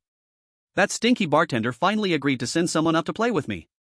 After saying that, the fortune cat opened a box and pushed it in front of Zhou Bai. Inside the box, it was full of toys. "Ha ha ha. Play games with me. If you lose, you'll have to let me scratch you." Chapter 71, The Rules of the Fortune Cat. Zhou Bai looked down at the box full of toys on the ground. Laser pointers, cat wands, electric mice, rolling balls. There were quite a few different types of toys. The short-legged fortune cat extended its paw and took out the laser pointer from the box. Play this. If I can catch that little red dot, you lose. And you'll have to let me scratch you. Zhou Bai forced a smile. He took the laser pointer from the box. What kind of game is this? Have you ever seen a cat catch the little red dot from a laser pointer? Isn't this a game you can't lose? Zhou Bai was smiling, about to agree. Suddenly, he felt something was off. When does the game end? It seemed like there was a pitfall. He glanced at the lucky cat. It looked fierce. But Zhou Bai caught its hidden expectation in its eyes. I need to think. After saying that, Zhou Bai looked down and fiddled with the laser pointer, pretending to ponder the lucky cat's suggestion. Then he surveyed the surroundings again. At this moment, he noticed a rule posted on the wall behind him. Second floor rules. 1. The cat also has a job. So, don't play with it for too long. Please leave the second floor before 11 p.m. 2. The cat doesn't have a good temper. Don't refuse it, don't make requests, and don't bargain with it. 3. If the cat is in a good mood, everything is negotiable. After reading the 3 rules on the wall, Zhou Bai finally realized. It turned out that the trap set by the lucky cat was buried here. The game seemed like he would win for sure. But since the lucky cat couldn't catch the little red dot, the game had to continue. Winning or losing wasn't the point at all. The point is, if the game doesn't end, it will violate the rules. Moreover, this cat doesn't have a good temper. Zhou Bai had no way to question its game rules. Nor could he refuse it. No system notification sounded in Zhou Bai's mind. It seemed these 3 rules were all correct. There was only half an hour left. He had to make this cat feel good enough to end the game willingly within half an hour. While Zhou Bai was still thinking, the cat was getting a bit impatient. Are we going to start the game? Zhou Bai pressed the button on the laser pointer and said start to the lucky cat. Then, the little red dot appeared on the ground. The lucky cat excitedly lifted its tail. Its 2 chubby paws pounced towards the little red dot. Zhou Bai immediately changed direction, making the little red dot appear on the wall. The lucky cat crouched against the wall, its hind legs flailing as it tried to jump up. But it fell flat on its bottom. The audience from the Great Xia Nation instantly had black lines across their faces upon seeing this. Why does this cat feel a bit dim-witted? It really isn't very smart. If Zhou Bai tires it out, will it end the game on its own? This time, Zhou Bai was thinking along the same lines as the audience. He sped up the direction changes of the laser pointer. The lucky cat followed the moving little red dot and sped up. It ran to the east, then the west, then jumped up, then down. Even Zhou Bai's hand was sore, but the cat showed no signs of wanting to end the game. The cat's tail was held high, and its eyes sparkled with excitement. It had been 20 minutes, wasn't it tired? The lucky cat was definitely not tired, and it smiled as it said, meow. Fun. Fun. Watching the cat's happy expression, Zhou Bai wished he could go over and punch it on the forehead. But he couldn't.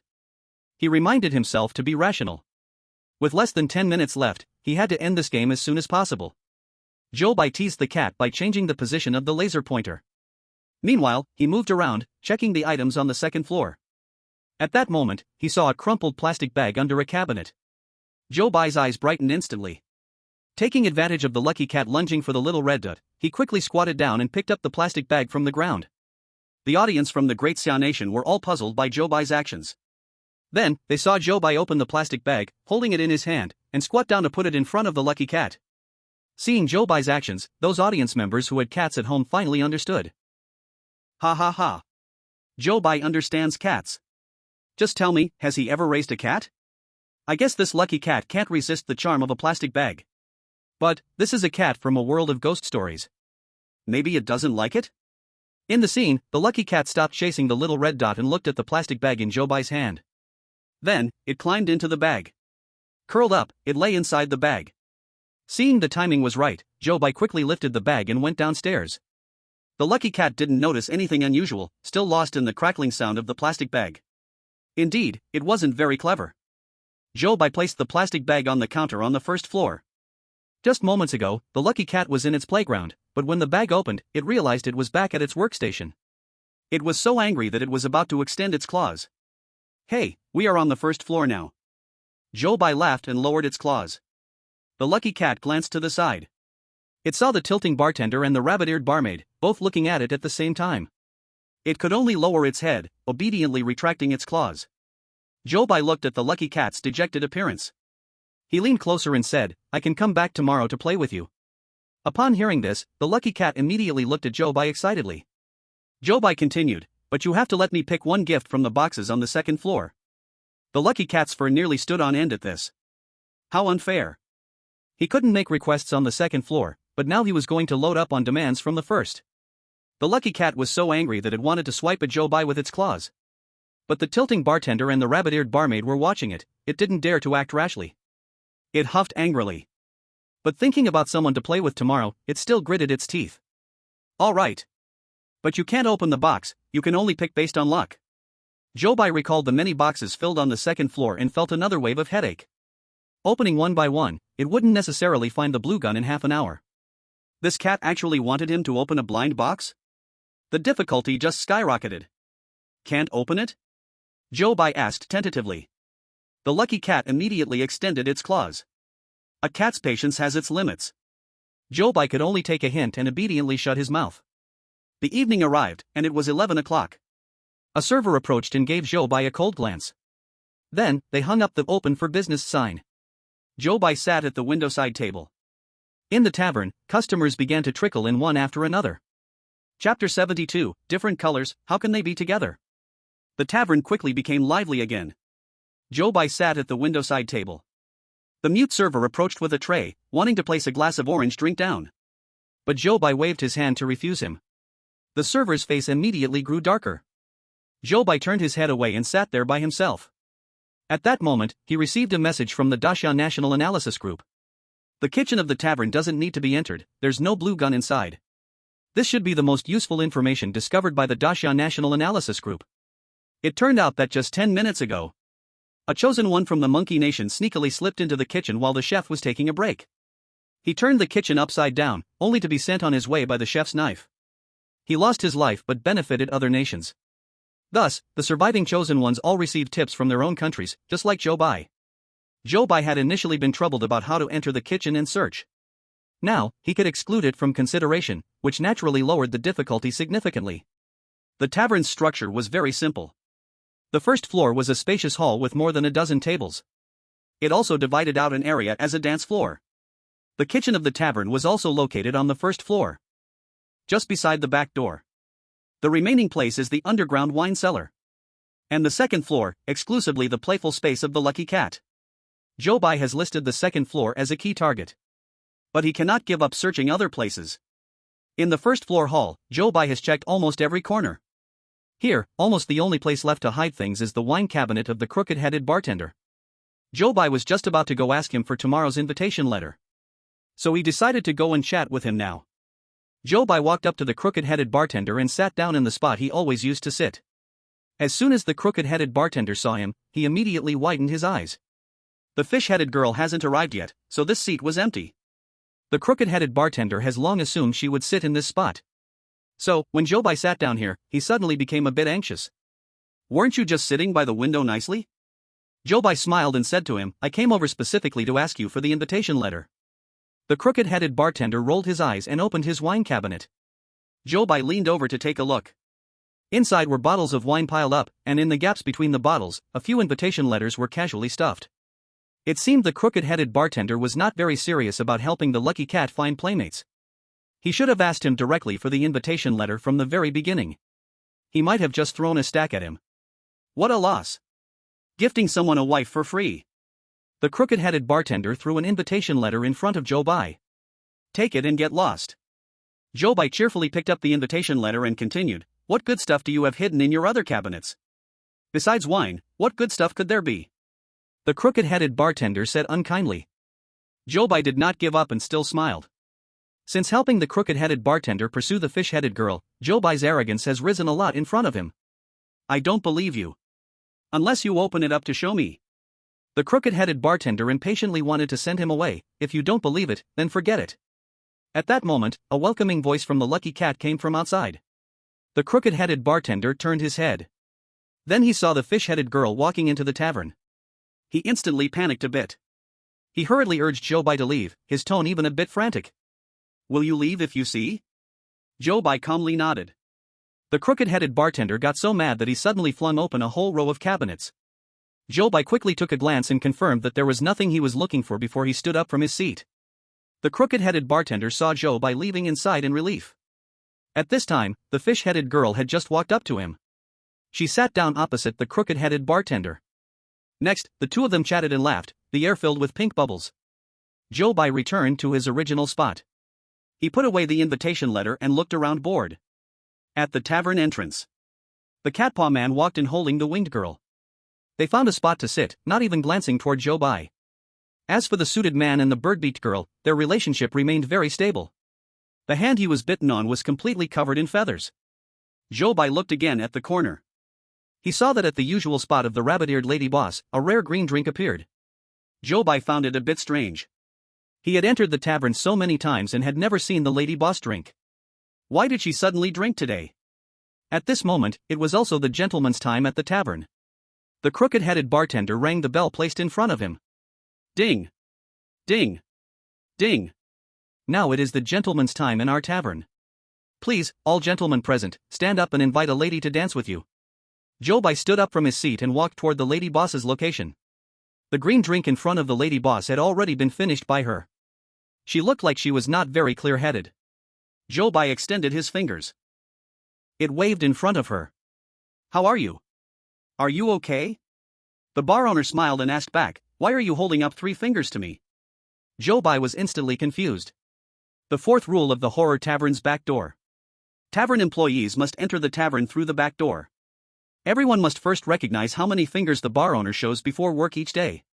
If answered incorrectly, one must take a day's rest. If an employee answers incorrectly, they must take a day's rest. But the rule didn't state what to do if the bar owner answers incorrectly. Zhou Bai extended his hand to help her up. It's okay. I came to invite you to dance. But you seem a bit drunk. The bar owner waved her hand with a smile.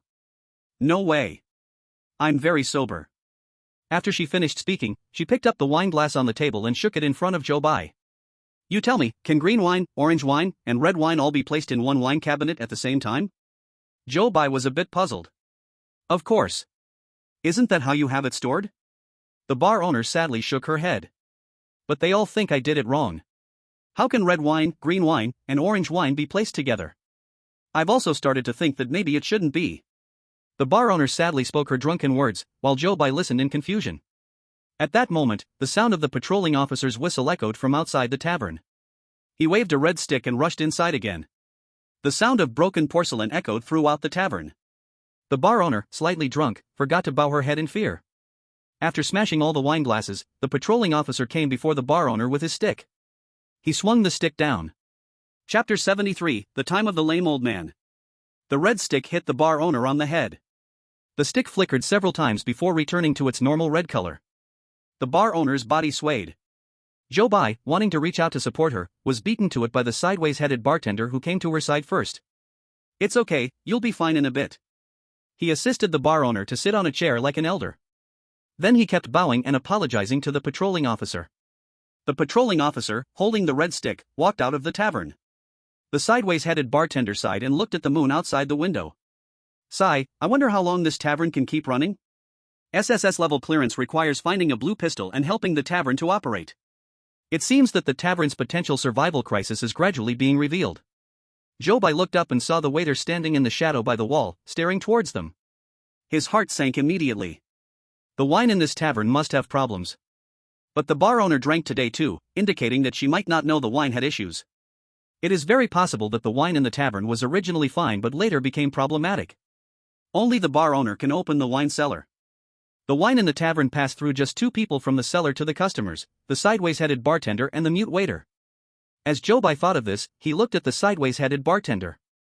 He poured a glass of plain water and kindly handed it to the bar owner's hand. Zhou Bai thought for a moment and quietly asked the sideways-headed bartender, this waiter should be new, right? The sideways-headed bartender furrowed his brows, recalling carefully upon hearing Zhou Bai's question. Yes, she came about half a month ago. Half a month ago? The bar owner mentioned before that the patrolling officer frequently entered the tavern also started half a month ago. It seems this waiter is quite suspicious. Zhou Bai felt it was necessary to give a reminder. The wine in the tavern is pretty important. It may not be good to let a new employee handle it alone. The sideways-headed bartender looked at Zhou Bai with a serious expression. His eyes fell on the back of Zhou Bai's hand. On the back of Zhou Bai's hand, the fine hair that had previously grown is still there, although not very noticeable. But upon closer inspection, it could still be noticed. Zhou Bai followed his gaze and looked at the back of his hand. So that's why he had previously handed Zhou Bai the green drink. Are you one of those people from that organization? The tilted-head bartender asked. Zhou Bai looked at him in confusion. Seeing Zhou Bai's reaction, the tilted-head bartender chose not to continue the topic.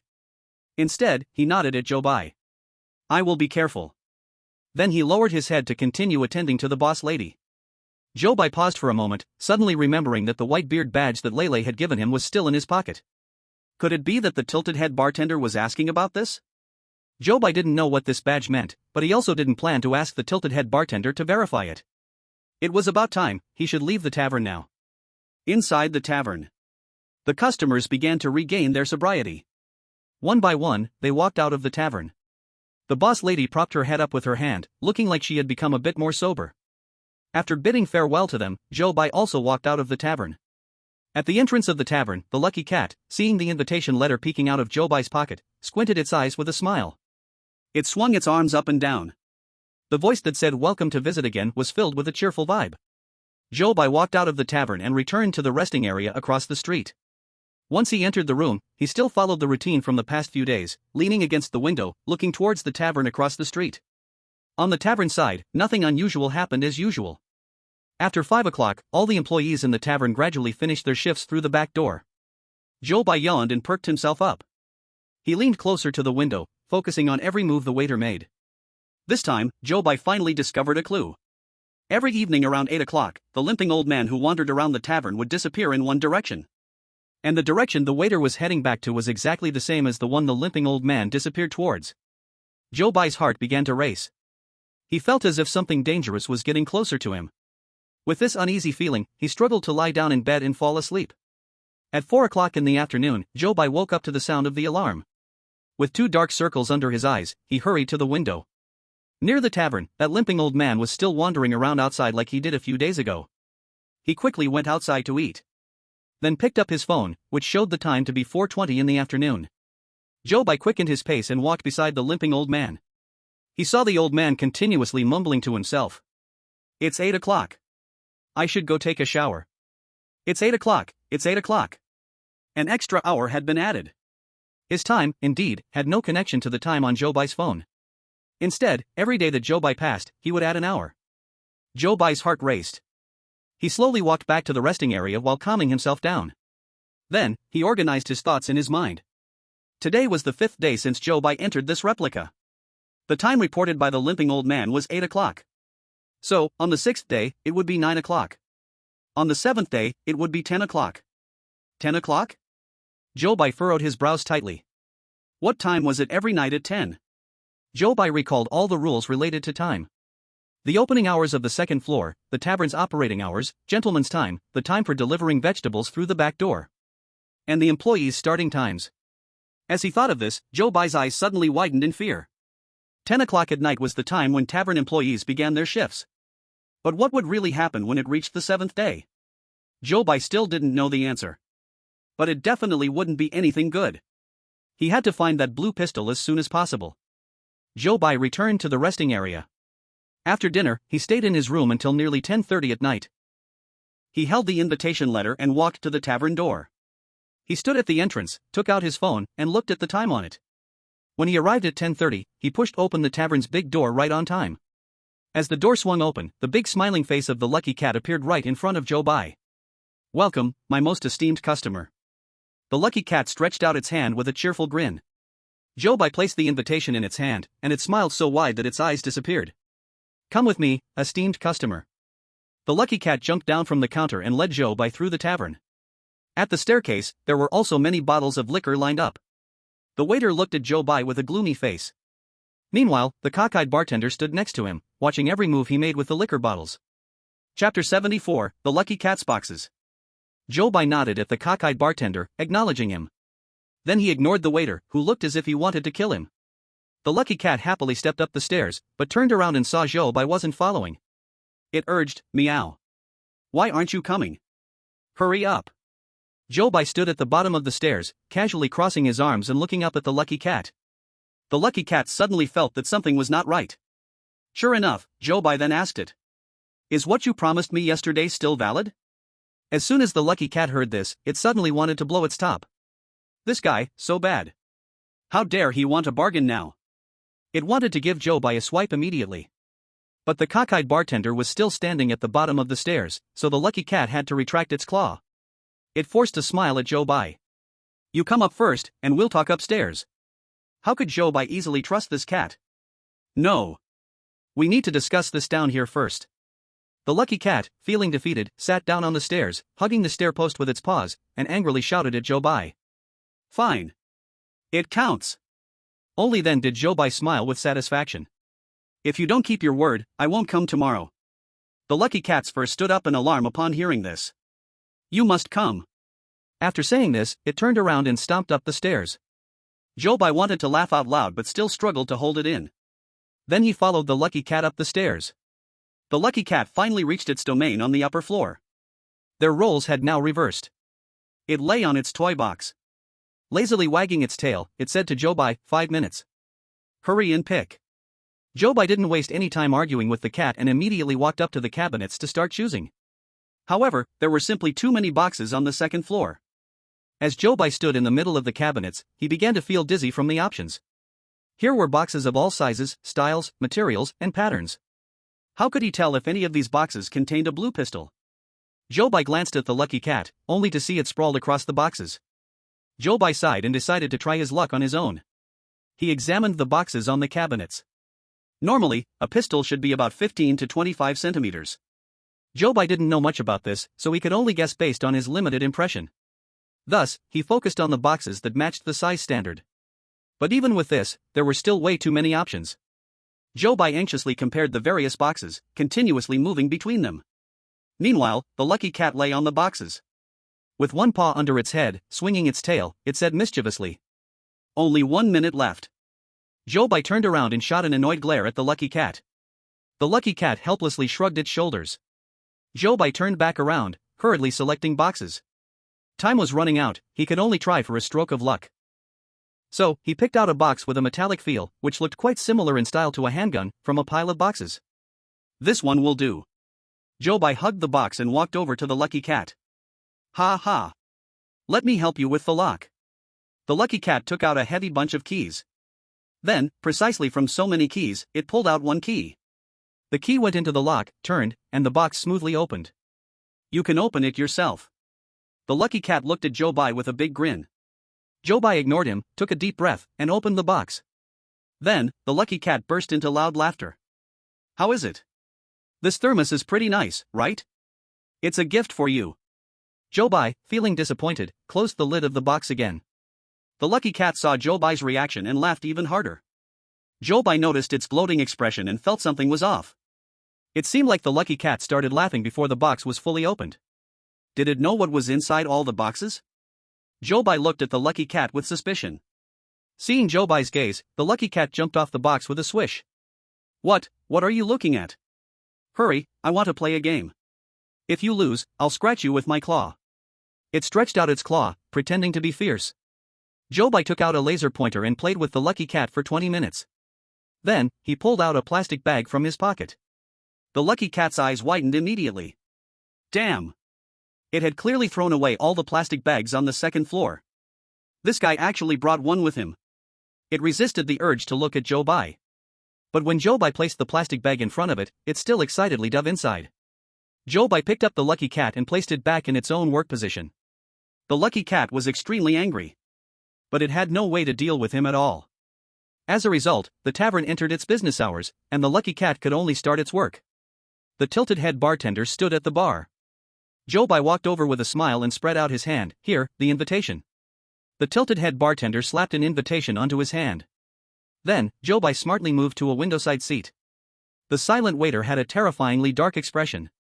He held a glass of wine and approached Zhou Bai. Zhou Bai smiled, waved his hand politely, and declined him.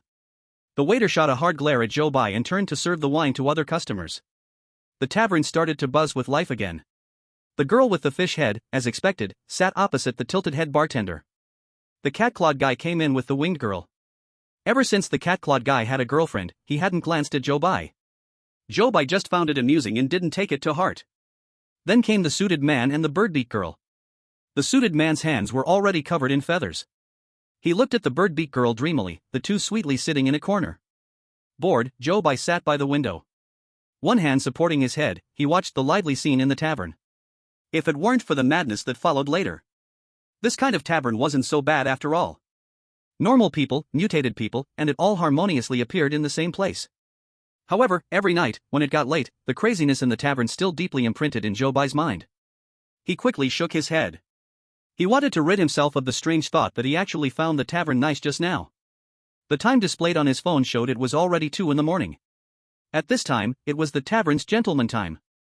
The tilted-head bartender, as per tradition, rang the bell placed in front of him. Ding! Ding! Ding! It is now our tavern's gentleman time. Gentlemen present, please rise and invite a lady to dance with you.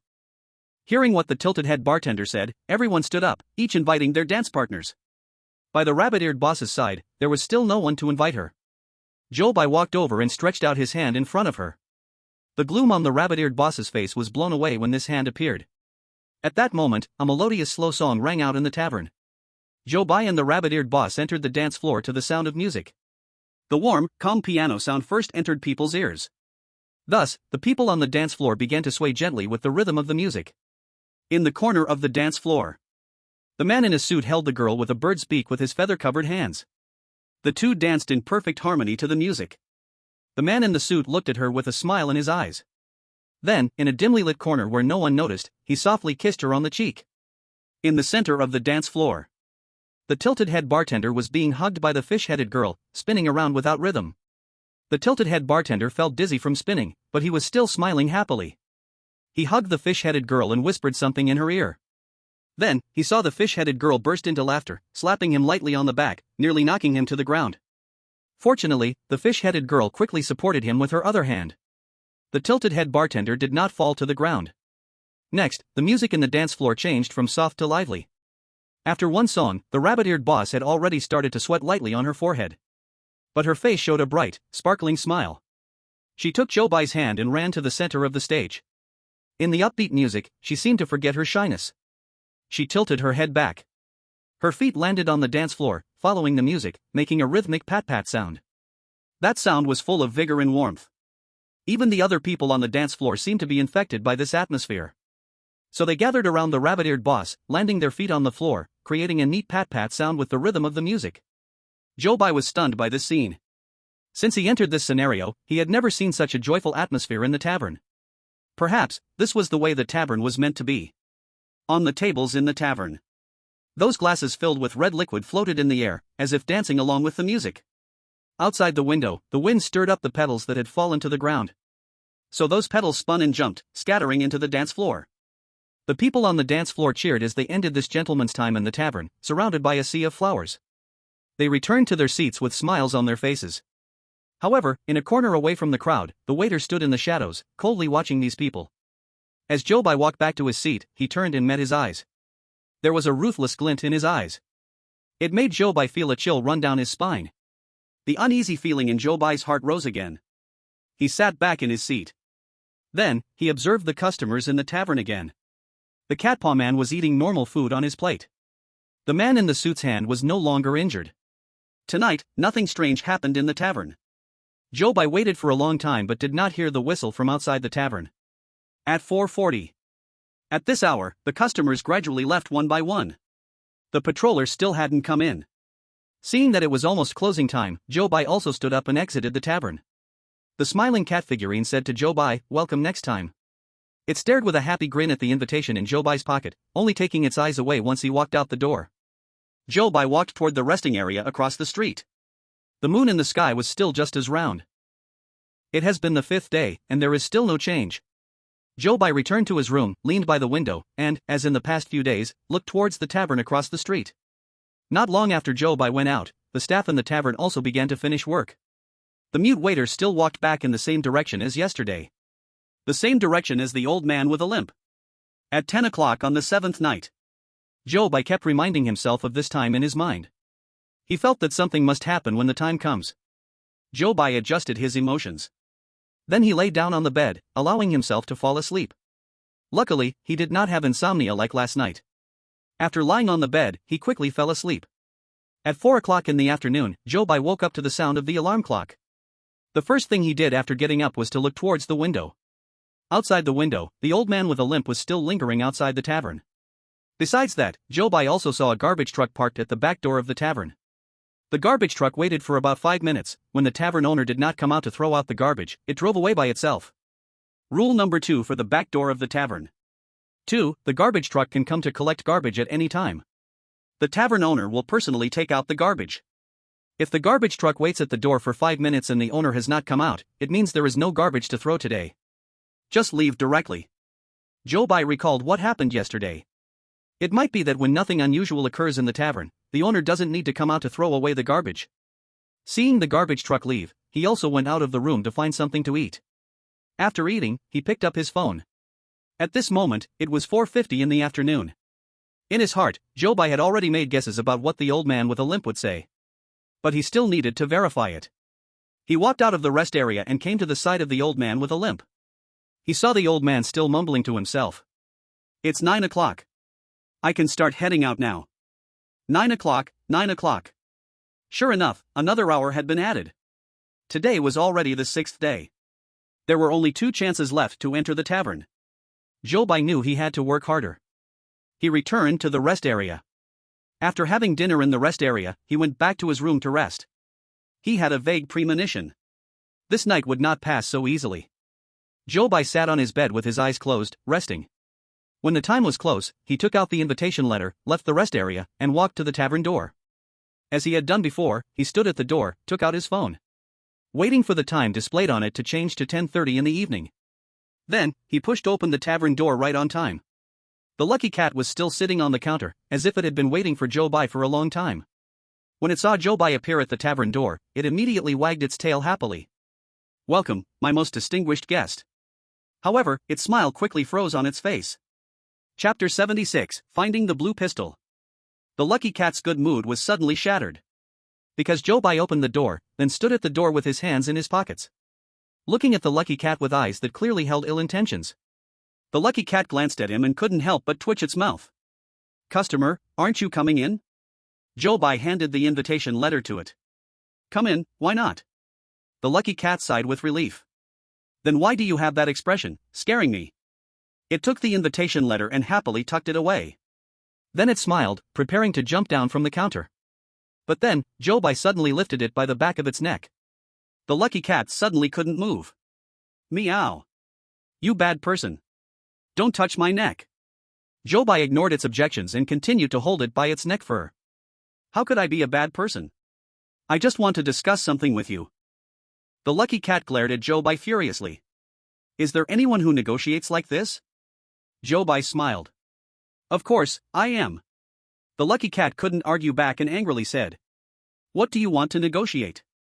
Spit it out. Then, Zhou Bai chuckled and said. I want you to help me find something. The lucky cat huffed coldly and said, How do you know, meow?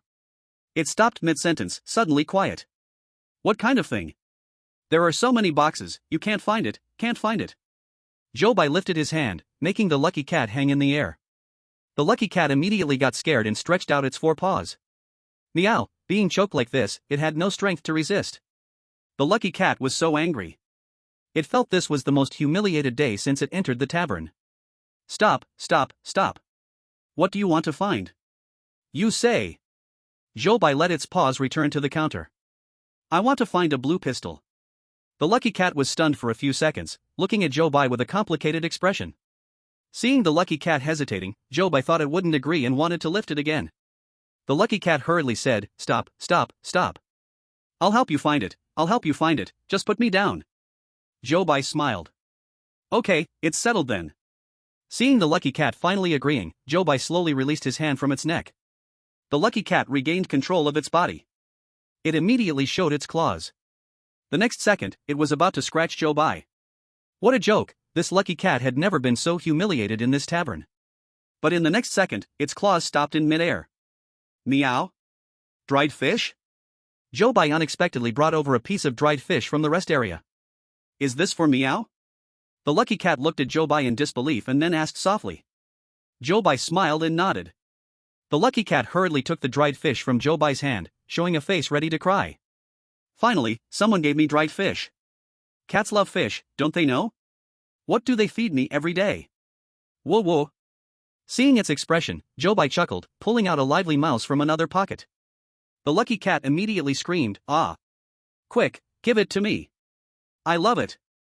Zhou Bai held the mouse by the tail and brought it in front of the lucky cat. Then, the lucky cat grabbed the mouse and jumped off the counter, eagerly running straight upstairs. Zhou Bai smiled helplessly.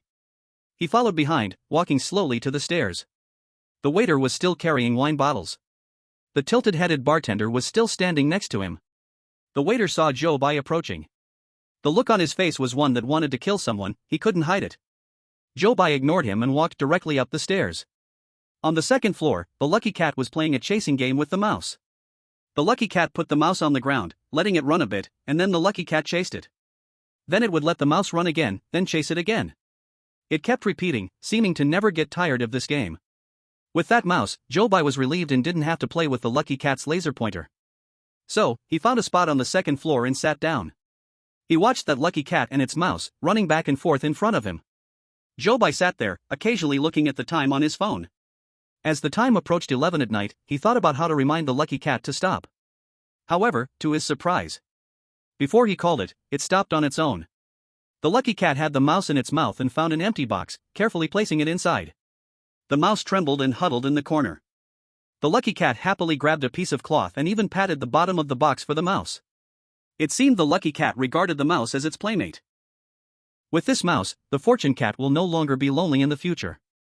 But the life of this mouse may become a bit miserable. After settling its companion, the fortune cat came before Zhou Bai.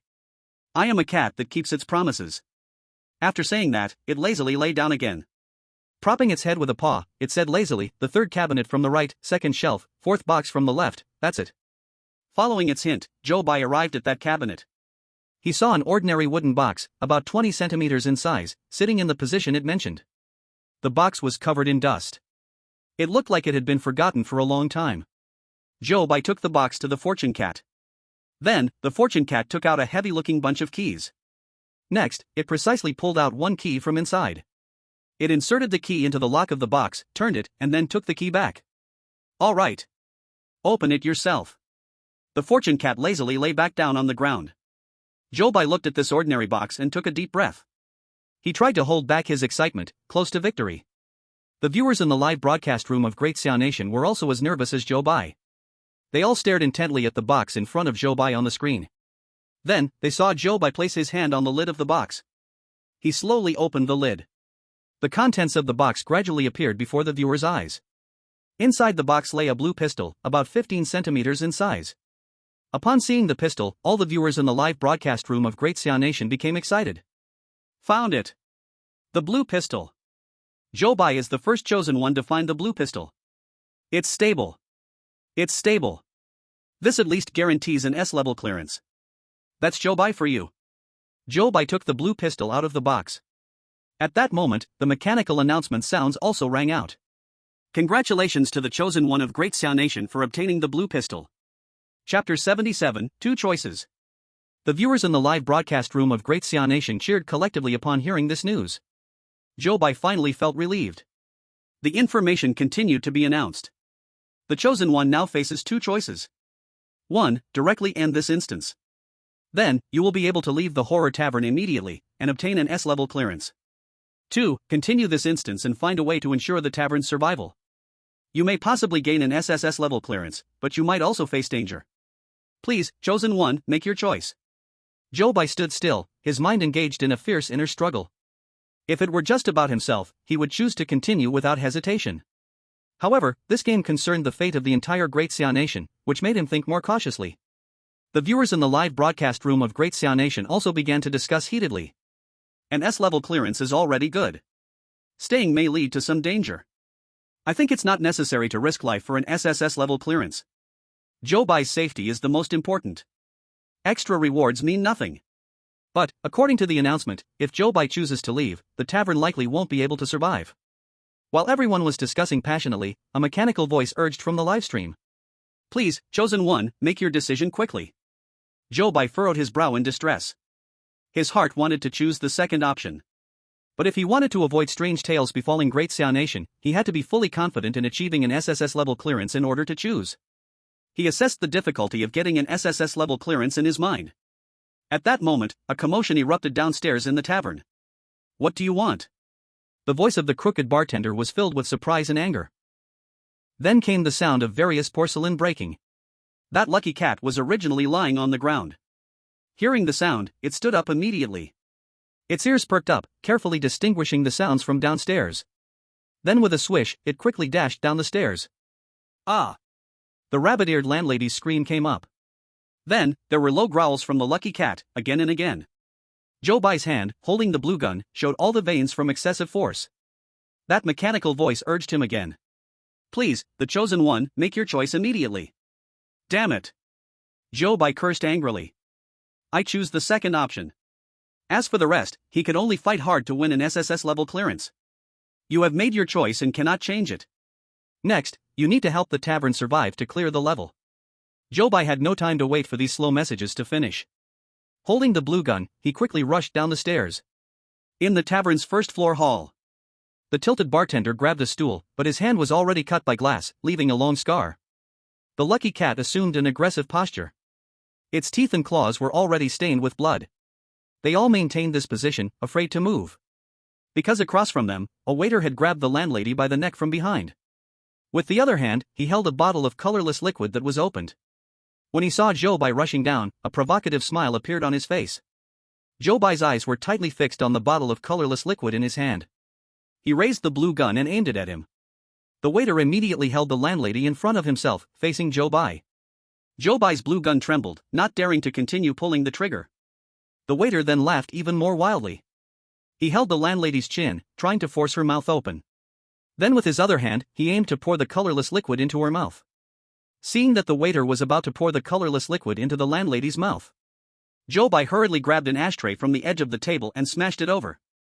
The ashtray flew straight at the waiter's hand holding the colorless liquid. The waiter could no longer hold onto the bottle. Thus, the bottle flew into the air, spilling the liquid onto the ground.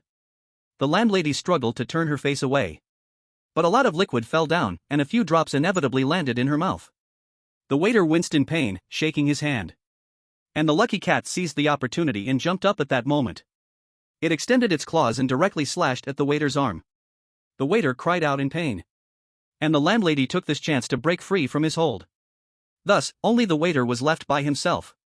Zhou Bai quickly picked up the blue gun. He aimed the gun at the waiter and pulled the trigger.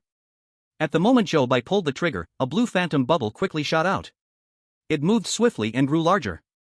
Then it completely wrapped around the waiter. The bubble changed from deep blue to light blue. Then, along with the waiter, it disappeared from the tavern. Zhou Bai stared blankly at the spot where the waiter had vanished, then looked down at the blue gun in his hand. What kind of gun was this? Inside the tavern, it was now a chaotic scene. Shattered bottles, broken chairs, and blood dripping on the ground. Some customers began to enter through the door. Seeing the state of the tavern, they were somewhat dumbfounded. The lucky cat still remembered its job. It waved its bloody paws up and down, saying from afar, "Welcome." Then, a shrill whistle sounded outside the tavern. The patroller, holding a red stick. He rushed into the tavern. He ignored everyone else and went straight to the landlady. The red baton was lifted high. Then it came crashing down on the landlady's head. The red on the baton kept flashing as it fell. But just as it was about to hit the landlady, the red light completely went out. The baton in the patroller's hand turned completely black. Terrifying tavern customer rule number 5. Control in the tavern is very strict. Patrolmen wearing red hats often appear. No matter what they do in the tavern, there is no need to be afraid. However, if they pull out a black baton, please leave the tavern immediately. A pained expression appeared on the landlady's face. She said to the tilting-headed bartender, "Quick! Close up shop."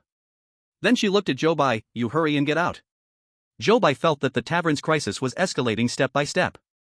He looked with concern at the landlady and then at the tilted-headed bartender. The tilted-headed bartender nodded at Zhou Bai, signaling him not to worry. Only then did Zhou Bai turn around and leave the tavern. Outside the tavern, the round moon still hung in the sky. Zhou Bai took a glance and then buried his head as he walked into the resting area across the street. Tomorrow is the last day.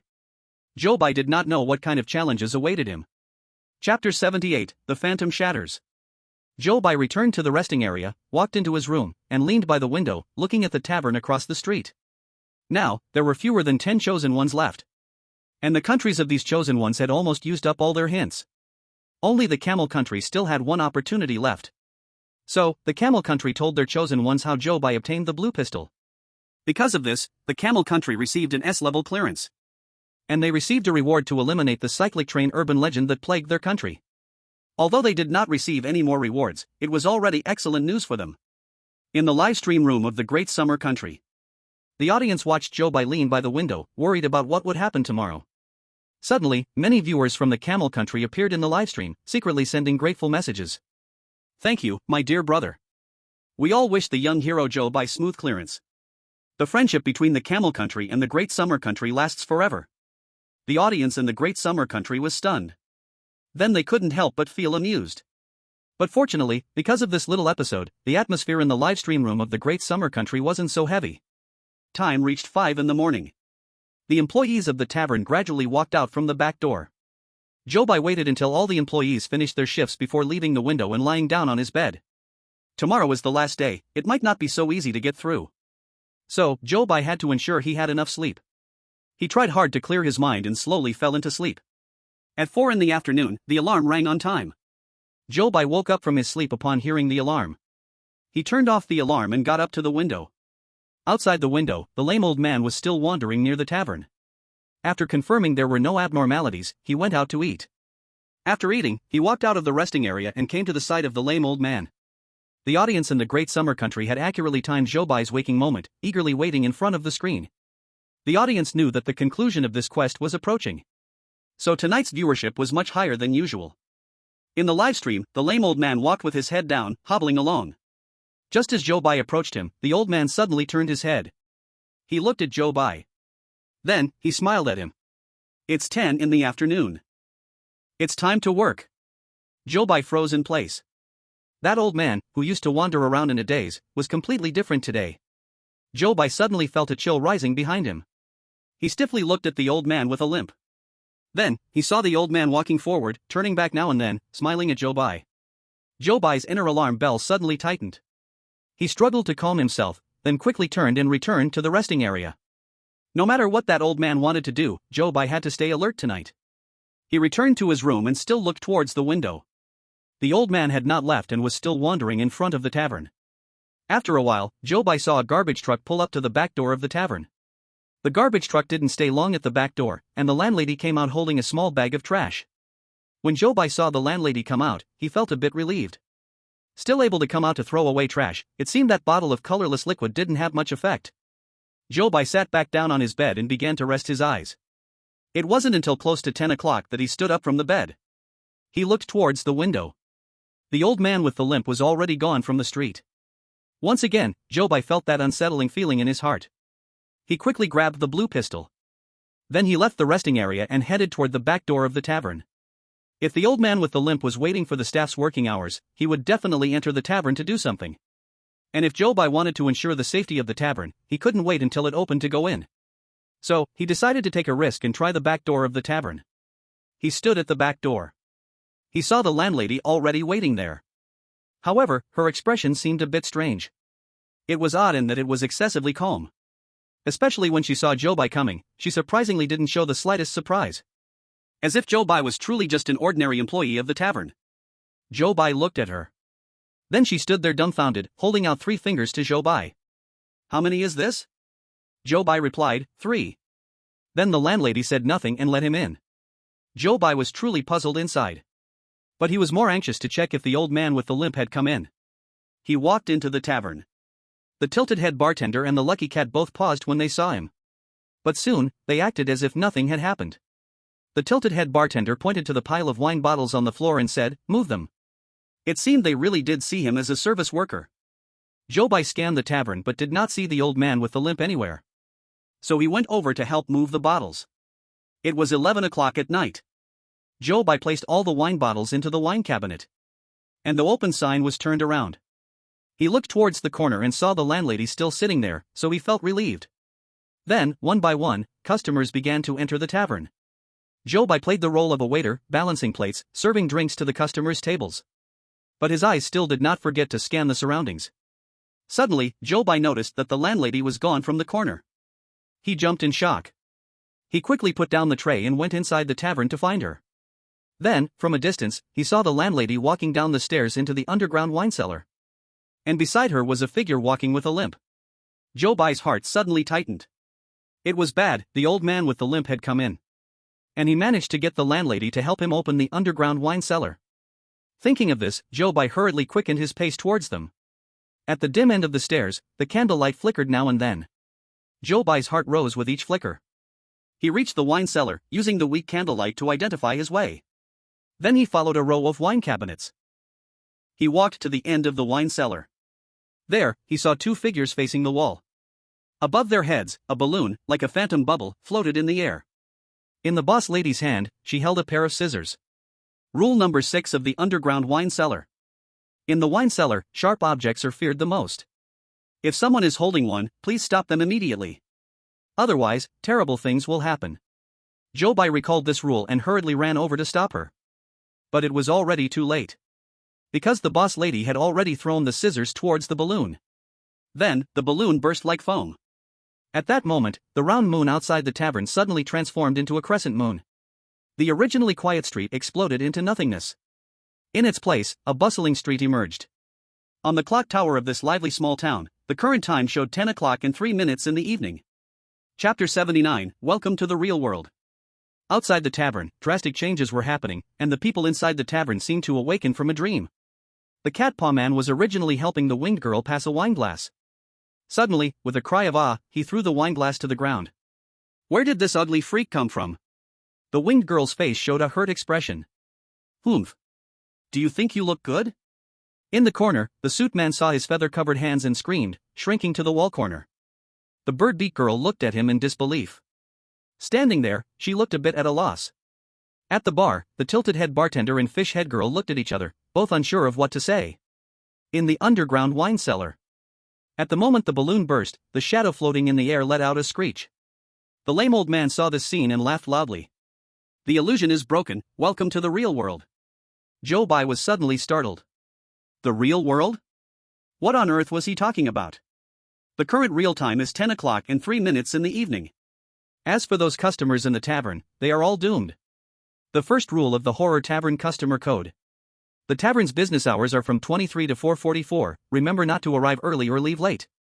Of course, Zhou Bai remembered this rule. And as for you, playing the role of a waiter is quite fortunate. The lame old man spoke words Zhou Bai couldn't understand. However, upon hearing his words, the boss lady's expression finally changed. The shadow above the wine cellar continued to screech, seemingly growing more violent. 22 days. I have lingered outside the tavern for 22 days. Just to get in here and see this scene with my own eyes. I want everyone to see what kind of people you really are. Before the lame old man finished speaking, the shadow could no longer be controlled, howling as it dove towards the ground. Then, it seemed ready to dash outside the wine cellar. The bunny-eared boss lady suddenly rushed in front of the shadow, arms wide open, trying to block it with her body. She shut her eyes tightly, waiting for the impending intense pain. But from her rabbit ears, apart from a bit of scorching pain, there was no other sensation. She opened her eyes in confusion. Then, she saw that the shadow was already enveloped by a blue bubble. And that blue gun appeared at her side, held tightly by Zhou Bai standing behind her. The blue bubble surrounded the shadow. From deep blue to light blue, finally disappearing along with the shadow. The lame old man, upon seeing this scene, had secretly slipped out of the wine cellar. The boss lady turned in surprise to Zhou Bai. But she heard Zhou Bai asking her, "Are you okay?" In the wine cellar, the candle flame flickered uncertainly. But the black smoke from the boss lady's ears caught Zhou Bai's eye. Seeing this, Zhou Bai's heart jolted. This is pollution? Inside the wine cellar, the temperature slowly drops. The candle flickers, dripping blue liquid. The flame gets smaller and smaller, as if it will go out at any moment. The fifth rule of the underground wine cellar. Inside the wine cellar, there is only one candle for light. It will never go out. If you see it extinguished, please notify everyone immediately and leave the tavern at once. Zhou Bai feels as if the entire tavern is falling apart. He looks at the black smoke on the landlady's ear, then at the candle, and suddenly feels a sense of helplessness rise within him. It seems no matter how hard he tries, he cannot prevent everything from heading in a bad direction. The viewers in the Daxia Kingdom's livestream see this scene and feel terror rising in their hearts. It's over, the tavern might be destroyed. Is Zhou Bai going to die? I can't think of any other way to save this tavern. Zhou Bai grips the blue handgun tightly in his hand. That blue handgun has a strange material, and under Zhou Bai's strong grip, it actually shows slight fingerprints. Of course, Zhou Bai is not aware of this detail at the moment. He takes a deep breath. In the next second, he reignites the struggle within himself. Since it is a choice he made, he can only fight with all his might to realize it. Until the last second, who knows what the outcome will be. Let's go, get out first. Zhou Bai grabs the landlady's wrist, pulling her towards the stairs. Although the landlady just reacted instinctively, she still does not seem fully awake. Zhou Bai knows that he cannot learn how to deal with the current situation from her. He needs to go upstairs to find the crooked-headed bartender and the lucky cat. He needs to see if there are more ways to gather information. On the first floor of the tavern, the customers are already in complete chaos. The limping old man comes up from the wine cellar, sees the scene, and laughs loudly as he rushes out the tavern door. Wonderful! This is the effect I wanted. He fully opens the tavern door. Then runs outside, plunging into the crowd. At this moment, outside the tavern, a large crowd has gathered. Each of these people has a physical defect. Some have lost hands, some lost feet, some have no eyes, and some are missing an ear. These people all hold torches in their hands. Standing at the front of the crowd is a one-legged old lady. She leans on a cane. Just standing there, she has a powerful presence. The limping old man runs to her side, nods in greeting, then retreats back into the crowd.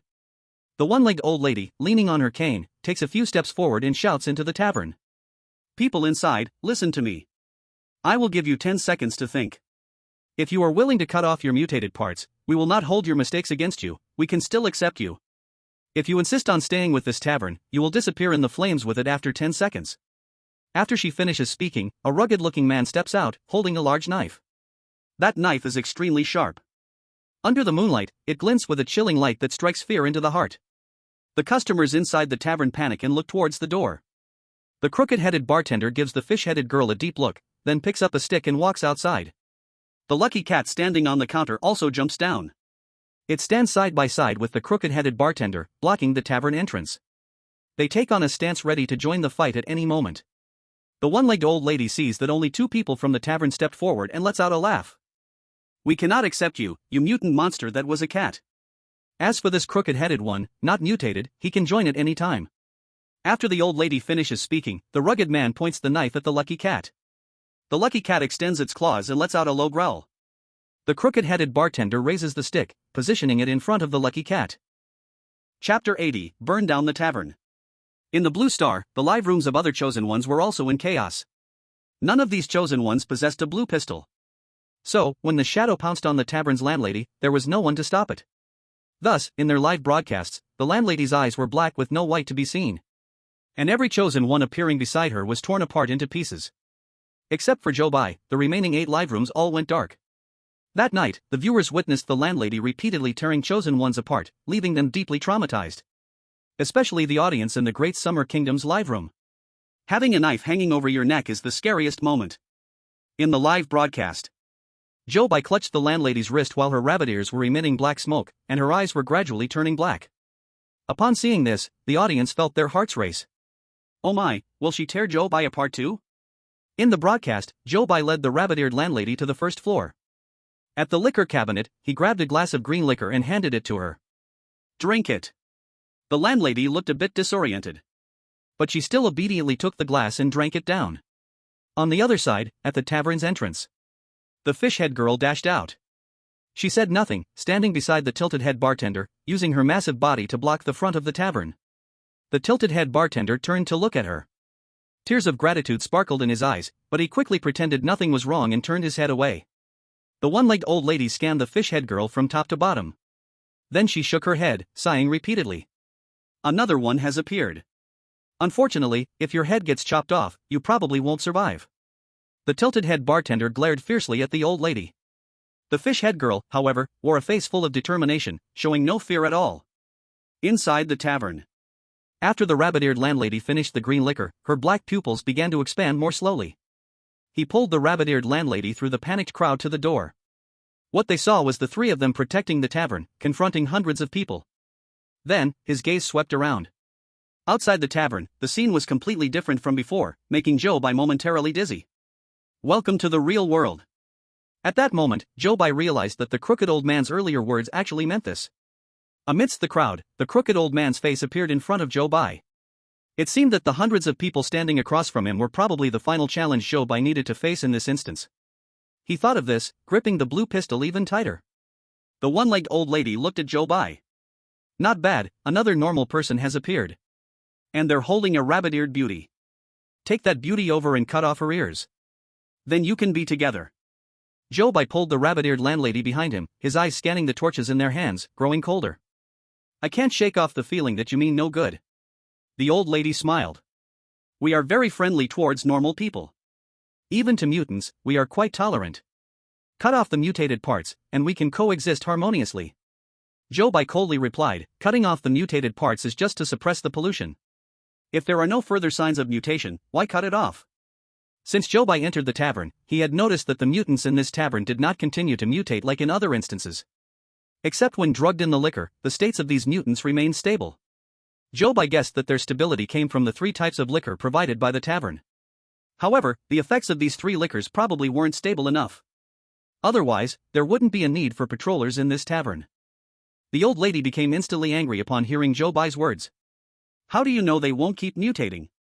Keeping these mutated parts will lead to continuous mutation. We have so many people who have verified this. Pain is the best way to suppress pollution. Zhou Bai turned sideways, pointing to the customers in the tavern. I have been in this tavern for so many days, and so many people have not continued to mutate. The one-legged old lady followed Zhou Bai's gesture and looked toward the tavern's entrance. There, every mutated or normal person showed fear in their eyes. The one-legged old lady felt she was a messenger of justice. But at that moment, she felt as if she was the source of their fear in their eyes. The one-legged old lady refused to believe it and carefully scrutinized, but still could not find a trace of crazed madness from pollution in their eyes. She was almost persuaded by Zhou Bai. The one-legged old man saw that the one-legged old lady was somewhat swayed, and quickly stepped out from the crowd. Don't let their temporary appearance deceive you. How can mutated people be with normal people? Look at that person with feathers all over his hands. Lin Yazi saw with his own eyes that he was polluted because he was with a mutated girl. The man in the suit heard someone mention him and quickly hid his hands out of fear. Zhou Bai glared at the one-legged old man. Why did he become like this?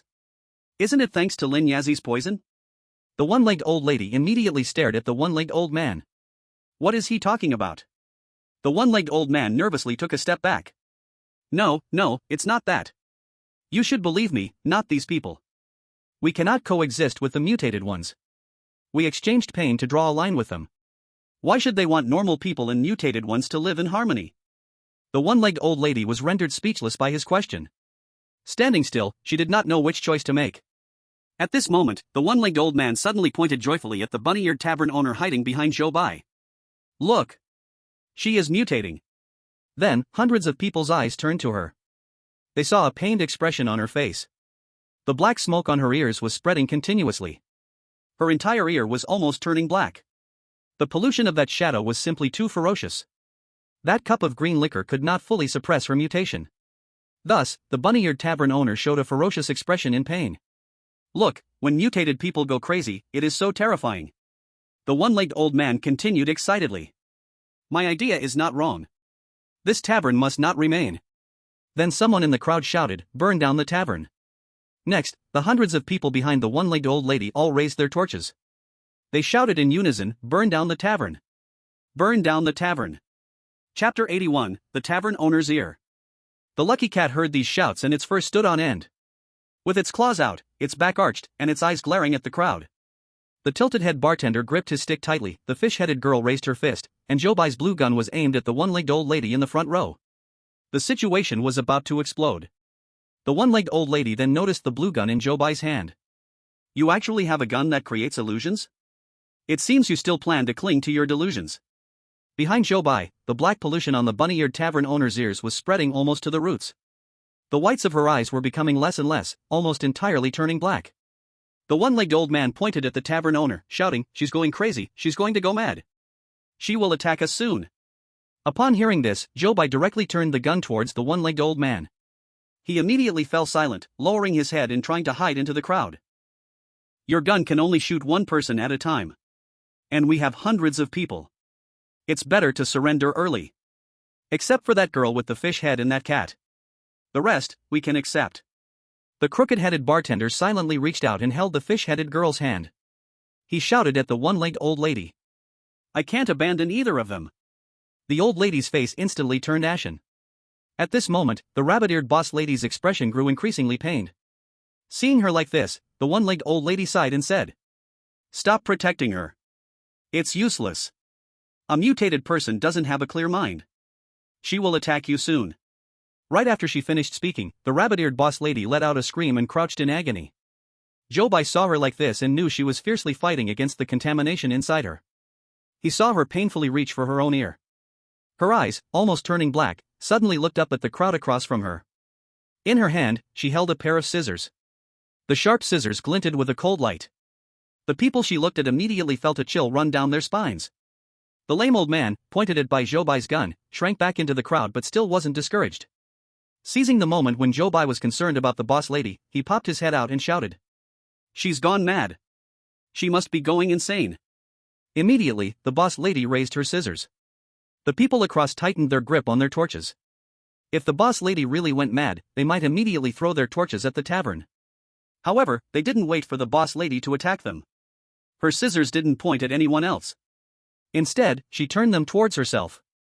Red liquid dripped down from the top of her head. The scissors cut slowly at the base of her ear. With each cut, her facial expression twisted in pain.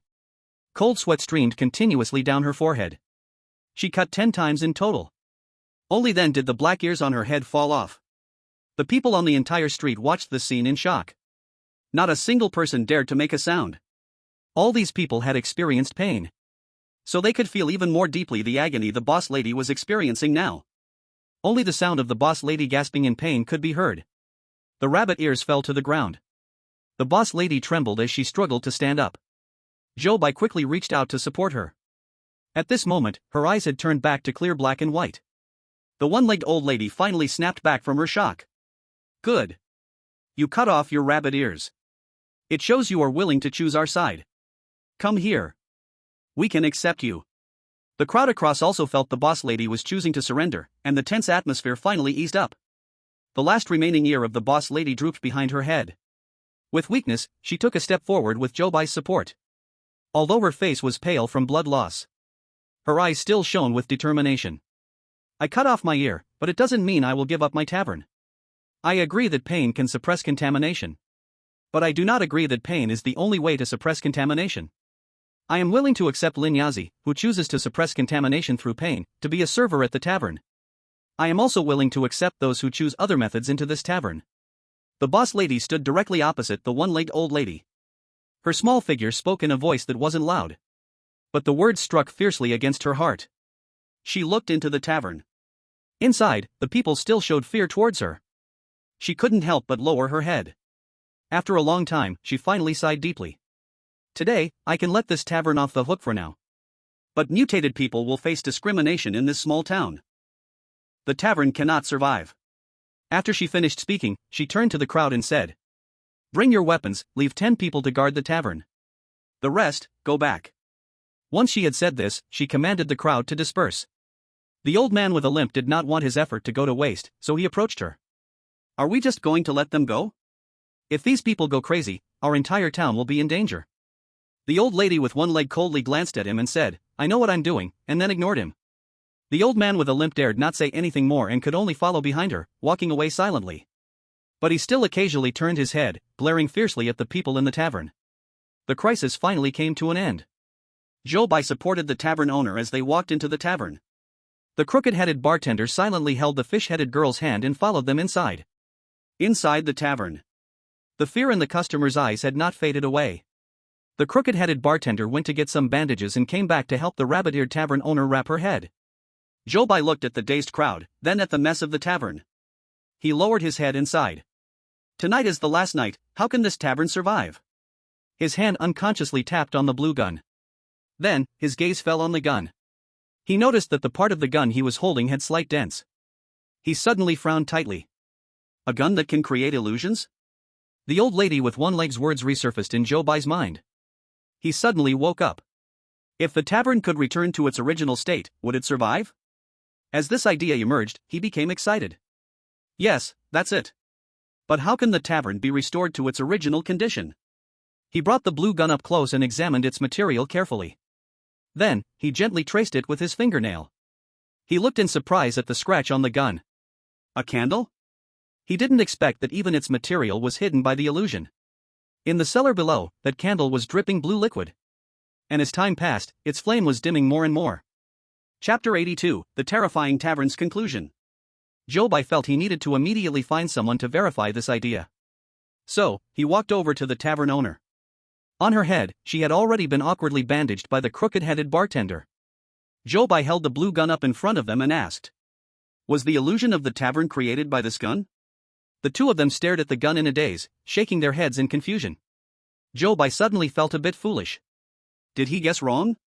The tavern owner said to Zhou Bai, "Actually, I don't know. The illusion of this tavern was created by a former customer of the tavern who helped me. The blue gun in your hand was also given to Tian Tian by that person." The lucky cat let out a meow, turning its head away. It seemed unwilling to acknowledge its not-so-mighty name. The crooked-headed bartender's eyes fell on the back of Zhou Bai's hand.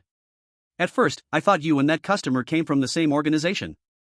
Zhou Bai was taken aback and then thoughtfully looked at the blue gun in his hand. In the cellar, that candle was almost extinguished. But Zhou Bai's heart was still engaged in a fierce internal struggle. Rule 5 of the cellar. Inside the cellar, there is only one candle providing light.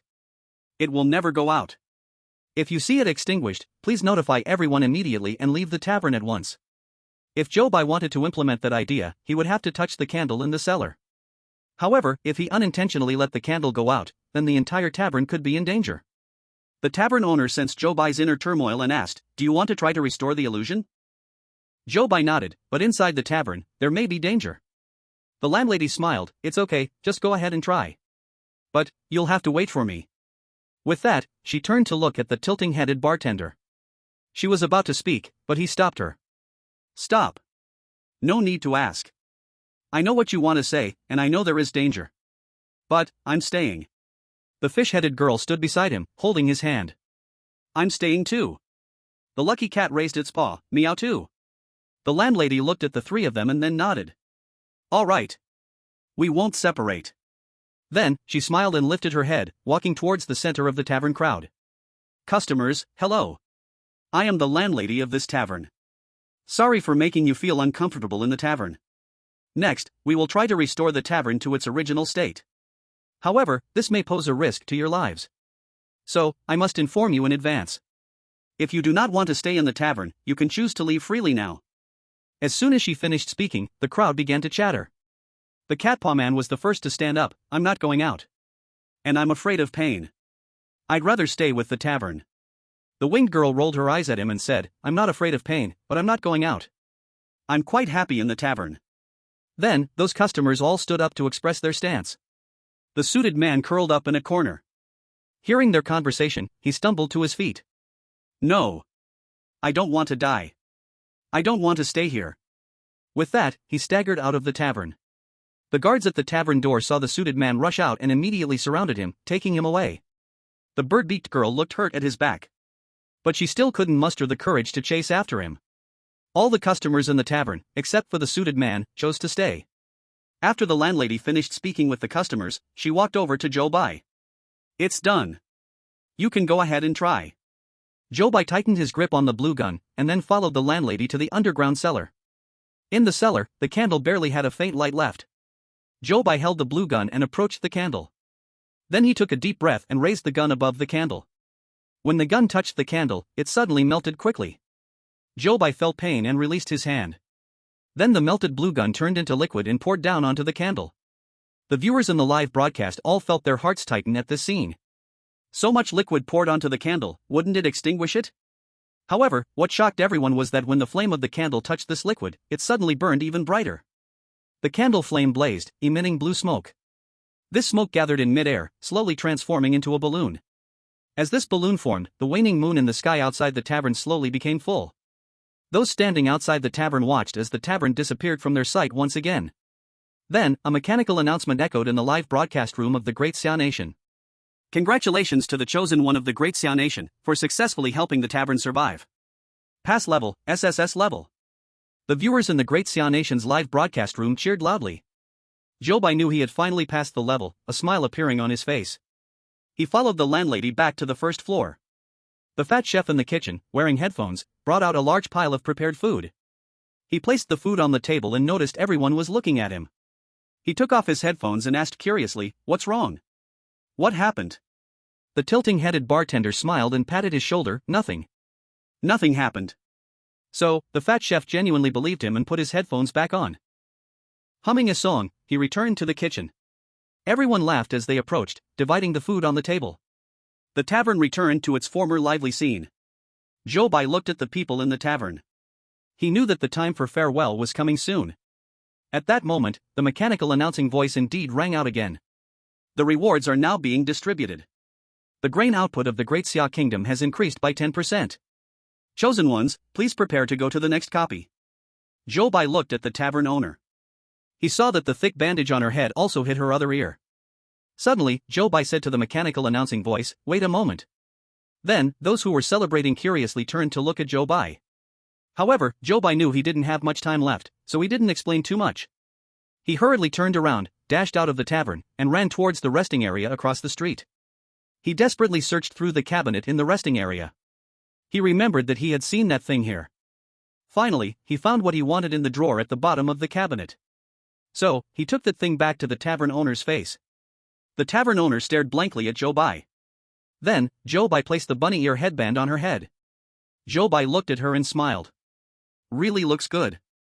The tavern owner's eyes sparkled with light.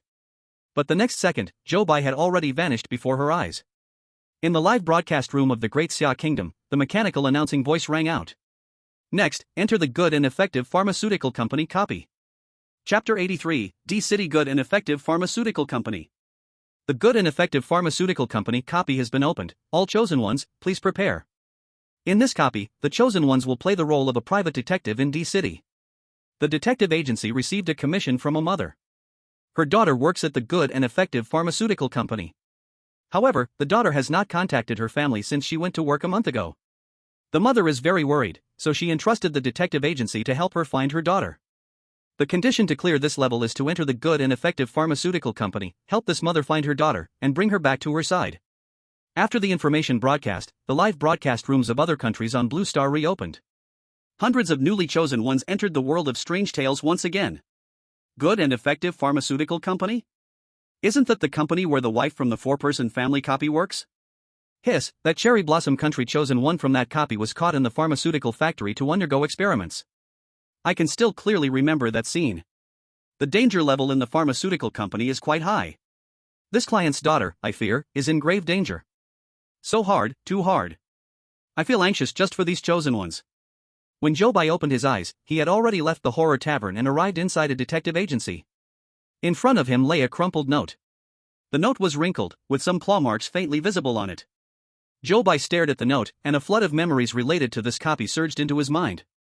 A week ago, the detective agency received the commission from this mother and immediately sent a detective into the Good and Effective Pharmaceutical Company. However, this detective lost contact with the agency after sending out this note a few days ago. The detective agency had no choice but to send another detective to investigate. And now, the role Zhou Bai was to play was that reassigned detective. After understanding all the information, Zhou Bai couldn't help but twitch the corner of his mouth. Isn't this copy's difficulty a bit too great? The previous detective was at least a professional. If even the detective ran into trouble, then the others would probably find it even harder. Moreover, there was only one way to clear this level. Thinking of this, Zhou Bai. He couldn't help but let out a sigh. He closed his eyes and secretly encouraged himself. Then he looked at the note in his hand. The detective's note. 1. This company has a strict hierarchy, and employees are divided into 5 levels. New employees must start at the lowest, level 5. 2. In this company, all employees must wear uniforms. Level 5 and Level 4 must wear orange uniforms. Level 3 wears white uniforms. Level 2 and Level 1 wear green uniforms. 3. Only employees wearing green uniforms can use the dishes from the sterilizer in the cafeteria. Don't make a mistake. 4. Do not befriend colleagues who take their work very seriously. During work hours, try to slack off if you can. 5. The Research and Development Department is in the building at the far east of the company. 6. The company provides dormitories for employees. If your roommate makes chewing sounds in the middle of the night, don't be scared, and don't open your eyes. They might just be hungry. 7. When leaving the pharmaceutical company, please take off your uniform. Do not let the ordinary citizens of City D know that you come from good effective pharmaceutical company. 8. No matter how attractive the conditions are, do not submit a volunteer application form. After reading all the rules, Zhou Bai heard the system's voice in his mind. Detected that the host has obtained new rules, now marking an incorrect option for you. The 5th rule of the detective's note is incorrect. Zhou Bai looked at that rule. The Research and Development Department is in the building at the far east of the company. Zhou Bai frowned after reading it. Is there no Research and Development Department in the company? Or is the Research and Development Department not in the building at the far east? Zhou Bai recalled the information he knew. In the first copy, his wife had said that the good effective pharmaceutical company in City A had no Research and Development Department. But this copy is in City D. It's possible that the situation is not the same. In the cyclical train copy, City D does not accept mutants. If mutations occur in City D in this copy, then the corruption level of this world should be increasing. Thinking of this, Zhou Bai's expression turned grave. He put away the detective's note. Then set off for the good effective pharmaceutical company. The Good Effective Pharmaceutical Company is located in the suburbs of City D. There's only one bus in the whole city that passes by there. Today is Zhou Bai's first day on the job. He took the simple luggage he had prepared long ago and got on the bus to the Good Effective Pharmaceutical Company. This city does indeed look much more lively and prosperous than other cities. Even a bus going to the suburbs was filled with people. Zhou Bai was used to seeing mutants in the world of strange tales. Now that the bus was full of normal people, he actually felt a little uncomfortable. As the vehicle drove toward the pharmaceutical company, the number of pedestrians on the road became scarcer. When the bus stopped in front of the Good Effective Pharmaceutical Company, Zhou Bai got off through the back door with his luggage. At this moment, he noticed that everyone on the bus was looking at him with strange eyes. The 7th rule of the detective's note: when leaving the pharmaceutical company, please take off your uniform. Do not let the ordinary citizens of City D know that you come from Good Effective Pharmaceutical Company. Zhou Bai felt his back stiffen. This feeling didn't disappear until the bus drove far away. He held his simple luggage and walked into the company's main entrance.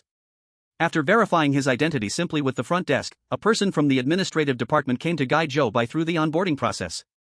After completing the formalities, he received 2 sets of orange uniforms to change into.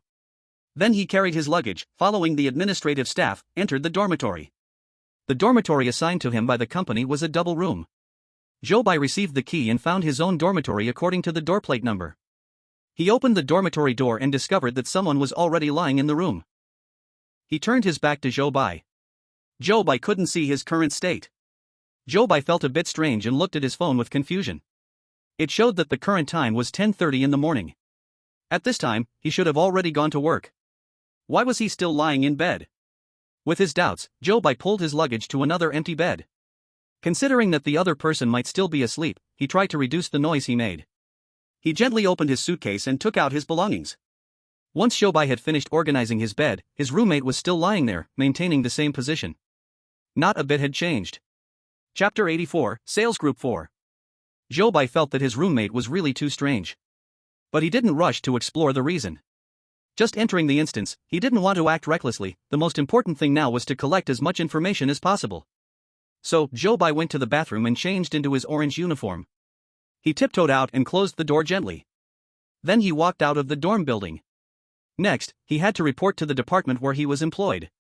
Zhou Bai had applied for the position of salesperson. So, he was assigned to the company's Sales Group 4. Following the front desk's guidance, he arrived at the office belonging to Sales Group 4. The group leader, Mr. Chen, was a middle-aged man nearing 50. He looked very serious.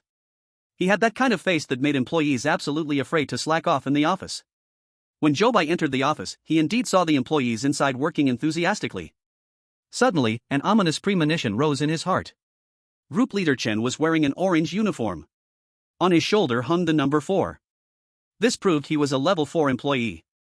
In the office of Sales Group 4, besides Mr. Chen, everyone else also wore orange uniforms, with a number 5 on their shoulders. Zhou Bai stood at the door, looking inside. He saw Mr. Chen standing behind an ordinary employee. One hand on his waist, the other hand pointed at the computer screen in front, constantly pointing and directing. Zhou Bai took a sharp breath. Old memories from when he used to work suddenly attacked him. Ah, he had to be a corporate slave again, how difficult. He knocked on the office door. Seeing that everyone was deeply engaged in their work, no one responded to him. So he walked in by himself. Mr. Chen noticed someone walking next to him and finally looked up at Zhou Bai. Zhou Bai quickly smiled awkwardly at him. Hello, Mr. Chen, I am the new salesperson reporting to Sales Group 4. It's nice to meet you. After Zhou Bai finished speaking, Mr. Chen did not reply. Instead, he just coldly looked at Zhou Bai. That gaze made Zhou Bai feel like he had done something wrong just now. He stiffly showed an awkward smile. At this time, the audience in the live broadcast room also noticed that Mr. Chen was a bit off. What's up with Mr. Chen? He seems strange? The rules say you can't take work seriously. Mr. Chen seems off. He's pushing employees to work so seriously, there must be a problem. Zhou Bai was still awkwardly standing there, trying hard to recall what he had just done wrong. However, at the same time, the chosen one from the cherry blossom country quickly gained Mr. Chen's appreciation. He stood straight and, upon seeing Mr. Chen, respectfully bowed at a 90-degree angle. As a result, Mr. Chen smiled satisfactorily at him. Experts from the Great Xia country's analysis group had screens lining the walls in front of them. At this moment, some experts also noticed the image from Cherry Blossom Country. Something's off, Mr. Chen's attitude is wrong. Look at the screen from Cherry Blossom Country. The rules have mentioned that this company has strict hierarchy. A lower level sees a higher level, perhaps that respectful bowing from Cherry Blossom Country is the correct approach. Not good. One reminder for Zhou Bai was necessary. The expert team realized something was off and was about to use a reminder opportunity. But Zhou Bai suddenly felt a tug at the corner of his clothes. He glanced down with the corner of his eye. He found that the one pulling his clothes was a boy with a buzzcut sitting at the computer. Bend down, hurry. The buzzcut boy whispered in a hushed voice, urging Zhou Bai. The familiar NPC was reminding him again. Zhou Bai looked at the buzzcut boy, then at Team Leader Chen's cold expression. After thinking for a moment, he slightly bent down and performed a symbolic bow. After this gesture, Team Leader Chen's icy expression showed some signs of thawing. The expert team let out a sigh of relief upon witnessing this scene. Good, they saved a reminder opportunity. Team Leader Chen pointed to an empty seat behind him and said to Zhou Bai. Sit down, open your computer. There's a lot of work today, you have no time to adjust, you must get into work mode immediately. Zhou Bai had no choice but to sit in the empty seat and open the computer as instructed. Team Leader Chen took 2 steps back and came to stand behind Zhou Bai. Just as Zhou Bai turned on the computer, he felt that sense of pressure as Team Leader Chen stared at his screen. Team Leader Chen, what is my work content? Team Leader Chen placed a white medicine bottle in front of Zhou Bai. Seeing that bottle, Zhou Bai's heart tightened suddenly. Isn't that the same pill his wife took in the first instance? Team Leader Chen put the pill on Zhou Bai's desk and said. The clients you're following are all customers who have purchased this pill. Your daily work is to contact these clients and ask if they need to continue purchasing. Team Leader Chen pointed to the computer screen and continued. Open this spreadsheet. It contains all the clients you need to contact. Zhou Bai opened the computer and saw there were hundreds of names. Every person's address was in City D. It seems that pollution is really expanding. Zhou Bai didn't rush to make calls. Didn't the rules say so? During work hours, if you can take it easy, do so as much as possible. He was quite skilled at this. So, he pretended to study the spreadsheet earnestly. While looking, he took out a notebook and pretended to take notes. Finally, he managed to endure until Team Leader Chen stepped away from behind him. He sighed with relief. Then, he saw Team Leader Chen walk to the front of the office. He clapped his hands, signaling all team members to stop their work. Alright, it's time for our motivational session. Everyone stand up. So, nearly 10 members of Sales Team 4 stood up from their seats. Then, Team Leader Chen shouted with his booming voice. Good morning, friends of Sales Team 4. As soon as he finished speaking, the entire office echoed in a synchronized response. Good, great, excellent. Sales Team 4 will get better. Team Leader Chen was very satisfied with their response. Next, everyone motivate yourselves with a phrase. Lu Mei. Team Leader Chen pointed to a girl in the front row. She shouted, work even harder today. LV Dong. Team Leader Chen pointed to a boy in the second row. The boy immediately yelled, let's do it. Then, each person was called by Team Leader Chen. And those called would quickly shout out a slogan. Finally, team leader Chen pointed at Zhou Bai. Zhou Bai responded quickly and shouted, "Ali give." Chapter 85, Employee Working Rules. In an instant, everyone turned to look at Zhou Bai. Zhou Bai awkwardly clenched his fists and made a cheer gesture. He shouted loudly, "Keep going." Thus, in the office of Sales Team 4, the intense applause echoed loudly. "Go for it! Go for it! Go for it!" Zhou Bai could only mechanically clap along in this passionate atmosphere. After a long time, the applause finally stopped. Zhou Bai was finally able to sit back in his seat. He helplessly wiped the cold sweat from his forehead. At this moment, team leader Chen started supervising each person's work progress from the front row. Immediately, various sounds of typing on keyboards and phone calls filled the office. Bored, Zhou Bai moved the mouse around, pretending to work seriously. Out of the corner of his eye, he quietly observed where team leader Chen was. Finally, when team leader Chen went to the bathroom, Zhou Bai relaxed. He casually flipped through the items on the desk, finding materials that provided guidance on how to work. Then he opened the drawer and discovered a new set of rules. Employee Work Guidelines. 1. You should respect your superiors in your outward behavior and obey their commands. 2. Take your work seriously. Don't be lazy or negligent. Complete the tasks assigned by your superiors on time. 3. When seeing employees of level 2 and level 1, you should lower your head and look at your toes. This is to express your greatest respect for them. For employees of different levels will have different working, dining, and living conditions. Please remember your level and do not act beyond your level. 5. The company will have an opportunity for re-evaluation every month. The necessary condition to upgrade to level 3 is to submit a volunteer application form. 6. The company's voltage is not very good, sometimes there will be power outages. This will not put you in danger, so don't be nervous, just wait a moment, and it will recover. 7. If a colleague suddenly disappears next to you, don't panic, and don't ask where they went. 8. Management in the company is very strict, do not move around casually at night. Be careful of being caught by security in black clothes. After reading all the rules, a voice rang in Zhou Bai's mind. Detected that the host has obtained new rules, now marking an incorrect option for you. The 6th clause of the Employee Work Guidelines is incorrect. Zhou Bai looked at that rule. He guessed that the company often experienced power outages, which should really be the case. But the reason for the power outages should not be because the voltage was bad. Most importantly, this rule stated, this will not put you in danger. So it is very likely that there will be danger during a power outage. Thinking of this, Zhou Bai became even more aware of the severe situation. But how should one act during a power outage to avoid danger? Zhou Bai could not think of an answer for now and could only suppress his doubts and look at the other rules. His gaze fell on the 2nd clause of the Employee Work Guidelines. Take your work seriously. Don't be lazy or negligent. Complete the tasks assigned by your superiors on time. This rule clearly conflicted with the 4th clause of the detective's note. Don't be friends with colleagues who take work very seriously. During work hours, try to slack off as much as possible. Zhou Bai instantly fell into a dilemma. Should he work seriously or not? Thinking of this, Zhou Bai suddenly found that slacking off didn't seem appealing anymore. Outside the office door, team leader Chen had returned from the restroom. Zhou Bai had to pick up the pen again, pretending to jot down something in his notebook. He looked at the others. He found that everyone was very focused on their work. Moreover, they all seemed normal, showing no signs of contamination. Zhou Bai felt even more confused. Could it be that you have to work seriously to a certain extent or for a certain length of time to be affected? At this moment, team leader Chen had already walked up behind Zhou Bai. Do you understand the work content clearly? Is there anything you don't understand? Zhou Bai closed his blank notebook. Then he turned around and smiled at team leader Chen. Almost there, almost there. So team leader Chen said with a cold face, almost there, then let's start making calls. After he said that, he stood behind Zhou Bai, showing no intention of leaving. Zhou Bai had no choice but to pick up the phone on the table, getting ready to dial the first phone number on the form. However, at that moment, team leader Chen reminded Zhou Bai, if there are any clients complaining about our drug's effectiveness, just hand them over to Xiao Wang.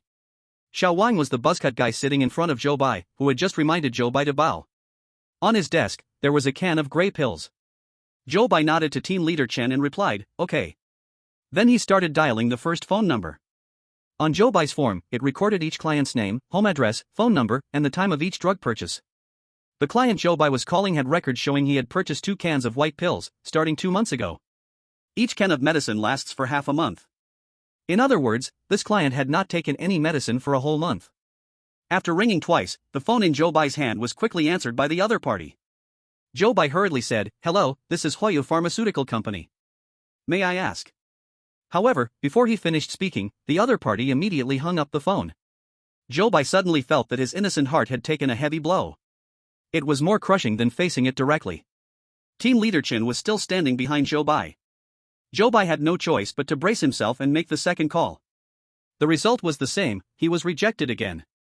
The whole morning, under team leader Chen's supervision, Zhou Bai made 30 calls. Without a doubt, every one of them rejected him. Moreover, they all hung up as soon as they heard the name of Huoyu Pharmaceutical Company. By the time lunch break was announced, he had been rejected to the point of numbness. Lying on the table, he couldn't muster any spirit. Xiao Wang, sitting in front of him, turned around and asked with concern, "What's wrong?" Zhou Bai sighed, "Work is so hard." Xiao Wang comforted him, "It's okay, it's always like this at the beginning. It will get better over time. You see me now, 9 out of 10 clients I called this morning ended up repurchasing." Zhou Bai lay on the table, suddenly thinking Xiao Wang's words seemed a bit strange. 9 out of 10 clients repurchased? But Zhou Bai's calls clearly ended with the other party hanging up upon hearing the company's name. This wasn't something that could just be solved by more work experience. Chapter 86, Danger in the Darkness. Zhou Bai immediately sat up straight, leaning closer to Xiao Wang to humbly ask for advice. "Is there any secret?" Xiao Wang rested his chin on his hand, thinking carefully. "Actually, there's no secret. You just have to inform them quickly that we are Huoyu Pharmaceutical Company when making the call. Because our company's reputation has always been very good. So, as soon as you mention the company name, they will immediately want to repurchase." After Xiao Wang said this, Zhou Bai felt more confused. Clearly, as soon as he said the company name, the other party hung up the phone immediately. Why did Xiao Wang say that just by telling them the company name, they would repurchase? This was contradictory. Assuming Xiao Wang wasn't lying, then there must be some different conditions leading to such results. What was different exactly? Zhou Bai carefully searched for all possibilities. Then, his gaze fell upon the gray pill can on Xiao Wang's desk. Zhou Bai's eyes suddenly darkened. He asked Xiao Wang, "Have you been selling gray pills since you joined the company?" Xiao Wang smiled, "Of course not. When I first entered the company, I also sold white pills, just like you. But at that time, I had no experience. The grades are very poor." Zhou Bai felt something was off upon hearing Xiao Wang say this. Was the poor performance really just due to lack of experience in selling the white pills? From the information in Xiao Wang's words, Zhou Bai felt it wasn't that simple. When he wanted to ask Xiao Wang more questions, Leader Chen led the entire sales team already standing outside the office door looking at the two of them. "What are you still mumbling about? Hurry up and go?" Leader Chen urged them impatiently. Xiao Wang quickly stood up from his seat, pulled Zhou Bai, and walked towards the door. "Quick, Leader Chen is waiting for us to go to the cafeteria to eat." Zhou Bai's eyes widened immediately. "What? Eating requires the whole team to eat together. This really is unity." Zhou Bai thought that eating with Leader Chen would definitely be very stressful. But there was no way out, he could only be unwillingly pulled into the lineup of Sales Team 4. So, under Leader Chen's guidance, nearly 10 people headed toward the cafeteria together. To get from the office to the elevator, they had to pass through a long corridor.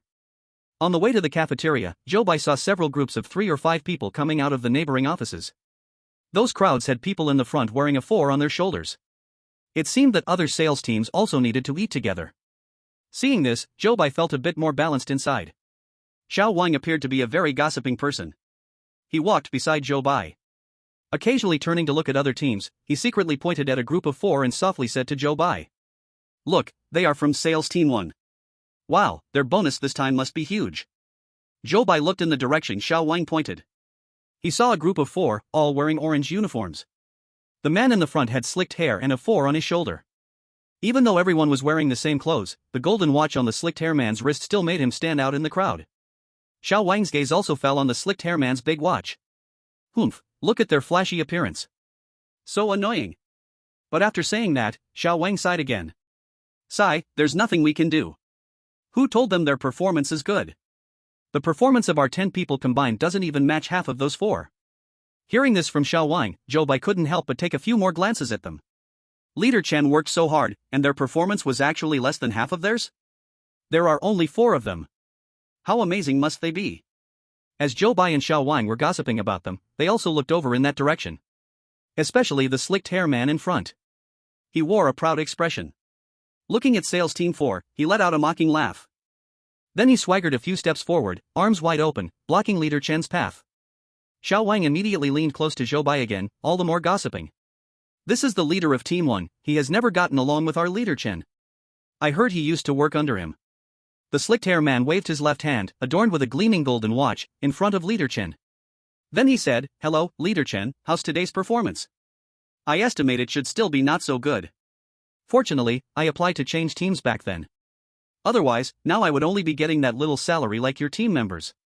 As soon as he finished speaking, the team members following behind leader Chen all had strange expressions on their faces. Zhou Bai looked at the lineup of sales team 4, and then glanced at those groups of 3 to 5 people coming out to eat. 4 people, 6 people, 7 people. The number of people in other sales teams was significantly less than that of sales team 4. Zhou Bai looked at leader Chen with suspicion. Equally hard-working, but with the most people, yet the least performance. This is a bit strange. Team leader Chen looked at the oily-haired man, but in his eyes, there was even a hint of sympathy. "I've told you many times before, don't." Before team leader Chen could finish his words, suddenly, the entire company went dark. The power was out. Zhou Bai's heart skipped a beat.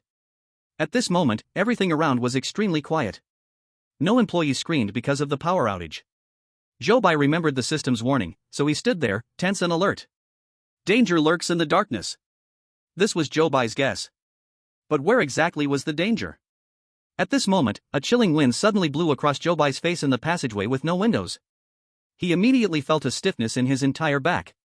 In the darkness, he involuntarily turned his face toward the direction the wind came from. Then, the light above Zhou Bai's head suddenly flickered. A pair of wide, startled eyes appeared right in front of Zhou Bai. Zhou Bai's heart tightened fiercely. These were the eyes of the oily-haired man. And after this flicker, the light in the passage finally brightened. When Zhou Bai looked back toward where the oily-haired man had been, he found he had already disappeared. In the darkness, danger lurked. Zhou Bai silently repeated this sentence in his heart.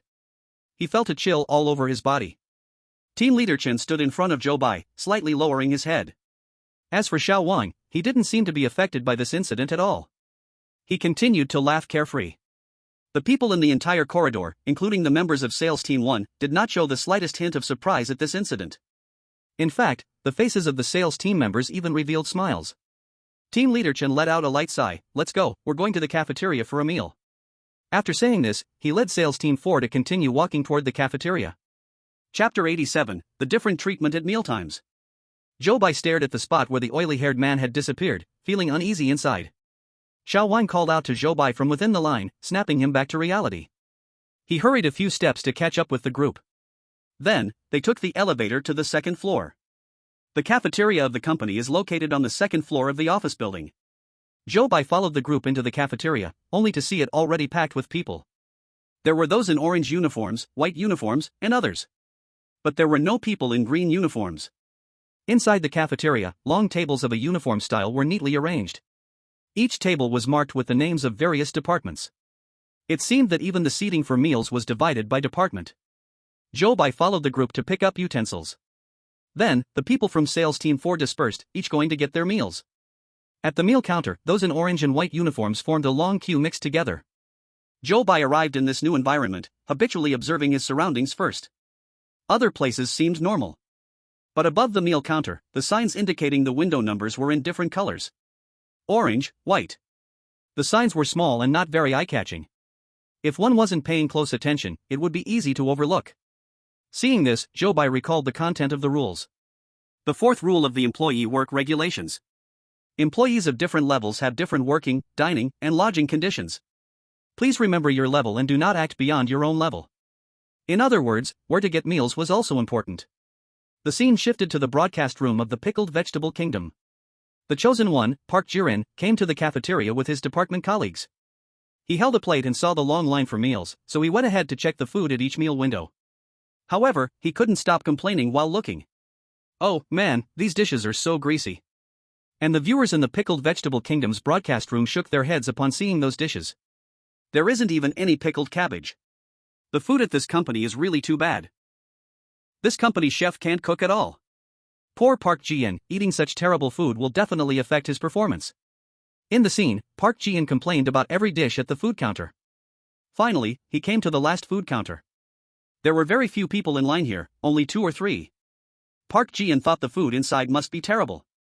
But when he walked over to take a look, his face immediately lit up with joy. Wow!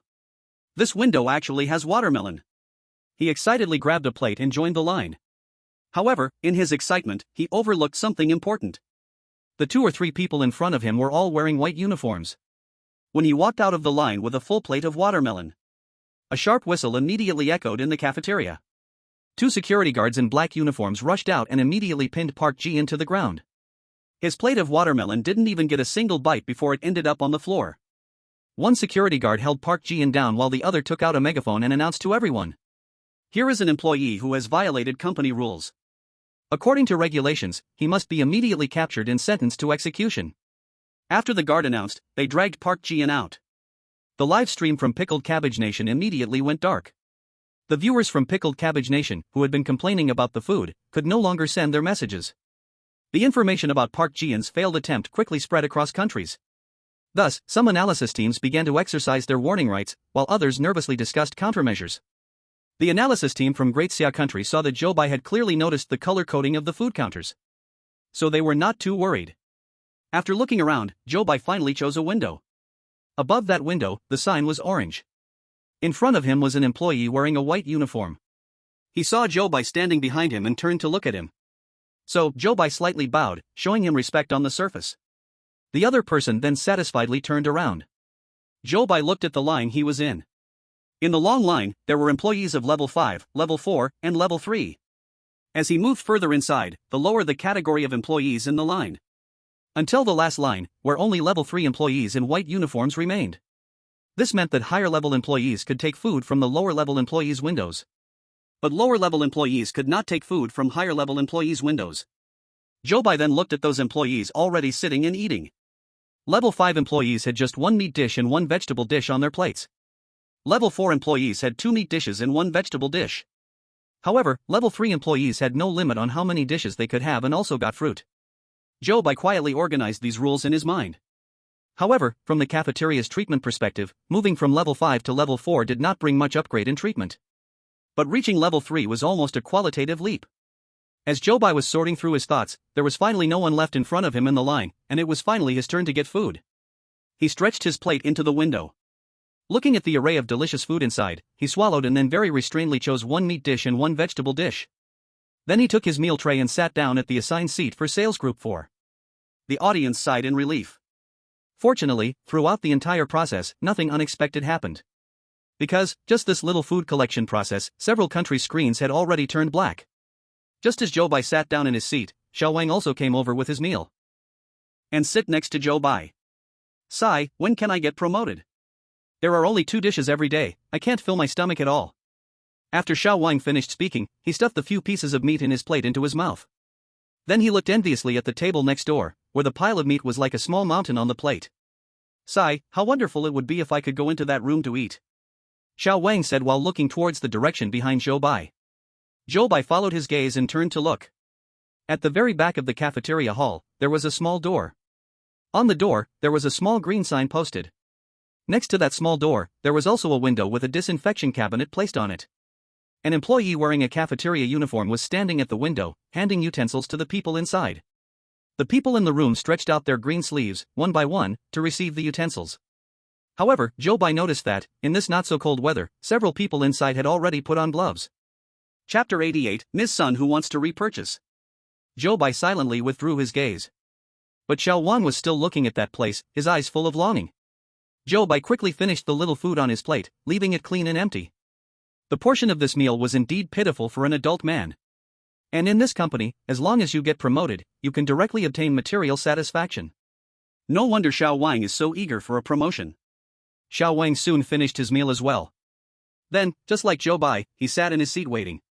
The whole department had to finish their meals before they could leave together. Team leader Chen received the most food and was also the slowest eater. So the whole group quietly waited for him to finish eating. No one dared to say a word. However, Zhou Bai suddenly noticed that when Xiao Wang looked at team leader Chen, there was a hint of malice in his eyes.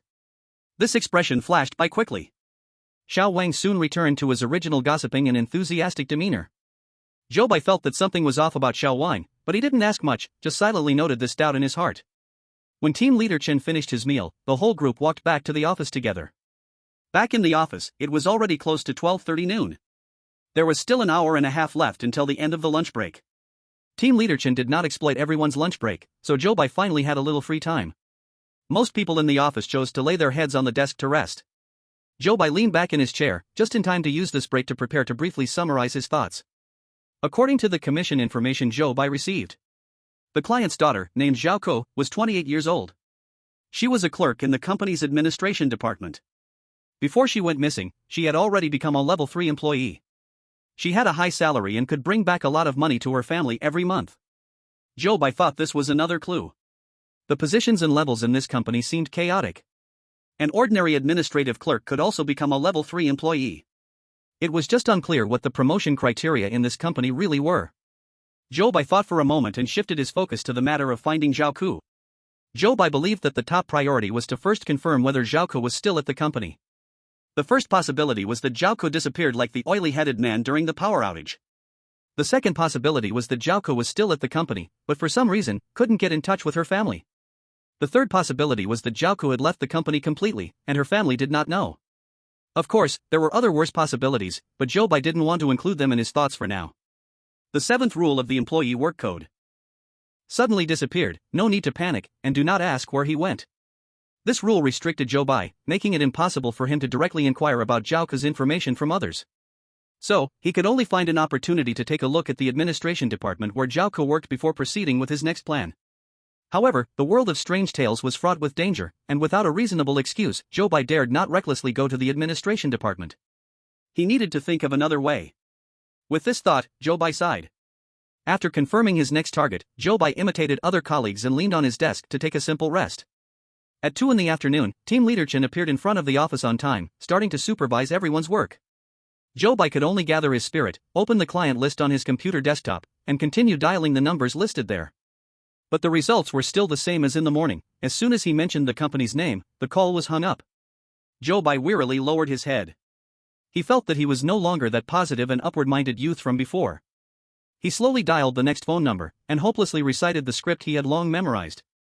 "Hello, is this Ms. Sun? This is Good Effective Pharmaceutical Company."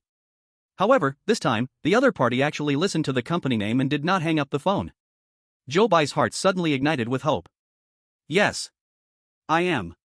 You called, too." On the other end of the line was a somewhat timid woman's voice. Zhou Bai quickly followed up, "You previously purchased products from our company and wanted to inquire about your experience." The other party fell silent for a long time, so long that Zhou Bai almost thought she had hung up. Just when he was about to give up, the woman's voice finally came through again. "I want to ask, how do I repurchase this product?" A huge surprise suddenly struck Zhou Bai's face. What? She actually wanted to repurchase. Was he going to close a deal on his very first day? "Hello, Miss Sun, purchasing is very simple, you just need to." Before Zhou Bai could finish his words, she suddenly interrupted him. No, I've thought about it, and I won't purchase for now. I'm really sorry." With that, Ms. Sun hung up the phone immediately. Zhou Bai was rejected once again. His mood felt like a roller coaster. It shot up to the top, only to crash down immediately. He weakly slumped onto the desk. Cough, cough. Team leader Chen cleared his throat from behind Zhou Bai, startling him, and he quickly sat up straight. This company truly cannot tolerate any laziness. Team leader Chen glanced at Zhou Bai, then walked to the front of the office. As he did in the morning, he clapped his hands, signaling all the team members to stop their current work. "Alright, it's time for our motivational moment. Everyone stand up." Thus, nearly 10 members of Sales Team 4 had to put down their work and stand up from their seats. Then, team leader Chen shouted with his loud voice. "Good afternoon, friends from Sales Team 4. As soon as he finished, the entire office echoed with a synchronized response. "Good, very good, extremely good. Sales Team 4 will be even better." Zhou Bai, along with the others, enthusiastically shouted the slogan. Because compared to making calls, this motivational time was simply a lazy and wonderful break. This time, Zhou Bai was different from the morning. He was completely joyfully shouting the slogan, even hoping this motivational time could be extended a bit longer. However, team leader Chen did not disappoint Zhou Bai. In the short 4 hours of work in the afternoon, team leader Chen actually led these team members through a full 4 motivational sessions. At this point, Zhou Bai finally understood why Sales Team 4 had poor performance.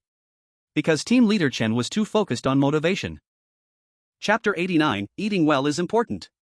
At this moment, Zhou Bai remembered the doubts he had when he first saw the rules. The second rule of the employee work code. Take work seriously. Do not be lazy or slack. Complete the tasks assigned by superiors on time. The fourth rule of the detective's note. Do not befriend colleagues who take work too seriously. During work hours, try to goof off as much as possible. Zhou Bai had previously thought these two rules were contradictory. However, Team Leader Chen's approach surprisingly met the provisions of both rules. Could this be a coincidence? Zhou Bai felt it could not be that simple. It was also possible that Team Leader Chen knew something.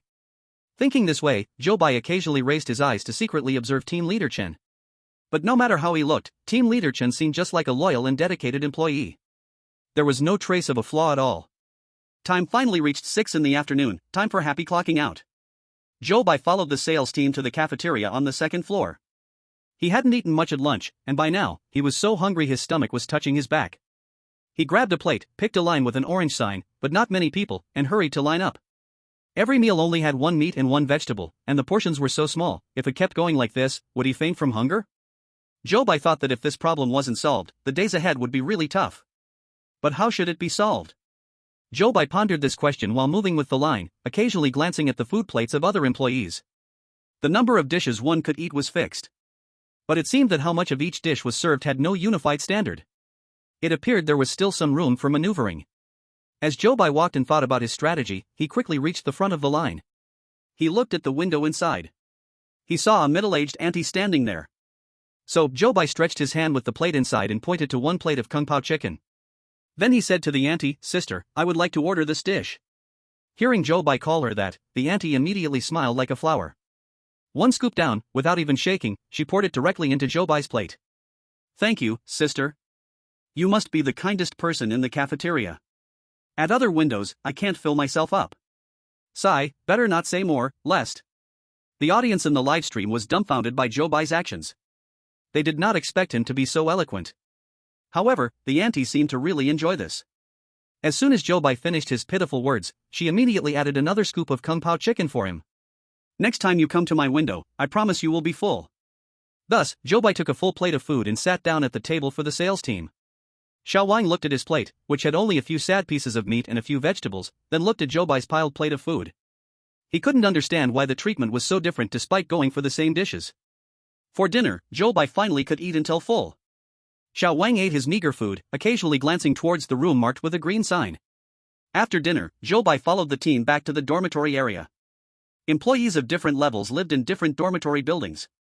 Team Leader Chen was level 4, so he did not live in the same building as Zhou Bai and the others. Thus, when the sales team reached the dormitory area, they dispersed. There were several buildings belonging to level 5.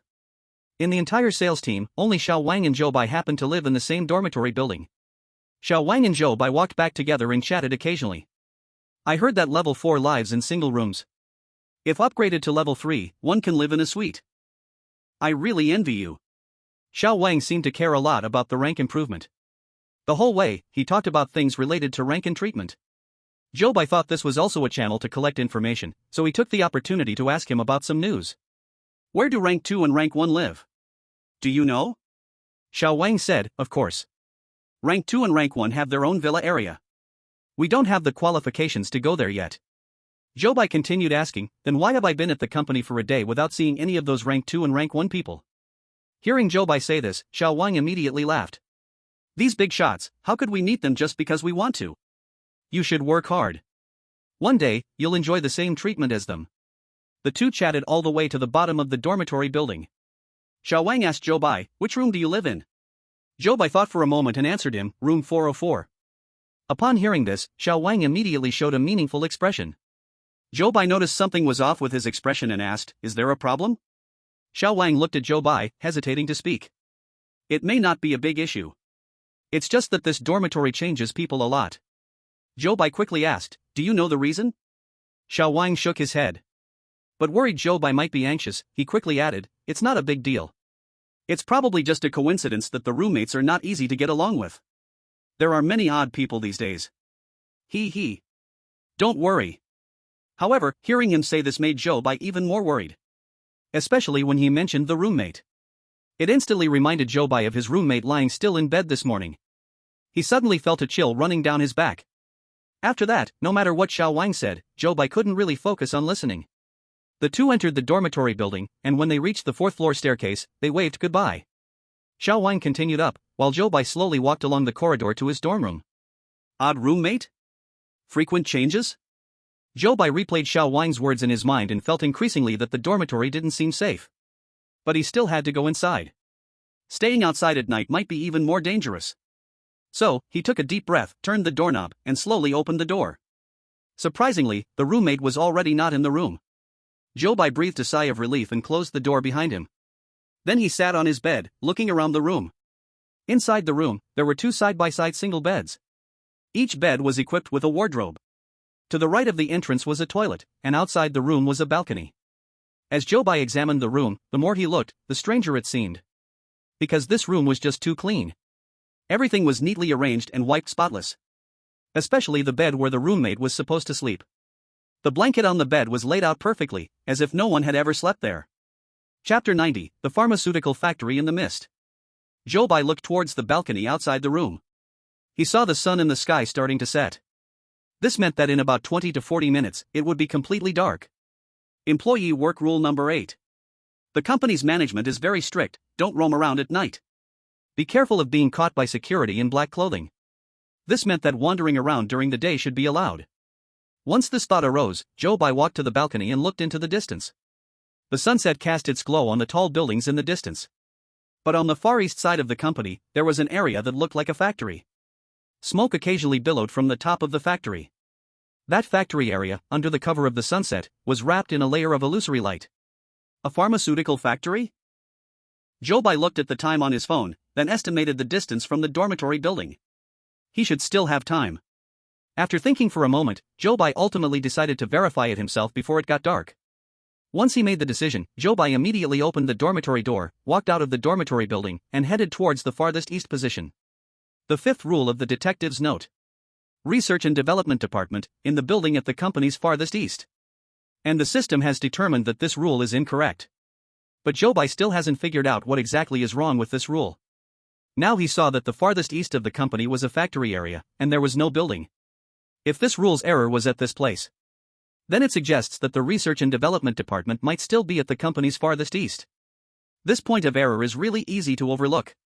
Zhou Bai must return to the dormitory before dark, so he quickened his pace towards the east.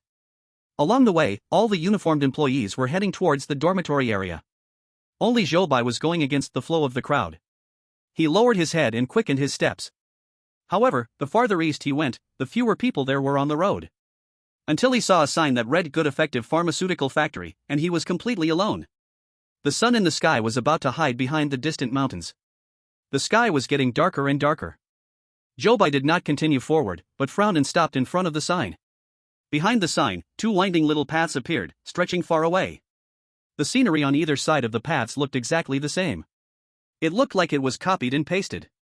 As for the end of the paths, it was already shrouded in a layer of mist. Standing in front of the sign, Zhou Bai felt that these two paths were a bit strange. He didn't know what these two paths represented. Nor did he know where these two paths led to. At this moment, behind Zhou Bai, a security guard dressed in black was running towards him. The audience in the live stream all held their breath at this scene. If he broke the rules, he would be taken away by the security guard. Previously, the chosen one from Pickled Cabbage Country was taken away for breaking the rules. Now the security guard appeared again. Was he going to take Zhou Bai away? The audience all became tense. Zhou Bai was lost in his thoughts until he turned around as the footsteps behind him got closer. At this time, the sunset above his head still had a little light left. The sky had not completely darkened yet. So, when he saw the security guard appear, he looked extremely calm.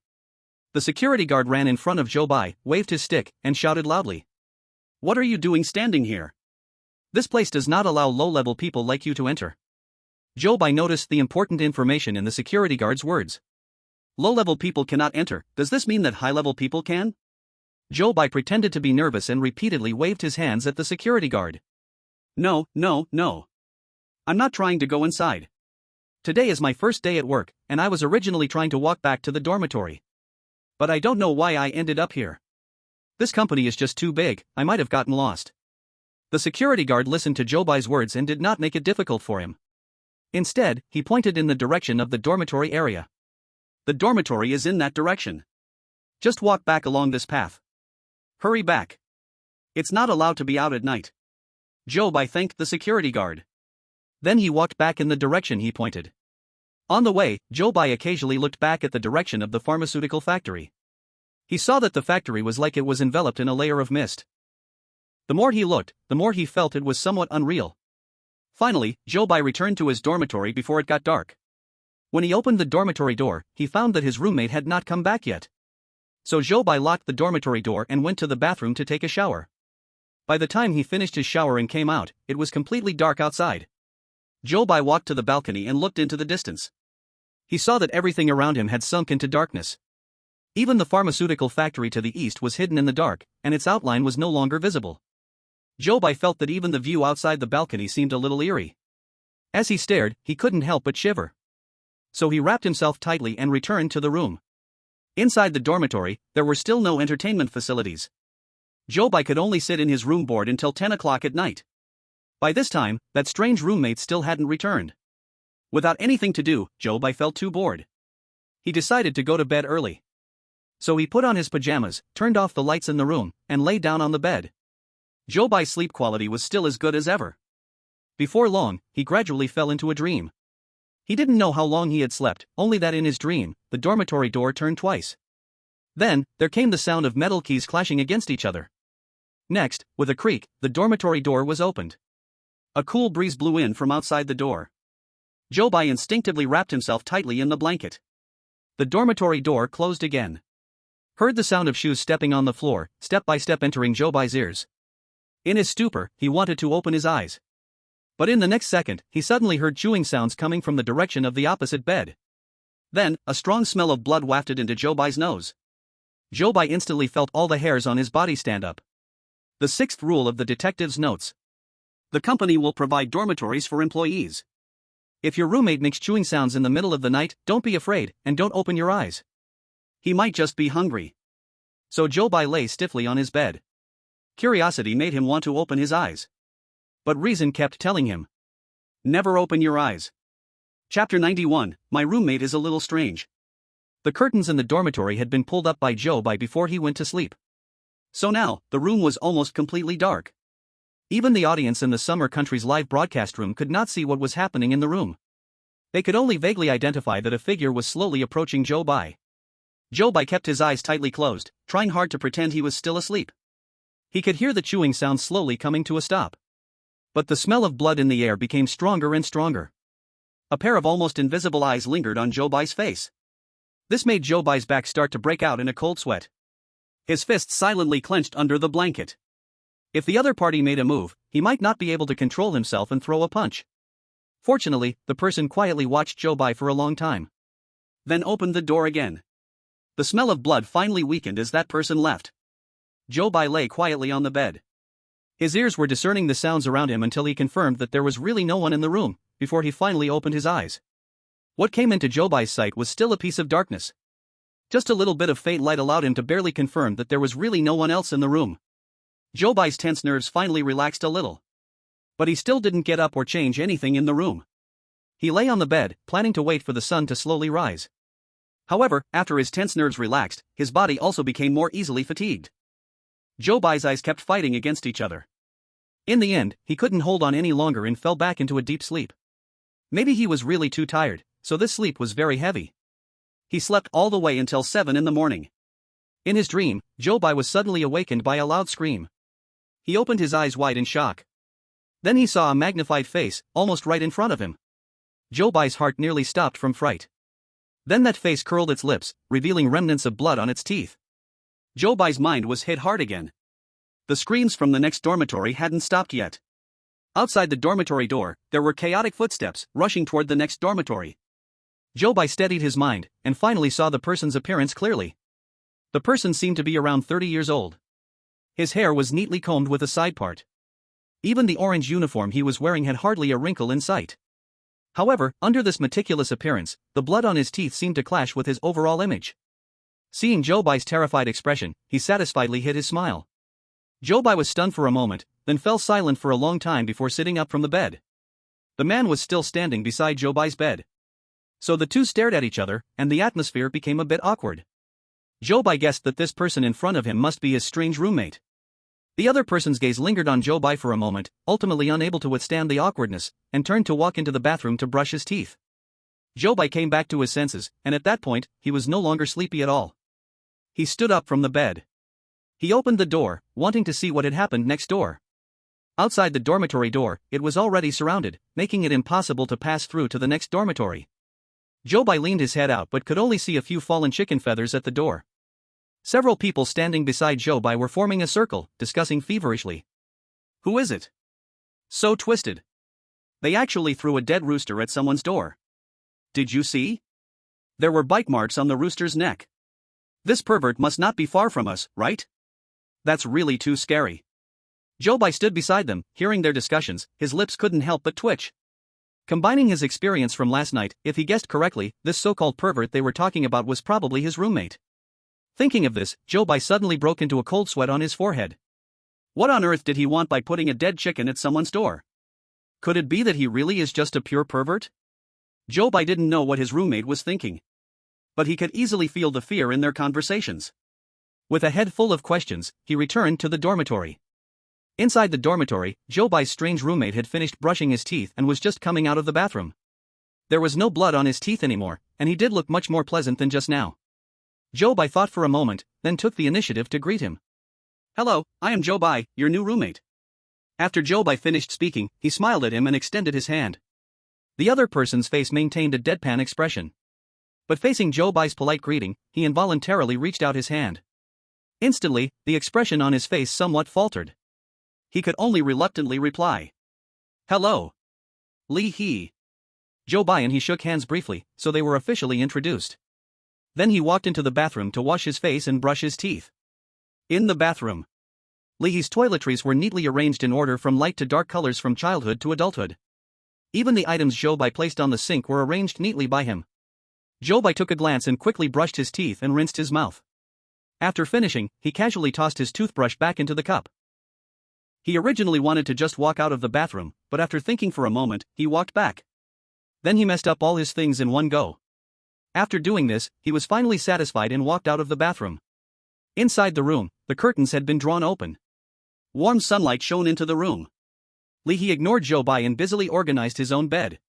He bent over, very focused on tucking each corner of the bedspread under the mattress. Every line had to be pressed perfectly flat. What was even more excessive was that Zhou Bai actually saw him take out an electric iron to press the uneven places on the sheet. Zhou Bai silently watched his actions. Then he got up and walked to his wardrobe. He took out his orange uniform and walked into the bathroom to change out of his pajamas. When he came out of the bathroom, Li He's bed was already so tidy that it looked untouched. Zhou Bai casually stepped out in his wrinkled uniform. He picked up the socks he had just taken out. He put the black one on his left foot and the white one on his right foot. Li He watched Zhou Bai's entire operation, and his facial expression suddenly became very interesting. Then Zhou Bai just casually pulled the quilt a couple of times and considered it as making the bed. He left behind a distressed Li He, opened the dormitory door, and walked out. Chapter 92, Various Guesses in the Dormitory Building. Zhou Bai closed the dormitory door, standing outside, and had already cursed that weird roommate hundreds of times in his heart. Have you ever seen a person with obsessive-compulsive disorder who could tolerate blood on their teeth? And that lasted from dead of night until morning? Who are you fooling? That guy was clearly trying to scare Zhou Bai on purpose. Didn't he rush to brush his teeth after scaring Zhou Bai? TCH. Full of holes. Zhou Bai felt that his roommate was definitely not very smart. But the more he thought about it, the more he felt that Chen He's actions were truly strange. Zhou Bai couldn't help but frown. Assuming Chen He was not a pure freak, then why would he deliberately do scary things? What exactly was his purpose in doing this? Zhou Bai felt that the information he had was still limited and he couldn't piece together a suitable answer for now. He looked towards the door of the neighboring dormitory. He saw that the dead chicken had already been cleaned up. But the bloody smell lingering in the corridor still faintly wafted to Zhou Bai's nose. Zhou Bai walked down the dormitory corridor. There were many small groups of people gathered on both sides of the corridor. Zhou Bai randomly found a crowd and leaned closer. So he heard them discussing the dead chicken from earlier. You guys say, who likes to eat live chickens? How can someone be so weird? It's also possible that he just likes to drink blood. Don't scare me. If he can't drink human blood, does that mean he drinks chicken blood? What the heck, is this the legendary vampire? Zhou Bai helplessly shook his head and continued to listen round after round. He found guesses of all kinds, and even the rumors were getting more and more outrageous. In just a short time, they had already mentioned vampires, vengeful spirits, chainsaw killers, zombies, werewolves. Zhou Bai thought that if he kept listening, possibly the entire folklore could come out. Seeing that there was no effective information, he stopped listening and walked out of the dormitory building towards the cafeteria. This pharmaceutical company started work at 9 every morning. Zhou Bai got up early today and arrived at the cafeteria at 8:15. There were still very few people coming to eat, so the line wasn't long. Zhou Bai still found the same line from yesterday. He stretched out his tray and said to the lady at the window, "Sister, please help me get an egg." Auntie, without saying a word, directly grabbed 3 and placed them on Zhou Bai's plate. Zhou Bai took the plate filled with food by Auntie and sat down at the seat belonging to Sales Team 4. The other team members had not yet come to eat. Zhou Bai quietly ate his breakfast while sitting on the seat. After finishing all the food on his plate, he let out a satisfied burp and then walked out of the cafeteria. There was still more than half an hour before the work time started. Zhou Bai felt that this time could not be wasted, so he decided to stroll around near the pharmaceutical factory at the far east. With this thought in mind, he immediately began to act. He took the elevator down to the lobby. Since today he was coming from the office building, he needed to take a different route than yesterday. Along the way, there were 1 or 2 people in white uniforms also walking in the same direction. Zhou Bai thought, if they were going to the pharmaceutical factory, this would be a good opportunity.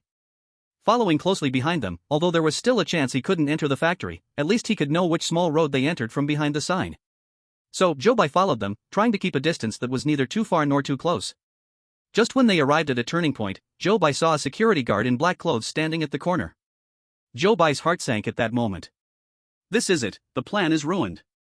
And what happened next was exactly what he expected. When Zhou Bai reached the corner, the guard raised his hand to block him. "This is not a place for you. Go back." Zhou Bai had no choice but to turn around with disappointment. He glanced at the time on his phone. 8:45 a.m.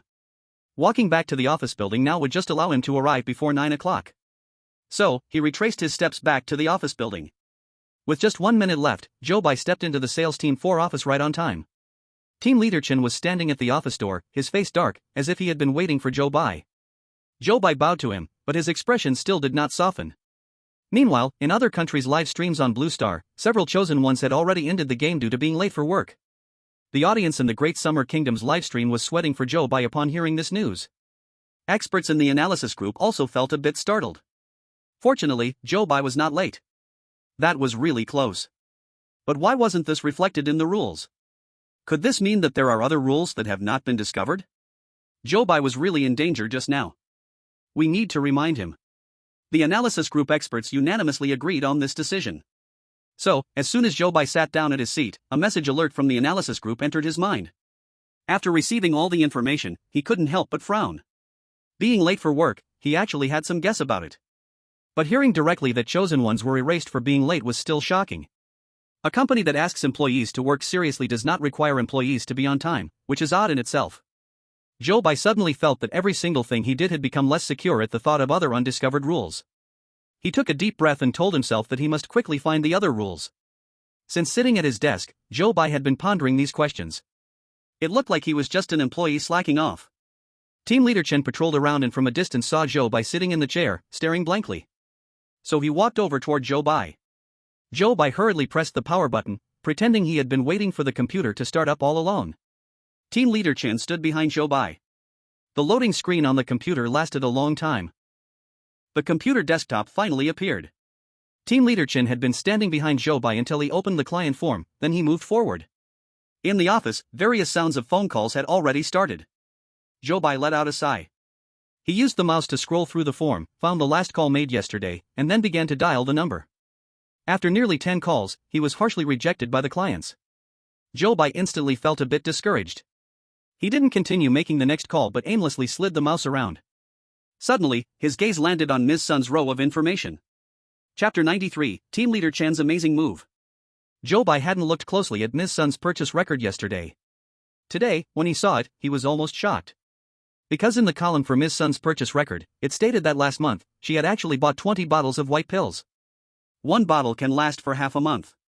20 bottles could at least last for 10 months. Why did she buy so many pills? Moreover, when Zhou Bai called her yesterday, she seemed to have the willingness to make a repeat purchase. This feels a bit strange. Thinking of this, Zhou Bai quickly slid the mouse to check the purchase records in the form.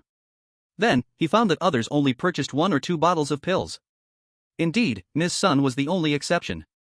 Zhou Bai pulled the form back to its original position. Then his gaze rested on Ms. Sun's phone number. He hesitated for a long time. In the end, he dialed the number again.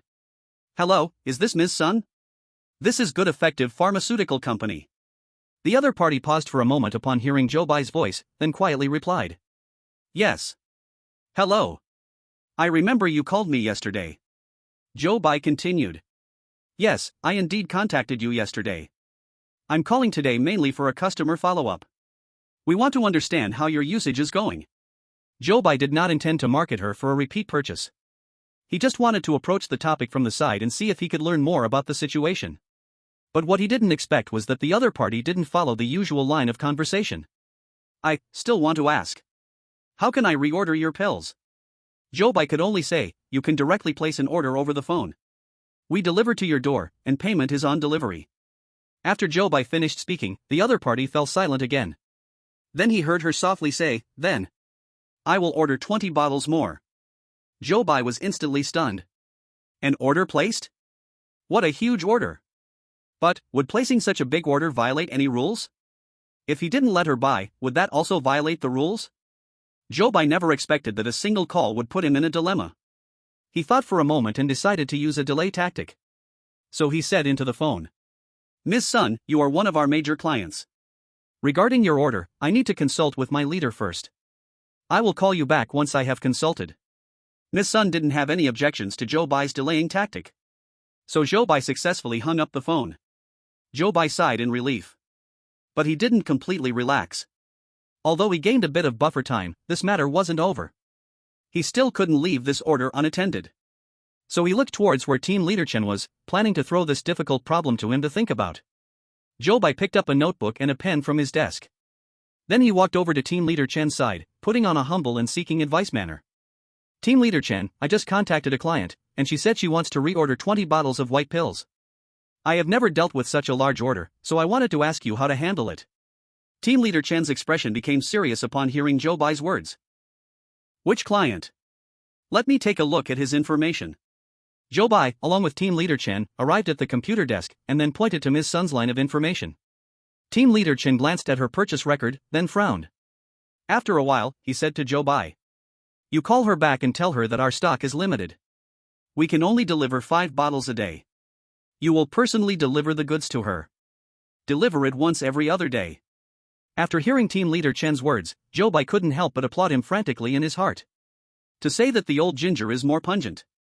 When it comes to exploiting loopholes in the rules, Team Leader Chen is skilled. Zhou Bai guessed that the detective's note reminding him to slack off should be related to performance. Reaching a certain standard would infringe upon its interests. And Team Leader Chen must have understood some insider information. By asking Zhou Bai to personally deliver the goods and limiting it to 5 bottles each time, he is preventing Zhou Bai's performance from reaching that standard. Thinking of this, Zhou Bai looked gratefully at Team Leader Chen. But he met his cold gaze. "Got it? Then hurry up and make the call?" Zhou Bai could only respond with an "oh," and obediently picked up the phone on the table. He dialed Ms. Sun's number again. As soon as the call was connected, Zhou Bai entered the role of a salesman. Having stayed in the strange talk world for too long, Zhou Bai's acting skills had improved. "Hello, Ms. Sun, this is Good Effective Pharmaceutical Company. I have just consulted our leader according to your request. Because the medicine you want to buy is really hot selling. So I can only grant you an allocation of 5 bottles. Upon hearing Zhou Bai's words, Ms. Sun let out a long sigh on the other end of the line. Zhou Bai quickly added, "But you don't need to worry. I have already applied for you at the leadership level. You can get more extra allocation. It's just that the application will be a bit difficult. You can only apply once every other day. Your request for 20 bottles of medicine will be delivered to you in 4 installments. How does that sound?" Zhou Bai thought that Team Leader Chen's reason of no inventory to persuade the consumer was quite far-fetched. So he improvised a bit. On the other end of the line, Ms. Sun heard Zhou Bai's set of remarks and didn't say much, instantly agreeing. Then Zhou Bai inquired about her delivery address. "Is the delivery address the same as the last time?" "Yes, just send it to New Star Garden." Hearing this name, Zhou Bai thought it was a community.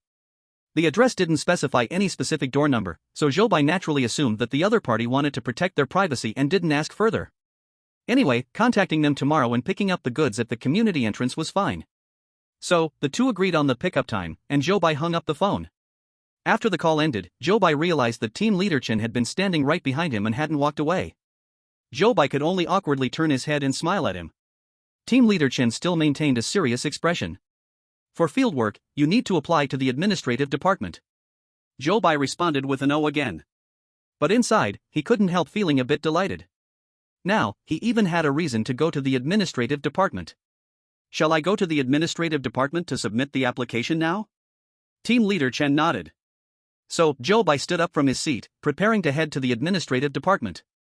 However, before Zhou Bai could walk out of the sales team 4 office door, he was called back by team leader Chen. Do not write delivery as the reason for the application. Write important client, with very large purchase demand, needs face-to-face communication. Zhou Bai nodded obediently. But inside he was giving team leader Chen a big thumbs up. Chapter 94, The Rules of the Administrative Department. The company's administrative department is located on the 3rd floor of this office building. Zhou Bai took the elevator down and followed the corridor to find the office where the administrative department was located. In the office, there were about 15 employees sitting. All these employees looked at the computer screens, then focused on typing on the computer keyboards. Sure enough, every department of this company seemed to be working with great seriousness. Zhou Bai's gaze quietly swept across their faces. Zhou Bai had seen Zhao Ke's photo. So, he wanted to find Zhao Ke's trace among these people. Although Zhou Bai knew the possibility of Zhao Ke being here was extremely low, he still had to personally rule out this option. After confirming that Zhao Ke was really not among these people, Zhou Bai began to think about how to apply for an external job. He looked at these people and then his gaze landed on a girl wearing glasses. When Zhou Bai joined yesterday, this girl was the one who helped him with the onboarding procedures at the front desk. It's always safe to start with someone familiar. So, Zhou Bai walked towards the spot where the girl was. The girl was busy typing on the keyboard, noticed someone approaching, looked up for a moment, then continued to look at the computer screen. While typing on the keyboard, she asked Zhou Bai, "Do you have any questions after joining?" Zhou Bai's gaze fell on her desk. Seeing a nameplate that read, Administrative Clerk Chi Fei, he thought, this should be her position in name. Then Zhou Bai shifted his gaze and said to her, "I want to ask, how do I apply for an external job?" Chi Fei stopped her movements and looked seriously at Zhou Bai. Zhou Bai hurriedly added, "I contacted a client today, she has a strong purchasing intention. It could be a big order. But there is one problem, she doesn't trust us enough. I'm afraid this big order will slip away, so I scheduled a face-to-face meeting with her tomorrow." After hearing Zhou Bai's addition, Chi Fei turned her gaze back to her computer desk. Going out to meet clients from the sales department is a normal external job application. Look at my right side, there is a folder there, which contains the application form for external work. You can take it and fill it out. After filling it, let your supervisor sign it, then bring it back to me. Zhou Bai followed her directions and picked up the folder. Then he took out an application form from the folder. As he was about to return the folder to its place, he suddenly noticed a piece of paper on the desktop. The paper was pressed under Chi Fei's notebook, only a corner was exposed. But Zhou Bai noticed that the exposed part clearly wrote the 2 characters rules. New regulations? Zhou Bai felt a little excited inside. His mind raced, thinking of ways to obtain this rule. Seeing Zhou Bai still standing there, Chi Fei urged him, saying, "Quickly fill out the form and get your leader's signature. Once the application form comes to me, it still needs to go through the process. It'll be too late, and I'm afraid it may delay your external work tomorrow." Zhou Bai could only reluctantly shift his gaze away from the paper. He responded with an OK. Then he took the application form and returned to the sales group 4. On the way, Zhou Bai examined the content of the application form as he walked. In the approval section, it listed upper-level leadership, department leadership, and administrative director. The process was indeed complicated. Zhou Bai returned to the office with the application form. Everyone else was focused on making phone calls. Zhou Bai sat back down in his seat. He picked up a pen and filled out the application form, then signed his name. Next, he took the completed form to find Team Leader Chen for a signature. Team Leader Chen didn't say much and quickly signed his name. So, Zhou Bai took the application form and returned to the administrative department. He handed the application form to Chi Fei and then stood still. Chi Fei was typing on the keyboard and looked at Zhou Bai with confusion. "Is there anything else?" Zhou Bai nodded. "I'm afraid it will delay tomorrow's external work.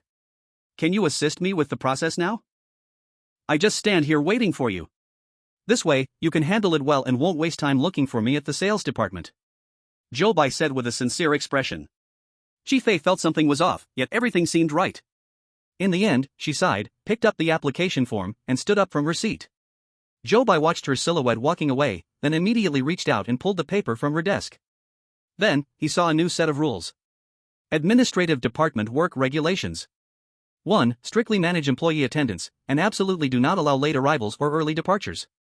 2. Those who contribute the most to the company should receive the best salary and benefits. 3. A united and friendly departmental atmosphere is beneficial for the orderly development of all work. Actions that destroy the departmental atmosphere are absolutely prohibited. 4. Without necessity, inter-department visits are prohibited. 5. Always pay attention to the emotional status of employees.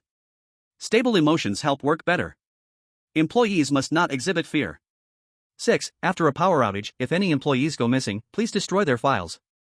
7. Entry into the file room is not permitted without the approval of the administrative director. 8. If there are security guards wearing white clothes in the company, please organize all employees to evacuate the company immediately.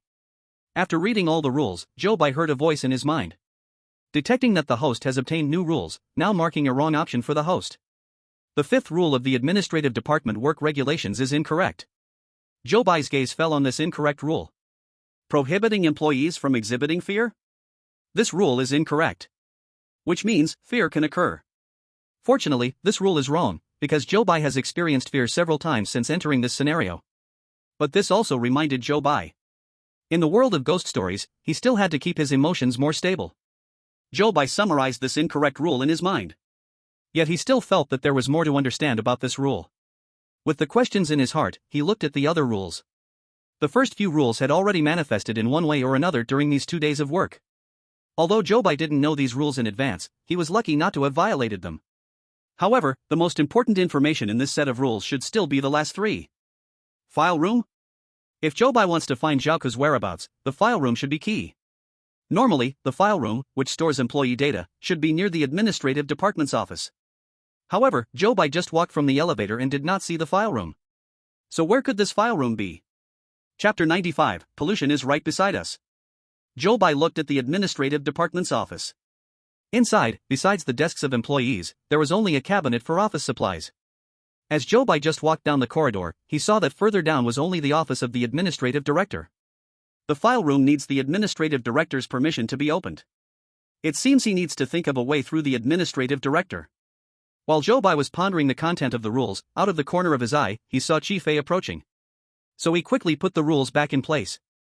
Qi Fei walked up to Zhou Bai, adjusted her thick glasses, and then handed him a card. This is a pass. During non-holiday times, you need a pass to leave the company. After Zhou Bai took the pass, Qi Fei returned to her seat and began to tap on the keyboard again.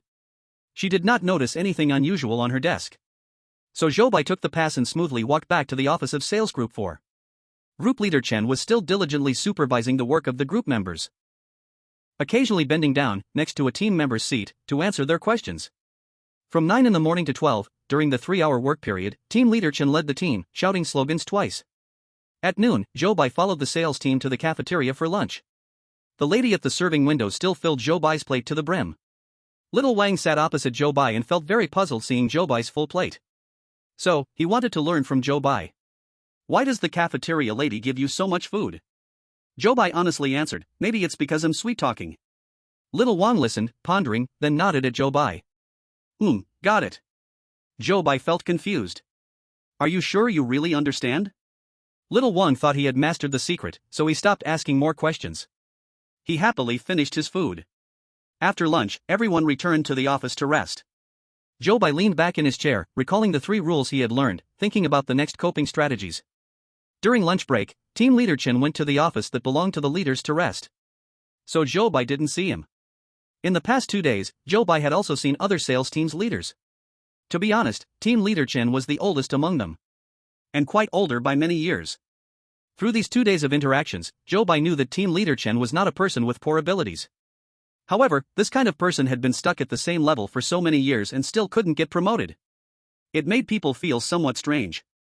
Zhou Bai guessed that it was very likely he simply didn't want to be promoted. The 5th rule of employee work guidelines. The company has a chance to re-evaluate once a month. The necessary condition to be upgraded to level 3 is to submit a volunteer application form. From this rule, it can be seen that if team leader Chen does not submit the volunteer application form, he will never be able to upgrade to level 3. Zhou Bai still hadn't figured out what the volunteer application form really was. He also didn't know if this could be directly asked. Zhou Bai thought for a moment and decided to ask little Wang indirectly when they returned to the dormitory alone in the afternoon. After sorting out his thoughts, Zhou Bai lay down on the table and began his lunch break. At 2 in the afternoon, team leader Chen appeared at the office door on time. Zhou Bai stretched and continued to open the form on his computer desktop. He procrastinated, slowly dialing a few phone calls. As expected, all of them were hung up again. Around 3 in the afternoon, team leader Chen started organizing everyone to shout slogans again. Zhou Bai cooperated very well, raising his hands and enthusiastically shouting, "Go! Go! Go!" Then, in their shouting, the lights around them dimmed again. Everyone instantly fell silent. The surroundings sank back into darkness. Zhou Bai quickly pulled back his raised hands. Accidentally, he bumped into the table. With a loud bang. The pain almost brought tears to his eyes. But immediately after, he felt a chill rising from his feet. This was his instinctive fear. Because it was only at this moment that Zhou Bai realized something was wrong. Why did it turn black when the power went out? It was clearly daytime. There were many windows in the office. And last time, when the oily-haired man disappeared, it was also during the day. Zhou Bai hadn't noticed anything strange at that time either. Until just now, after hitting his hand, he finally sobered up from the pain. Pollution. He had unknowingly been affected by pollution. Perhaps the people in this pharmaceutical company hadn't noticed they had been polluted. Fortunately, it was just mild pollution. Zhou Bai clenched his fists. He dug his nails into his palm. To remind oneself to always stay alert. Then, the light in front flickered for a moment and then became bright again. Zhou Bai looked out the window. The sunlight outside was shining into the room. Team leader Chen stood at the front of the office, his gaze sweeping over each team member's face. Confirming that no team member had disappeared, he quietly breathed a sigh of relief. Then, he pretended that nothing had happened and continued leading the team in shouting slogans. From 2 to 6 in the afternoon, a total of 4 hours of work, team leader Chen led the team to shout slogans 3 times. Because of that discovery, Zhou Bai was a bit distracted during the afternoon work. He constantly reminded himself that danger was nearby. As long as he relaxed even a little, he would completely fall into it. When dinner time came, he followed the team to the cafeteria. The aunt at the food window saw that Zhou Bai was in a low mood and specially added 2 more scoops of meat for him. "Hey, handsome, if you're feeling down, eat more meat, and you'll feel better." Zhou Bai smiled at her gratefully, said thank you, and then returned to his seat with his tray. Xiao Wang took a long time to get his meal and hadn't returned. Zhou Bai had only eaten half of his meal when he saw him appear in front of him with a black eye. "What happened to you?" Xiao Wang sat down dejectedly across from Zhou Bai. "I think you're wrong. Sweet talk is useless at all." Zhou Bai asked in confusion.